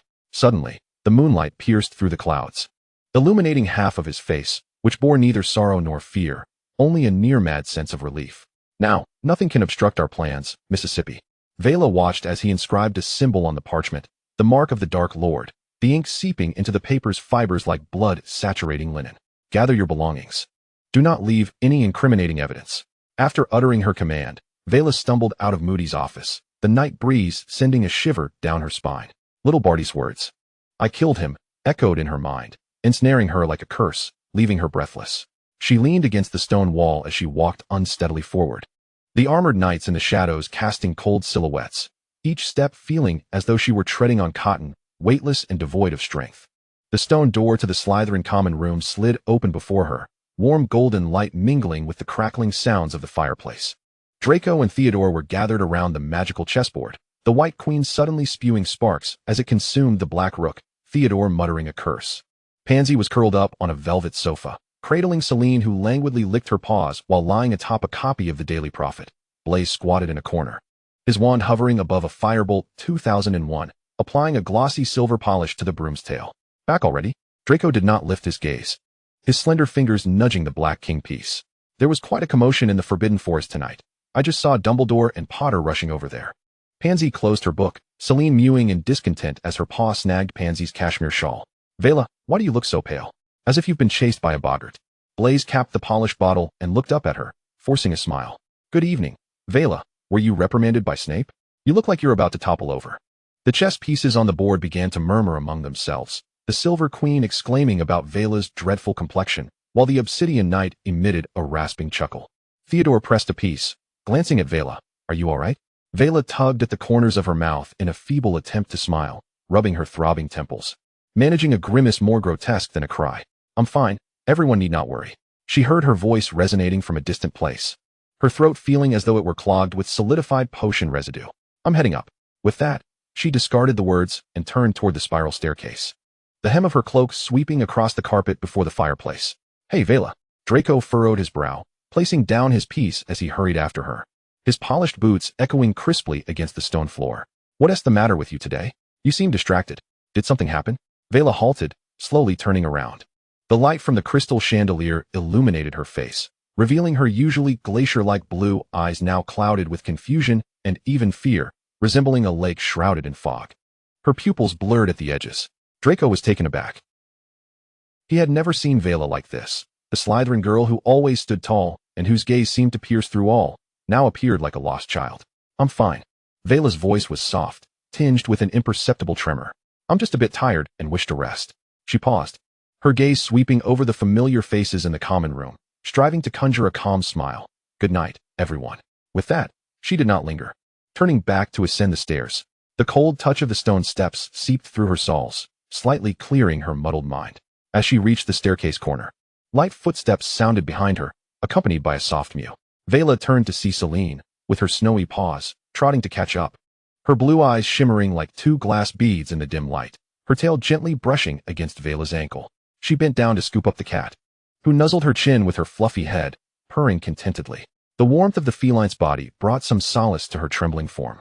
She entered her bedroom, collapsing onto the bed, the moonlight streaming through the diamond-paned window, casting a cold silver glow upon the floor. Celine curled up in the crook of Vela's arm, her paws unconsciously kneading the silk lining of Vela's cloak. The cat's purring gradually softened, the furry ball glistening pearly white under the moonlight. Vela stared at the flickering shadows on the ceiling, the chills seeping through the cracks in the stone pressing up her spine. "I killed him like a cursed box ensnared in an infinite loop," each replay rendering little Batty's twisted smile clearer, devoid of any fear of patricide, only imbued with a fervent zeal akin to sacrifice. She sat up, the potion bottles on the nightstand refracting shards of light in the moonlight, resembling phosphorescence scattered upon the leaves of the forbidden forest. Vera clutched her knees tightly, memories surging uncontrollably. In the orphanage of the Muggle world, she would tiptoe and lean against the rusted iron gate, watching parents stroll by with their children. The beautiful bows adorning the little girl's hair and the brand new soccer balls held by the little boys appeared as blurred and glaring as if seen through frosted glass. Every time the iron gate creaked, her heart would pound like a drum as she dashed downstairs, hoping it was her mother and father come to take her home, only to be met by charity workers delivering old clothes or stern-faced adoption evaluators. One by one, the other children were taken away by kind-hearted souls, perhaps to lead lives filled with happiness, while she was always told by the adults seeking to adopt that she seemed a bit frightening, her face too cold. Once, she secretly followed a mother and daughter for 3 streets, watching as the mother knelt to tie her daughter's shoelaces and gently warmed her child's frozen little hands in her own. At that moment, Vera unconsciously dug her fingers into the brick wall, oblivious to the blood seeping from her nail beds. Later, when the Dark Lord appeared, her parents were dead, perishing in the struggle between the Gaunts and the half-blood wizards. His frigid words were like a blunt knife, shattering Vera's last remnants of hope. The chance to be loved had already turned to ashes in the flames of war. How could one so effortlessly proclaim a killing? Vera murmured into the void, her voice echoing in the empty dormitory. The hourglass atop the mantel flowed backward, and in a daze, she envisioned old Batty Crouch's visage in his final moments.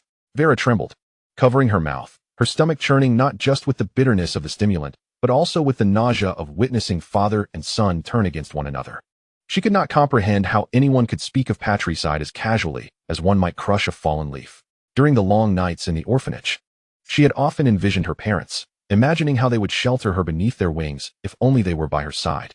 Yet little Batty had uttered that word, killed, with such nonchalance. Outside, the sounds of a struggle at Black Lake and the clash of Grindylows startled Saran, who bolted to the foot of the bed. Vera staggered to the window, the waters of Black Lake shimmering a steely gray in the moonlight, resembling congealed blood. Suddenly, she recalled the Dark Lord's words, "I will give you a home. All the Death Eaters here are your family." At that moment, the phrase resounded in her mind, pulsating painfully at her temples. Was home truly an altar built upon betrayal and slaughter?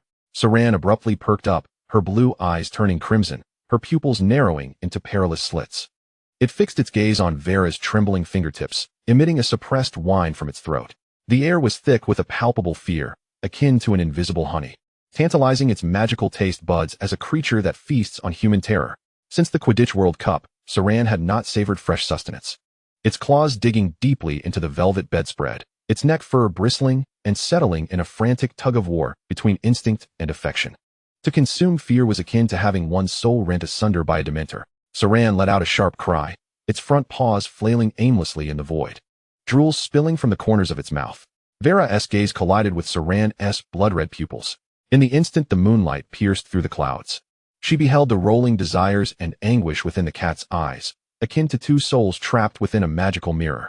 Memories surged back to the day they first met, when Saran leaped onto her shoulder, using its warm little nose to dispel the unease in her heart. Yet now, the cat trembled violently, struggling against its primal instincts. Its whiskers contorted in pain. "Good girl, don't be afraid." Vera inhaled deeply, forcefully suppressing the surging fear within her. As she extended her hand, her fingertips still quivered, yet she stubbornly caressed Saran's taut spine. The cat remained rigid, emitting a peculiar sound that hovered between a growl and a whimper, ultimately transforming into a prolonged lament within her palm. Vera buried her face in its fluffy neck, feeling Saran's tongue gently caress her earlobe. Imbued with a unique magical tingle, it was the cat's tender way of expressing relief at restraining its beastly nature. Vera collapsed onto the floor, and Saran instantly leaped into her embrace, its warm breath washing over her wrist as it tucked its claws into its pads, pressing its soft belly against her heartbeat. Downstairs, Theodore and Blaise engaged in hushed conversation, intertwined with the crisp sounds of chess pieces being moved. Vera buried her face in Saran's soft fur, silent tears dampening its pristine coat. The warmth of the cat's belly against Vera's icy collarbone created a fusion of their curled shadows in the dark, resembling two young beasts huddled together. Her fingers still clutched her wand rigidly until drowsiness washed over her consciousness like a tide.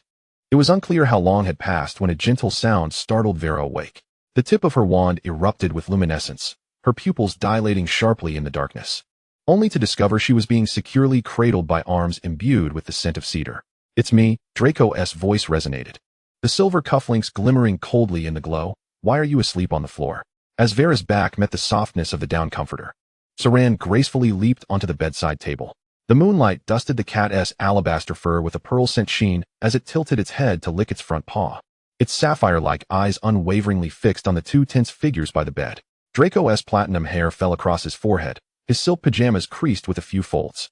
"Did you use a Confondue's charm to get in here?" Vera propped herself up, adjusting her clothes. "How can you just enter a girl's room?" She made a deliberate effort to keep her voice steely, yet it could not conceal the tremor and delight lingering at its end. Draco's throat moved slightly as he bent to retrieve her wand from the floor. The glow illuminated the bloodshot veins beneath his gray-green eyes. "I knocked." He gently placed the wand beside her pillow. "You didn't respond, and I thought perhaps you had fallen silent." He turned away. "At least you're all right." The room fell into silence, save for the soft sound of Saran grooming itself. "I'm sorry," Draco finally spoke softly. "I know this is against the rules." But he tightened the sash of his robe, his knuckles whitening from the pressure. "Anyone can see how troubled you are today. Yet you still pretend to be fine." Vera felt her throat tighten, and Saran suddenly leaped onto the bed, nudging her hand with its head. The cat's warm breath brushed against her skin, offering a form of silent comfort. Draco illuminated a candle in the room with his wand. "A little light, and you won't be afraid to sleep." "Sleep now." Draco took a half-step back, his shoes thudding against the chest at the foot of the bed. "I'm always here. Just call for me if you need anything." As he turned, the faint pearl-scent glow illuminated the tips of his hair, remnants from the chessboard, now resembling scattered starlight, flickering gently in the darkness. However, just as his fingers were about to touch the doorknob, Draco abruptly pivoted, striding back to the bedside. Before Vera could react, the cedar-scented silk robe enveloped her trembling form. His arms tightened around her, pressing her head against his chest, where a heartbeat raced with astonishing rapidity, reverberating painfully against her eardrums. "I know this is very forward of me," Draco's voice muffled against her hair, tinged with a desperate edge, "but if you're going to be angry, let us save it for tomorrow." His palm rested against her chilly nape, his fingertips gently caressing her trembling back. "You should get some good rest. If you need anything, just reach out to me." Vera nestled in his embrace, her nostrils filled with the scent of cedar. The nights of solitary longing in her memories seemed to fade into the distance, as the warmth of his body seeped through the silk fabric, invoking a tingling ache in her eyes. Celine had somehow leapt onto Draco's shoulder, her fluffy tail brushing gently against their intertwined arms, as if silently guarding this unexpected embrace. When Draco released his hold, Vera caught sight of his ears blushing crimson, a telltale hue spreading across his cheeks. He straightened up, reaching out to tuck a stray strand of hair behind her ear, the lingering warmth of his fingertips making her instinctively shiver. "Good night." He placed Celine beside Vera, instructing, "Take good care of her, will you?" Draco chuckled softly, his smile imbued with a rare tenderness and awkwardness. As a gust of wind stirred the parchment on the bedside, remnants of notes from their potion class earlier that day, the door gently closed, and Celine leapt back to the pillow, patting Vera's hand with her paw. The flickering candlelight illuminated the silver cufflink that Draco had inadvertently left behind, now resting quietly at the edge of the blanket, glimmering warmly in the moonlight. In a separate scene, Draco's chess piece slammed down onto the board with a sharp sound. Theodore scrutinized the consumed black rook, yet his gaze remained fixated on the spiraling staircase. Ever since Vera had entered the common room, her complexion pale as a ghost, his attention had not wavered from that direction. She usually exuded a serene, icy calmness, but at that moment, her steps appeared as unsteady as a flickering candle in the wind. "What's wrong with you today?" Blaze's voice, observing the match, snapped him back to reality. "Are you so distracted that you can't even play?" Draco remained silent, merely shifting a chess piece. The metallic clatter on the board resonated harshly in his ears, as his mind replayed Vera's fractured smile when she turned away. That smile reflected a vulnerability he had never seen in her eyes, mirroring the unease that churned within him. Theodore rose to brush off his clothes, remarking, "The game is done. I'm heading back to my room." With that, he departed for his quarters. The waters of the Black Lake surged silently beyond the ceiling, enveloping the Slytherin common room in a thick, inky darkness. Draco lay back on his four-poster bed, the velvet drapes falling like a night sky, while the serpentine wall lamp cast a ghostly green light, twisting into distorted patterns upon the ceiling. He counted the sound of the water flowing from the dome, flipping his pillow to the cooler side for the 37th time. Yet the silk pillowcase failed to soothe the heat radiating from his flushed cheeks. The bronze clock emitted a gentle ticking, marking the time as 2:30. Draco ripped off his sleep mask and opened the door, the night so still that he could hear the faint sound of snoring emanating from Goyle's room. As he wrapped himself in his robe, Draco hesitated for a moment. He understood that knocking on a girl's door in the dead of night was against the rules, especially in Slytherin, an institution that prized etiquette and boundaries. However, the thought of Vera possibly enduring pain alone in her room made his chest feel as though it were bound by a constricting spell, passing through the common room. The fire had long since died down, and the chess pieces remained as they had been left, the White Queen frozen in the moment of capturing the Black Rook. The silver clasp of his robe slipped through his fingers as Draco, frustrated, loosened the tie and muttered encouragement to himself. "Be brave, Draco, after all. I am a Malfoy of Slytherin. What is there to fear?" The magical candelabra in the corridor flickered to life upon sensing his footsteps, casting a dim, serpentine flame. Before Vera's door, his hand hovered hesitantly over the intricately carved wood. Taking a deep breath, Draco gently knocked. "Vera?" His voice echoed in the empty corridor, yet received no response. He knocked again, the sound growing heavier, his anxiety mounting. He recalled his father's teaching, Slytherins never hesitate when action is required. "I'm sorry," he murmured the Confendu's charm, and pushed the door open. The room lay shrouded in darkness. The dim light from the lake filtered through the diamond-paned window, outlining Vera's curled figure. She leaned against the edge of her bed, cradling Celine in her arms, her wand clutched tightly in her hand. Draco's heart clenched. She appeared so fragile, akin to an injured creature. He approached cautiously, wary of waking her. Celine perked up, watching him warily but remaining silent. As Draco crouched down, he caught sight of her face, pale and devoid of color, with traces of undried tears clinging to her eyelashes. A pang of regret surged within him for not having arrived sooner. Gently lifting her into his arms, Draco held his breath, fearing he would disturb her slumber. Vera stirred restlessly in her dreams, her wand nearly slipping from her grasp. He tightened his hold on her, feeling the chill radiating from her body, an inexplicable ache swelling within him. To his surprise, she abruptly awakened, the tip of her wand igniting with a glow that illuminated them both. "It's me," he hurriedly reassured her. "How did you end up sleeping on the floor?" He observed the wariness in her eyes gradually morph into confusion. Celine nimbly leapt away. Perching on the bedside table, her head tilted as she surveyed the scene. "You used the Confendu's charm to enter, didn't you? You can't just waltz into a girl's room like that." Vera's question left Draco momentarily flustered. He bent down to retrieve her wand from the floor, a sting of pain from a scrape on his wrist reminding him of the armor he had brushed against in his hurried descent. Yet, at that moment, such pain paled in comparison to the heartache he felt witnessing her distress. "I knocked," he explained softly, his tone unconsciously gentler. "You didn't respond. So I thought." He faltered, but the concern in his eyes conveyed everything unspoken. Tonight, he could no longer restrain his worry. As he tucked the covers around her, Draco's fingers trembled slightly. He noticed a flicker of surprise in her gaze, which only heightened his disarray. He wanted to say something, but words eluded him. Finally, he settled for a simple, sleep well, and turned to leave. However, just as he was about to open the door, Draco abruptly turned back. A sudden resolve surging within him. He strode back to the side of her bed, impulsively enveloping Vera in his arms. He sensed her body stiffen, and he could hear his heart pounding like a drum, but the crisp scent surrounding her made him feel slightly dizzy. I know this is quite intrusive, he rushed to say, but if you're upset, let us save that for tomorrow. For now, just get some rest. If you need anything, I'm here. As he released her, Draco's face burned with embarrassment. He dared not meet her gaze, hastily brushing a few strands of hair from her face, managing a timid yet somewhat awkward smile. Good night. Take good care of her, will you? He set Celine beside Vera and turned to leave, closing the door with a gentler touch than usual, lest he disturb the tranquility of the room. Walking back down the corridor, Draco finally exhaled. He touched his flushed ear tips, reflecting on his earlier impulsiveness, feeling both anxious and relieved. He understood he had crossed a line. Yet witnessing Vera's vulnerability had rendered him unable to control his actions. Perhaps tomorrow she would be angry, chastising him for his recklessness, but at this moment, all he wished for was her peaceful slumber, free from turmoil. In the empty corridor, Draco's shadow stretched long beneath the candlelight. He gazed down at his hand, as if he could still feel the warmth of her body. In that instant, he comprehended the words his father had once spoken. Your mother was a significant person to me. Even the slightest distress she faced would cause me pain. Draco's lips curled into a smirk. I, too, have someone of great significance now. Chapter 31. The softness of my sister's hands. The ethereal blue glow of the Black Lake cascaded through the enchanted dome above, saturating the common room in a profound shade of emerald. As Vela parted the bed curtains, serene, curled beside the pillow, stretched languidly, her sapphire-like eyes reflecting the flickering serpent flames of the wall sconces. The embrace Draco had shared with her the previous night seemed to linger, bearing a faint, tantalizing itch.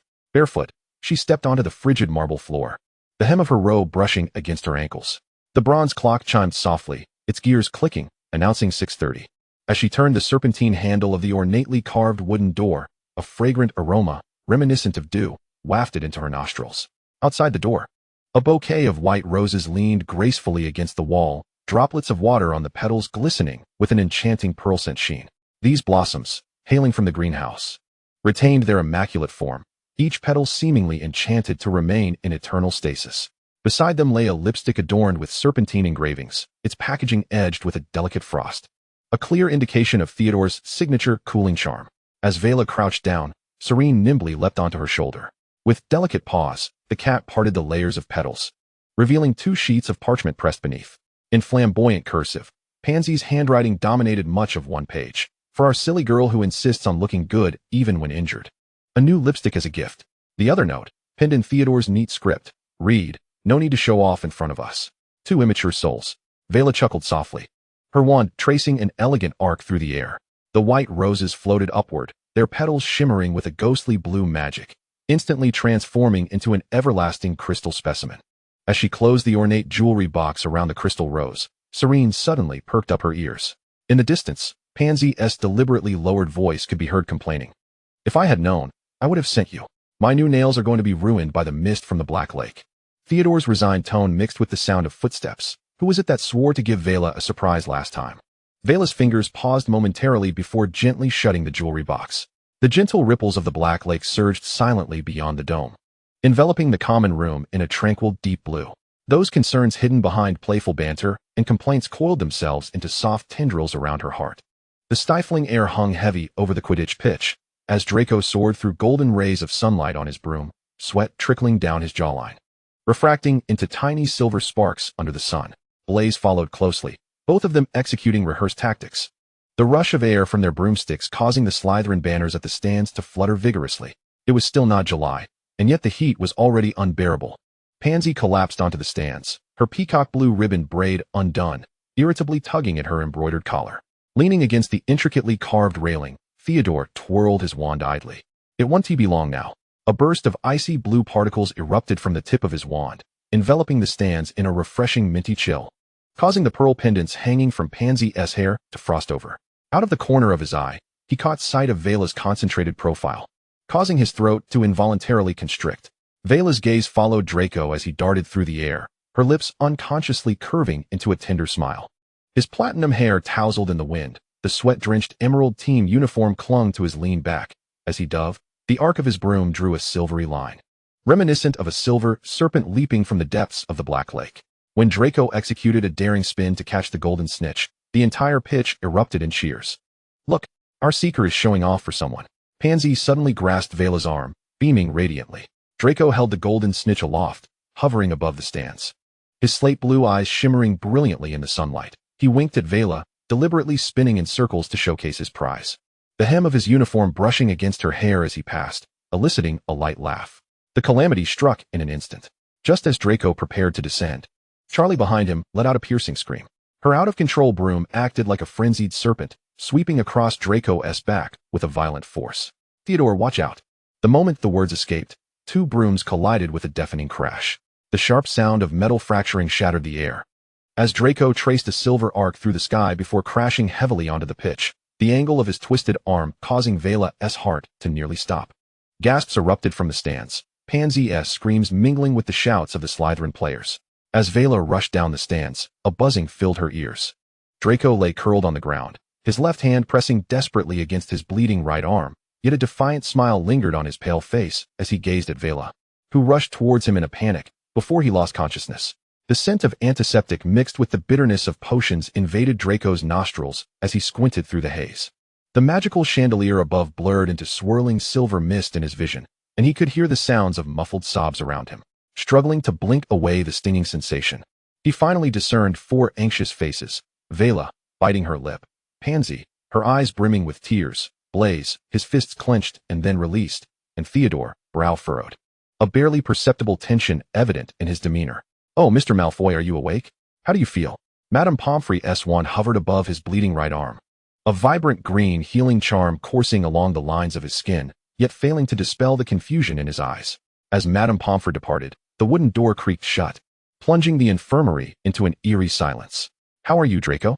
Blaise broke the stillness first, his throat bobbing nervously. "Feeling any better?" Draco's gaze swept across their faces, his pale lips moving slightly, producing only muffled whimpers. He struggled to sit up, but the bandaged arm rendered him powerless, causing him to slump back onto the feather pillow. His slate blue eyes glistened with a layer of moisture, as if he did not recognize the people before him. Theodore's wand twirled in his palm, his gray eyes suddenly narrowing. He leaned closer to Draco, his fingertip hovering 3 inches from the boy's forehead. "Draco, say something." Only meaningless murmurs met his call. Draco's gaze wandered, and suddenly, he reached out to grasp Theodore's fluttering tie, resembling a bewildered child. Merlin's beard. Pansy couldn't help but raise her voice. "He can't be that daft, can he?" She rushed to the bedside, her curls cascading over Draco's pillow. "Draco, it's Pansy. Just last week, we were mocking the Gryffindor Quidditch team like a bunch of clumsy oafs." Vela trembled as she took hold of Draco's icy hand. "It's me, Vela." No sooner had the words left her lips than Draco tilted his head, his warm cheek brushing against her wrist, a contented sigh escaping him. Theodore dashed towards the door, the sound of his boots echoing in the corridor. When he returned with Madame Pomfrey in tow, Draco was attempting to grasp Blaise's house emblem on his chest with his uninjured hand, mumbling indistinctly. "Let me see," Madame Pomfrey said, adjusting her round glasses as she leaned closer, her wand tapping gently against Draco's temple. As the emerald glow enveloped him, her expression gradually grew grave. It seemed the impact had damaged the center of his memory. After a moment of contemplation, she withdrew her wand. The brain requires time to heal. During this period, cognitive confusion may occur. But do not worry, recovery should take no more than a week. Merlin's beard. "I need to check on Charlie to see if she's faring any better," Madame Pomfrey remarked hastily, making her way to another room. Vela felt Draco's fingers suddenly tighten, pressing her hand against his cheek. The youthful gaze, clouded with confusion, shimmered with unshed tears. Pansy, amidst her weeping, found herself unable to suppress a smile, while Blaise, gnashing his teeth, insisted on thoroughly inspecting Charlie's broom. Meanwhile, Theodore remained silently ensconced in the shadows, his eyes reflecting a complex tapestry of emotions: concern, relief, and a hint of jealousy that he himself was loath to acknowledge. As the hospital room door closed behind them, Pansy's deliberately subdued sobs gradually faded into the distance. It was only then that Vera realized her palms were slick with cold sweat. In her startled turn, she accidentally knocked over a potion vial from the bedside table. The amber-hued essence of bone flowed like a delicate stream under the moonlight, and she hastily employed a repair charm, though her peripheral vision remained fixated on the pallid figure upon the hospital bed. Draco's arm, swathed in white bandages, lay rigidly atop the sheets, his platinum hair tousled across the pillow, accentuating the pallor of his cheeks. The once vibrant contours of his brows and eyes were now shrouded in a mist of vulnerability, resembling an exquisite porcelain figure stripped of all sharp edges. A sudden tightness gripped Vera's throat. She had seen this face countless times, adorned with mocking smiles and defiant anger, yet she had never witnessed such fragility and bewilderment. "How do you feel?" She heard her voice tremble, the gentleness of her tone betraying an unrecognized ache within her heart. The air hung heavy for 3 seconds before Draco's eyelashes fluttered slightly. He turned his head, the gray blue of his irises slowly focusing on Vera's face. His cracked lips parting. "Sister, my hand hurts." This address struck her like a fervent incantation, igniting a warmth that surged to the tips of her ears. She froze, nearly losing her wand from her grasp. I will take a look." Vera forced herself to steady, kneeling by the bedside. The blood seeping from beneath the bandages had already dried. Just as her fingertips grazed the edge of the gauze, the boy recoiled like a startled fawn. "Don't be afraid." Vera's voice had softened to a soothing murmur. She gently clasped his uninjured hand, feeling the fine beads of cold sweat in her palm. The tip of her wand ignited with a soft blue glow, the warmth of the healing charm enveloping them in the scent of cedar, promising relief. "It won't hurt for long." Draco fixated on their entwined hands, his throat bobbing slightly. "Sister's hand is as soft as mother's," he murmured, burying his face in Vera's palm, his breath scorching against her skin. Vera's heart raced, nearly fracturing her ribs. Yet when she caught sight of the blush blooming on his ears, an inexplicable ache welled in her eyes. She tenderly brushed Draco's damp hair back, listening to the steady rhythm of his breathing, suddenly wishing time could freeze at this moment. Desiring only the boy in her arms who affectionately called her sister and the eternal tranquility of the Black Lake's depths. Pansy called Vera's name for the 3rd time, just as she was lost in thought over the Transfiguration homework. The quill hovered above the parchment, lingering without making contact until Pansy tapped her shoulder, prompting her to return to reality. Classmates jostled and laughed as they poured out of the classroom when a figure cloaked in black suddenly dashed past from the end of the corridor. The metallic whir of Moody's prosthetic eye echoing ominously. "Alastair." Professor McGonagall approached with a furrowed brow, hastily intercepting Moody's unsteady steps. "What on earth has happened? Is your prosthetic caught in a spell again?" "Far worse than that." Moody lowered his voice. "In the southeastern Muggle village, several Death Eater marks have burned at the village entrance all night." The tip of McGonagall's wand instantly blazed with a blinding light. "They dare to come out. I will inform Dumbledore. We must act before the Muggles notice anything amiss." "There's no time," Moody interrupted her, his magical eye glinting with a dangerous green light. "Those bastards are still out there. By the time the order arrives, the entire village will become a second Little Hangleton." He leaned in, his voice dropping to a conspiratorial whisper. "Minerva, next year is owls. Rather than letting the children languish in the greenhouse, they should witness true dark magic." McGonagall's lips pressed into a stern line. "You propose we allow students to engage in actual combat?" "Alastair, that's simply unacceptable. It's a necessary trial." Moody suddenly ripped open his cloak, revealing an interior laden with potion vials and charms. "We both know that today's youth can barely pronounce a Confindus charm. Let the Gryffindor and Slytherin prefects lead, along with a few exceptionally talented students. I will supervise." "You make a valid point." McGonagall's wand struck the stone floor with a heavy thud, shaking loose dust from the walls. "You may proceed, but I will inform Dumbledore. However, students must wear full protective charms." Her sharp gaze swept over the gathering crowd in the corridor, and this matter must remain confidential to avoid panic, especially with the finals just 3 days away. As dusk fell, 8 students had assembled in formation on the castle grounds. The Slytherin prefect's badge fluttered gently in the breeze, while several exceptionally gifted students eagerly rolled up their sleeves. Vera stood at the center of the line, her calm gaze sweeping over Professor McGonagall as she approached with the Gryffindor students. "Alastair." McGonagall's voice pierced the twilight with a chill, her wand striking the stone before Moody. "You intend to take Miss Rogier with you?" Moody's metallic eye emitted a grinding noise as he seized Vera's shoulder with a grip fierce enough to crush bone. "Look at these hands." He abruptly raised Vera's right hand, palm upward, recalling her first-place achievement in last month's defense against the dark arts exam. He deliberately elongated his words, his gaze sweeping over McGonagall's taut jawline. "You refuse to let me take Harry and Hermione, but she's only a 4th year." McGonagall's wand flared with blinding light, casting a flickering shadow across Vera's pale face. Vera chuckled lightly, her voice ringing clear as glass shattering. She gently extricated herself from Moody's grasp. Stepping forward a half-step, "Professor McGonagall, I believe there is no necessary correlation between age and ability." Her wand traced an elegant arc through the air, ice blue flames erupting suddenly.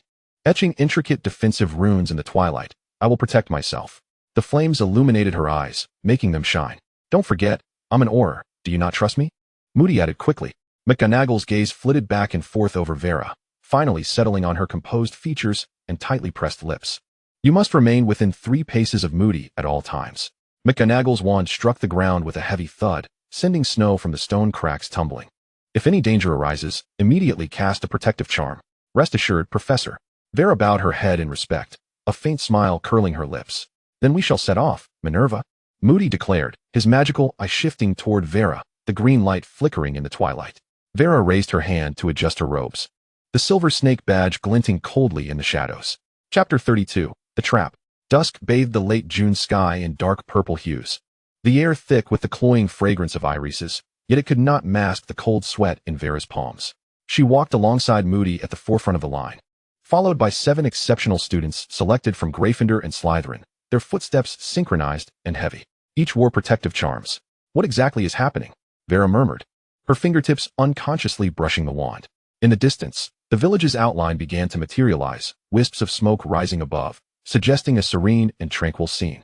Moody's metallic eye emitted a disconcerting clicking sound as he scanned the surroundings warily, once assured that no one was observing. He curled his lip in a twisted grin. The master said that for such an important ceremony, you must be by his side. No sooner had he spoken than Vera felt a burning imprint sear into her skin, as though resonating with Moody's words. So how do we extricate ourselves now? Vera gripped her wand tightly, her gaze sweeping over the tense shoulders of the students behind her. Among them, she recognized several faces from Slytherin, particularly a boy named Theodore, who wore a mask. Moody let out a low, derisive chuckle. It is you, not us. You will soon find out.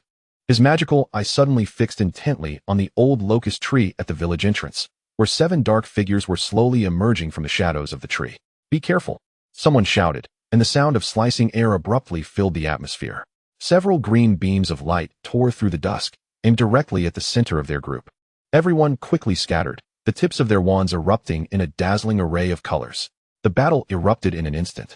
The thunderous echoes of spells mingling with the shattering of potion vials, all intertwined with the evening breeze of June. Vera feigned a struggle with the Death Eater, but from the corner of her eye, she caught sight of Moody quietly retreating to the rear. Suddenly, a stunning spell whizzed past her ear, causing her to stagger backward into the embrace of another Death Eater. The opponent seized her wrist, the movement seemingly brutal, yet precisely avoiding any vital points.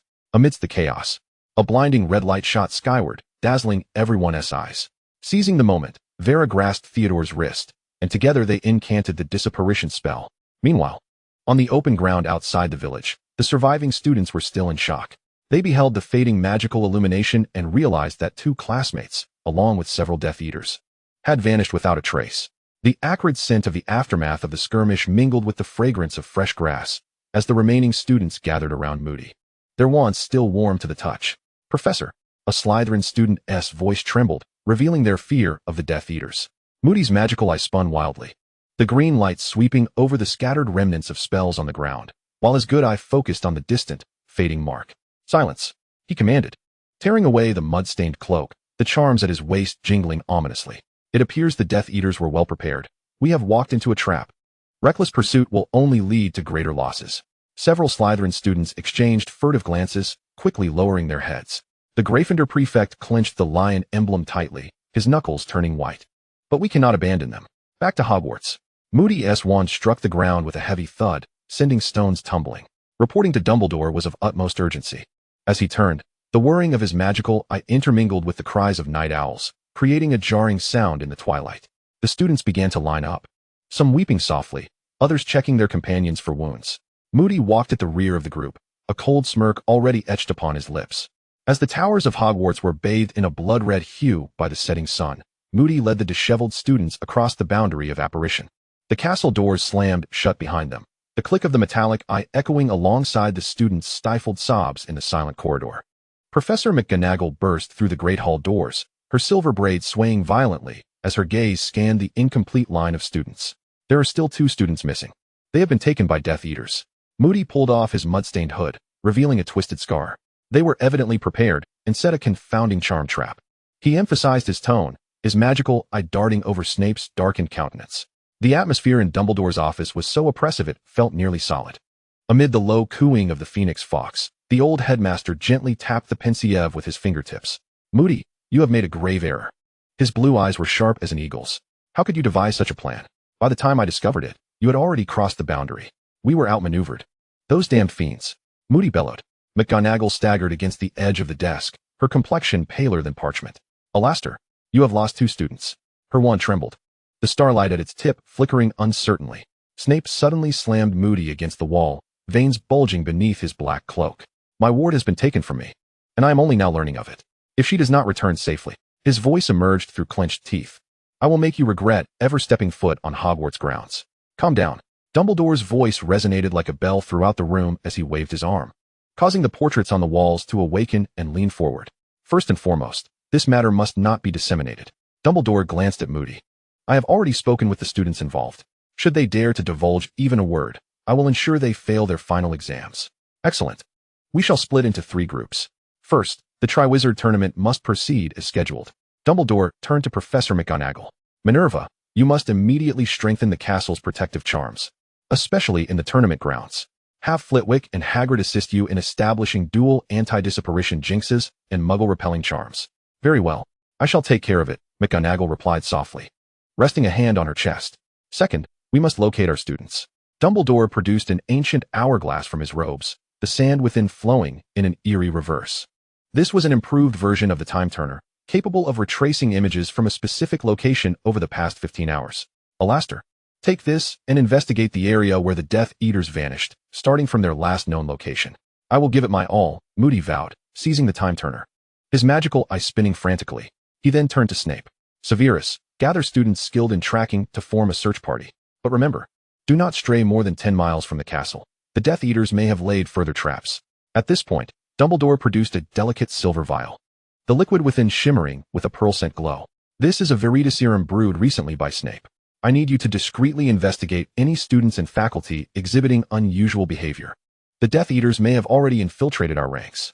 The old headmaster toyed with the dimming charm, his blue eyes sparkling in the twilight. With only 3 days until the Triwizard Tournament final, the Death Eaters chose this moment to strike, wishing to both weaken our forces and sow chaos.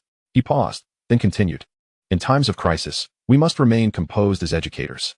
Finally, the headmaster gazed out into the deepening night, Fox emitting a clear trill as his tail feathers ignited in golden flames. The scent of disinfectant mingled with the bitter aroma of potions in the infirmary. As Draco's eyelashes fluttered, slowly awakening, moonlight streamed through the tower's stained glass windows, casting dappled shadows upon the sheets. He moved his stiff hand, pain shooting through him. How are you, Draco? Blaze's voice emerged from the shadows. He closed the book, black hair glinting coldly in the moonlight, the cuffs of his dark uniform stained with a few ink marks. Draco did not respond, his hollow gaze drifting across the swirling healing runes on the ceiling, then landing on the empty neighboring bed. Within the white mist of the disinfectant charm, there lingered the familiar scent of Vera's perfume. His Adam's apple bobbed, and his lips moved slightly. Are you looking for Vera? Blaze set the book down, the metallic bookmark clinking against the bedside table. As he leaned forward, the silver serpent brooch of Slytherin flickered at his collar. Why isn't she here? Draco propped himself up, the wound on his back pulling painfully. Memories surged forth. The last scene before his unconsciousness was Vera holding his hand, the tip of her wand suspended with a healing charm. Blaze shook his head with a smile, his fingertips unconsciously stroking the spine of the book. I don't know. She and Theodore were called away by Professor Moody this afternoon and have not yet returned. His tone remained calm and untroubled. The wooden door swung open, and Pansy entered, cradling a thermos and a roll of parchment, her pearl hairpins swaying with her movements. It's my turn now. You've worked hard, Blaze. She stood on tiptoe and pecked Blaze on the cheek, placing the thermos on the bedside, the steam wafting up with the aroma of pumpkin soup. You should rest. I'll take care of Draco. After Blaze's departure, Draco fixated on Pansy's bustling figure, listening to her incessant chatter about Quidditch practice and potions homework. He silently turned his head away, burying his face into the pillow. Was he feigning sleep? Or had he fainted? Surely not. Pansy's voice suddenly rose, the thermos hitting the table with a thud. Draco, have you forgotten what Vera said about eating properly? Her voice gradually diminished, yet Draco caught her murmured complaint. You little brat, turning good intentions into foolishness. The infirmary returned to silence, and Draco cautiously opened his eyes, only to meet the ire in Pansy's gaze. Moonlight streamed through the infirmary's stained glass, casting delicate patches of light upon his pallid face. Pansy settled beside him, opening the thermos, the steam blurring her meticulously styled curls. The clinking of the spoon was particularly pronounced in the hushed room as she placed the bowl down, the silver bracelet jingling with her movement. "Hey, Draco, how about calling me sister just once?" Pansy tilted her head with a mischievous grin, her fingers adorned with pink potion nail polish. Poking his shoulder, she elongated her tone, attempting to lift the somber mood with jest, but was met with the boy's stubborn silence.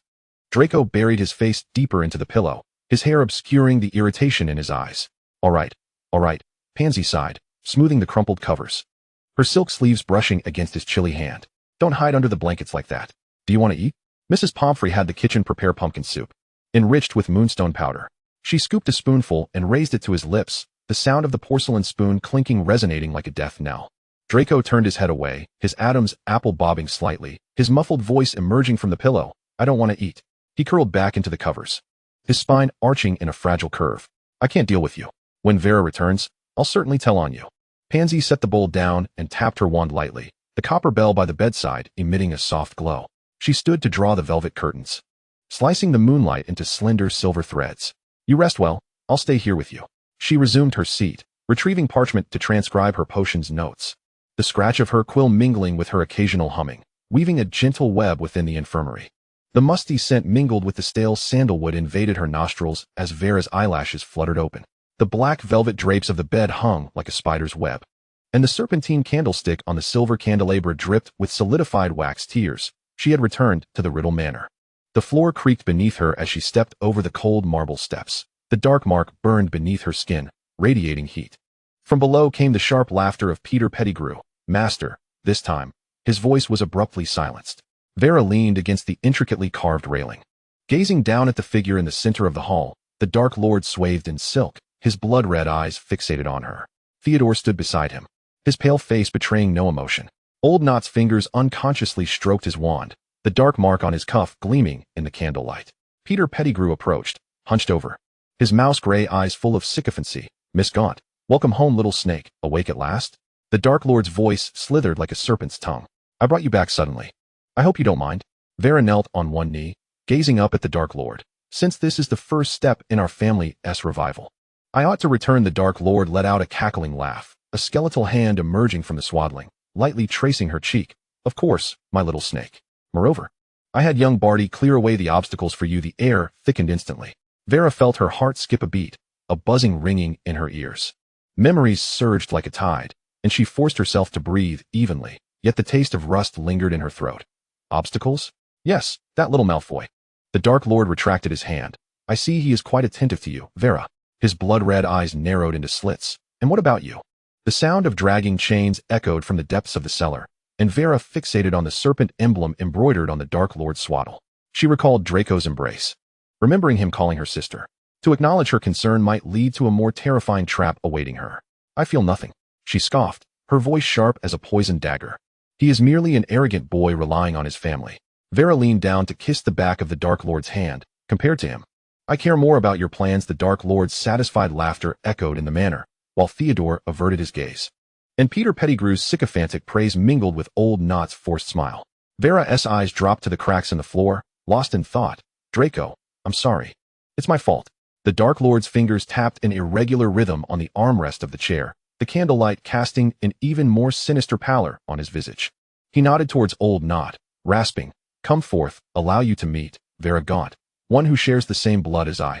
Old Knot's throat constricted violently, his robe, embroidered with the panther emblem, quivered as he approached. The wand in his sleeve whispered against the fabric, yet his face was adorned with a sycophantic smile. Hands trembling as they extended towards her. "Miss Gaunt, it is an honor to meet you. I did not recognize you last time, as you were concealed by your hood. I apologize for my rudeness. I hope my son has not caused you any trouble at school." Vera gazed at his hands, calloused from wielding a wand, with traces of a deep purple potion lingering beneath the nails. She gently clasped his hand, her peripheral vision catching Theodore's tense profile, standing in the shadows. His pale lips pressed into a line. "Mr. Knott has assisted me on several occasions. He is quite commendable." Vera withdrew her hand, her fingertips brushing against her skirt. Old Knott sighed in relief, nearly toppling the cauldron on the table as he stepped back, splattering boiling potion that hissed and corroded the ground beneath. The Dark Lord erupted into sharp laughter, the swaddling shaking violently, the scent of sulfur pervading the air. It seems you are quite well acquainted? His blood-red eyes swept over Vera and Theodore. Excellent. Then let us witness the first step of our grand plan. Chapter 33, Project 3, Resurrection. The stands of the competition venue were teeming with spectators, Draco wedged between Pansy and Blaze in the front row. The summer evening breeze carried the scent of grass past his hair, yet it could not disperse the gloom that lingered between his brows. Pansy stood on tiptoe, her pink-polished fingers anxiously drumming against the railing. It's strange. Not only has Vera not returned with Moody, but where has Theodore gone? At this critical juncture. What on earth are they up to? Blaze shrugged, his slightly curled hair tousled by the wind. I have no idea. Perhaps he was taken by Moody as well? That old man is so mysterious. Who knows what he is planning? As soon as he finished speaking, Draco clenched his fists, his nails nearly digging into his palms. The mention of his sister alongside Theodore felt like a thorn piercing his heart, causing his eyes to burn. Meanwhile, the stands of the competition venue filled up, the noise rising and falling like a tide. The four champions, Cedric, Fleur, Crumb, and Harry, stood at the entrance of the maze, their expressions grave as they awaited the signal. Bagman, clad in a bright yellow robe, strode forward with exuberance, his voice amplified by magic resonating throughout the arena. Ladies and gentlemen, the moment of excitement has arrived. The final challenge of the Triwizard Tournament is about to commence. The four champions will traverse this maze teeming with perilous creatures, and the first to seize the Triwizard Cup shall emerge as the ultimate victor of this tournament. As his words echoed, flames erupted, forming a scorching archway at the entrance of the maze. Draco's gaze remained fixed on the blaze, an inexplicable wave of unease washing over him. The tendrils writhed ominously beneath Cedric's feet, while the moonlight was shattered into fragments by the towering stone walls of the labyrinth. He wiped the cold sweat from his brow. The tip of his wand glowed faintly blue, illuminating the twisted thicket ahead. In the distance, the sound of Crumb's footsteps echoed, erratic like the tumultuous beats of a disordered heart. Just as Cedric was about to call out, he froze upon catching sight of his companion. Crumb's spine arched grotesquely, his right hand dangling his wand, and his eyes shimmered with an unsettling, murky gray hue. Crumb? Cedric's voice reverberated through the labyrinth, startling the stillness into a rustle. Crumb did not respond nor turn back, continuing to drag his feet forward, the sound of his boots scraping against the ground piercing Cedric's eardrums. After a moment's hesitation, he resolved to take a detour. Suddenly, a faint metallic scent of blood wafted through the damp air. As he rounded the corner, the sharp scream of Fleur tore through the silence. Cedric's wand slipped from his grasp, revealing Crumb raising his wand high, while Fleur's wand lay shattered in two, rolling aside as she lay still amidst the underbrush. Avada Kedavra! Crumb's hoarse roar sent a chill through Cedric's veins. He shouted with all his might, "Disarm!" Crumb's wand flew from his hand in an instant. Cedric turned and fled, his robe snagged and torn by the thorns. He could hear Crumb's heavy footsteps relentlessly pursuing him, his throat constricted as if stuffed with cotton soaked in icy water. After navigating 3 junctions, he abruptly halted before a stone wall, where Harry crouched on the ground, the tip of his wand illuminating a curled figure. "Cedric!" Harry's voice trembled noticeably. "Shall we go together?" Cedric fixated on the lingering green light emanating from Harry's wand, his heart nearly ceasing. He forced himself to regain composure and grasped Harry's outstretched hand. "Together. But if we encounter Crumb?" He hesitated, his throat tightening. There was no room for doubt. In the chilly, damp cemetery of Little Hangleton, moonlight filtered through the shattered dome, casting mottled shadows among the moss-covered gravestones. Within the shadows, Voldemort, draped in black robes, curled upon a skeletal chaise longue, his serpent-like red eyes glowing eerily in the darkness, as his twisted fingers unconsciously scraped the armrest, producing a jarring sound akin to nails scraping bone. Wormtail, hunched and cowering like a frightened rat, furtively glanced towards the altar, his scarred hands gripping his wand tightly, the joints whitening from excessive pressure. Bellatrix, clad in a dark purple robe with the distinctive silver band of the Gaunt family wrapped around her waist, bore an expression of fervent devotion on her pale face. The black diamond adornments in her hair swayed gently with her movements, refracting tiny beams of ghostly light. "I have awaited this day for long." Voldemort's voice was husky and piercing, akin to sandpaper grating against metal. "This time, I shall not fail." He slowly raised his head, his crimson gaze fixed on Bellatrix. "Soon, we shall restore our family. The corruption of the wizarding world will be purged by our hands. There shall be no more half-bloods. Only we, the true purebloods." As he spoke, the candles surrounding the altar began to tremble violently, the flames shooting upwards, casting the shadows of the 3 figures upon the walls, distorting their forms. Bellatrix knelt gracefully, exuding an air of unquestionable reverence. She reached out to touch Voldemort's cold hand. A flicker of disdain crossing her eyes as her fingertips brushed against the withered skin, swiftly masked by fervor. Your will shall be realized. Those who once scorned our family shall pay dearly. Her voice trembled as she recalled the memories Voldemort had shown her yesterday, the decline of the Gaunt family, her own suffering in a distant land. A cruel smile curled upon her lips.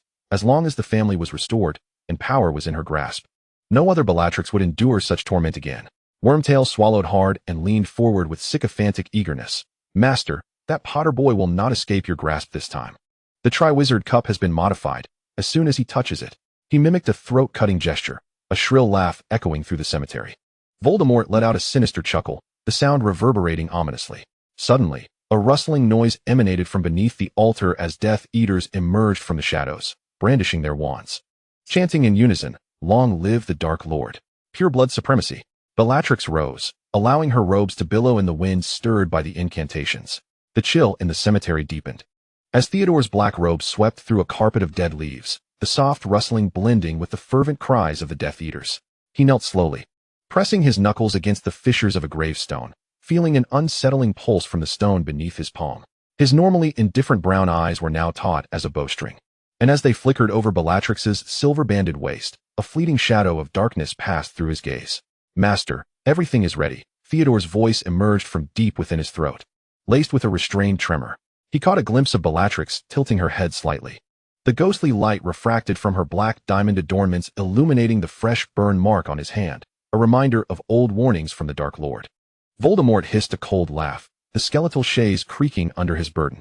"Well done," he crooned, as the infantile form twisted, extending its hand towards him. Nails still stained with dark red clots. "Come stand by me." As Theodore rose, a chilling wind followed him, the flames upon the altar instantly turning a ghostly green. He deliberately maintained a half-arm's distance from Bellatrix, yet kept his wand protectively behind her. "Theodore, you are indeed impressive," Wormtail piped up, his voice shrill, his eyes darting between the two. "Not only this time, but even during that incident at the Quidditch World Cup, you managed to deceive Snape." "Silence," Bellatrix interrupted sharply, the light from her wand ensnaring Wormtail's neck. "Who are you to utter his name?" Voldemort chuckled darkly, his crimson-slitted eyes flickering like two dancing flames in the darkness. He waved a gnarled hand, and the Death Eater's chants morphed into an eerie melody, as the clouds above the cemetery began to swirl rapidly, revealing dark crimson lightning. Theodore recalled the first time he had met Bellatrix, her once clear, serene blue eyes now clouded with tension. At the labyrinth's end, the Triwizard Cup hovered atop a stone pedestal entwined in spiderwebs, moonlight glinting off its surface, casting fragmented silver rays upon the intertwined hands of Harry and Cedric. The moment their fingertips brushed against the metallic surface, a bone-chilling cold surged through their nerves, the swirling darkness engulfing them with a howling wind. As the world came back into focus, the putrid scent of decay mingled with rust assaulted Harry's nostrils, causing him to stumble against a moss-covered gravestone. The lightning-shaped scar on his forehead ignited with a searing pain, as if a burning steel needle was twisting beneath his flesh. In the center of Little Hangleton Cemetery, Voldemort's skeletal chaise emitted an agonizing creak. The grotesque form slowly rose, his crimson-slitted eyes appearing like two glowing embers in the dark. And he let out a hissing laugh as he gazed toward the altar's entrance. "He has come." Before he could finish, Bellatrix and Theodore had already retreated into the shadows beside a broken angel statue. The hem of Theodore's black robes brushed against the snake-embellished tiles as he subtly adjusted his wand within his sleeve. Cedric's wand flared with blinding white light, illuminating the circular altar where a dozen black-robed figures gathered. The faces of the Death Eaters, twisted and fervent beneath their hoods, clutched their wands tightly, slowly closing in at Voldemort's behest. In the center of the altar, a black cauldron bubbled ominously, dark red liquid frothing as countless tormented faces emerged, contorted in agony upon its surface, while thick lines of blood coursed through the bronze pipes, following the peculiar sigils etched around them. "Harry, a trap." Cedric's voice was abruptly shattered by the thunderous roar of lightning. Harry's gaze became fixated on the dried blood caked beneath Voldemort's nails, and he was suddenly reminded of the dreamscape that had haunted him. The skeletal torches surrounding the altar, the Death Eaters brandishing their wands, all mirroring the vivid horrors of his moonlit nightmares. Voldemort's hissing laughter pierced through the shrouded darkness. "Hold him. Find Potter." The black cloaks of the Death Eaters surged forward like a relentless tide. Harry struggled fiercely, yet his wand slipped from his grasp amidst the chaos. Cold iron chains coiled around his wrists, while rough hemp ropes bit into his flesh.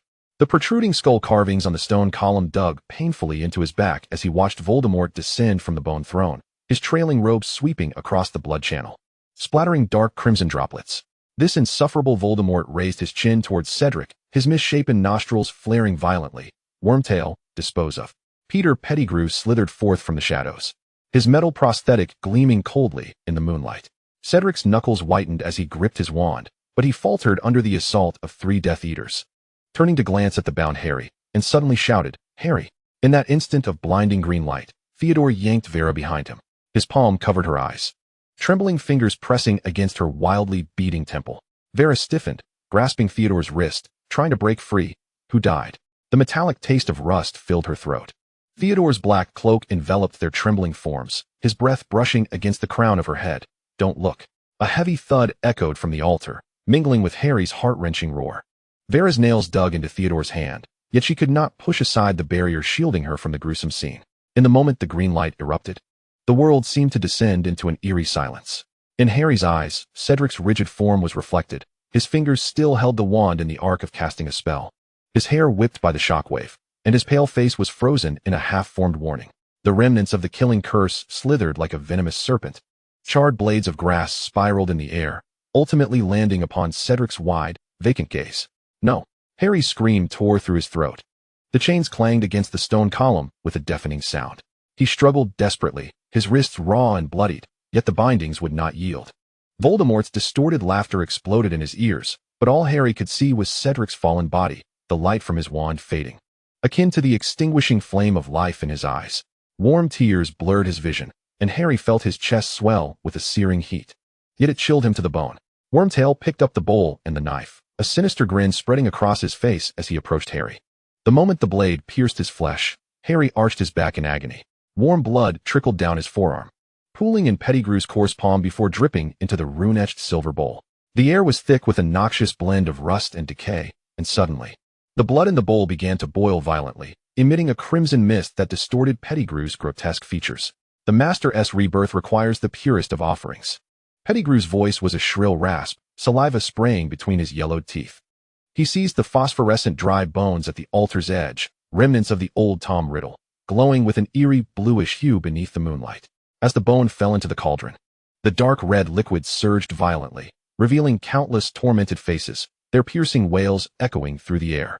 Stars danced before Harry's eyes. The dizziness from blood loss coupled with the burning of his scar nearly overwhelmed him. Yet, when Pettigrew drew the dagger and aimed it at his own left hand, he jolted back to consciousness, the dull thud of the blade merging with the sickening sound of flesh tearing, the revolting sweetness assaulting his nostrils. Trembling, Pettigrew hurled his severed hand into the cauldron, blood tracing a dark arc through the air, splattering onto Harry's face. Your father's bone must be unwillingly offered. Pettigrew's voice was deranged. The blood of enemies shall flow forth. The flesh of servants willingly surrendered. As the final syllable fell, he submerged the curled form of Voldemort into the boiling liquid. The cauldron erupted with a blinding red light. The earth trembled violently, and the Death Eaters raised their voices in unison, their black robes billowing in the tempest. Vera heard it. She lowered her head, a smirk creeping onto her lips. Theodore, we have succeeded. Blinded by the intense light, Harry struggled to open his eyes, but could still sense an insidious power awakening at the center of the altar. The viscous liquid bubbled and churned, gradually coalescing into a hazy humanoid silhouette. Chapter 34, Project 3, The Duel, Revised. Voldemort's knuckles emitted a sound reminiscent of a serpent shedding its skin as he slowly propped himself up. His hollow nostrils flared, inhaling the lingering scent of blood in the air, while his crimson pupils reflected the ebb and flow of black-robed figures around the altar. A sinister smile spreading across his face. Behold my new vessel. His voice slithered like a serpent's hiss, chillingly perfect beyond his expectations. Wormtail lay limp on the ground, dark purple blood seeping from his severed arm, his cries mingling with sycophantic whimpers. Master, your glory. Before he could finish, Voldemort's wand was pressed against his throat. Silence. The dark red eyes scanned the trembling servant. Your suffering is but a footnote to the great sacrifice. Wormtail let out a muffled sob, immediately burying his face in the dirt. Nagini suddenly raised her head, hissing, the sound of her scales scraping against the ground drawing near. The cold serpent's body coiled around Harry's ankle, her venomous fangs nearly grazing his skin. Harry forced himself to lift his gaze, meeting Voldemort's condescending stare, those eyes like burning coals. devoured every ounce of his fear. Potter. Voldemort's fingertips brushed against Harry's scarred skin, the moment of contact igniting a searing pain that coursed down his spine. Did you think you could escape? Dumbledore's protection? The foolish warmth of the Weasleys? He suddenly erupted into a sharp, maniacal laugh, the Death Eaters echoing in response. Their cacophony shaking the altar's runes, releasing eerie blue sparks. They are all miles away, and you shall witness how my return obliterates the so-called light. Harry's temples throbbed, the pain from his scar nearly rendering him unconscious. As Voldemort's wand pressed against his heart, Harry caught a glimpse of Cedric's lifeless body on the other side. Swallowing the metallic sweetness in his throat, he rasped, "You are mistaken. They will never give up." Voldemort's pupils contracted sharply. The green light erupting from the tip of his wand tore through the air. The night wind whipped up the ashes surrounding the altar, and Vera stepped closer. Treading on fragments of runes, the hem of her black cloak sweeping across the congealed blood. Her hood fluttered slightly in the wind, yet her visage remained concealed. Save for the pale fingertips that emerged from her wide sleeves, the knuckles still dusted with the remnants of potion-making luminescent powder. Theodore followed closely behind, his tightly clenched wand barely visible in the shadows. "My little serpent." Voldemort extended his arms. The stench of decay enveloping Harry as the foul sweetness from the cauldron assaulted his senses. Voldemort's scarlet eyes fixated on Vera, his bony fingers curling slightly. "Come. I can embrace you now." His voice slithered forth, laced with an irresistible hissing sound. Vera trembled as she approached Voldemort, her body taut beneath the black robes. When Voldemort's cold, skeletal arms encircled her, she felt as though she could scarcely breathe. This embrace, binding them by blood, filled her with both dread and exhilaration. With a quiver in her voice, she managed to say, "I have family now." Standing in the shadows, Theodore remained with his head bowed, his hood concealing his expression. No one could discern the turmoil swirling within his eyes. His wand was clutched tightly in his hand, the knuckles white beneath his robe. Voldemort held Vela tightly, gradually turning his head to gaze at Harry, who was bound to the stone pillar. His crimson eyes sparkled with malice and triumph. "Do you see this, Potter? This is the harbinger of your inevitable defeat. You have no family left, but I do. Everything you hold dear will shatter before me." His laughter was sharp and grating. Startling Nagini coiled at Harry's feet into a hissing frenzy, her forked tongue nearly brushing against Harry's ankle. Harry struggled with all his might, the chains clattering loudly. He glared at Voldemort. "You will not succeed." "Oh." Voldemort raised an eyebrow, a sinister smile creeping across his face. "Then let us wait and see how long your faith can endure amid suffering." With that, he waved his wand, and the flames on the altar surged violently, casting distorted and grotesque shadows of everyone present. The piercing sound of his laughter swept over the altar like a tidal wave. The twisted faces of the Death Eaters beneath their hoods flickering in the firelight, their black robes vibrating with manic fervor. Voldemort's scarlet gaze swept over the crowd, finally settling on Wormtail, curled up on the ground. The Dark Lord would not neglect any who aided him. His voice emerged from the abyss, imbued with a chilling authority. With a sinister arc of his wand, a silver light flowed like liquid metal, wrapping around the mangled stump of Wormtail's severed arm. The brittle crack of bone merging with the sizzling sound of flesh regenerating filled the air as a gleaming metallic prosthetic hand took shape.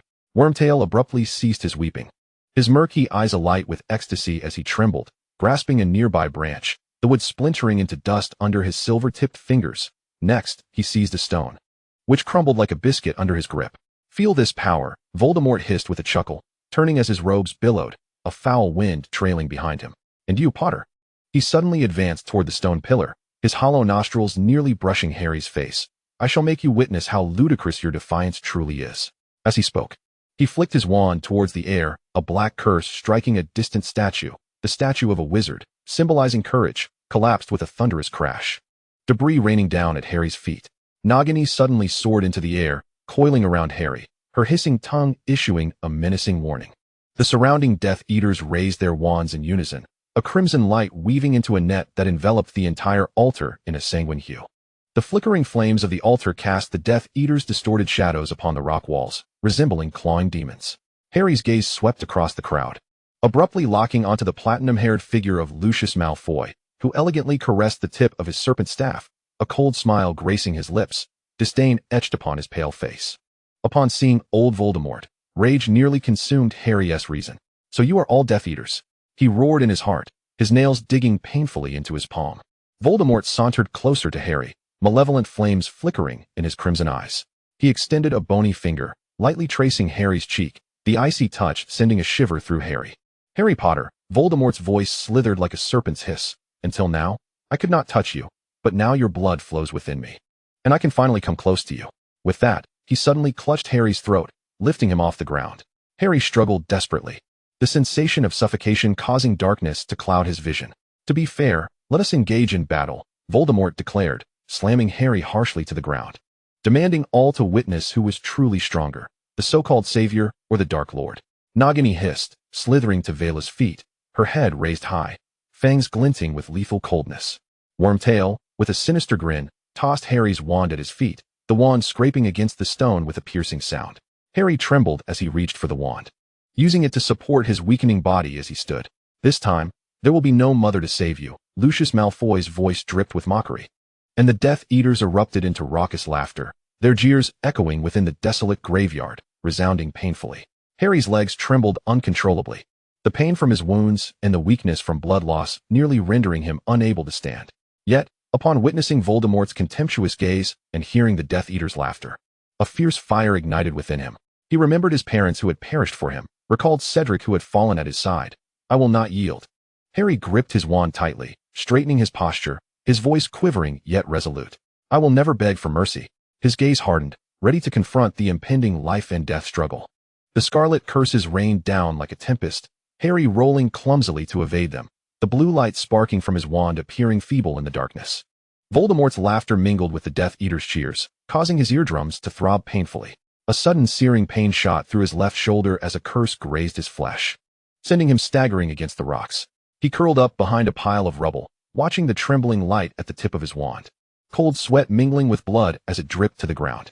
What would Ron and Hermione do? What would Dumbledore say? His nails dug into the crevices of the stone, his mind consumed only with his mother's final cries. On the other side of the altar, Vela bit her lip hard, her fingers digging into her palm beneath her black robes. She watched as Harry was driven back by the roaring flames, instinctively taking a half step forward as Voldemort raised his wand. Theodore timely grasped her wrist, the cold touch causing her to shudder. Don't be foolish. The boy's voice wrapped around her like the biting wind. Vela forced herself to avert her gaze but caught a glimpse of the twisted outline in the shadows. An eerie compulsion drew her toward the lifeless body, the golden emblem on the robe shining alarmingly in the firelight. As she trembled, lifting the fabric, Cedric's hollow eyes reflected her terrified visage. Her scream lodged in her throat as her fingertips brushed against the gruesome wound on the boy's neck. Memories surged forth like a tide. In the greenhouse, Cedric beamed with warmth, sunlight painting his hair a honeyed hue, and now, those gentle eyes would never blink again. Get up. Theodore yanked her upright. If the Dark Lord discovers you mourning a foe, but before he could finish, Voldemort's furious roar echoed from afar. The rocks concealing Harry erupting with a thunderous blast, debris flying like bullets. Voldemort's crimson eyes sparkled with sadistic delight as he tapped his wand. An invisible force yanking Harry from behind the stones, slamming him heavily onto the altar. Look at this pitiful little lion, he drawled, his voice elongated, his black robes sweeping across the scattered runes as the Death Eater's laughter surged like a tide. That infant who once sent me flying, now reduced to writhing like a worm? Harry struggled to prop himself up, barely able to grip his wand. Blood dripped from his wounds onto the ancient magical circle, causing the runes to emit an eerie blue glow, only to be extinguished in the next moment by Voldemort's curse. His mother's sacrifice?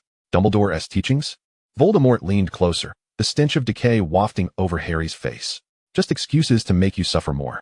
He swung his wand violently, blood erupting from Harry's right shoulder, his scream mingling with the Death Eater's cheers, echoing throughout the valley. Do you still not concede, Potter? Voldemort raised his wand, the green light of the killing curse coalescing at its tip. Do you think anyone will come to save you?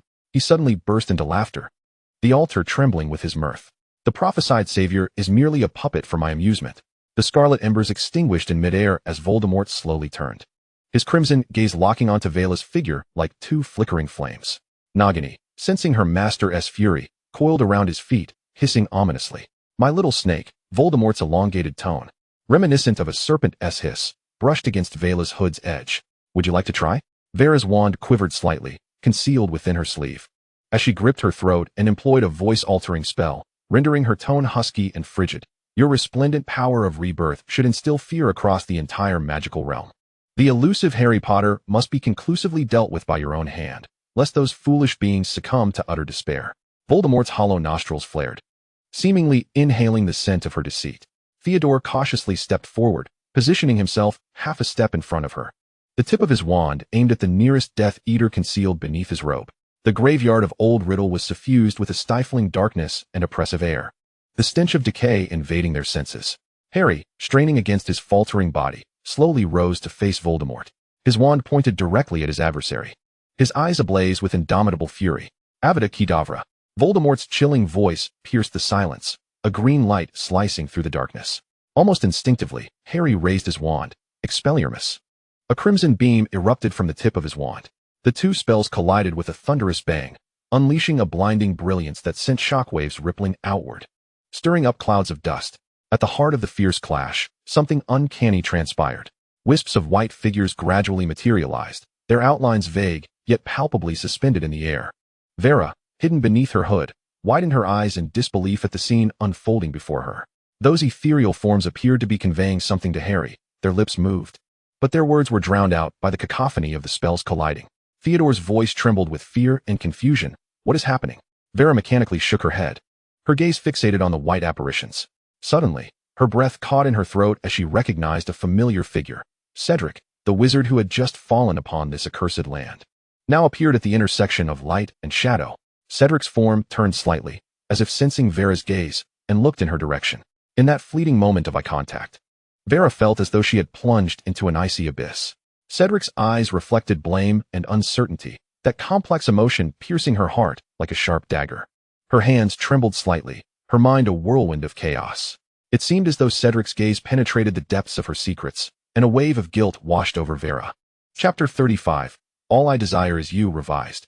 Vera furrowed her brow, watching as Harry, shielded by the white apparitions, surged forth with astonishing speed. The figures of James and Lily formed a barrier, redirecting Voldemort's curse towards a statue in the graveyard, the shattering debris raining down upon the Death Eaters, mingling screams and curses into a chaotic symphony. Cedric's shadow gave her one last shake of the head before dissipating into specks of light, and in that instant, Harry had reached Cedric's lifeless body. Stop him! Voldemort's shriek rent the air, his pale fingers flailing madly as dozens of dark curses shot towards Harry like venomous serpents. Vera and Theodore trembled as they raised their wands, only to be disarmed by a disarming spell from Lupin's phantom.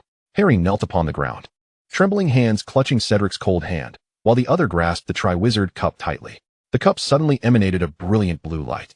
Vera watched as Harry's glasses shattered amidst the spellfire, his face marred with blood, yet he stubbornly held Cedric's body close. In the radiant burst of the Triwizard Cup, Voldemort's figure twisted and contorted, his roar swallowed by the ominous hum of the time-space rift. Just as the Death Eater's curses were about to strike Harry's back, the bronze cup transformed into a stream of light, enveloping two figures as it vanished into the sky above the graveyard. No.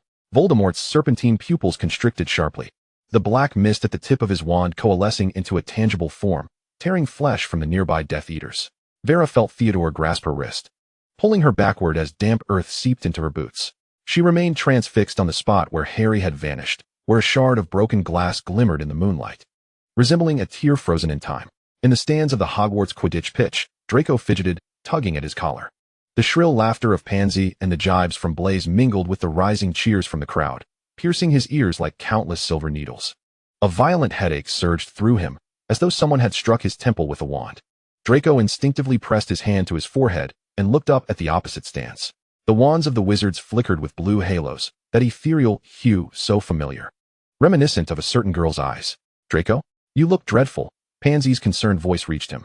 He had fallen from his broom, memories swirling chaotically, calling out for Vera as sister. Yet now, both she and some boy had vanished without a trace. Draco gritted his teeth in frustration. Jealousy and anger churned within him like a toxic potion. Yet the bitterness in his heart was acutely clear.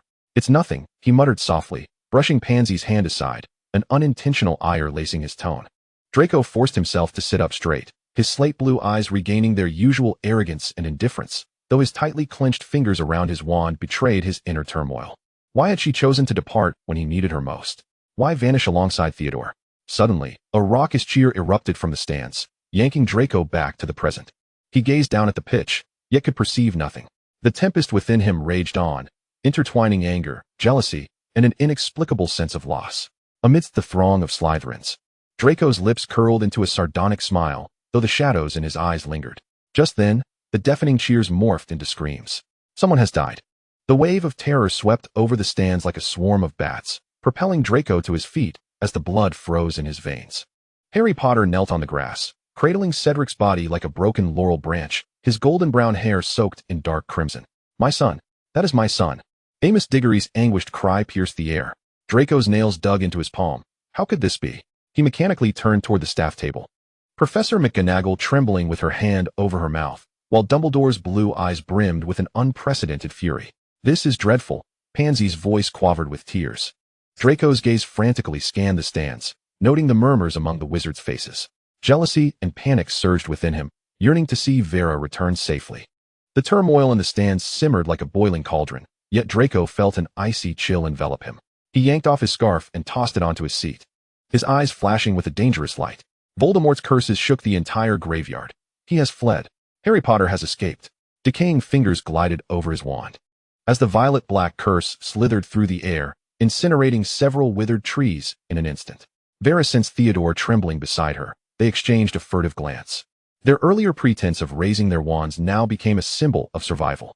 Voldemort abruptly turned, his serpentine gaze sweeping over the crowd, causing the Death Eaters to bow their heads in unison, shadows of their hoods concealing their pale chins. "Look up, Thais." Voldemort's voice shifted to a chilling softness, sending shivers down the spines of all present. The Death Eater huddled in the corner trembled violently, the metallic mask rattling with his chattering teeth. As he hesitantly raised his gaze, Vera noticed that the tip of his wand still bore traces of grass, evidently having failed to cast a single spell during the battle. "Master, I was disoriented by the apparition." Thais's stammered excuse was drowned in a wave of green light. Voldemort's curse precisely pierced his chest, and as his lifeless body collapsed, it toppled a nearby gravestone, emitting a sound that grated on the nerves. The insectoid's tail immediately bent low as it moved forward, using its sleeve to cover its mouth and nose while dragging the lifeless body away, leaving a trail of crimson blood that wound its way across the moss. In the oppressive silence, Vera's heartbeat raced so swiftly it felt as if it might shatter her ribs. She was uncertain whether to feel grateful that Harry had escaped or mournful that Voldemort had not slain him. "As long as we exist, he cannot evade your grasp." Vera's fingertips gently caressed Voldemort's sunken cheek, sensing the repressed fury simmering within his being. The Death Eaters knelt in unison, their silver masks gleaming coldly under the moonlight. "Kill Harry Potter." The collective roar startled the crows that had settled in the graveyard. Voldemort's taut shoulders finally relaxed. "You may all leave. I will summon you again if necessary." He turned his gaze to Vera, adding, "You should return as well." As Vera stepped back, Theodore discreetly steadied her trembling arm. Before the apparition whisked them away from the graveyard, she cast one last glance at Tesla's lifeless form, his vacant eyes fixed upon the moon, seemingly voicing a silent accusation against this absurd demise. In Dumbledore's office, Harry clutched his shattered glasses, his knuckles whitening from the pressure. When he spoke of the eerie white light at the graveyard, a sudden commotion erupted from the direction of the Ollery. Professor McGonagall hurriedly entered, her deep green robes stained with thorns. "Albus, we have found the missing Miss Rosier and Mr. Nott at the edge of the Forbidden Forest. They have been struck by a stunning spell, and their condition is unclear." Draco's wand struck the stone table in the Slytherin common room with a sharp crack. The moment he heard the news, he nearly bulldozed through the crowd, with Pansy and Blaise trailing closely behind. His hurried footsteps echoed down the corridor, and at one corner, he even collided with a Ravenclaw student carrying a cauldron. As the door to the hospital wing swung open, Madame Pomfrey was using her wand to examine Theodore's pupils. In the hospital bed, Vera's pale face sank into the pillow, dark red scabs congealing at her temple, and faint bruises were visible beneath her uniform, torn by branches. Draco's breath caught in his throat. The girl who was always so meticulously composed now had her hair disheveled against her face, resembling a wounded butterfly. "You can't all crowd in here," Madame Pomfrey admonished sharply. Pansy attempted to move forward to smooth Vera's disordered hair, but Draco pushed her aside, nearly lunging to the bedside. "Who did this?" Theodore let out a faint groan from the adjacent bed. Struggling to open his swollen eyelids, he rasped, "The Death Eaters attacked us suddenly and took us away." "Lie still," Madame Pomfrey commanded as she administered potions to Theodore, then turned to Draco. "Mr. Malfoy, please control your emotions. The patient requires absolute quiet." Pansy wrung her scarf in distress.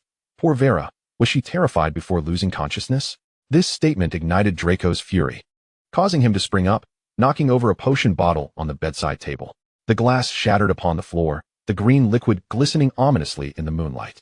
Blaise managed to catch the stumbling Draco, but was violently shrugged off. As the ornate iron door slammed shut behind him, Draco's loosened silver-green tie had become a crumpled mess. The flickering fire in the common room reflected the tears glistening in Pansy's eyes as she clutched Blaze's sleeve. They're all injured. And Vera's wound on her forehead is so deep. A sleepless night ensued. As the morning light pierced through the clouds, dark circles had formed beneath Draco's eyes. He encountered Madame Pomfrey at the hospital wing entrance, carrying an empty potion bowl, her hesitant expression quickening his heartbeat. The moment he opened the door, he saw Vera sitting at the bedside, tidying her hair, while Theodore leaned against the window frame, polishing his wand. "Sister." Draco's anxious heart suddenly eased. His voice sweet, yet strained as he hurried forward to grasp her wrist. Upon touching her calloused palm, he recalled the image of her wielding a wand against the Death Eaters in his dreams last night. His fingers tightened slightly as he rested his chin on her shoulder. Yet his gaze remained fixed upon Theodore's gradually solidifying smile. "I've been so worried about you. Where on earth have you been?" Vera's body stiffened for a moment before she gently brushed her ungrasped hand over his hair. "I was taken by bad people, but it's all right now." Her tone was soothing, as if comforting a child, yet it made Draco's molars ache with frustration. Theodore cleared his throat, preparing to speak, but Draco suddenly turned. His voice tinged with a trembling edge. "Mr. Knott, why didn't you protect my sister better? If I had been there, she wouldn't have been hurt." The words drained Theodore's complexion of color in an instant. The aftermath of the stunning spell felt like being struck by a giant. Theodore's lips curled into a grimace, relief washing over his obsidian eyes. Vera chuckled lightly, the black onyx bracelet on her wrist chiming softly with her movement, a gift from Draco last Halloween, now pressing against her palm like the heat of his gaze. As they traversed the corridor, murmuring with hushed whispers, the serpentine bronze door of the Slytherin common room slid open, and Pansy's perfume enveloped them. "By Merlin's beard, you nearly scared me into premature gray hair." She clutched Vera tightly, her knuckles turning white. "You're making me feel like I'm about to meet death." Vera raised an eyebrow, prying apart her fingers, catching a glimpse of Blaze vigorously patting Theodore's back, the snake house crest on their shoulders glinting under the candlelight. After exchanging a nod with her, Theodore dragged his robes away, disappearing at the end of the spiral staircase like a shadow on the verge of extinguishing. The moment she pushed open the intricately carved wooden door, Celine's white furball leapt towards her. The cat's paw pads pressed against her chest, producing a plaintive whimper as Vera buried herself in the soft fur, only to hear a soft incantation echoing from behind her. Draco leaned against the doorframe, his platinum hair tousled by the night breeze, yet his eyes shone with an astonishing brightness. The residual aura of the Confundu's charm still lingered on his fingertips. His wand carelessly tucked at his side, resembling a knight of the medieval era. "You're being reckless again." Vera arched an eyebrow, gently setting the cat aside.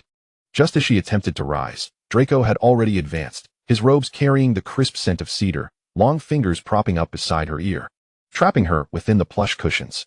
Celine mewed softly, darting into a corner, her tail nervously sweeping across the Persian carpet.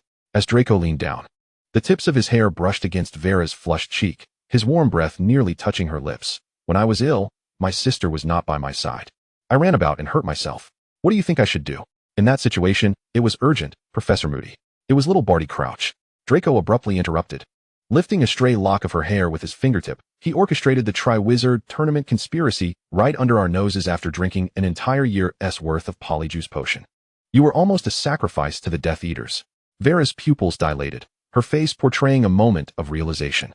Instinctively, she pushed against Draco's chest, only to find herself pushing against an unyielding barrier. Draco chuckled softly, pinning her wrist against the pillow, his breath warm against her flushed ear. "Now you're afraid, are you? Let go." Vera turned her head, but he cupped her chin with his other hand. The flames burning in Draco's gray-blue eyes reflected her slightly quivering eyelashes. "Next time, shall I treat you to the new Honeyduke's delicacy?" She feigned calmness. Draco let out a low laugh, the tip of his nose brushing against her reddened cheek. "Sister, all I want is you." Before the words had fully left his lips, his own pressed against hers. First, there was a tentative exploration akin to a dragonfly skimming the surface of water. In the instant Vera became rigid, Draco's tongue had already pried open her pearly teeth, exuding an irresistible invasion. Vera's struggles gradually transformed into feeble pushes within Draco's tightening embrace, the mingling scents of peppermint and cedar wafting between them. She felt Draco's thumb caressing the pulse at her wrist, his searing body heat burning through their interwoven garments. Serene, the cat, curled up in a corner. Even her yawns morphed into cautious whimpers.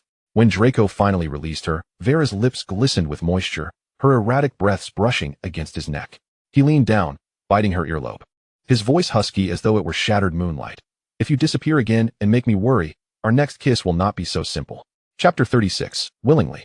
Draco's words were abruptly cut short as a sharp pain gripped his lips, causing his pupils to constrict. Vera bit down on his lower lip. And the moment she tasted the metallic tang of rust, she skillfully flipped him onto the soft cushion beneath her. The subtle shimmer of the lake broke into stars among her hair, and a provocative gleam danced in her eyes. The one who should be worried is you. Her kiss was laced with vengeful ferocity, and as her tongue grazed the wound on his lip, Draco gasped, gripping the nape of her neck.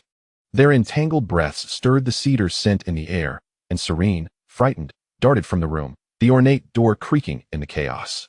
Vera awoke to the ticking of the bronze serpent-shaped clock by the headboard, and it was already 7 in the morning. The disheveled sheets still carried the scent of cedar, while the space beside her had grown cold. She reached for her lips, where Draco's essence lingered, and her ears flushed instantly. As the aroma of toasted bread wafted through the hall, Draco leaned against the long table, idly polishing his wand. His platinum hair was meticulously styled, yet the faint red scab at the corner of his mouth stood out starkly against his pale skin. Pansy placed a slice of bread smeared with jam on Draco's plate, her gaze flitting between the two. Merlin's beard. Malfoy, did a troll beat you up? Draco lifted his eyes to the hastily seated Vera, ripples forming in his gray-blue gaze. His fingertips brushed the scab at his mouth, and suddenly leaning closer, he whispered in a tone meant exclusively for her. Sister, I must slowly reclaim that kiss. Vera's hand trembled, causing milk to ripple in the silver cup, reflecting the triumphant grin of the boy. Master Malfoy is becoming increasingly unruly, she mused, casting her gaze downward as she stirred the milk, her lashes casting wing-like shadows beneath her eyes, a pathetic attempt to elicit sympathy. Best not attempted again. Draco, still holding a half-eaten slice of jam toast, exaggeratedly raked his smooth platinum hair, pouting in mock distress. Sister, what is the matter? Just yesterday, you were gently stroking my head. Stop pretending. Vera slammed the table, splattering milk from her silver cup onto the tablecloth, leaving dark stains. Since you have already recovered, do not call me that anymore. She deliberately ignored the rapid flush creeping up Draco's ears. Draco raised his hands in surrender, mischief dancing in his gray-blue eyes. All right. I admit my recovery was entirely due to Sister's special treatment. He elongated the last word, his tongue brushing against the scab, igniting the heat in Vera's ears. Pansy suddenly sprang up, her curls bouncing. You are better now? So, when I kindly helped you with the jam, you just sat back and enjoyed it. She snatched a napkin and flung it onto Draco's plate, the splattered butter hitting the crisp collar of his uniform. Blaze leaned back in his chair, laughing so hard his shoulders shook, discreetly signaling Theodore with a gesture that suggested he had been right all along. Draco nonchalantly flicked his wand to remove the stains, biting into the jam-laden toast with a muffled response. Pansy's culinary skills have improved tremendously. I shall trouble you again for breakfast tomorrow. Dream on. Pansy huffed as she sat down, taking large bites of sausage to vent her frustration. The twilight gradually seeped into every corner of Dumbledore's office.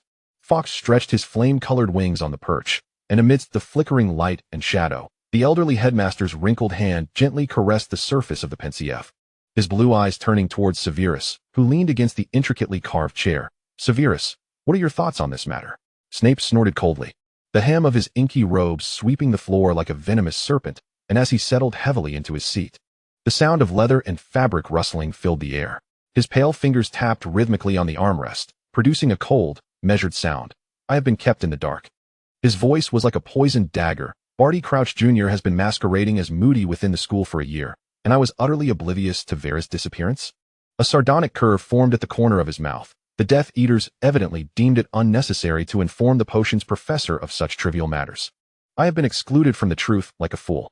Dumbledore tapped his wand lightly, and the crystal orb suddenly illuminated with a ghostly blue light, revealing the scenes Harry experienced in the graveyard. At the final moment of the Triwizard Tournament, Harry Potter confirmed Voldemort's resurrection with his own lips.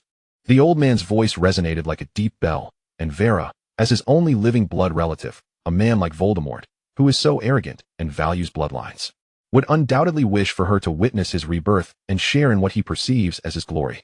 Thus, he used Barty to set a trap. Snape rose abruptly, his black cloak billowing behind him, causing the potion bottles on the table to rattle. The labyrinthine dark magic targeting the contestants, and Potter's selection as a champion, how intricately crafted. It could both test the Ministry's strength and capture the key figure prophesied. Indeed, Dumbledore nodded slowly, a complex light flickering in his eyes. Thus, I ask you to extract some information from Vera about the Dark Lord's plans and her own stance. Understood. Snape's response was as succinct as a blade. Dumbledore picked up some food to feed Fawkes. Blood ties may be shackles, but the choices of the heart are eternally free. I believe she may well stand in opposition to the Dark Lord. Snape furrowed his brow, skeptical of Dumbledore's optimism. Your trust in humanity is naively misplaced. Do you not remember the Potter family? If not for Wormtail's betrayal, they would all be alive, and Lily would not have perished. He recalled the myriad of past events. Those souls consumed by darkness, and his doubts only deepened. Dumbledore listened quietly, allowing Snape to finish before he spoke slowly. I believe in hope. And I believe in the power of the human heart. Severus, go, but be cautious. Your task is not merely to gather information, but to guide her towards the light. This may be difficult, but I trust you possess the capability. Snape remained silent for a long while, ultimately nodding once more. I will complete the task. He turned to leave the office, his black cloak rustling behind him like a shadow merging into the night. Dumbledore gazed once more at the Pensieve, his eyes deep and far-reaching. The steam from the Hogwarts Express coated the window with cold dust, blurring Pansy's curls into a hazy mist. She pressed against the compartment door, her wand aimed at the parchment where the fireworks charm danced. My father is hosting a Quidditch-themed ball at the estate, and I heard people from the ministry will be attending. Before she could finish, the carriage jolted violently, and Blaise swiftly steadied the nearly toppled butterbeer cup. Draco lazily twirled his serpent-shaped ring, speaking nonchalantly. Barring any unforeseen circumstances, I shall be at home. His gray-blue gaze swept over Vera, who was busy adjusting her scarf, a knowing smile curling at the corners of his lips. You all can come to visit me, especially since Vera will be there. Theodore paused in his page-turning, and Blaise grasped his hand, urging him to continue. As the train slowly approached the station, Draco was almost the first to spring to his feet. His long fingers deftly grasped the gilded handle of Vera's suitcase, the friction between the leather gloves and the suitcase surface producing a faint sound. At that moment, a shadowy figure appeared silently. Snape's sleeve barely grazed the edge of the suitcase as he regarded the luggage that Draco had already lifted. The potion professor's pallid face was shrouded in hair, with thin lips pressed into a sharp line beneath his hawkish nose. Draco's back instantly stiffened, his throat constricting with difficulty. I was merely concerned for your well-being, so I shall take care of this. His deliberately weighted tone bore the characteristic cunning of a Slytherin. Yet upon meeting Snape's narrowed black eyes, it transformed into a fine sheen of cold sweat at the nape of his neck. Snape's wand glimmered within his sleeve, yet he merely waved it dismissively. His gaze pierced through Draco, settling on Vera. This summer, take good care of Vera. His gravelly voice wrapped in the bitterness of potions. I shall come to see her.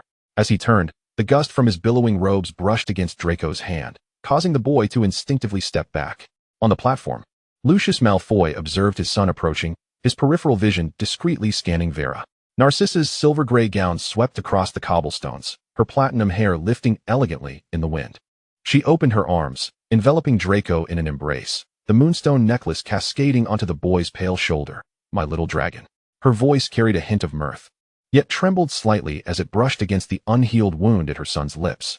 In the next moment, as Narcissa turned, the hem of her gown stirred a fragrant breeze, wrapping Vera in a tender embrace as well.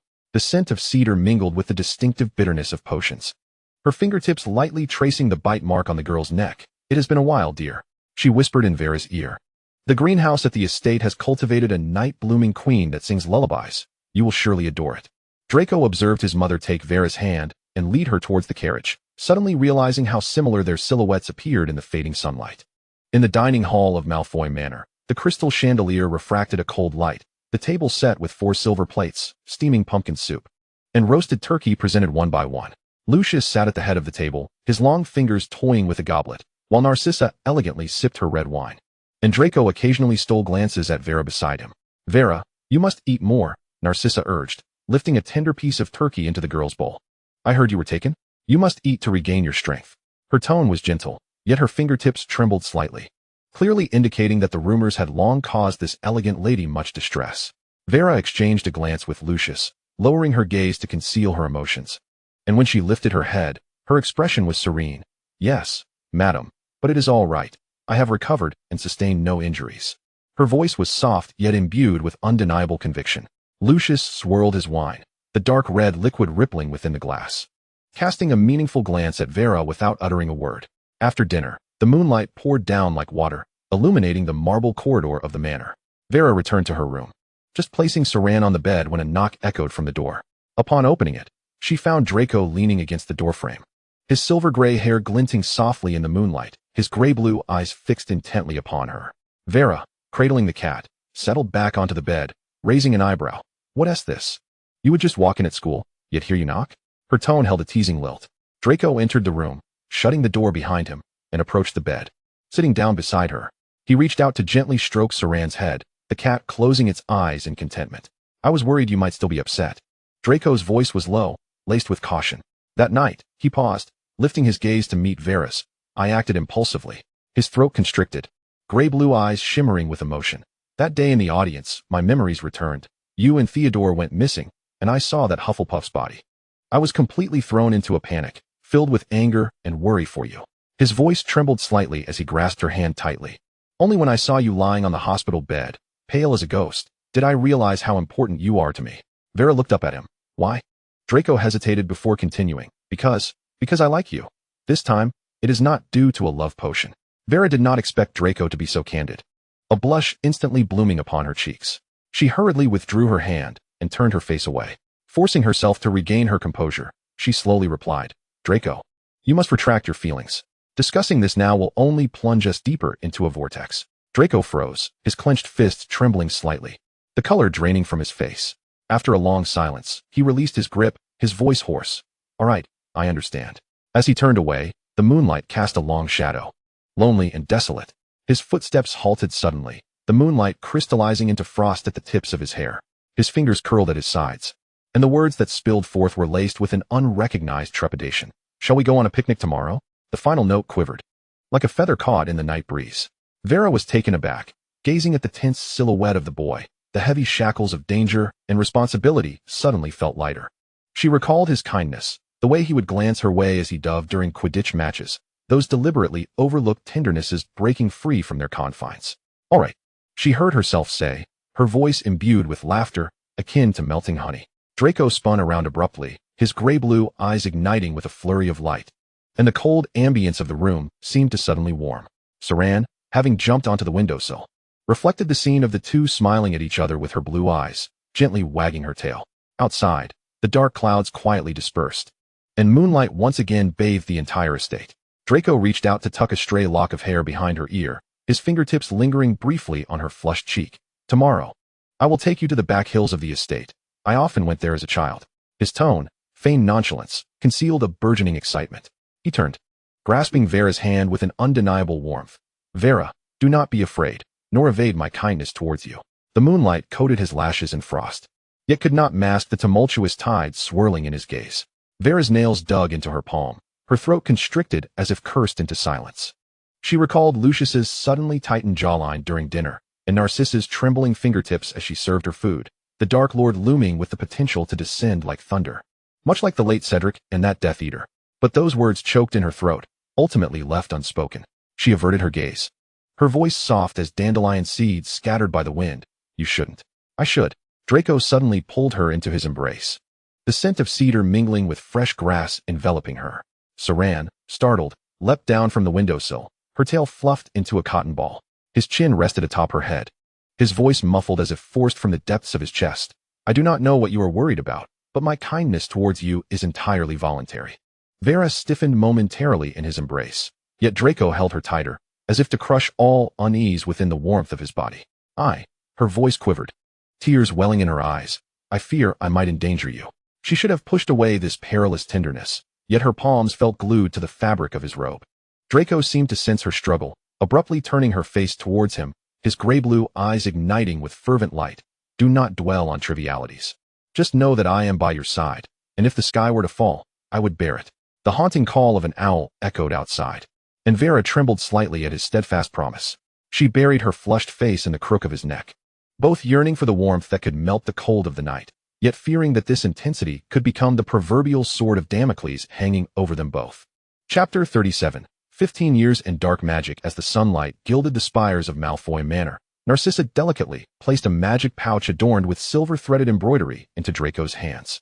The moonstone tassels cascading from the silk pouch brushed against the back of his hand, mingling the lingering scent of roses from his mother's fingertips with the warm aroma of buttery pastries. The shade beneath the third oak tree in the back hills was particularly inviting.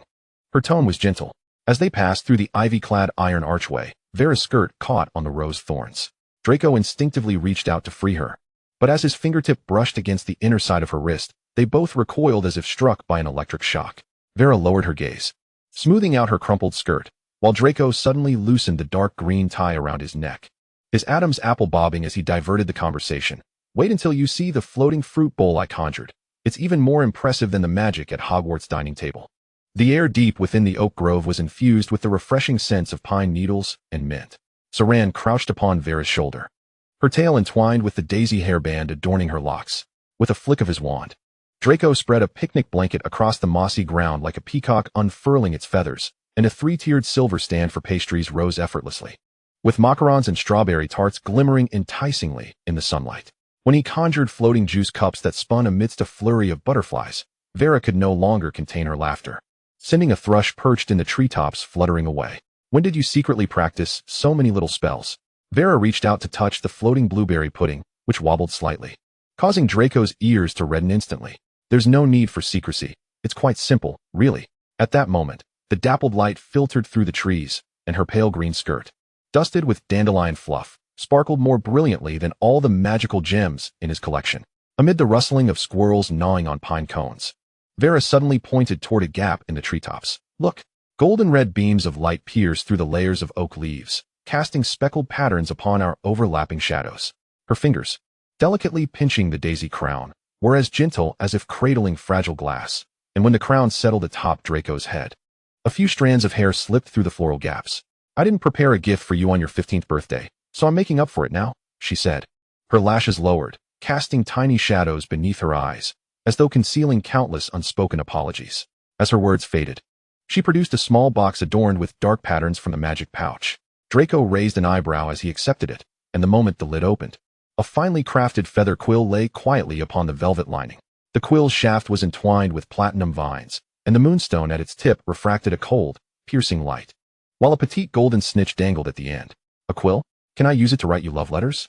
He teased, deliberately elongating his tone, the final syllable laced with playful charm. Vera immediately rolled her eyes, yet the blush creeping to her ears betrayed her discomfort. Let the charming words of the young Master Malfoy be reserved for the Slytherin girls who are infatuated with you. Suddenly, a gust of wind swept across the edge of the picnic blanket, and Draco plucked a crooked daisy from the crown, twirling it between his fingers. After all this time, I still don't know when your birthday is.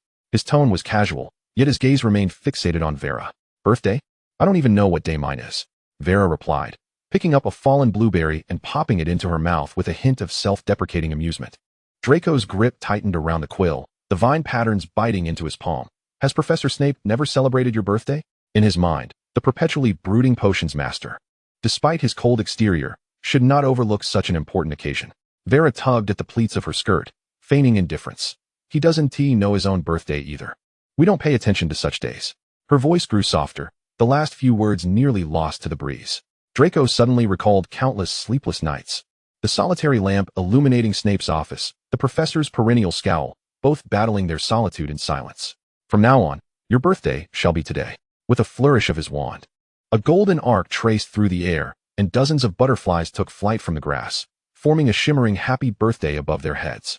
Vera gazed upward, the daisies in her hair quivering with her movement, and Draco noticed tiny droplets of water glistening on her lashes. As the sun dipped low, painting the oak grove in honeyed hues, Draco reclined on the picnic blanket, propping his head on his arm as he watched Vera braid a new flower crown. The tinkling of her lily-of-the-valley necklace contrasted beautifully with the daisy stems dancing between her fingers. When a gentle breeze tousled her hair, a few strands fell across her brow, and he couldn't help but tuck them behind her ear, his fingertips lingering with the fragrance of daisies. What are you thinking? Vera suddenly turned to him, her blue eyes sparkling with flecks of gold. Draco regarded the fan-shaped shadow cast by her lashes beneath her eyes, his throat tightening. I was thinking how wonderful it would be to bottle this day in a time-turner. He spoke with an air of nonchalance, yet the sincerity in his eyes belied his casual tone. Before he could finish, Saran darted across the picnic blanket, knocking over a blueberry juice that stained Draco's pristine white shirt with dark splotches. Clumsy cat. He laughed as he reached to catch the mischievous feline. Vera chuckled softly, hanging the flower crown on a nearby branch, while Draco withdrew his wand, casting a spell. Our time may not stand still, but this crown will remain here forever. The distant chime of the manor's clock tower echoed through the air, the 7 peals startling them both into awareness of the advancing dusk. We should head back, Vera murmured. Yet she made no move to rise. Draco gazed at the wilting daisy crown in her hair and suddenly sat upright, his wand tracing a silver arc in the air. An abundance of glowing butterflies fluttered through the oak grove, their wings shimmering with the orange of the setting sun and the indigo of twilight, transforming the darkening sky into a flowing canvas. The final spell, he said, his voice tender amidst the flurry of wings, is for my birthday girl. Vera looked up at the cascade of light, the cool breeze wrapped in the freshness of dew caressing them, the lingering scent of cedar mingling with the sweet, smoky aroma of marshmallows roasting over a fire, creating a heady elixir in the twilight. The heat of July's summer surged, mingling with the fragrance of wisteria as Severus Snape swept through the gilded gates of Malfoy Manor, his black robes billowing like shadows. The tip of his wand shimmered with icy blue mist, casting distorted shadows upon the polished marble floor, causing the house elves in the corridor to scurry into the folds of the tapestries. Lucius leaned against the ornately carved doorframe of his study, his platinum hair meticulously styled into elegant curls, while the ruby atop his silver serpent cane trembled slightly as his fingers tapped lightly. Severus, what brings the busy man to visit?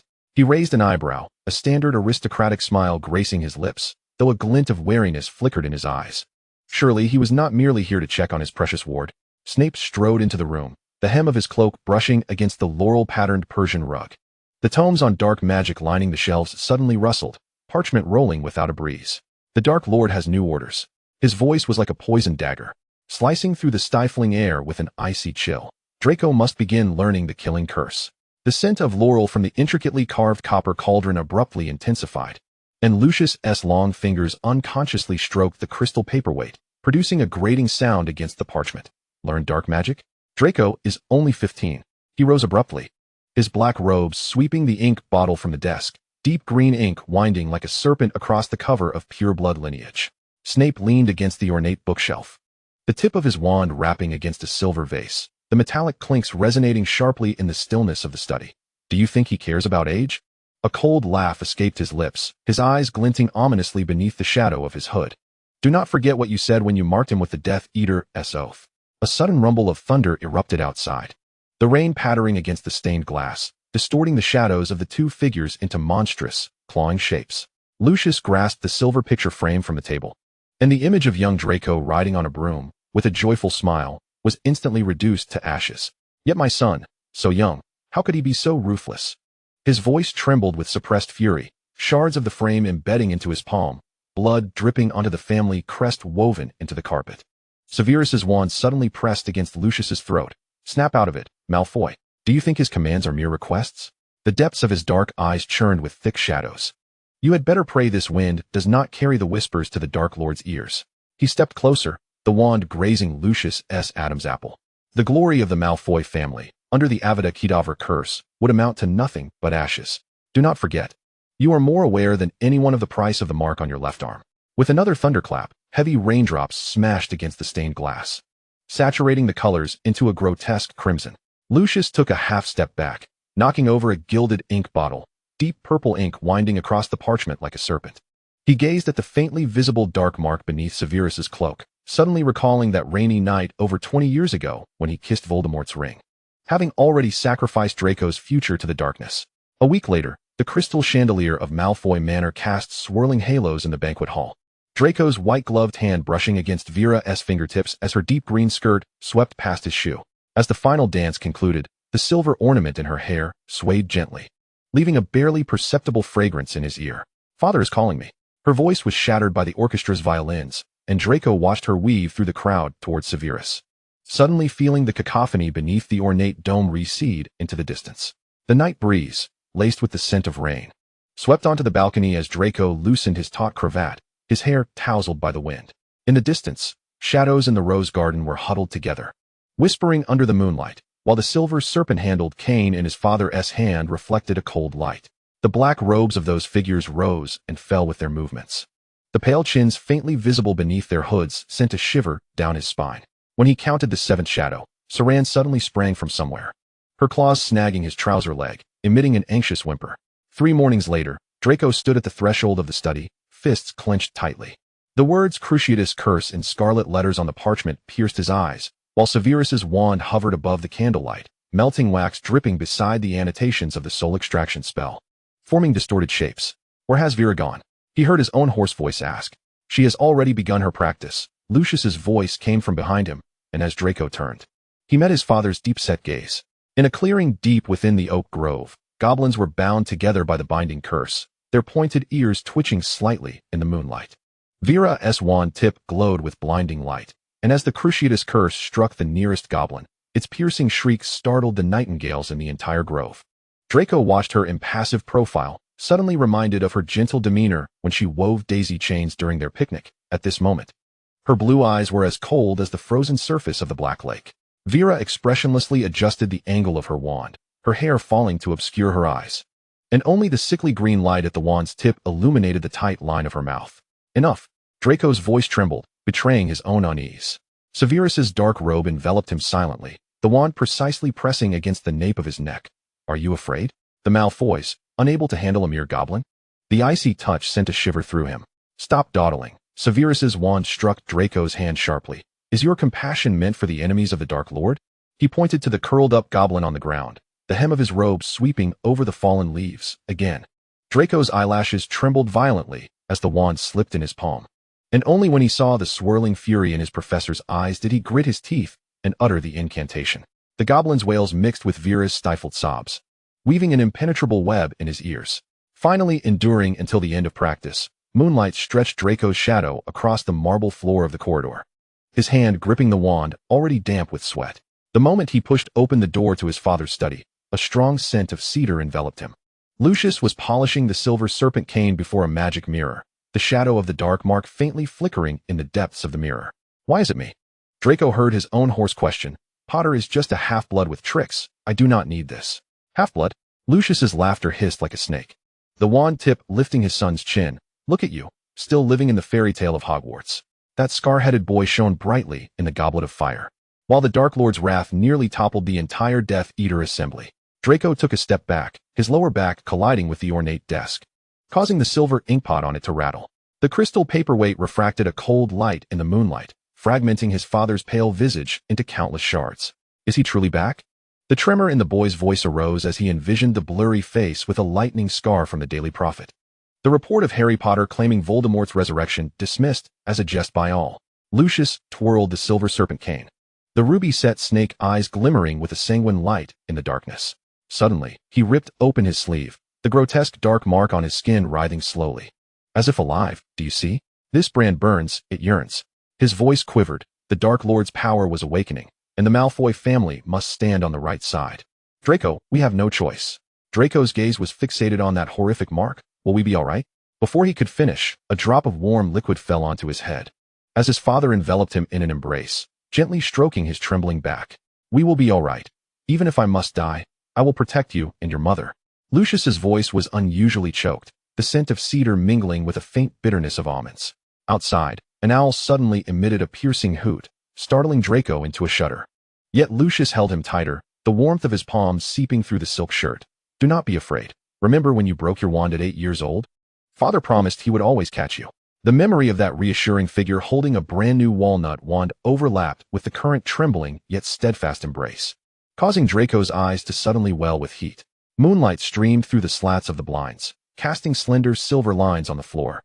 He quietly clutched the fabric of his father's robe, receiving a softer pat in return. Go to sleep. Everything will be fine. As Draco turned to leave the study, Saran crouched at the door, her tail flicking restlessly.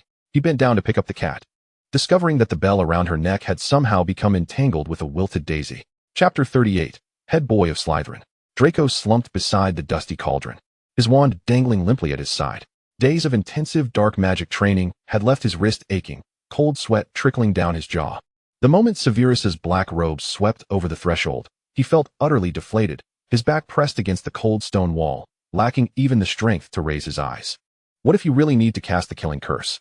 Vera's voice came from above. Draco forced himself to look up, seeing the girl leaning against a faded bookshelf, her wand skillfully twirling at her fingertips, the entwined vines swaying with her movements.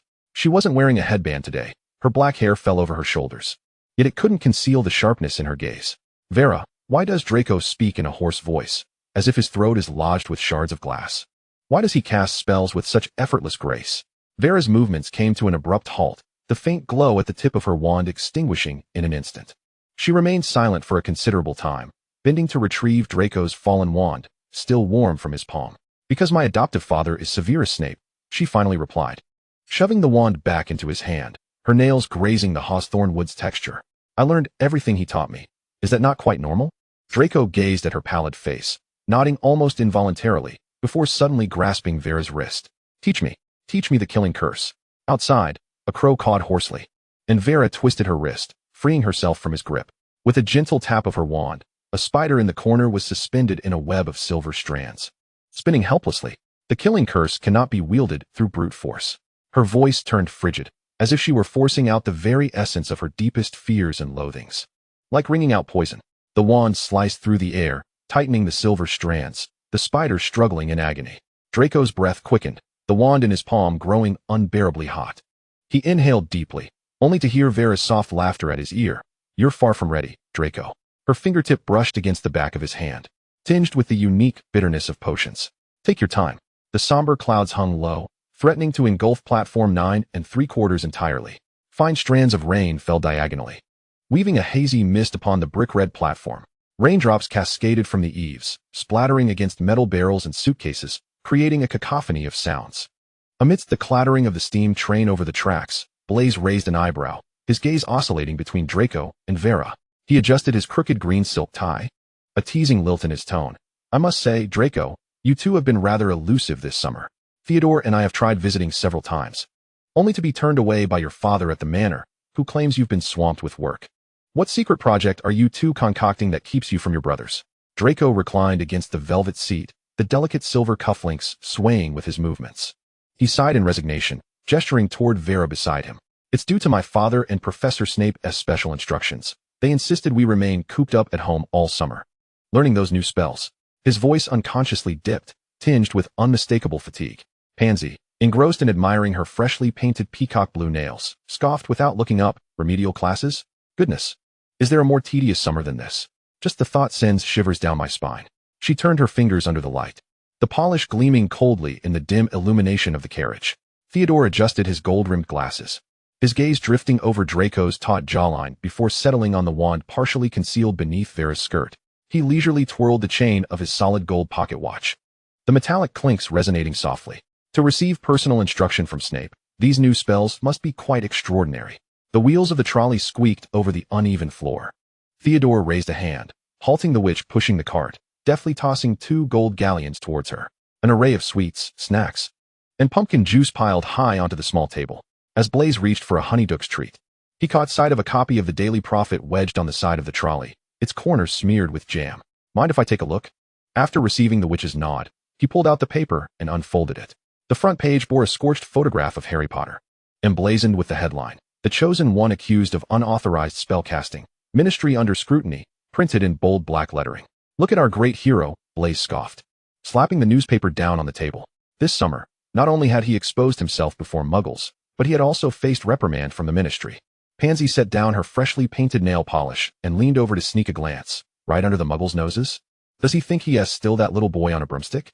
She blew on her nails, the peacock blue sheen shifting under the dim light. Draco grabbed a piece of peppermint candy, crunching it between his teeth with a derisive laugh. Potter probably believes that with a mere flick of his wand, Muggles will idolize him like those foolish students at Hogwarts. Well now, the ministry's interrogation room won TB applauding him. He deliberately elongated his words, the silver cufflinks chiming crisply with his movements. Theodore slowly unwrapped a chocolate frog. The ministry has likely been waiting for an opportunity to catch him off guard. But Draco's right. This so-called chosen one often mistakes luck for skill. He glanced at Vera, a glint of cold light reflecting off his lenses. Laughter erupted in the carriage, and Draco leaned back into the velvet seat, unconsciously twirling his wand in his palm. Vera sat quietly beside him, her fingers absently tracing the scar beneath her sleeve. The howling wind and rain outside mingling with her companion's jests, making the carriage feel increasingly stifling. The Hogwarts Express gradually came to a halt, steam swirling around as everyone disembarked. The evening rain had just ceased, the humid air infused with the scent of fresh grass. Students trod upon the cobbled path, still damp with puddles, chattering and laughing as they made their way to the great hall. Dumbledore stood at the forefront of the staff table, his white beard swaying gently with his movements as he smiled and spoke. "Welcome back to school, everyone. I trust you all had a delightful holiday. To commence this year, Allow me to introduce our defense against the dark arts instructor. Before he could complete his sentence, a figure swathed in pink hurriedly stepped forward. This individual, donning pink glasses and an ensemble adorned with ruffles, interrupted with a shrill voice. Hello, students. I am Dolores Umbridge, a senior undersecretary at the Ministry of Magic. From this moment on, I shall be your defense against the dark arts teacher. She waved her wand, encrusted with pink pearls, her gaze sweeping over the students below. Pansy frowned, leaning in to whisper to Blaise. I have never seen so much pink. It's absolutely blinding. Her taste is atrocious. Umbridge's glasses glimmered unnaturally under the candlelight as she dabbed her mouth with a ruffled silk handkerchief. Her voice piercing the air like a golden caged bird. The ministry believes that traditional defense against the dark arts courses are rife with dangerous practical content. From today onward, you will be learning the revised edition of standard spells under my guidance. Revised edition? Hermione, seated in the front row, raised her hand, her curly hair ablaze like burning flames. But that book was just confirmed last week to have omitted 13 practical spell cases. Miss Granger. Umbridge's pink velvet heels clacked heavily against the floor as she quickly rifled through parchment from her sleeve. 3 points from Gryffindor for questioning the authority of the ministry. Remember, in my classroom, challenging the ministry's authority is tantamount to questioning magic itself. Draco chuckled, elbowing Theodore beside him, his platinum hair gleaming in the candlelight. Look at the mudblood causing trouble again. Before he could finish, Pansy dramatically covered her nose, her scarf slipping off her shoulder with the motion. I swear, the perfume this pink creature wears is more nauseating than the venomous tentacula in the third-year greenhouse. It's utterly defiling my eyes. Vera's expression remained impassive as she fixed her icy gaze on Umbridge, as if surveying some loathsome refuse. Around her, students whispered and murmured, a hum of low voices rising in the hall. Silence. Dumbledore's voice suddenly rang out, and Fawkes the Phoenix took flight from his shoulder, golden tail feathers sweeping over Umbridge's hair. Since the ministry has appointed a new professor for us, let us follow Hogwarts tradition and raise a goblet encrusted with rubies to welcome our new defense against the dark arts teacher, Ms. Umbridge. Applause echoed sporadically, intermingled with the sounds of chairs being shifted. Dumbledore raised his hand to signal for silence in the hall, his cerulean eyes sweeping over the restless crowd. A gentle smile lingering on his lips. As the murmurs gradually subsided, the venerable headmaster cleared his throat, his voice resonating with a measured cadence beneath the dome. I extend my gratitude to Ms. Umbridge for her self-introduction. Now, we arrive at a significant moment in each academic year, the announcement of the heads of houses. He extracted a scroll of parchment from the pocket of his robe, the candlelight casting a soft glow upon its surface. For Gryffindor House, Ron Weasley and Hermione Granger. The Gryffindor table erupted in jubilant cheers, Hermione nudging the equally astonished Ron. Both rising to acknowledge the honor, their faces flushed. For Hufflepuff House, Ernie Macmillan and Hannah Abbott. Amidst the chorus of congratulations from the butter-yellow table, the two Hufflepuff students shyly waved. For Ravenclaw House, Anthony Goldstein and Padma Patil. In the sea of wisdom-blue robes, applause surged like a tide. Finally, Dumbledore's gaze shifted to the Slytherin table, where the silver-gray satin glimmered ominously in the shadows. For Slytherin House, Draco Malfoy and Pansy Parkinson. The Slytherin students momentarily paused, before erupting in cheers punctuated by sharp whistles. Draco rose with deliberate slowness, the silver cufflinks reflecting a cold light, a hint of arrogance curling at the corners of his mouth. Pansy adjusted herself, casting a triumphant glance at the neighboring table, elegantly standing on her low-heeled shoes. After seating herself, she seized the arm of Blaise beside her, her excitement causing her voice to rise. I did it. The most illustrious head of Slytherin. Theodore's lips curved into a rare smile. Well deserved, Parkinson. Blaise had already produced a small bottle of butterbeer. Shaking it at the two, we must celebrate with a bottle of aged fire whiskey when we get back to the common room. Pansy stood on tiptoe, casting a provocative glance towards the Gryffindor table, her gaze locking onto Harry's furrowed brow. Instantly, she lifted her chin, wrapping her arm around the shoulder of her companion. Vela, did you see? We will make the Slytherin badge shine brighter than ever. Vela smirked slightly. Of course, it must shine. Amidst the cheers, Dumbledore's voice echoed once more as the first-year students began to be sorted. The applause receded like a receding tide, the candlelight in the hall brightening once again. The sorting hat was solemnly placed upon a high stool, its tattered brim swaying slightly as a hoarse song filled the silence. Years have swiftly passed. The tales of the four houses continue to be told, as the first timid first year was called by name, slowly making their way to the front. Vela's gaze inadvertently swept across the staff table. Umbridge was hastily scribbling something on parchment with a pink quill, her glasses glinting with an unsettling light. Perhaps sensing the scrutiny, Umbridge suddenly looked up, their eyes colliding in the air. Vela did not hastily avert her gaze like others. She slightly tilted her chin, her icy blue eyes exuding a sharpness as if appraising a distasteful exhibit. Her gaze traversed Umbridge's frilly pink ensemble, lingering on the pearl-studded wand, finally resting on the insincere smile plastered across her face. This look bore an unmasked disdain and vigilance, as if she could see through the ugliness concealed beneath Umbridge's pink facade. Umbridge's smile froze upon her face, her fingers tightening around the quill. Few dared to meet her gaze so directly. She attempted to intimidate this audacious student with a commanding glare, yet Vela remained utterly unfazed, her gaze growing even sharper. After a few moments of tense confrontation, Umbridge awkwardly cleared her throat, abruptly lowering her head to continue writing, the pink frills shaking violently with her movement. The candlelight in the hall gradually dimmed. Students began to rise in small groups, the sounds of plates and cutlery clattering fading into the arches outside. Pansy flicked her scarf, elegantly signaling to Draco. "Come on, head boy, the first years are waiting for us to lead them to Slytherin." Draco raised an eyebrow at Vela, his silver cufflinks glinting in the dim light, and together with Pansy, they led the Slytherin newcomers towards the dungeons. Vela slowed her pace, adjusting her robe. And just as she was about to join the main group, a sharp, piercing voice called from behind, "Miss Slytherin, halt."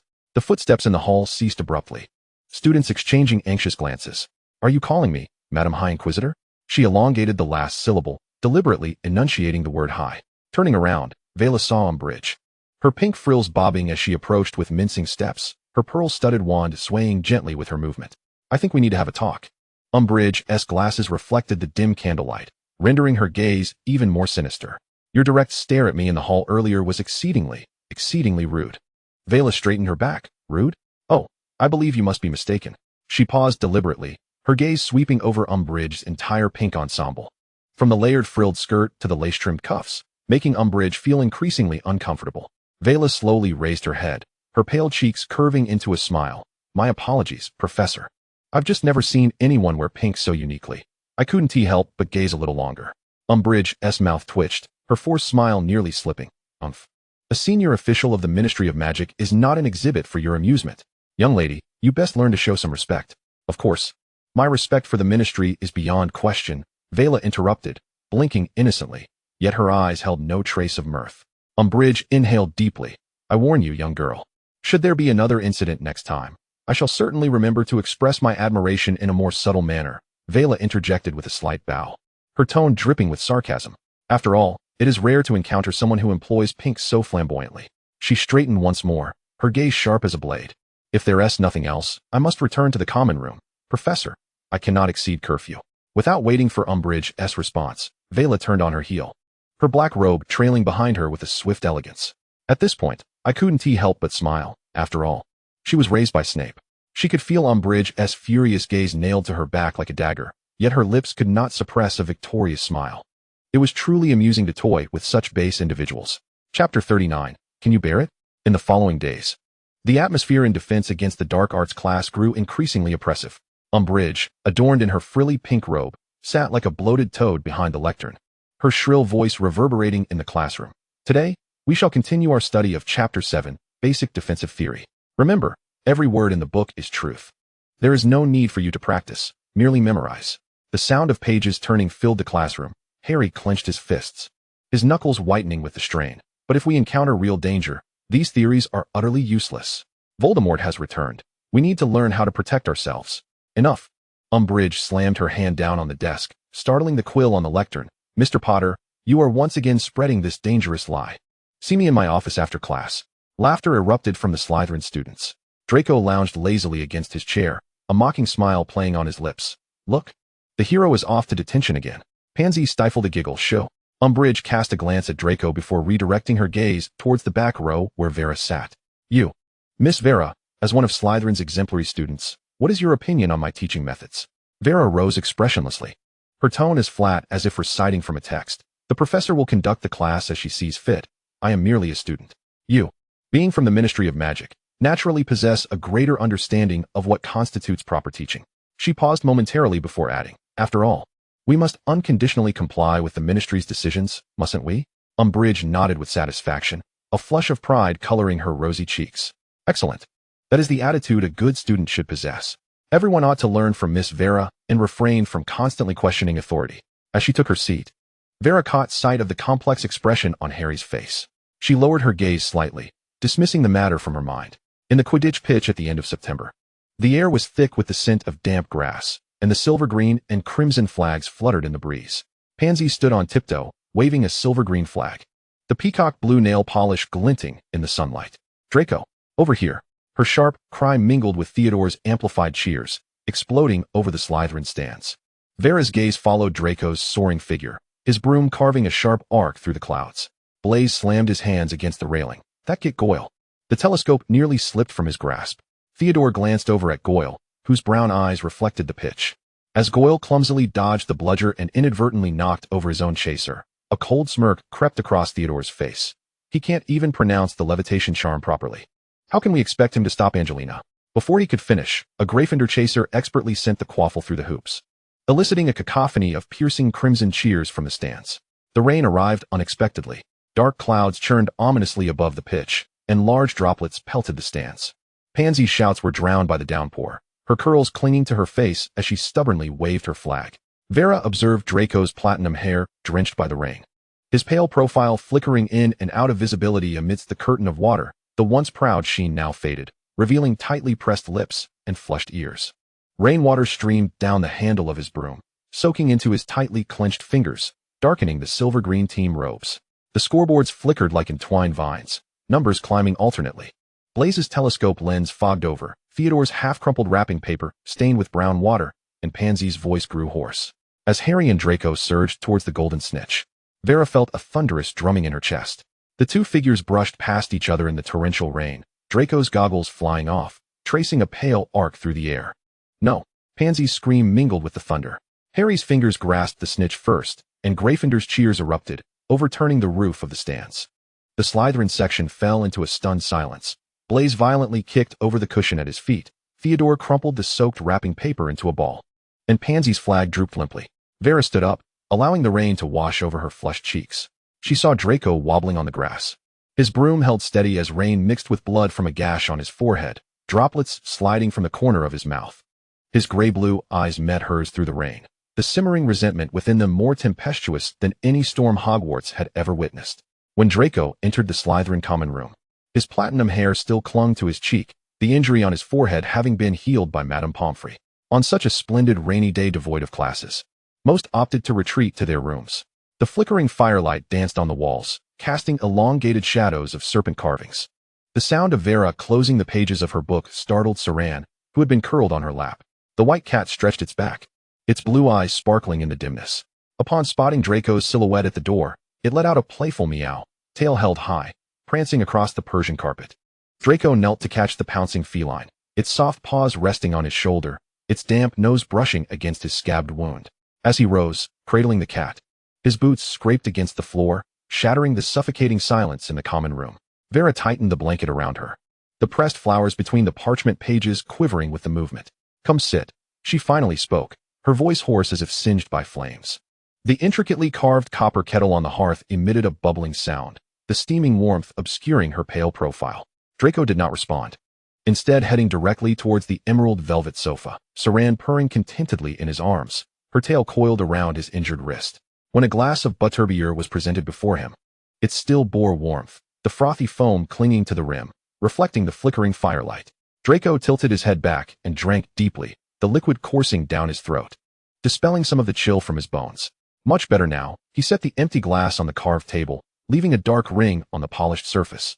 Vera paused in her page-turning, her fingers lingering. I didn't ask if you felt better. She deliberately avoided looking at the bruise on his forehead. Yet her gaze was drawn to the soaked cuffs of his sleeves. Draco suddenly chuckled lightly, turning towards her, his damp hair brushing against her shoulder. Though you did not voice it, I understand you. Saran mewed in annoyance, leaping onto Vera's lap, her paws still resting on Draco's leg, narrowing the distance between them. The logs in the fireplace suddenly erupted, sending sparks flying and illuminating Vera's flushed ears. She tugged the blanket toward Draco's side. It would be best if you froze. But before the words left her lips, her wand was already in hand, casting a silent spell that summoned warm butterbeer back into the kettle. Draco regarded her, a smile playing on his lips. Would you really deny me? Saran leaped onto the table, knocking over the ink pot beside Vera. The deep blue liquid spread across the carpet. Vera hurried to steady the ink bottle, her hair falling to shield her expression, while Draco observed the faint blush that colored her ears. Suddenly feeling that the warmth from the fireplace was nearly unbearable. The door hinges of Umbridge's office creaked with a disconcerting squeal as Draco stepped into the room. Overwhelmed by the sickly sweet scent of perfume, directly facing a row of blinking pink catfox specimens mounted on the wall, Umbridge, her hands adorned with pearl gloves, hovered above a newly issued parchment, the ink from Educational Decree Number 25 still wet. Its words warning that any student organization not sanctioned by the Ministry of Magic was deemed illegal, glimmering ominously in the candlelight. Mr. Malfoy, your family's loyalty to the Ministry is well documented. Umbridge's toad-like eyes glinted coldly. Will you assist me in maintaining order at Hogwarts? Draco's silver cufflinks glimmered faintly in the shadows. He recalled the last time his father had returned from visiting Azkaban, the new bite marks on his wand handle, Beatrix's handiwork. It would be my honor, Professor, he replied, a smirk gracing his lips. Potter and his friends have been sneaking around at odd hours. Perhaps we ought to investigate his owl. October was perpetually drenched in rain, much like the present Hogwarts, on the verge of mildew. Draco flung his damp cloak over the back of a carved chair, the badge of the investigation team glinting coldly in the candlelight. Umbridge's newly issued Educational Decree Number 25 was tacked to the wall of the common room, and he traced his wand thoughtfully, recalling the mocking glances Hermione Granger had shot him as she passed by during morning patrol. I hear Potter and his lot are gathering in secret again. Pansy flicked her freshly manicured fingers, the serpentine patterns on her nails glimmering with each movement.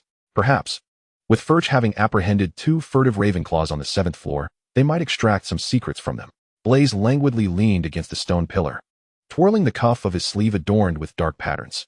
Umbridge had mandated the inspection of all extracurricular reading materials, and the antiquated tomes in the library's restricted section were sure to suffer. Before he could finish his thought, Goyle and Crabbe had already begun cracking their knuckles, contemplating what they could pilfer during the search. Draco suddenly rose, his wand tip prodding a cowering spider in the corner. With a soft pop, the spider exploded into golden dust, twisting into a serpent shape in the air. Starting tomorrow, the corridors would be subject to inspections between classes. Pansy, you will keep a watchful eye on Gryffindor Tower. Blaise, infiltrate the Quidditch team's changing room. He emphasized his tone, warning that anyone who allowed Potter to slip through their fingers again would find themselves summoned to Umbridge's office for a dose of Veritaserum. The damp, musty scent of the late-night corridors enveloped Draco as he paced back and forth with Crabbe on the 7th floor.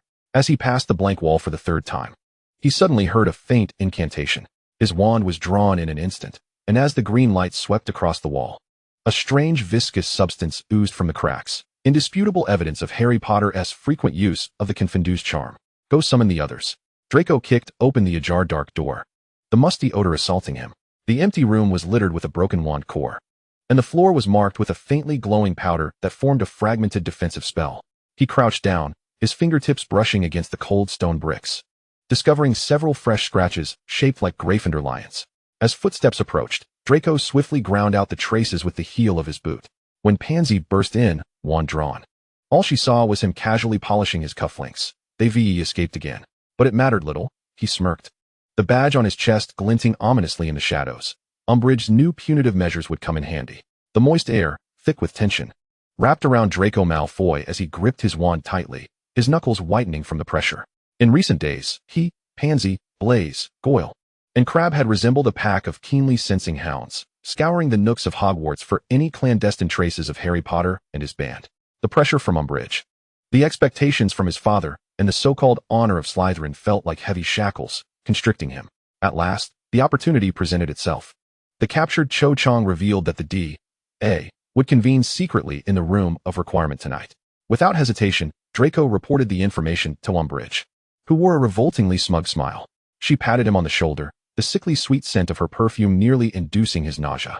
The silence in Hogwarts at night was eerily profound, only the moonlight filtering through the tall windows, casting mottled shadows along the corridor.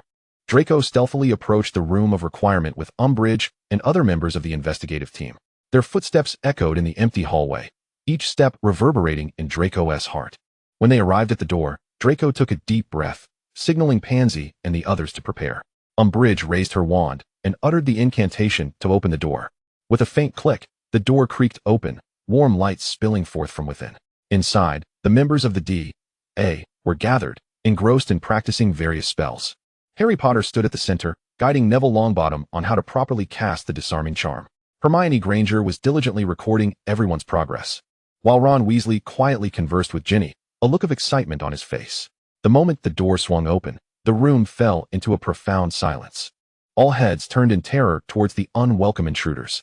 Harry's eyes brimmed with anger and disappointment. He could hardly believe that Draco had led Umbridge to their hideout. At last, I found you disobedient little mice. Umbridge shrieked, her smile contorted like that of an evil witch. Daring to defy the Ministry of Magic's orders by forming an illegal organization. You shall all pay for this. Draco stood behind Umbridge. Observing the shock and fury on Harry and the others' faces, a wave of exhilaration and anxiety surged within him. Pansy could hardly contain herself as she rushed inside, pointing her wand at Hermione and shrieking, "Look who we've found. Granger, aren't you supposed to be the clever one? Let us see how you wriggle out of this." Hermione gripped her wand tightly, her gaze unwavering as she met Pansy's challenge, showing no sign of fear. Blaise, Goyle, and Crabbe followed closely behind, their faces plastered with triumphant grins, as if they had already achieved a monumental victory. They began rummaging through the room, searching for items that could serve as incriminating evidence. Books and notes were strewn about, the D.A. members' painstakingly prepared materials trampled underfoot. Harry clenched his fists and took a step forward, but Hermione quickly restrained him. "Don't act impulsively, Harry," she whispered. "Now is not the time." Harry suppressed the fury boiling within him, casting a cold glare at Draco. "You will regret this, Malfoy," he warned, his voice low and resolute, like a sharp sword piercing Draco's heart. Blaise stood nearby, magically binding the D.A. members with ropes. Umbridge surveyed the bound students with malevolent satisfaction, a wicked smile spreading across her face. "Take them all to my office. I intend to interrogate them thoroughly," Umbridge commanded. Draco and the other investigators shoved the D.A. members out of the room of requirement. The procession moved slowly down the corridor. The rain that had poured all day had finally ceased, and the moonlight quietly illuminated every corner of Hogwarts, as if mourning the sudden upheaval. Chapter 40, Best Friends. Draco strode into the common room, the scarlet investigator badge swaying on his chest like a pulsating heart of pride. Pansy nearly bounced in behind him, her eyes sparkling, her chatter reminiscent of an excited magpie. "Vela, you should have seen the scene tonight." Harry and the others were ashen-faced. Hermione dropped her book, and their flustered expressions were simply hilarious. Blaise sauntered over to Theodore, his gaze landing on the wizard chessboard. "Mate, that was a brilliant move you made," he remarked, just as Vela's piece decisively captured Theodore's important piece. The sound of victory ringing clear. "I told you I would win," Vela said, a subtle smile gracing her lips as she looked up at Draco and the others. "Did you accomplish something significant tonight?" "Indeed," Draco replied, casually unbuttoning his collar, a hint of pride in his demeanor. "You should have seen their faces when we caught them. Especially Harry. It was absolutely splendid." He approached the fireplace, warming his hands against the flames, their flickering light dancing across his face. Theodore shook his head in resignation, resetting the chess pieces. "Congratulations on your overwhelming victory. But Vela, you're getting better and better. This match, I concede with full admiration. Next time, don't go easy on me," Vela replied, her gaze inadvertently sweeping over Draco, who was now radiating enthusiasm. The others occupied themselves in the common room. Blaise was using his wand to perform tricks for the cat. Theodore was engrossed in a hefty tome on potions, while Draco leaned against the fireplace, perusing his defense against the dark arts notes. Pansy, bored, flipped through the freshly arrived prophet, suddenly squealing and jumping up. "Let us go here." "What?" Blaise lazily leaned over, his finger trailing down the newspaper. Pansy excitedly jabbed at the page, the sound of her manicured nails scratching the paper. "A special exhibition for magical creatures this Christmas. The hosts are Roxas Scamander and Lysander Scamander." "Scamander?" Theodore adjusted his glasses, the bookmark nestled between the pages quivering gently. "Is he the son of Newt Scamander, the author of our textbook?" Vera, who was tidying up the cat hair that had settled on Serene's sweater, nodded in affirmation. "Indeed, Newt has a grandson named Rolf, who is roughly our age. I've heard that the exhibition will feature a Thestral, a Botruckle specimen, and even a Niffler will make an appearance. Please, I beg you." Pansy grasped Draco's arm and shook him, the pearls in her hair ornaments clinking softly. "I've never seen a real Akami. Malfoy, as the captain of the investigation team, you must take us out." Draco staggered slightly, steadying himself against the intricately carved fireplace. The sound of his silver cufflinks scraping against the stone wall was jarring. "Pansy." He loosened the tight scarf around his neck, the crimson investigator badge swaying slightly with the motion. "Stop shaking, I'm getting dizzy." Out of the corner of his eye, he caught a glimpse of Vera, quietly leaning against the velvet sofa, her fingers unconsciously tracing Serene's tail. Meeting his gaze, she nodded gently. This subtle understanding stirred something within Draco. He straightened his back, regaining his usual demeanor. Then it's settled. We shall set off tomorrow. With Christmas approaching, we shall have a splendid time. His voice carried an undeniable resolve. Hooray! Pansy squealed, leaping into the air, her curls tracing elegant arcs. She suddenly lunged at Vera, planting a loud kiss on her cheek, the scent of her perfume wafting through the air. This is fantastic. I can hardly wait to see the Academy. Her exuberance was infectious, filling the common room, and Blaise smiled, shaking his head as he lightly tapped his wand, making the floating chocolate frog cards dance in circles. Theodore adjusted his glasses, a smile involuntarily gracing his lips.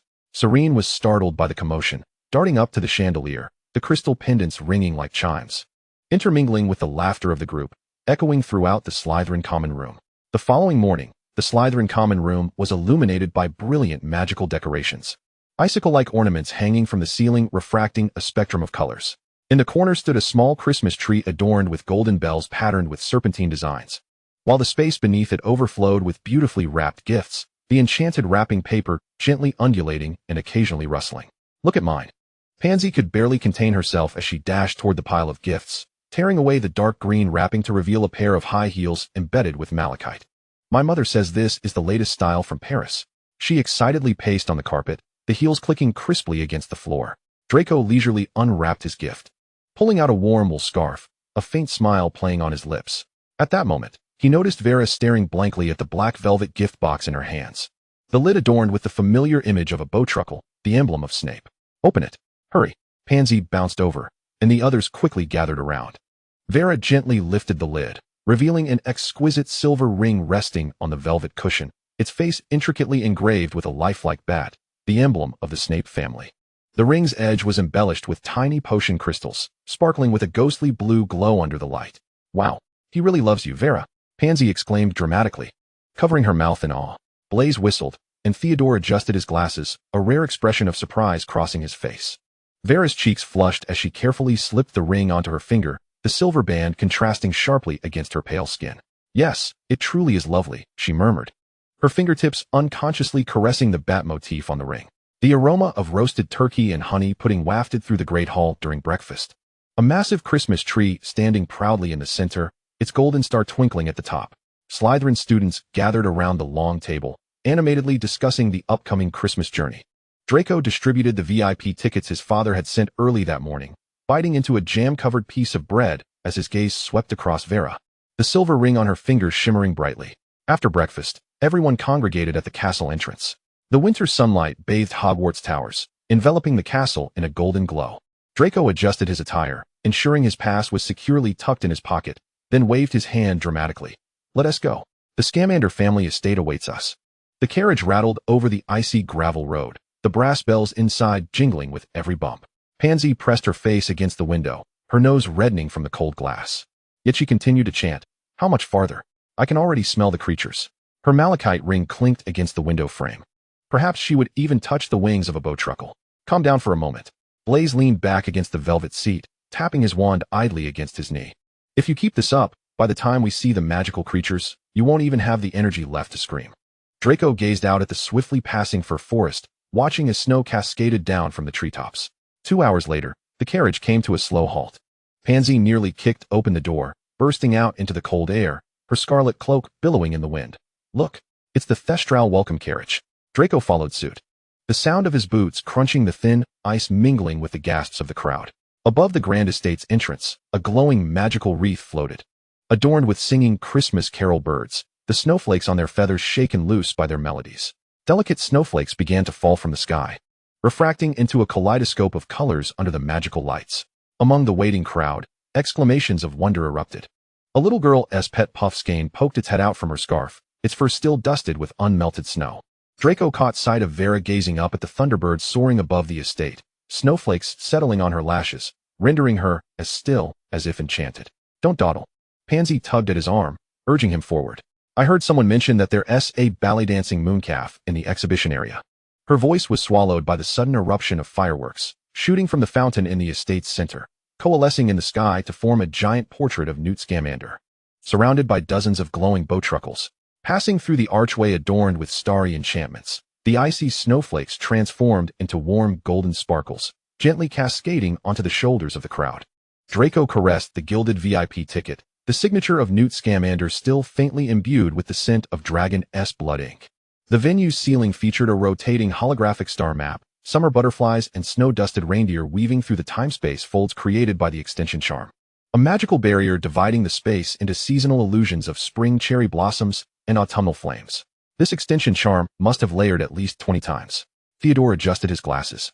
While Blaise whistled, pointing above, 3 bowtruckles hung upside down from the vine-woven ceiling, playfully tossing mini snowballs at one another.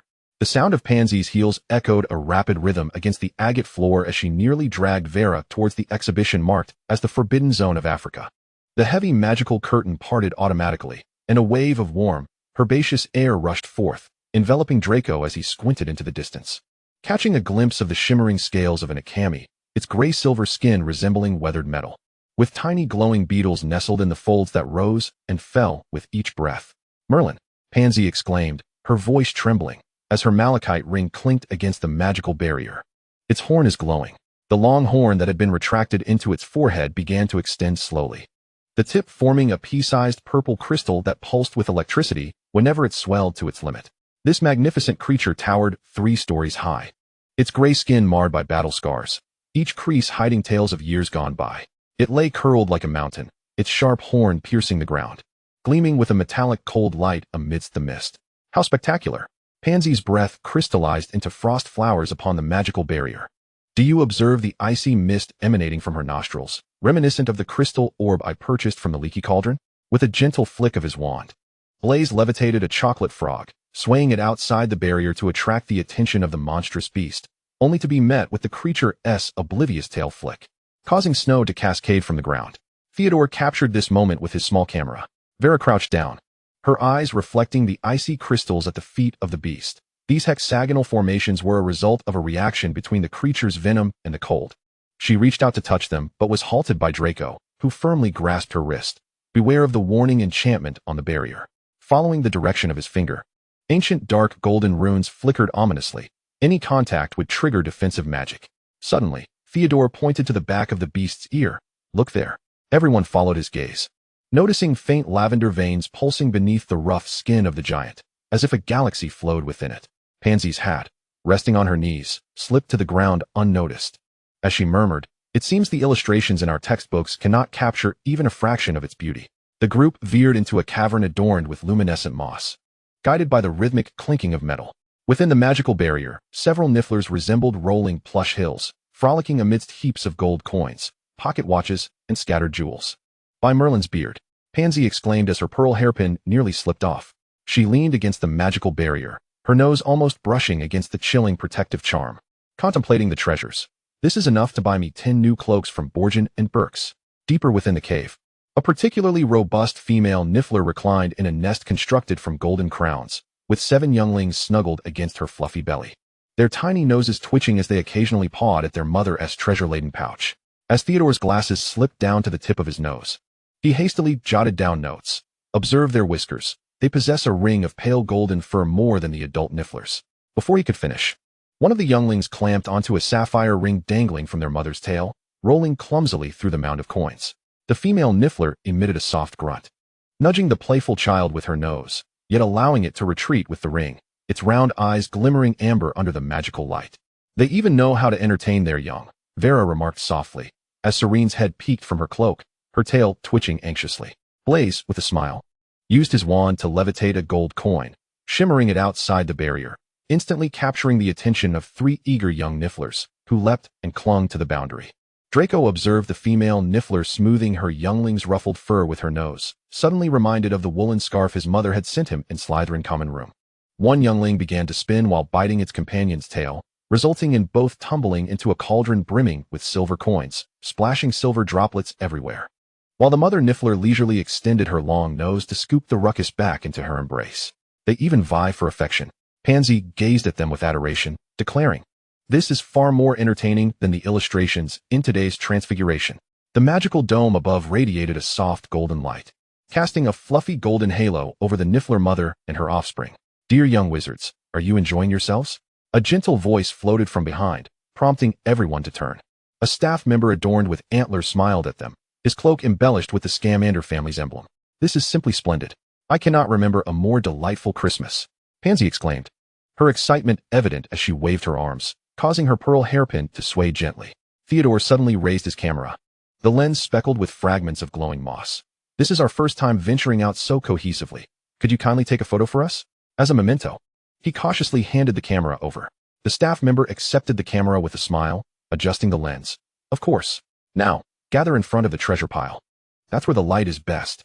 The group quickly straightened their attire. Theodore positioned himself on the far left, tucking his notebook into his embrace. Draco straightened his back.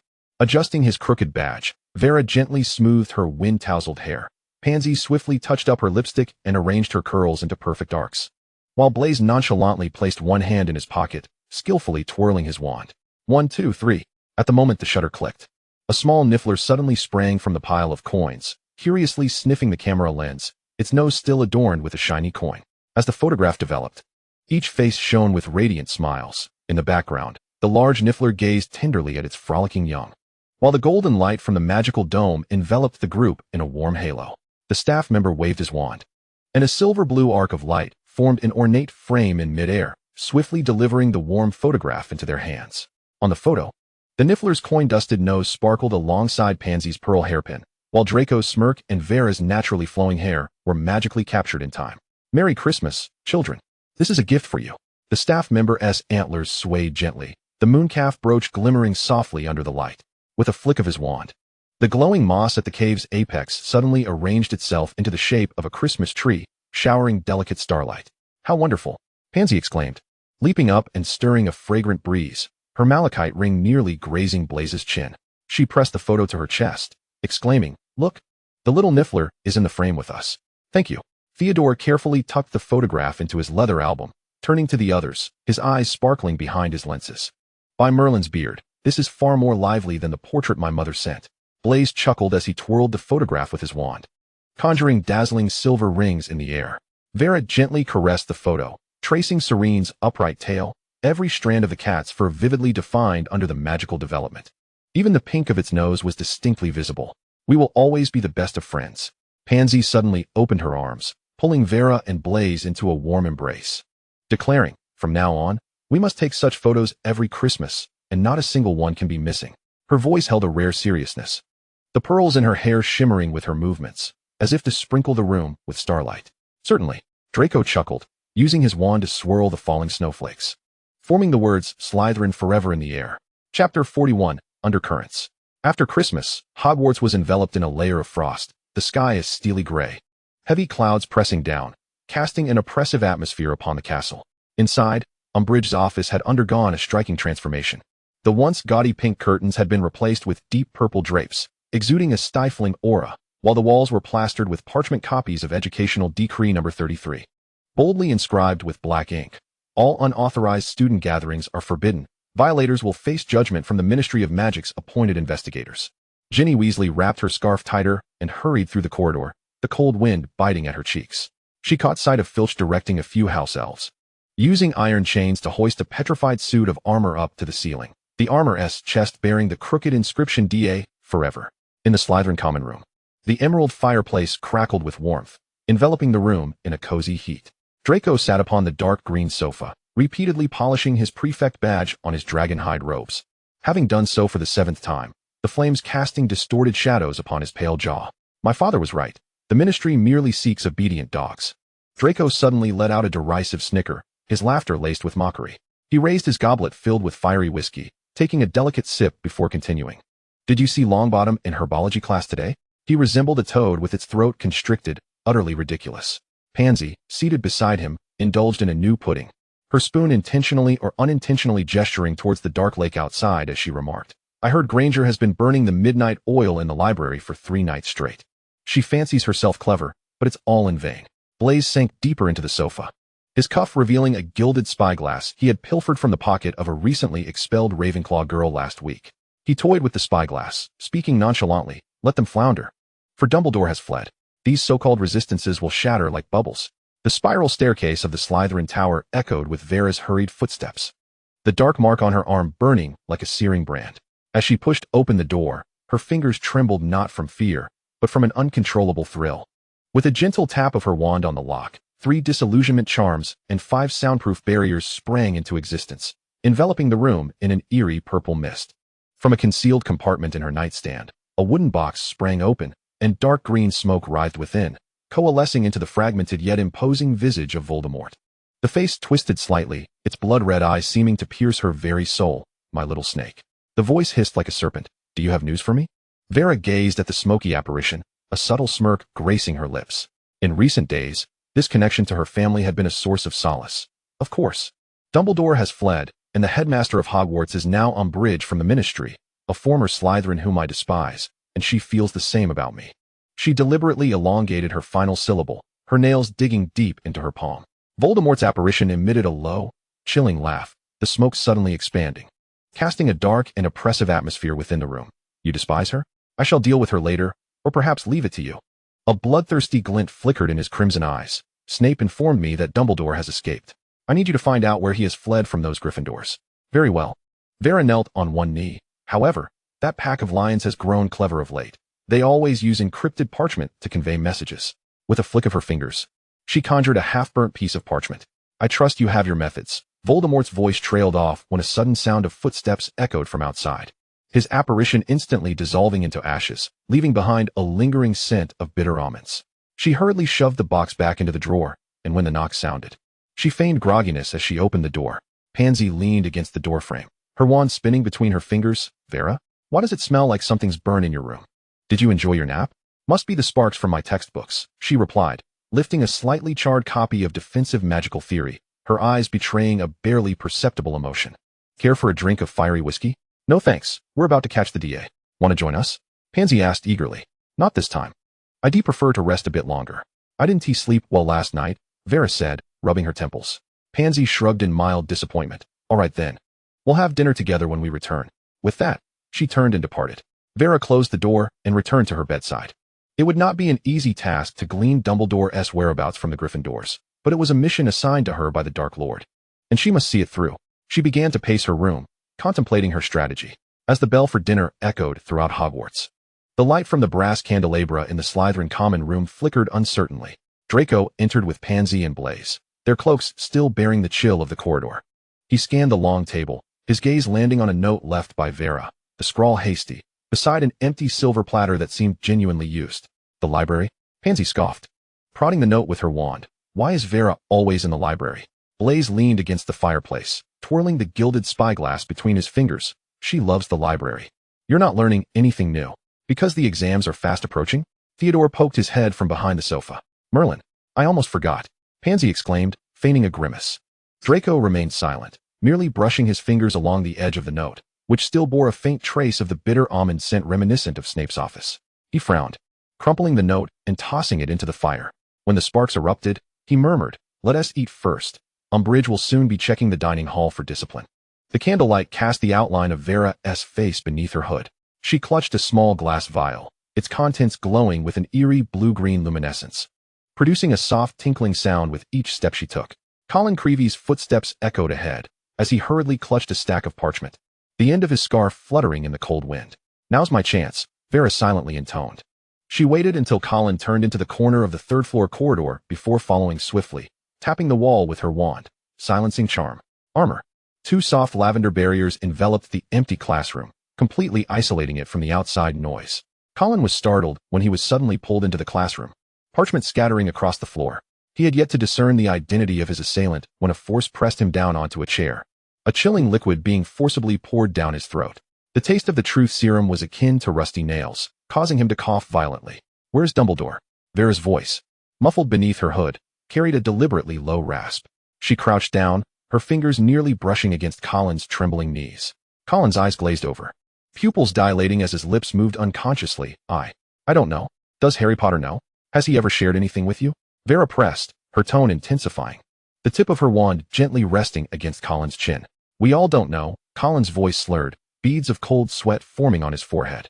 "Dumbledore didn't say anything before he left. He only told Harry to keep the secret." "What secret must be kept?" Vera pressed further, her heart racing. Colin could only shake his head, his expression growing more confused. "I don't know. It's a secret about a prophecy." His words came out in fragmented bursts. the effects of the truth serum preventing him from forming coherent sentences, leaving only shattered fragments of information. Vera narrowed her eyes, fixating on Colin's reddened orbs. A prophecy? Could it be the one concerning Voldemort's pursuit? She recalled the fury etched on the Dark Lord's apparition, her fingertips tingling. But Colin evidently possessed no further knowledge. He was merely an ordinary member of the DA, perhaps even unaware of the core information that Harry had withheld from him. Forget everything. The wand traced a silver-blue arc, and Colin jolted, bewildered, gazing at the scattered parchment and the unfamiliar empty classroom. Why am I here? He rubbed his temples as if awakening from a deep slumber. Vera had already melted into the shadows, her hooded cloak concealing her entirely. She watched as Colin gathered the parchment, mumbling to himself in confusion as he exited the classroom. Slowly releasing her grip on the glass vial, the remaining liquid swirled within, a diminishing quantity. The prophecy. Dumbledore's secret, she murmured softly, turning to push open the back door of the classroom. The wind from the corridor rushed in, causing her hood to slip, revealing eyes that gleamed in the night. Colin's words had not provided answers, but rather unveiled more enigmas. Perhaps it was time to test the next target. Her fingertips grazed another folded note tucked within her pocket, inscribed with the names of several DA members in invisible ink, the first being Ginny Weasley. Vera furrowed her brow as she made her way to the library, unable to shake the image of Ginny and Hermione inseparable in her mind. She clutched the glass vial of Veritaserum tightly, contemplating how she might elude the astute Hermione and approach Ginny alone. A chill wind seeped through the corridor's crevices, tooling her braid, amidst her flustered thoughts. She suddenly felt a tug at her hair as Peeves emerged from nowhere, gleefully yanking her braid while cackling. Little snake is angry. All puffed up. Let go. Vera snapped, her wand aimed threateningly at the air. Yet Peeves nimbly dodged her attempts, seizing a quill from the corridor and scrawling a crooked skull on her robes. Despite casting 3 rapid binding charms, he evaded them all, causing the nearby armor to clatter noisily. Just as she was gritting her teeth to conjure a more powerful spell, a series of light footsteps approached. Umbridge's shrill voice pierced the air. Miss Rogier, what are you up to now? Vera turned to see Umbridge draped in her robes, flanked by Draco and other members of the inquisitorial squad. Professor, I was reprimanding Peeves. Vera forced down her anger, tucking her wand into her sleeve. Are you not aware that it is dinner time? You ought to be in the Great Hall, not here tormenting a poltergeist. Umbridge's toad-like eyes bulged.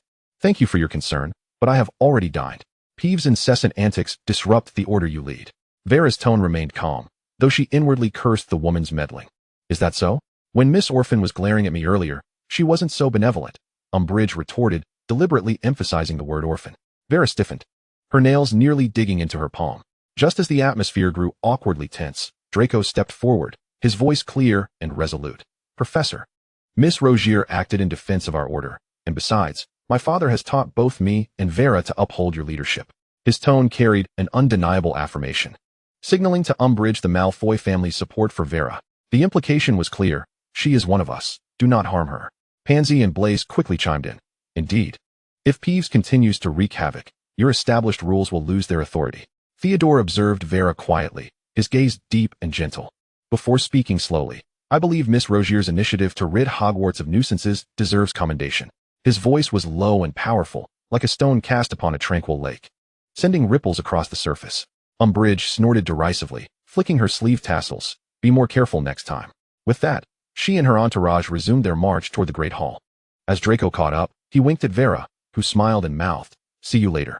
Once the footsteps faded, Vera exhaled a sigh of relief, casting a fierce glare at Peeves, who had already retreated to the ceiling. She straightened her attire and headed toward the library. Tonight, it was Umbridge's turn to personally oversee discipline in the Great Hall, and surely those Gryffindors would not be behaving themselves at dinner. Perhaps she might encounter Hermione or Ginny in the library. Umbridge waddled into the Great Hall, her pink figure resembling an obnoxious patch amidst the 4 house tables. The previously boisterous space fell into a sudden silence, the crisp sounds of clashing cutlery abruptly halting, as if the very air had frozen. Everyone lowered their heads, feigning concentration on their roast beef and pumpkin juice, ears perked up, fearful that any movement might invite trouble. Oh, look at our obedient little angels, Umbridge drawled, her saccharine voice oozing with a chilling undertone. Eating quietly. That is the order Hogwarts deserves, is it not? She strolled leisurely, her wand, adorned with pink fluff, twirling between her fingers, her gaze like a sticky web ensnaring every taut face. Remember this atmosphere. It must be maintained daily to ensure peace, understand? No one responded. At the Gryffindor table, Harry's knuckles turned white from clenching his fists, while Ron squished his bread into an unrecognizable mass, not daring to utter a single complaint. Hermione and Ginny were indeed absent. They had mentioned going to the library to gather information about the Defense Association and were likely relieved to have escaped this suffocating reprimand. Umbridge seemed quite pleased with the silence, pausing beside the Gryffindor table to lightly tap Harry's plate with her wand. "Mr. Potter, what do you think? Isn't this dining atmosphere far more delightful than the previous ruckus?" Harry shot up his head, anger simmering just beneath the surface, but as he met Umbridge's sticky little eyes, he forced it back down. He managed to squeeze out a few words through clenched teeth. "Yes, Professor. Such a good boy." Umbridge smiled, her eyes narrowing into slits, before turning to the Hufflepuff table and patting a plump girl on the shoulder. "Dear, do enjoy more pumpkin juice. Well-behaved children grow cuter." The girl shivered in fright, hastily shoveling soup into her mouth. "Such a good girl," Umbridge repeated, her eyes narrowing further as she moved to the Ravenclaw table, tapping a boy's book with her wand. "Reading is commendable, but during meals, one should focus on eating. Rules are rules." The boy promptly closed his book, burying his head lower. At the Slytherin table, Draco tilted his head slightly, appearing to slice his steak, yet his peripheral vision was fixated on Umbridge's retreating figure, a hint of mockery gracing his lips. Pansy stirred her pumpkin juice, impatience evident in her eyes. Umbridge stood in the center of the hall, clearing her throat. "Since everyone is so well-behaved, I shall reiterate, any unauthorized gatherings, any violations of the educational decree, will not be tolerated." Pausing, her voice suddenly rose. "Including those who hide in corners and engage in mischief. Do not think I am unaware of your thoughts." As her words hung in the air, the atmosphere in the hall grew colder. Harry's fists clenched tighter beneath the tablecloth, while Ron nearly bent the silver cutlery. At the other end of the library, Vera sat at a table, observing Hermione and Ginny by the window. Hermione was quietly explaining a page from Magical Defense Theory, while Ginny nodded along, occasionally tapping her forehead with her quill, her expression as relaxed as if discussing weekend plans. Chapter 42. Do not blame yourself. Just as Hermione's footsteps faded around the corner of the bookshelf, Vera's fingers grasped the small vial hidden in her sleeve. The cool touch of the bottle sent shivers up her skin, akin to a snake flicking its tongue. In the corner, Ginny was bent over her notebook, the sound of her pen gliding across the paper resonating sharply in the silence. This was the perfect moment to approach Ginny Weasley. She had just taken half a step forward when two figures suddenly burst through the library door, bringing with them a gust of outdoor wind. "Hey, what's our little Ginny up to?" George's voice broke the tranquil surface like a stone dropped into still water, his arm draped over Fred's shoulder, a familiar mischievous grin on his face. "Writing a love letter to some lucky bloke, perhaps?" Fred chimed in immediately. "I bet it's for Harry. Just look at how red her face is. Tisk tisk."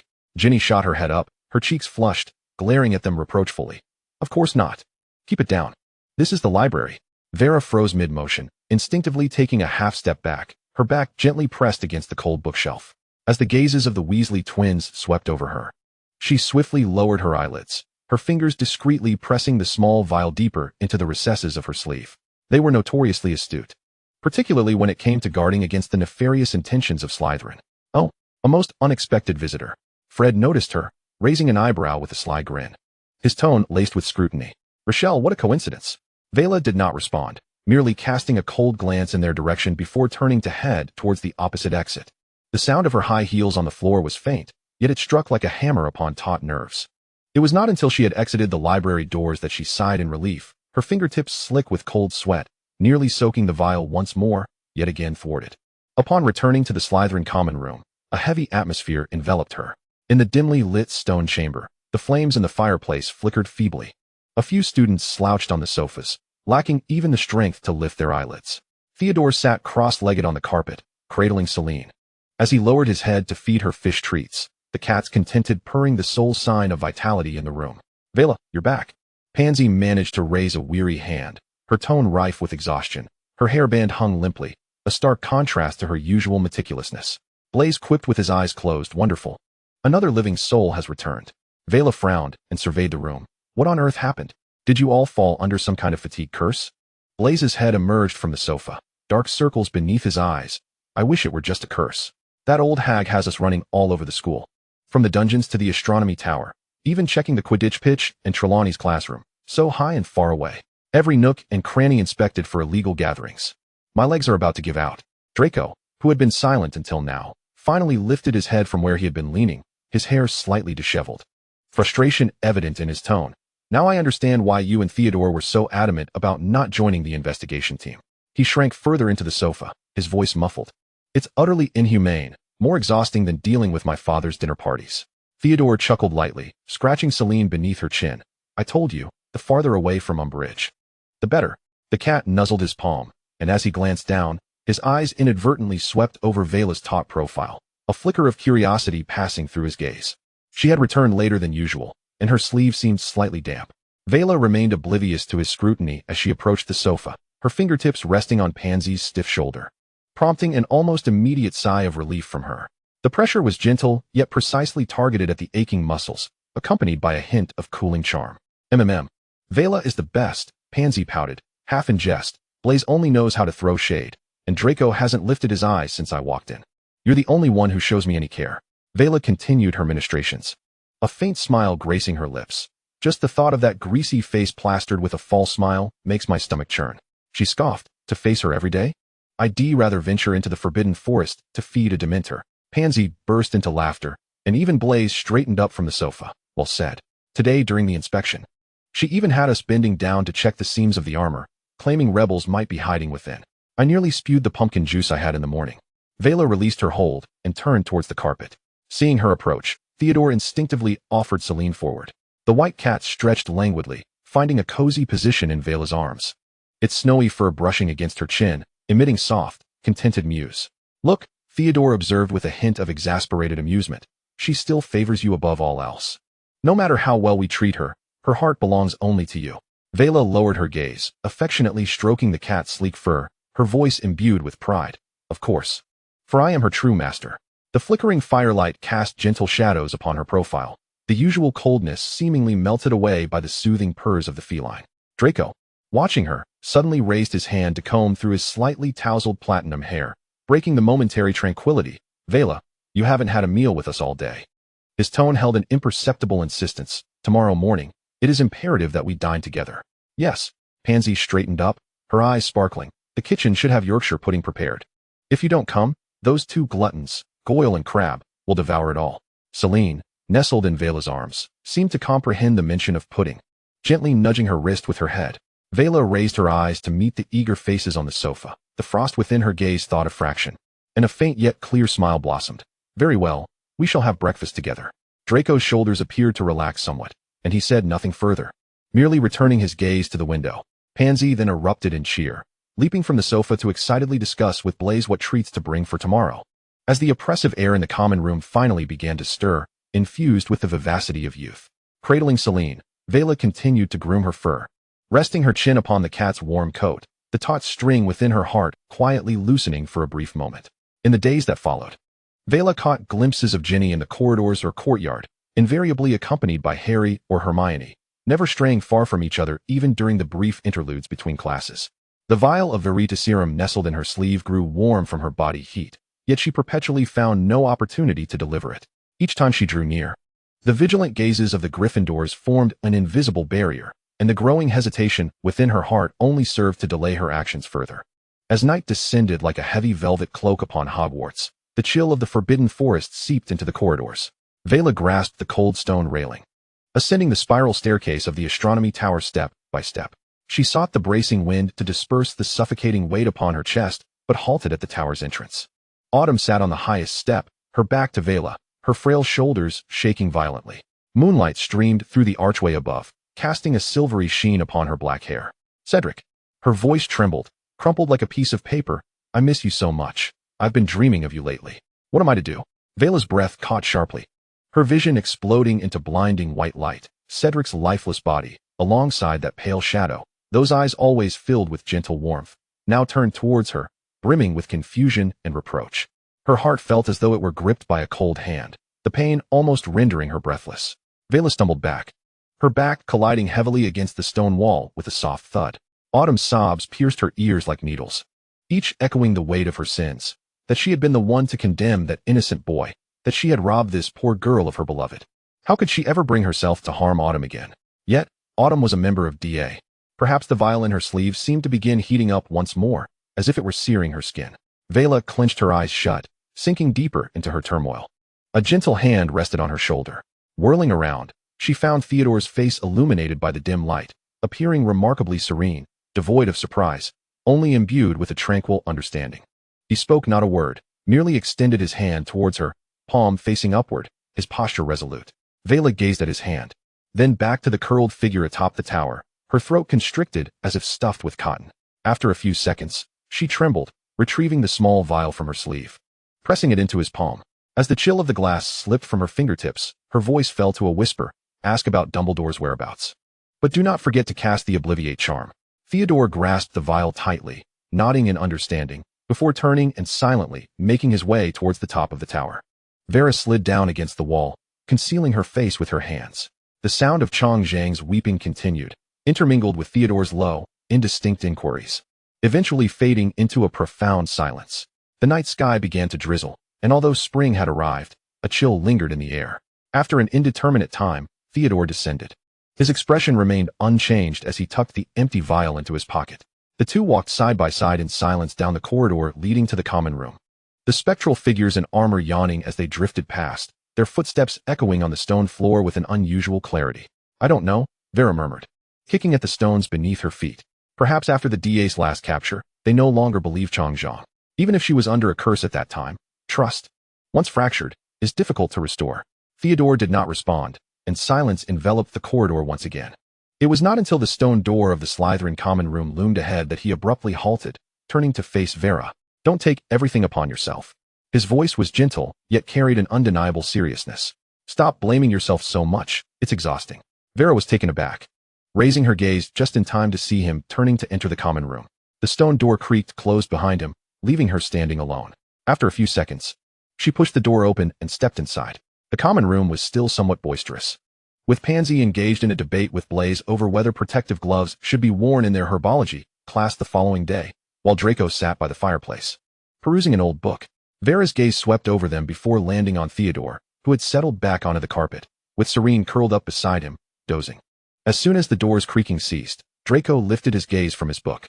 His platinum lashes cast soft shadows in the firelight, his eyes precisely landing on Vera at the entrance. Closing his book and rising, he moved with an almost imperceptible urgency. You're back, he said, striding toward her. Stopping a few steps away, his gaze sweeping over the damp ends of her hair. Without waiting for Vera to respond, he instinctively grasped her wrist. His fingertips, warmed by the fireplace, tightened slightly upon touching her icy skin. Did you return with Theodore? Who understands that when I wrote this? Draco's simple "you read back" conveys such a natural sense of familial connection. As he spoke, he began to lead her toward the fireplace, his pace unhurried, yet imbued with an undeniable certainty. Vera, feeling the warmth of his palms seep into her chilly skin, was momentarily startled, her heart skipping a beat. Why are your hands so cold? Draco glanced down at their intertwined fingers, his tone hinting at a barely perceptible frown, akin to reproach, but more like concern. Tisk, tisk, tisk. Pansy's voice floated from the sofa, elongated with a teasing lilt. Didn't someone just say that reading is more important than idle chatter? Yet here we are, and the book has become mere decoration. Blaze raised an eyebrow at her comment, his gaze flitting between Draco and Vera's joined hands before lazily glancing at Theodore sprawled on the carpet.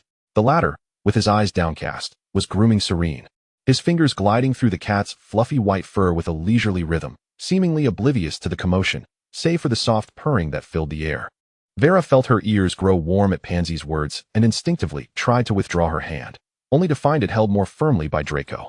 She turned her gaze toward the flickering flames in the fireplace, softly explaining, it was raining outside, and the wind was strong, so it's a bit chilly. Perhaps you should put on a cloak? Draco's voice came again, laced with his usual critical tone, but he had already released her hand. Turning to retrieve a deep green woolen cloak from the back of a chair, his own, adorned with the silver Malfoy crest. He shook the cloak out, and, without waiting for her consent, draped it over her shoulders, carefully adjusting the collar to ensure she was snug. The cloak still bore his scent, mingled with a faint hint of cedar, and the warmth from the fireplace began to dispel some of the chill. Vera gathered the cloak closer around her, her fingers brushing against the soft wool, and when she looked up, she caught sight of Draco turning back toward the fireplace to fetch a warm drink. The tips of his ears slightly flushed. Pansy leaned in to whisper something to Blaze, both of them chuckling softly. Vera couldn't quite make out what they were saying, but she sensed the warmth from the fireplace enveloping them in a subtle atmosphere. An earnest addition to the story, Draco, a kiss.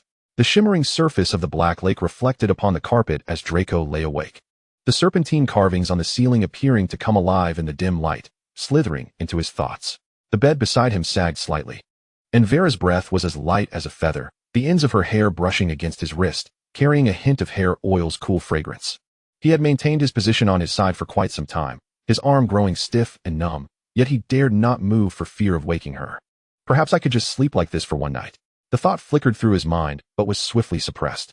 If discovered by others tomorrow morning exiting Vera's room, the Slytherin gossip would circle the castle thrice. Blaise would undoubtedly mock him for having learned to climb through windows. And most concerning of all was Vera. When she had kissed him, her grip on his collar had been so fierce that her nails nearly pierced his flesh. If she awoke to find him still there, she might very well pin him to the wall with her wand. Draco let out a quiet sigh, cautiously attempting to shift his body. As the sheets rustled, he noticed Vera's eyelashes flutter, his heart leaping into his throat. After a few seconds, she merely nestled deeper into the blankets, remaining asleep. He held his breath, his bare feet padding softly on the carpet, catching a glimpse of Serene, the cat, peering at him with her icy blue eyes, glowing like a cold gem in the dimness. Draco paused, raising a hand toward the feline and silently bidding her farewell. Serene blinked, her tail brushing against her bed's plush edge in response. He tiptoed to the door, gripping the doorknob when an unexpected thought struck him. Recalling the way she had initially resisted his kiss, her hand pushing against his chest, only to later kiss him back willingly. Did that not indicate a lack of complete rejection? Draco shook his head, dismissing the absurd notion from his mind, and gently closed the door behind him. The corridor was deserted, the shields on the armor glinting coldly in the moonlight, his footsteps muffled by the thick carpet, leaving only the sound of his heartbeat reverberating in his ears. The lingering pain from where Vera had bitten his lower lip had yet to fade, and the taste of her lips still lingered on his tongue, along with the tingling sensation of her eyelashes brushing against his cheek. Upon returning to his room, he collapsed onto his bed, his hand pressed to his lips. The pain was real, not a dream. So this is what kissing feels like. He suddenly flipped over, burying his face in the pillow. The heat surged from his ears down to his neck. Here was the heir of the Malfoy family, having burst into a girl's room to kiss her, and then waving goodbye to a cat. It was utterly absurd. Yet, when his fingertips brushed against the wound on his lower lip, the fleeting annoyance was supplanted by a strange emotion. He recalled the panic in Vera's eyes as she struggled to catch her breath during the kiss, the hint of uncertainty she had failed to conceal. Draco lifted the pillow, revealing half of his face, and made a face at the ceiling. What Slytherin desired, he would certainly obtain. He picked up a mirror, admiring the mark left on his lip. Draco, you're quite bold, he thought to himself. Draco, you're so handsome. He raised his hand to touch his flushed cheek, a smile involuntarily curling at the corners of his lips. Perhaps it would be best to continue feigning ignorance tomorrow. At worst, he could offer an apology first. If she remained unresponsive, he would devise another plan. Chapter 43, A Sky Full of Fireworks. The warm breeze of late April wafted through the high windows of the hall, stirring the silk tablecloth on the long table. Morning light cascaded through the stained glass, casting intricate patterns of light upon the silverware. The only sounds in the grand hall were the gentle clinks of cutlery and the fragrant aroma of food. Draco held his knife steadily, slicing the steak on Vera's plate into evenly sized morsels, his movements fluid, as if performing a precise ritual. Once finished, he placed the knife and fork tidily at the edge of the plate, as though he had merely accomplished a most mundane task. Blaise lifted the pumpkin juice jug, pouring half a glass into Pansy's empty cup as she nibbled on bread, the amber liquid bubbling gently. Theodore, engrossed in his pudding, watched as a thin caramel shell formed along the edge of his porcelain bowl. As he scooped a piece into his mouth, his gaze inadvertently fell upon Umbridge entering the hall, her expression neutral as she continued to savor her dessert. Umbridge's garish pink robes stood out glaringly in the morning light, the lace cuffs swaying gently with her movements. A sickly sweet smile plastered on her face. She cleared her throat as she arrived at the center of the hall. Dearest children, I have some important announcements regarding next week's OWL's examinations. She paused, her eyes, hidden behind her pink-framed glasses, sweeping over the assembly. The examinations will adhere strictly to the established protocols, with timings consistent with those of previous years. The ministry will dispatch invigilators to assist in ensuring the fairness of the assessments. Please ensure that all examination rules are followed. Any form of cheating will be met with severe penalties. To guarantee that everyone is adequately prepared, Umbridge elongated her tone, placing emphasis on the phrase adequately prepared. I, in consultation with the board, have decided that all club activities will be suspended until the conclusion of the examinations. Oh, and she pivoted her gaze towards Gryffindor. This includes those informal gatherings. After all, nothing is more important than your examination results, wouldn't you agree? Theodore stole a glance towards the Gryffindor table, where many faces were clouded with displeasure. Her voice, akin to sandpaper soaked in honey, grated on the ears. Please be prepared. This is a crucial moment to assess your academic achievements, and I hope everyone can perform at their utmost level. With that, she maintained her facade of a disingenuous smile and sauntered towards the professor's table. The hall remained hushed as Draco poured a bit of warm water into Vera's cup. Blaise dabbed at the pumpkin juice that had splashed onto Pansy's tablecloth. Theodore finished the last spoonful of pudding, setting down his spoon and picking up a piece of bread, tearing it into small bits. On the day of the examinations, the examination room was so silent that one could hear the rustle of quills gliding across parchment. Sunlight streamed through the tightly shut windows, casting straight beams of light upon the floor, while specks of dust floated lazily into shafts. Vera lowered her gaze to the arithmancy and divination exam paper, the answer to the final astrological prediction question vividly materializing in her mind. Her grip on the quill was steady as she inscribed neat letters onto the paper, concluding with a gentle to complete the final symbol. As she laid down the quill, her wrist turned slightly, allowing the quill to rest beside the inkpot. She raised her eyes, her gaze inadvertently drifting towards a position diagonally ahead. Draco was smoothing out the last page of his answer sheet, his fingertips gripping the end of the quill. Clearly having finished as well. As if sensing something, he glanced up just as their eyes met fleetingly, then quickly averted, akin to two clouds that had brushed against each other only to drift apart. Vera looked again towards Hermione, the intelligent Gryffindor girl, who also seemed to have completed her answers. The sound of Umbridge's footsteps echoed on the stone floor, the rhythm deliberately slow. She wore a robe in a deeper shade of pink than usual, her hands clasped behind her back, her eyes behind the lenses sharp as a hawk's, scanning each candidate's paper and gripping hand, lingering on any quill that paused for more than 2 seconds. As she passed by the Slytherin students, her steps faltered, her gaze lingering momentarily on Vera and Draco's laid-out papers, the tightness of her habitual false smile becoming more pronounced before she continued onward. The examination room remained filled with the sound of quills scratching, while Vera carefully folded her answer sheet and placed it at the corner of the table, lightly tapping her fingertips on the surface as her gaze drifted outside. The May sunlight was becoming rather scorching, casting long shadows of trees against the wall. Suddenly, the silence was shattered by a cacophony of noise from outside, as if countless metal balls were rolling down the corridor, interspersed with intermittent incantations. Umbridge's footsteps came to an abrupt halt, her ears perked up, a flicker of panic flashing in her eyes behind her pink glasses. Bang! The heavy wooden door burst open with tremendous force, splinters flying as Fred and George barreled in on their brooms, trailing long streams of sparks. Surprise! They shouted in unison, arms raised as they launched a multitude of colorful fireworks into the air. Silver-green fireworks exploded against the ceiling, transforming into a sky full of twinkling stars. Golden fountain-like fireworks hissed as they sprayed, splattering against the stone crevices, just as Umbridge screamed and brandished her wand in an attempt to disperse the chaos. The largest cluster of fireworks suddenly expanded, coalescing in the air into a dragon with distinct scales and claws, its fiery tail brushing against her pink robes, sending a rush of scorching air forward. No, Umbridge's smile shattered completely as she turned to flee, her high heels slipping on the floor. The fire dragon seemed to possess sentience, lunging after her retreating figure, and as she dashed out of the examination room, it let out a roar, snapping at the corner of her robe, igniting a small patch of charred fabric. The examination room erupted into chaos.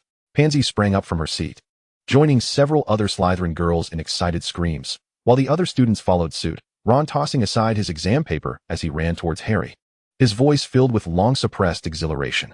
Others laughed uproariously, clapping their hands to catch the falling remnants of fireworks. In the midst of the pandemonium, Draco rushed towards Vera, pulling her behind him with one hand while raising his wand with the other, conjuring an invisible barrier before them. Several errant sparks collided with the shield, dissipating into twinkling motes of light. He turned his head, a slight furrow in his brow as he regarded her. "You're not burned, are you?" Theodore helped Blaise corral the excited Pansy, a blue aura of the protective charm enveloping the three of them. Vera shook her head, her gaze drifting past his shoulder towards the entrance. Umbridge had tumbled into the corridor, her breath caught as she beheld the scene before her. Fred and George's fireworks had already engulfed the entire floor, the dragon swirling in the corridor, its gusts scorching the notices on the walls. Rocket fireworks ricocheted off suits of armor, rebounding towards the ceiling, the silver-tailed flames sweeping over Umbridge's hair, causing her to shriek in dismay. Worse still, several firework sticks formed glaring golden letters in the air, each word pointedly directed at her, making her tremble with fury, her hands shaking so much that she struggled to cast a spell. Inside the examination room, Draco lowered his wand, his fingertips still tingling from the incantation. Vera observed the taut line of his jaw and suddenly smiled softly. Under the brilliance of the fireworks, the tension in his eyes was more palpable than ever. The door to the examination room was pushed wider by the throng of students pouring out, the corridors still crackling with fireworks, the dragon-shaped pyrotechnics having reached the staircase corner, trailing long flames as they collided with the tapestry. Everyone followed the jubilant crowd outside, the sounds of footsteps and laughter mingling with the explosive bursts of fireworks, creating a raucous celebration that had come out of nowhere. Fred and George soared above the castle on their broomsticks, their black robes billowing in the wind like the outstretched wings of two magnificent birds. George raised his hand and launched a silver firework into the air, while Fred flicked his wand, sending the firework shooting upward with a whoosh. It exploded in the blue sky, scattering countless golden and crimson sparks that gradually coalesced into a gigantic W, sparkling brilliantly in the sunlight. A chorus of thunderous cheers erupted from the students below. Some waved their arms, while others whistled in delight. Pansy tugged at Blaze's sleeve, and Vera tilted her head back, sunlight bathing her face, casting a soft shadow of her lashes upon her eyelids. She gazed at the W suspended in the air, her fingertips unconsciously gliding over her wand's handle, before arching an eyebrow and softly remarking, "The Weasley twins are rather amusing." Draco stood beside her, his arms still half protectively around her, casting a dismissive glance at the fireworks above. "Just some attention-seeking tricks," he scoffed. Yet, as his eyes swept over the cheering students, the usual coldness in his gaze seemed to dissipate. The W gradually faded, transforming into twinkling motes of light that drifted down. Fred and George exchanged a glance on their brooms, executed an exaggerated bow to the crowd below, and then turned to fly away into the distance. The students continued to gaze upward, discussing the spectacle they had just witnessed. Vera withdrew her gaze and looked at Draco, a small smile playing on her lips. If it can provoke such a reaction from her, then this trick holds some value. Draco snorted softly, reaching out to brush off a bit of firework ash from her shoulder. Boring. However, his touch was gentler than usual as his fingertips grazed her cloak. As night fell, the enchanted chandeliers in the great hall cast a warm yellow light, and the food on the long tables steamed invitingly, yet the atmosphere remained taut with tension. Umbridge's pink robe moved like a storm of fury as she paced before the hall, her shrill voice piercing the tranquility of dinner. "This is utter nonsense. Anarchy. Have the rules of Hogwarts been reduced to mere scraps of paper?" Her wand was gripped tightly, her pink-framed glasses slipping to the tip of her nose, each word laced with a clenched teeth intensity. "Those two Weasleys. They must be expelled. Immediately. At once." Professor McGonagall set down her knife and fork, the silver utensils clinking sharply against the plates. She raised her eyes to Umbridge, her tone calm, yet imbued with undeniable authority. "I believe that any matter should at least wait until the children have finished their meal. They have just completed an important examination and require sustenance." "Sustenance?" Umbridge spun around sharply, her false eyelashes quivering with anger. "What they need is discipline. Look at the fine specimens that Gryffindor produces. Setting off fireworks in the examination hall. Disrupting order, openly defying authority. This is how you manage your house." Her voice rose abruptly, drawing the attention of the surrounding students. "I have reported this to the Ministry of Magic. Such behavior cannot be tolerated. By tomorrow morning, I want to see expulsion notices for those two rascals. Otherwise what?" Professor McGonagall rose slowly, her black robe billowing behind her. "There are indeed provisions in school regulations regarding disruptions of public order. But expulsion requires the joint deliberation of the headmaster and the head of house. It is not a decision you can make unilaterally."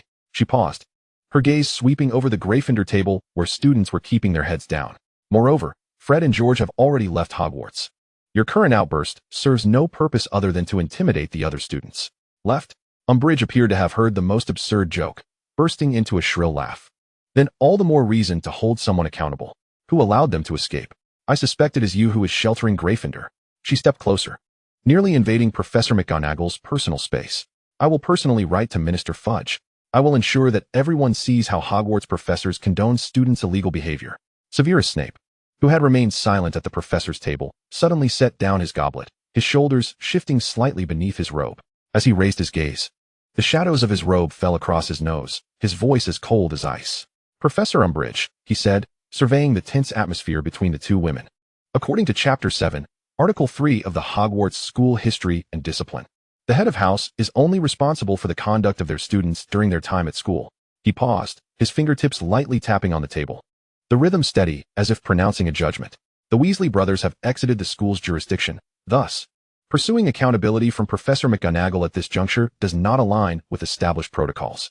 Though his tone conveyed no discernible bias, it effectively severed Umbridge's accusations. Professor McGonagall hesitated momentarily before regaining her composure. Umbridge stepped back, caught off guard by Snape's interruption, her complexion turning a ghastly shade of liverish red. "Professor Snape. I was merely stating the school regulations." Snape lowered his eyelids and resumed his drink, as if the previous exchange had merely been a casual remark. "After all, we are all expected to adhere to the rules, are we not?" The final words were delivered softly, yet laced with a subtle irony. Umbridge shot a venomous glare at both of them before sweeping her gaze over the now silent students. Finally, with a heavy stomp, she turned and stormed out, her pink skirt trailing behind her in an angry arc. The hall fell silent for a few seconds before a low murmur of breaths resumed. Professor McGonagall settled back into her seat, picking up her knife once more, her voice regaining its steadiness. "Very well, children, continue your meal. We shall handle the remaining matters."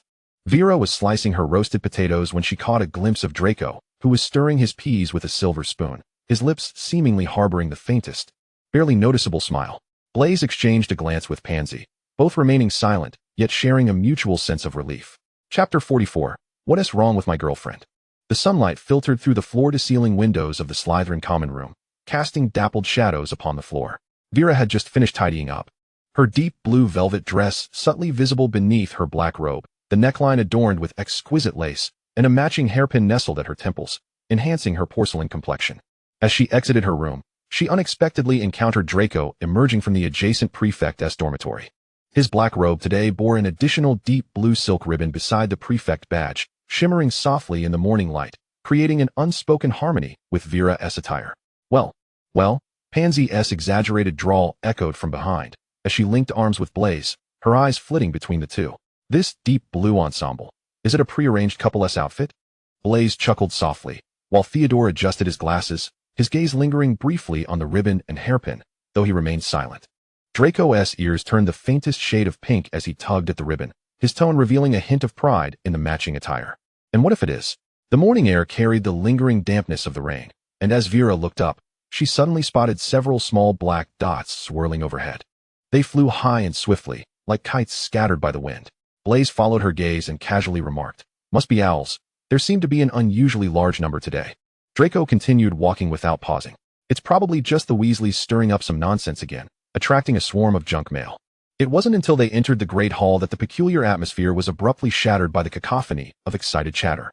At this hour, Umbridge would typically be flitting about in her pink ensemble like a moving warning sign, scrutinizing students' attire and mannerisms with her sticky voice. However, today the hall erupted with commotion. Hufflepuff students were passing messages to one another while clutching bread, and Gryffindors huddled in small groups, whispering and pointing at something floating in the air. Even the typically composed Ravenclaw table had a few younger students standing on their chairs, pointing at the ceiling. "What is going on?" Pansy furrowed her brow, extending her hand to push aside the students blocking her path. Where were the educational inspectors led by Goyle and his cohort? It was astonishing that no one was here to check for school robes and wands today. Blaise shrugged, gesturing towards the throngs of students darting about. "It seems they have other priorities." Only when they settled at the Slytherin table did Vera discern that the objects floating in the air were hundreds, if not thousands, of parchment scrolls. They spiraled gently beneath the dome, as if enchanted feathers, each scroll's header inscribed in bold crimson ink with a line of text, concluding with two flamboyant signatures, Fred Weasley and George Weasley. At the end of the long table, the professors were already embroiled in a tempest of their own. The diminutive Professor Flitwick was on tiptoe, straining to grasp a nearby floating scroll, his eyes behind his glasses crinkling into crescent shapes. After reading it, he could not help but clap his hands softly in delight, quickly covering his mouth in feigned modesty as he adjusted his sleeves. Professor McGonagall sat upright in her chair, her back straight, fingers tightly gripping the sleeves of her morning robe, her face devoid of expression, save for the taut corners of her lips that betrayed the turmoil within. As her gaze swept over the scrolls, it was as if she were surveying a meticulously orchestrated tempest. Neville reached out to seize the nearest scroll, its parchment quivering slightly at his fingertips. He tapped it lightly with his wand, and the words resonated throughout the hall, to all oppressed wizarding students. "The folly of the Ministry of Education cannot obscure the truth. Umbridge shackles cannot bind our freedom. Henceforth, we voluntarily withdraw from school. Curse the Ministry of Magic and its educational decree. Remember, no one can expel us. It is our choice to leave." As the final words echoed, A sudden hush fell over the hall. Almost immediately, a cacophony erupted, with some cheering and whistling in excitement, others pounding their fists upon the tables. Even the Slytherin table stirred with unrest. Umbridge had completely lost control. She shot up from her seat, her pink bow hairpin precariously wobbling atop her head, her pudgy fingers clenching her wand tightly as she shrieked, "This is absolute anarchy. Filthy rubbish. All of you, get down here." She waved her wand, casting pale pink spells into the air, which only sent the scrolls scattering like startled birds, soaring even higher. Draco's brow furrowed tightly, his gaze fixed on the scrolls as if they were some sordid refuse. The floating parchments continued to spin slowly, the crimson ink glaring in the morning light, resembling clusters of ignited flames. Pansy suddenly scoffed. "Honestly, it's a bit foolish, yet somehow cool. Isn't it?" Blaise whistled lightly, responding, "I think so too." Draco shot them a disapproving look, ready to retort, but he noticed Vera gazing intently at the scrolls. Her fingertips lightly brushed against the deep blue hem of her dress, still retaining the morning's chill. Perhaps it was an illusion, but she felt the spiraling scrolls resembled the dark specks that had just flown across the sky, not owls, but wings freed from their bindings. Draco refrained from arguing further, instead lifting his pumpkin juice to his lips, his gaze sweeping across the tumultuous crowd in the hall. Briefly catching sight of Umbridge still flailing her wand in exasperation, the deep blue ribbons at her collar fluttering like a poised serpent's tongue. "Let us go," Vera announced, rising first, tossing a scroll back into the air, no longer inclined to attend class, as Professor McGonagall would surely deduct points from Slytherin. Her deep blue dress swept across the stone floor, stirring a whisper of wind. Draco followed closely behind, the ribbon on his prefect badge brushing lightly against the hem of his robe. As they passed the Gryffindor table, he overheard Ron shouting to his companions, "I knew they'd do something big. The Weasley Wizard Wheezes. Just wait and see." Blaise snickered. "Weasley Wizard Wheezes? Are they planning to set up a stall in Diagon Alley?" Vera glanced back at him, a hint of a smile playing at her lips. At least it was more entertaining than being stuck in Hogwarts listening to Umbridge recite the educational decree. Draco halted beside her, his gaze once again drifting to the outside. The sky was a brilliant blue, as if washed clean by last night's fireworks, and those shadows seen in the morning had long since vanished. Theodore lingered at the back, catching a scroll that floated into his line of sight. He neatly folded it and tucked it into his notebook, his gaze sweeping over the retreating figures of the four. Then back to the domed ceiling of the hall. The scrolls continued to flutter gently, like countless white birds carrying two gleaming names, soaring into a sky unbound by rules. Today, Hogwarts was infused with a sense of newfound freedom. The stone walls of the Slytherin common room exuded the dampness of the Black Lake's depths, the torchlight casting flickering orange-red reflections upon the water's surface, elongating every shadow.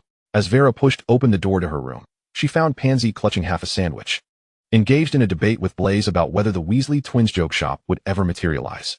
Theodore sat in the corner, flipping through a book with a faded cover, while Draco leaned against the fireplace, his fingertips idly tracing the deep blue ribbon on his prefect badge, the end of which grazed the stone floor, producing a faint rustling sound.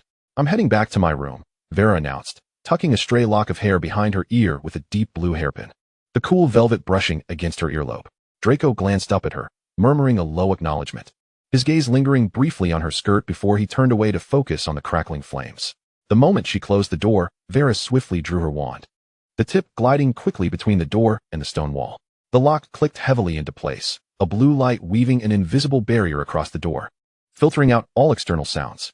Finally, she whispered the disillusionment charm toward the crack beneath the door, ensuring that any prying eyes would see nothing but the empty remnants of the room. She approached the edge of her bed, the drapes of deep green velvet, blocking the faint light seeping through the stone window. This light was not sunlight, but rather the phosphorescence emitted by creatures stirring in the depths of the Black Lake, casting distorted patterns upon the walls. As she opened the wooden box, a pungent aroma of humus and sulfur wafted into the air. She pressed the tip of her wand against the snake-shaped indentation at the bottom of the box and softly intoned the chilling incantation. Dense black smoke erupted from the box, coalescing into a vague, humanoid shape before her, the edges of the black robe writhing like a living entity. Two clusters of scarlet lights flickering within the depths of the smoke. "There has been no progress on Dumbledore's information." Vera's voice was barely above a whisper, the phosphorescent glow on the stone walls illuminating her pupils, making them flicker. "I tried 2 members of the DA. Neither had any idea." She paused before adding, "However, Potter has been acting oddly these past few days. He is often found whispering with the Weasleys and Granger, conspiring about something. Moreover, Potter always appears furious, as if he is on the brink of exploding. The cunning Dumbledore is as elusive as a fox, naturally leaving no trace behind. The voice of the apparition rasped like rusty iron scraping against stone, imbued with an icy chill.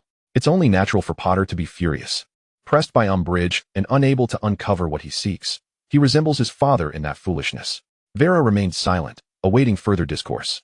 At this time, he would typically inquire about Potter's precise whereabouts or instruct her to eavesdrop on the Gryffindor trio's plot. But this time, the apparition fell into silence. The scarlet lights flickering in the smoke as if weighing something. Outside the stone window, a massive tentacle of an octopus glided past, casting an elongated shadow on the wall that suddenly contracted into a tight ball. Is there anything else you require? Vera could not help but lift her head. Noticing the outline of the apparition trembling gently within the smoke, the hem of his robe brushing against the ground, stirring an inaudible breeze. She could even discern the faint outline of a serpentine tattoo undulating in rhythm with his breath. After a considerable pause, the shadow stirred as if attempting to articulate something. Yet ultimately, it merely dissipated into a faint breath of air. There was nothing of consequence. The scarlet glow dimmed slightly, losing some of its usual ferocity. You should take a break for now. There's no need to concern yourself with anything else, it seemed to convey. Vela was momentarily taken aback. She yearned to inquire further, but the apparition had already begun to vanish, the dense smoke retracting into the wooden box as if drawn into a crevice, leaving behind a faint scent of charm mingled with the distinctive brackish odor of the Black Lake, lingering at her nostrils. The wooden box clicked shut autonomously, and the luminescence of the serpentine gem extinguished along with it. Seated at the edge of her bed, Vela hovered her fingertips above the box, reluctant to withdraw them. What had the Dark Lord intended to voice? Was it a suspicion that she had not been thorough enough in her surveillance of Potter's movements? Or was there a plan that required adjustment? Or perhaps there were matters she was not meant to know? From beyond the bed curtains, sounds of life echoed from the common room. Pansy's laughter piercing through the seams of the soundproofing charm, tinged with a playful sharpness. Vela cast her gaze down upon her deep blue gown, the velvet fabric glimmering with a muted sheen in the dim light, nearly mirroring the hue of Draco's ribbon. The phosphorescence outside the stone window brightened slightly, illuminating the stack of books at the foot of her bed, among which lay a copy of Origins of Dark Magic, bearing the marks she had made the previous night. Vela reclined back onto the bed, the deep blue hairpin pressing against her pillow, eliciting a slight discomfort. She focused on the serpentine cracks in the ceiling, recalling the parchment scrolls that fluttered in the great hall that morning. Perhaps one day, I too shall possess such courage. Yet, as this thought surfaced, she promptly suppressed it. The night beneath the Black Lake was even darker than the dungeon. The torches on the stone walls burned drowsily, casting the shadows of the common room upon the water's surface, resembling clusters of silent aquatic plants. Just as Vela removed her deep blue hairpin, she heard the faintest sound at the door, not a knock, but rather the delicate tap of a wand tip against the wood. Gripping her wand tightly, she turned, only to have the metallic tongue of the lock spring open unexpectedly, allowing a wisp of cool fragrance, mingled with the lake's unique dampness, to seep in. The door creaked ajar, and Draco's voice, low and laced with mischief, emerged. The Confundu's charm is far more effective than knocking. He sidled in, the hem of his black robe brushing against the moisture of the floor, the deep blue ribbon of his prefect badge swaying in the dimness. Vela furrowed her brow and waved her wand, re-establishing the silencing barrier against the door. Aren't you concerned about being seen? And if I am? Draco countered, shutting the door behind him. The phosphorescence from the stone wall illuminated his profile, highlighting that casual smirk of his. Does the Slytherin prefect not have the liberty to enter his girlfriend's room? Just don't cause a commotion, Vela retorted, striding toward the bed, her gown trailing against the stone bench, sending a chill through the air. Just as she was about to sit, Draco's fingers suddenly clasped her wrist, bringing with them the outside cold, more palpable than the lingering warmth from the fireplace. He gently enveloped her from behind, resting his chin on her shoulder, his breath brushing against her ear, infused with a hint of minty toothpaste. You were staring at those parchment scrolls for quite some time during lunch, still pondering over the Weasley family? Vela did not turn her head, her gaze fixed upon the wooden box embedded with the serpentine gem. The Dark Lord's apparition from earlier lingered in her memory, the scarlet glimmers intertwining bizarrely with Draco's warm breath. It felt as though they were braver than they appeared. Draco scoffed lightly, tightening his embrace as he drew her closer. Bravery? More like reckless foolishness. He paused, his fingers delicately grazing the stray hairs at her temple. Yet, it seems you have a certain admiration for such foolishness. At last, Vela turned to face him, her gaze colliding with his slate blue eyes. The light filtered through his hair, casting flickering orange-red reflections in his pupils, reminiscent of two controlled flames. What exactly are you here for? To see you. He elongated the last word. his eyes fixed intently on her slightly parted lips, his Adam's apple bobbing gently. "My girlfriend." Before the sentence fully registered, he leaned down slightly, his cool lips poised to meet hers. Instinctively, Vela turned her head, and his kiss landed softly on her cheek, like a cool feather. "Draco," she murmured, pressing her palm against his chest, her voice taut. "Don't." His actions halted, his slate blue eyes dimmed, yet he did not release his hold around her. After a few seconds, he suddenly chuckled softly, stepping back half a pace, his tone returning to its usual nonchalance. "I was quite restrained in front of everyone today. A kiss shouldn't be too much to ask, should it? Or are you truly feeling down?" Vela gazed at his feigned ease, suddenly realizing how abrupt her earlier rejection had been. Outside the stone window, a large fish swam past, the phosphorescence elongating their shadows until they nearly overlapped. After a moment's hesitation, she reached out, wrapping her arms gently around his waist.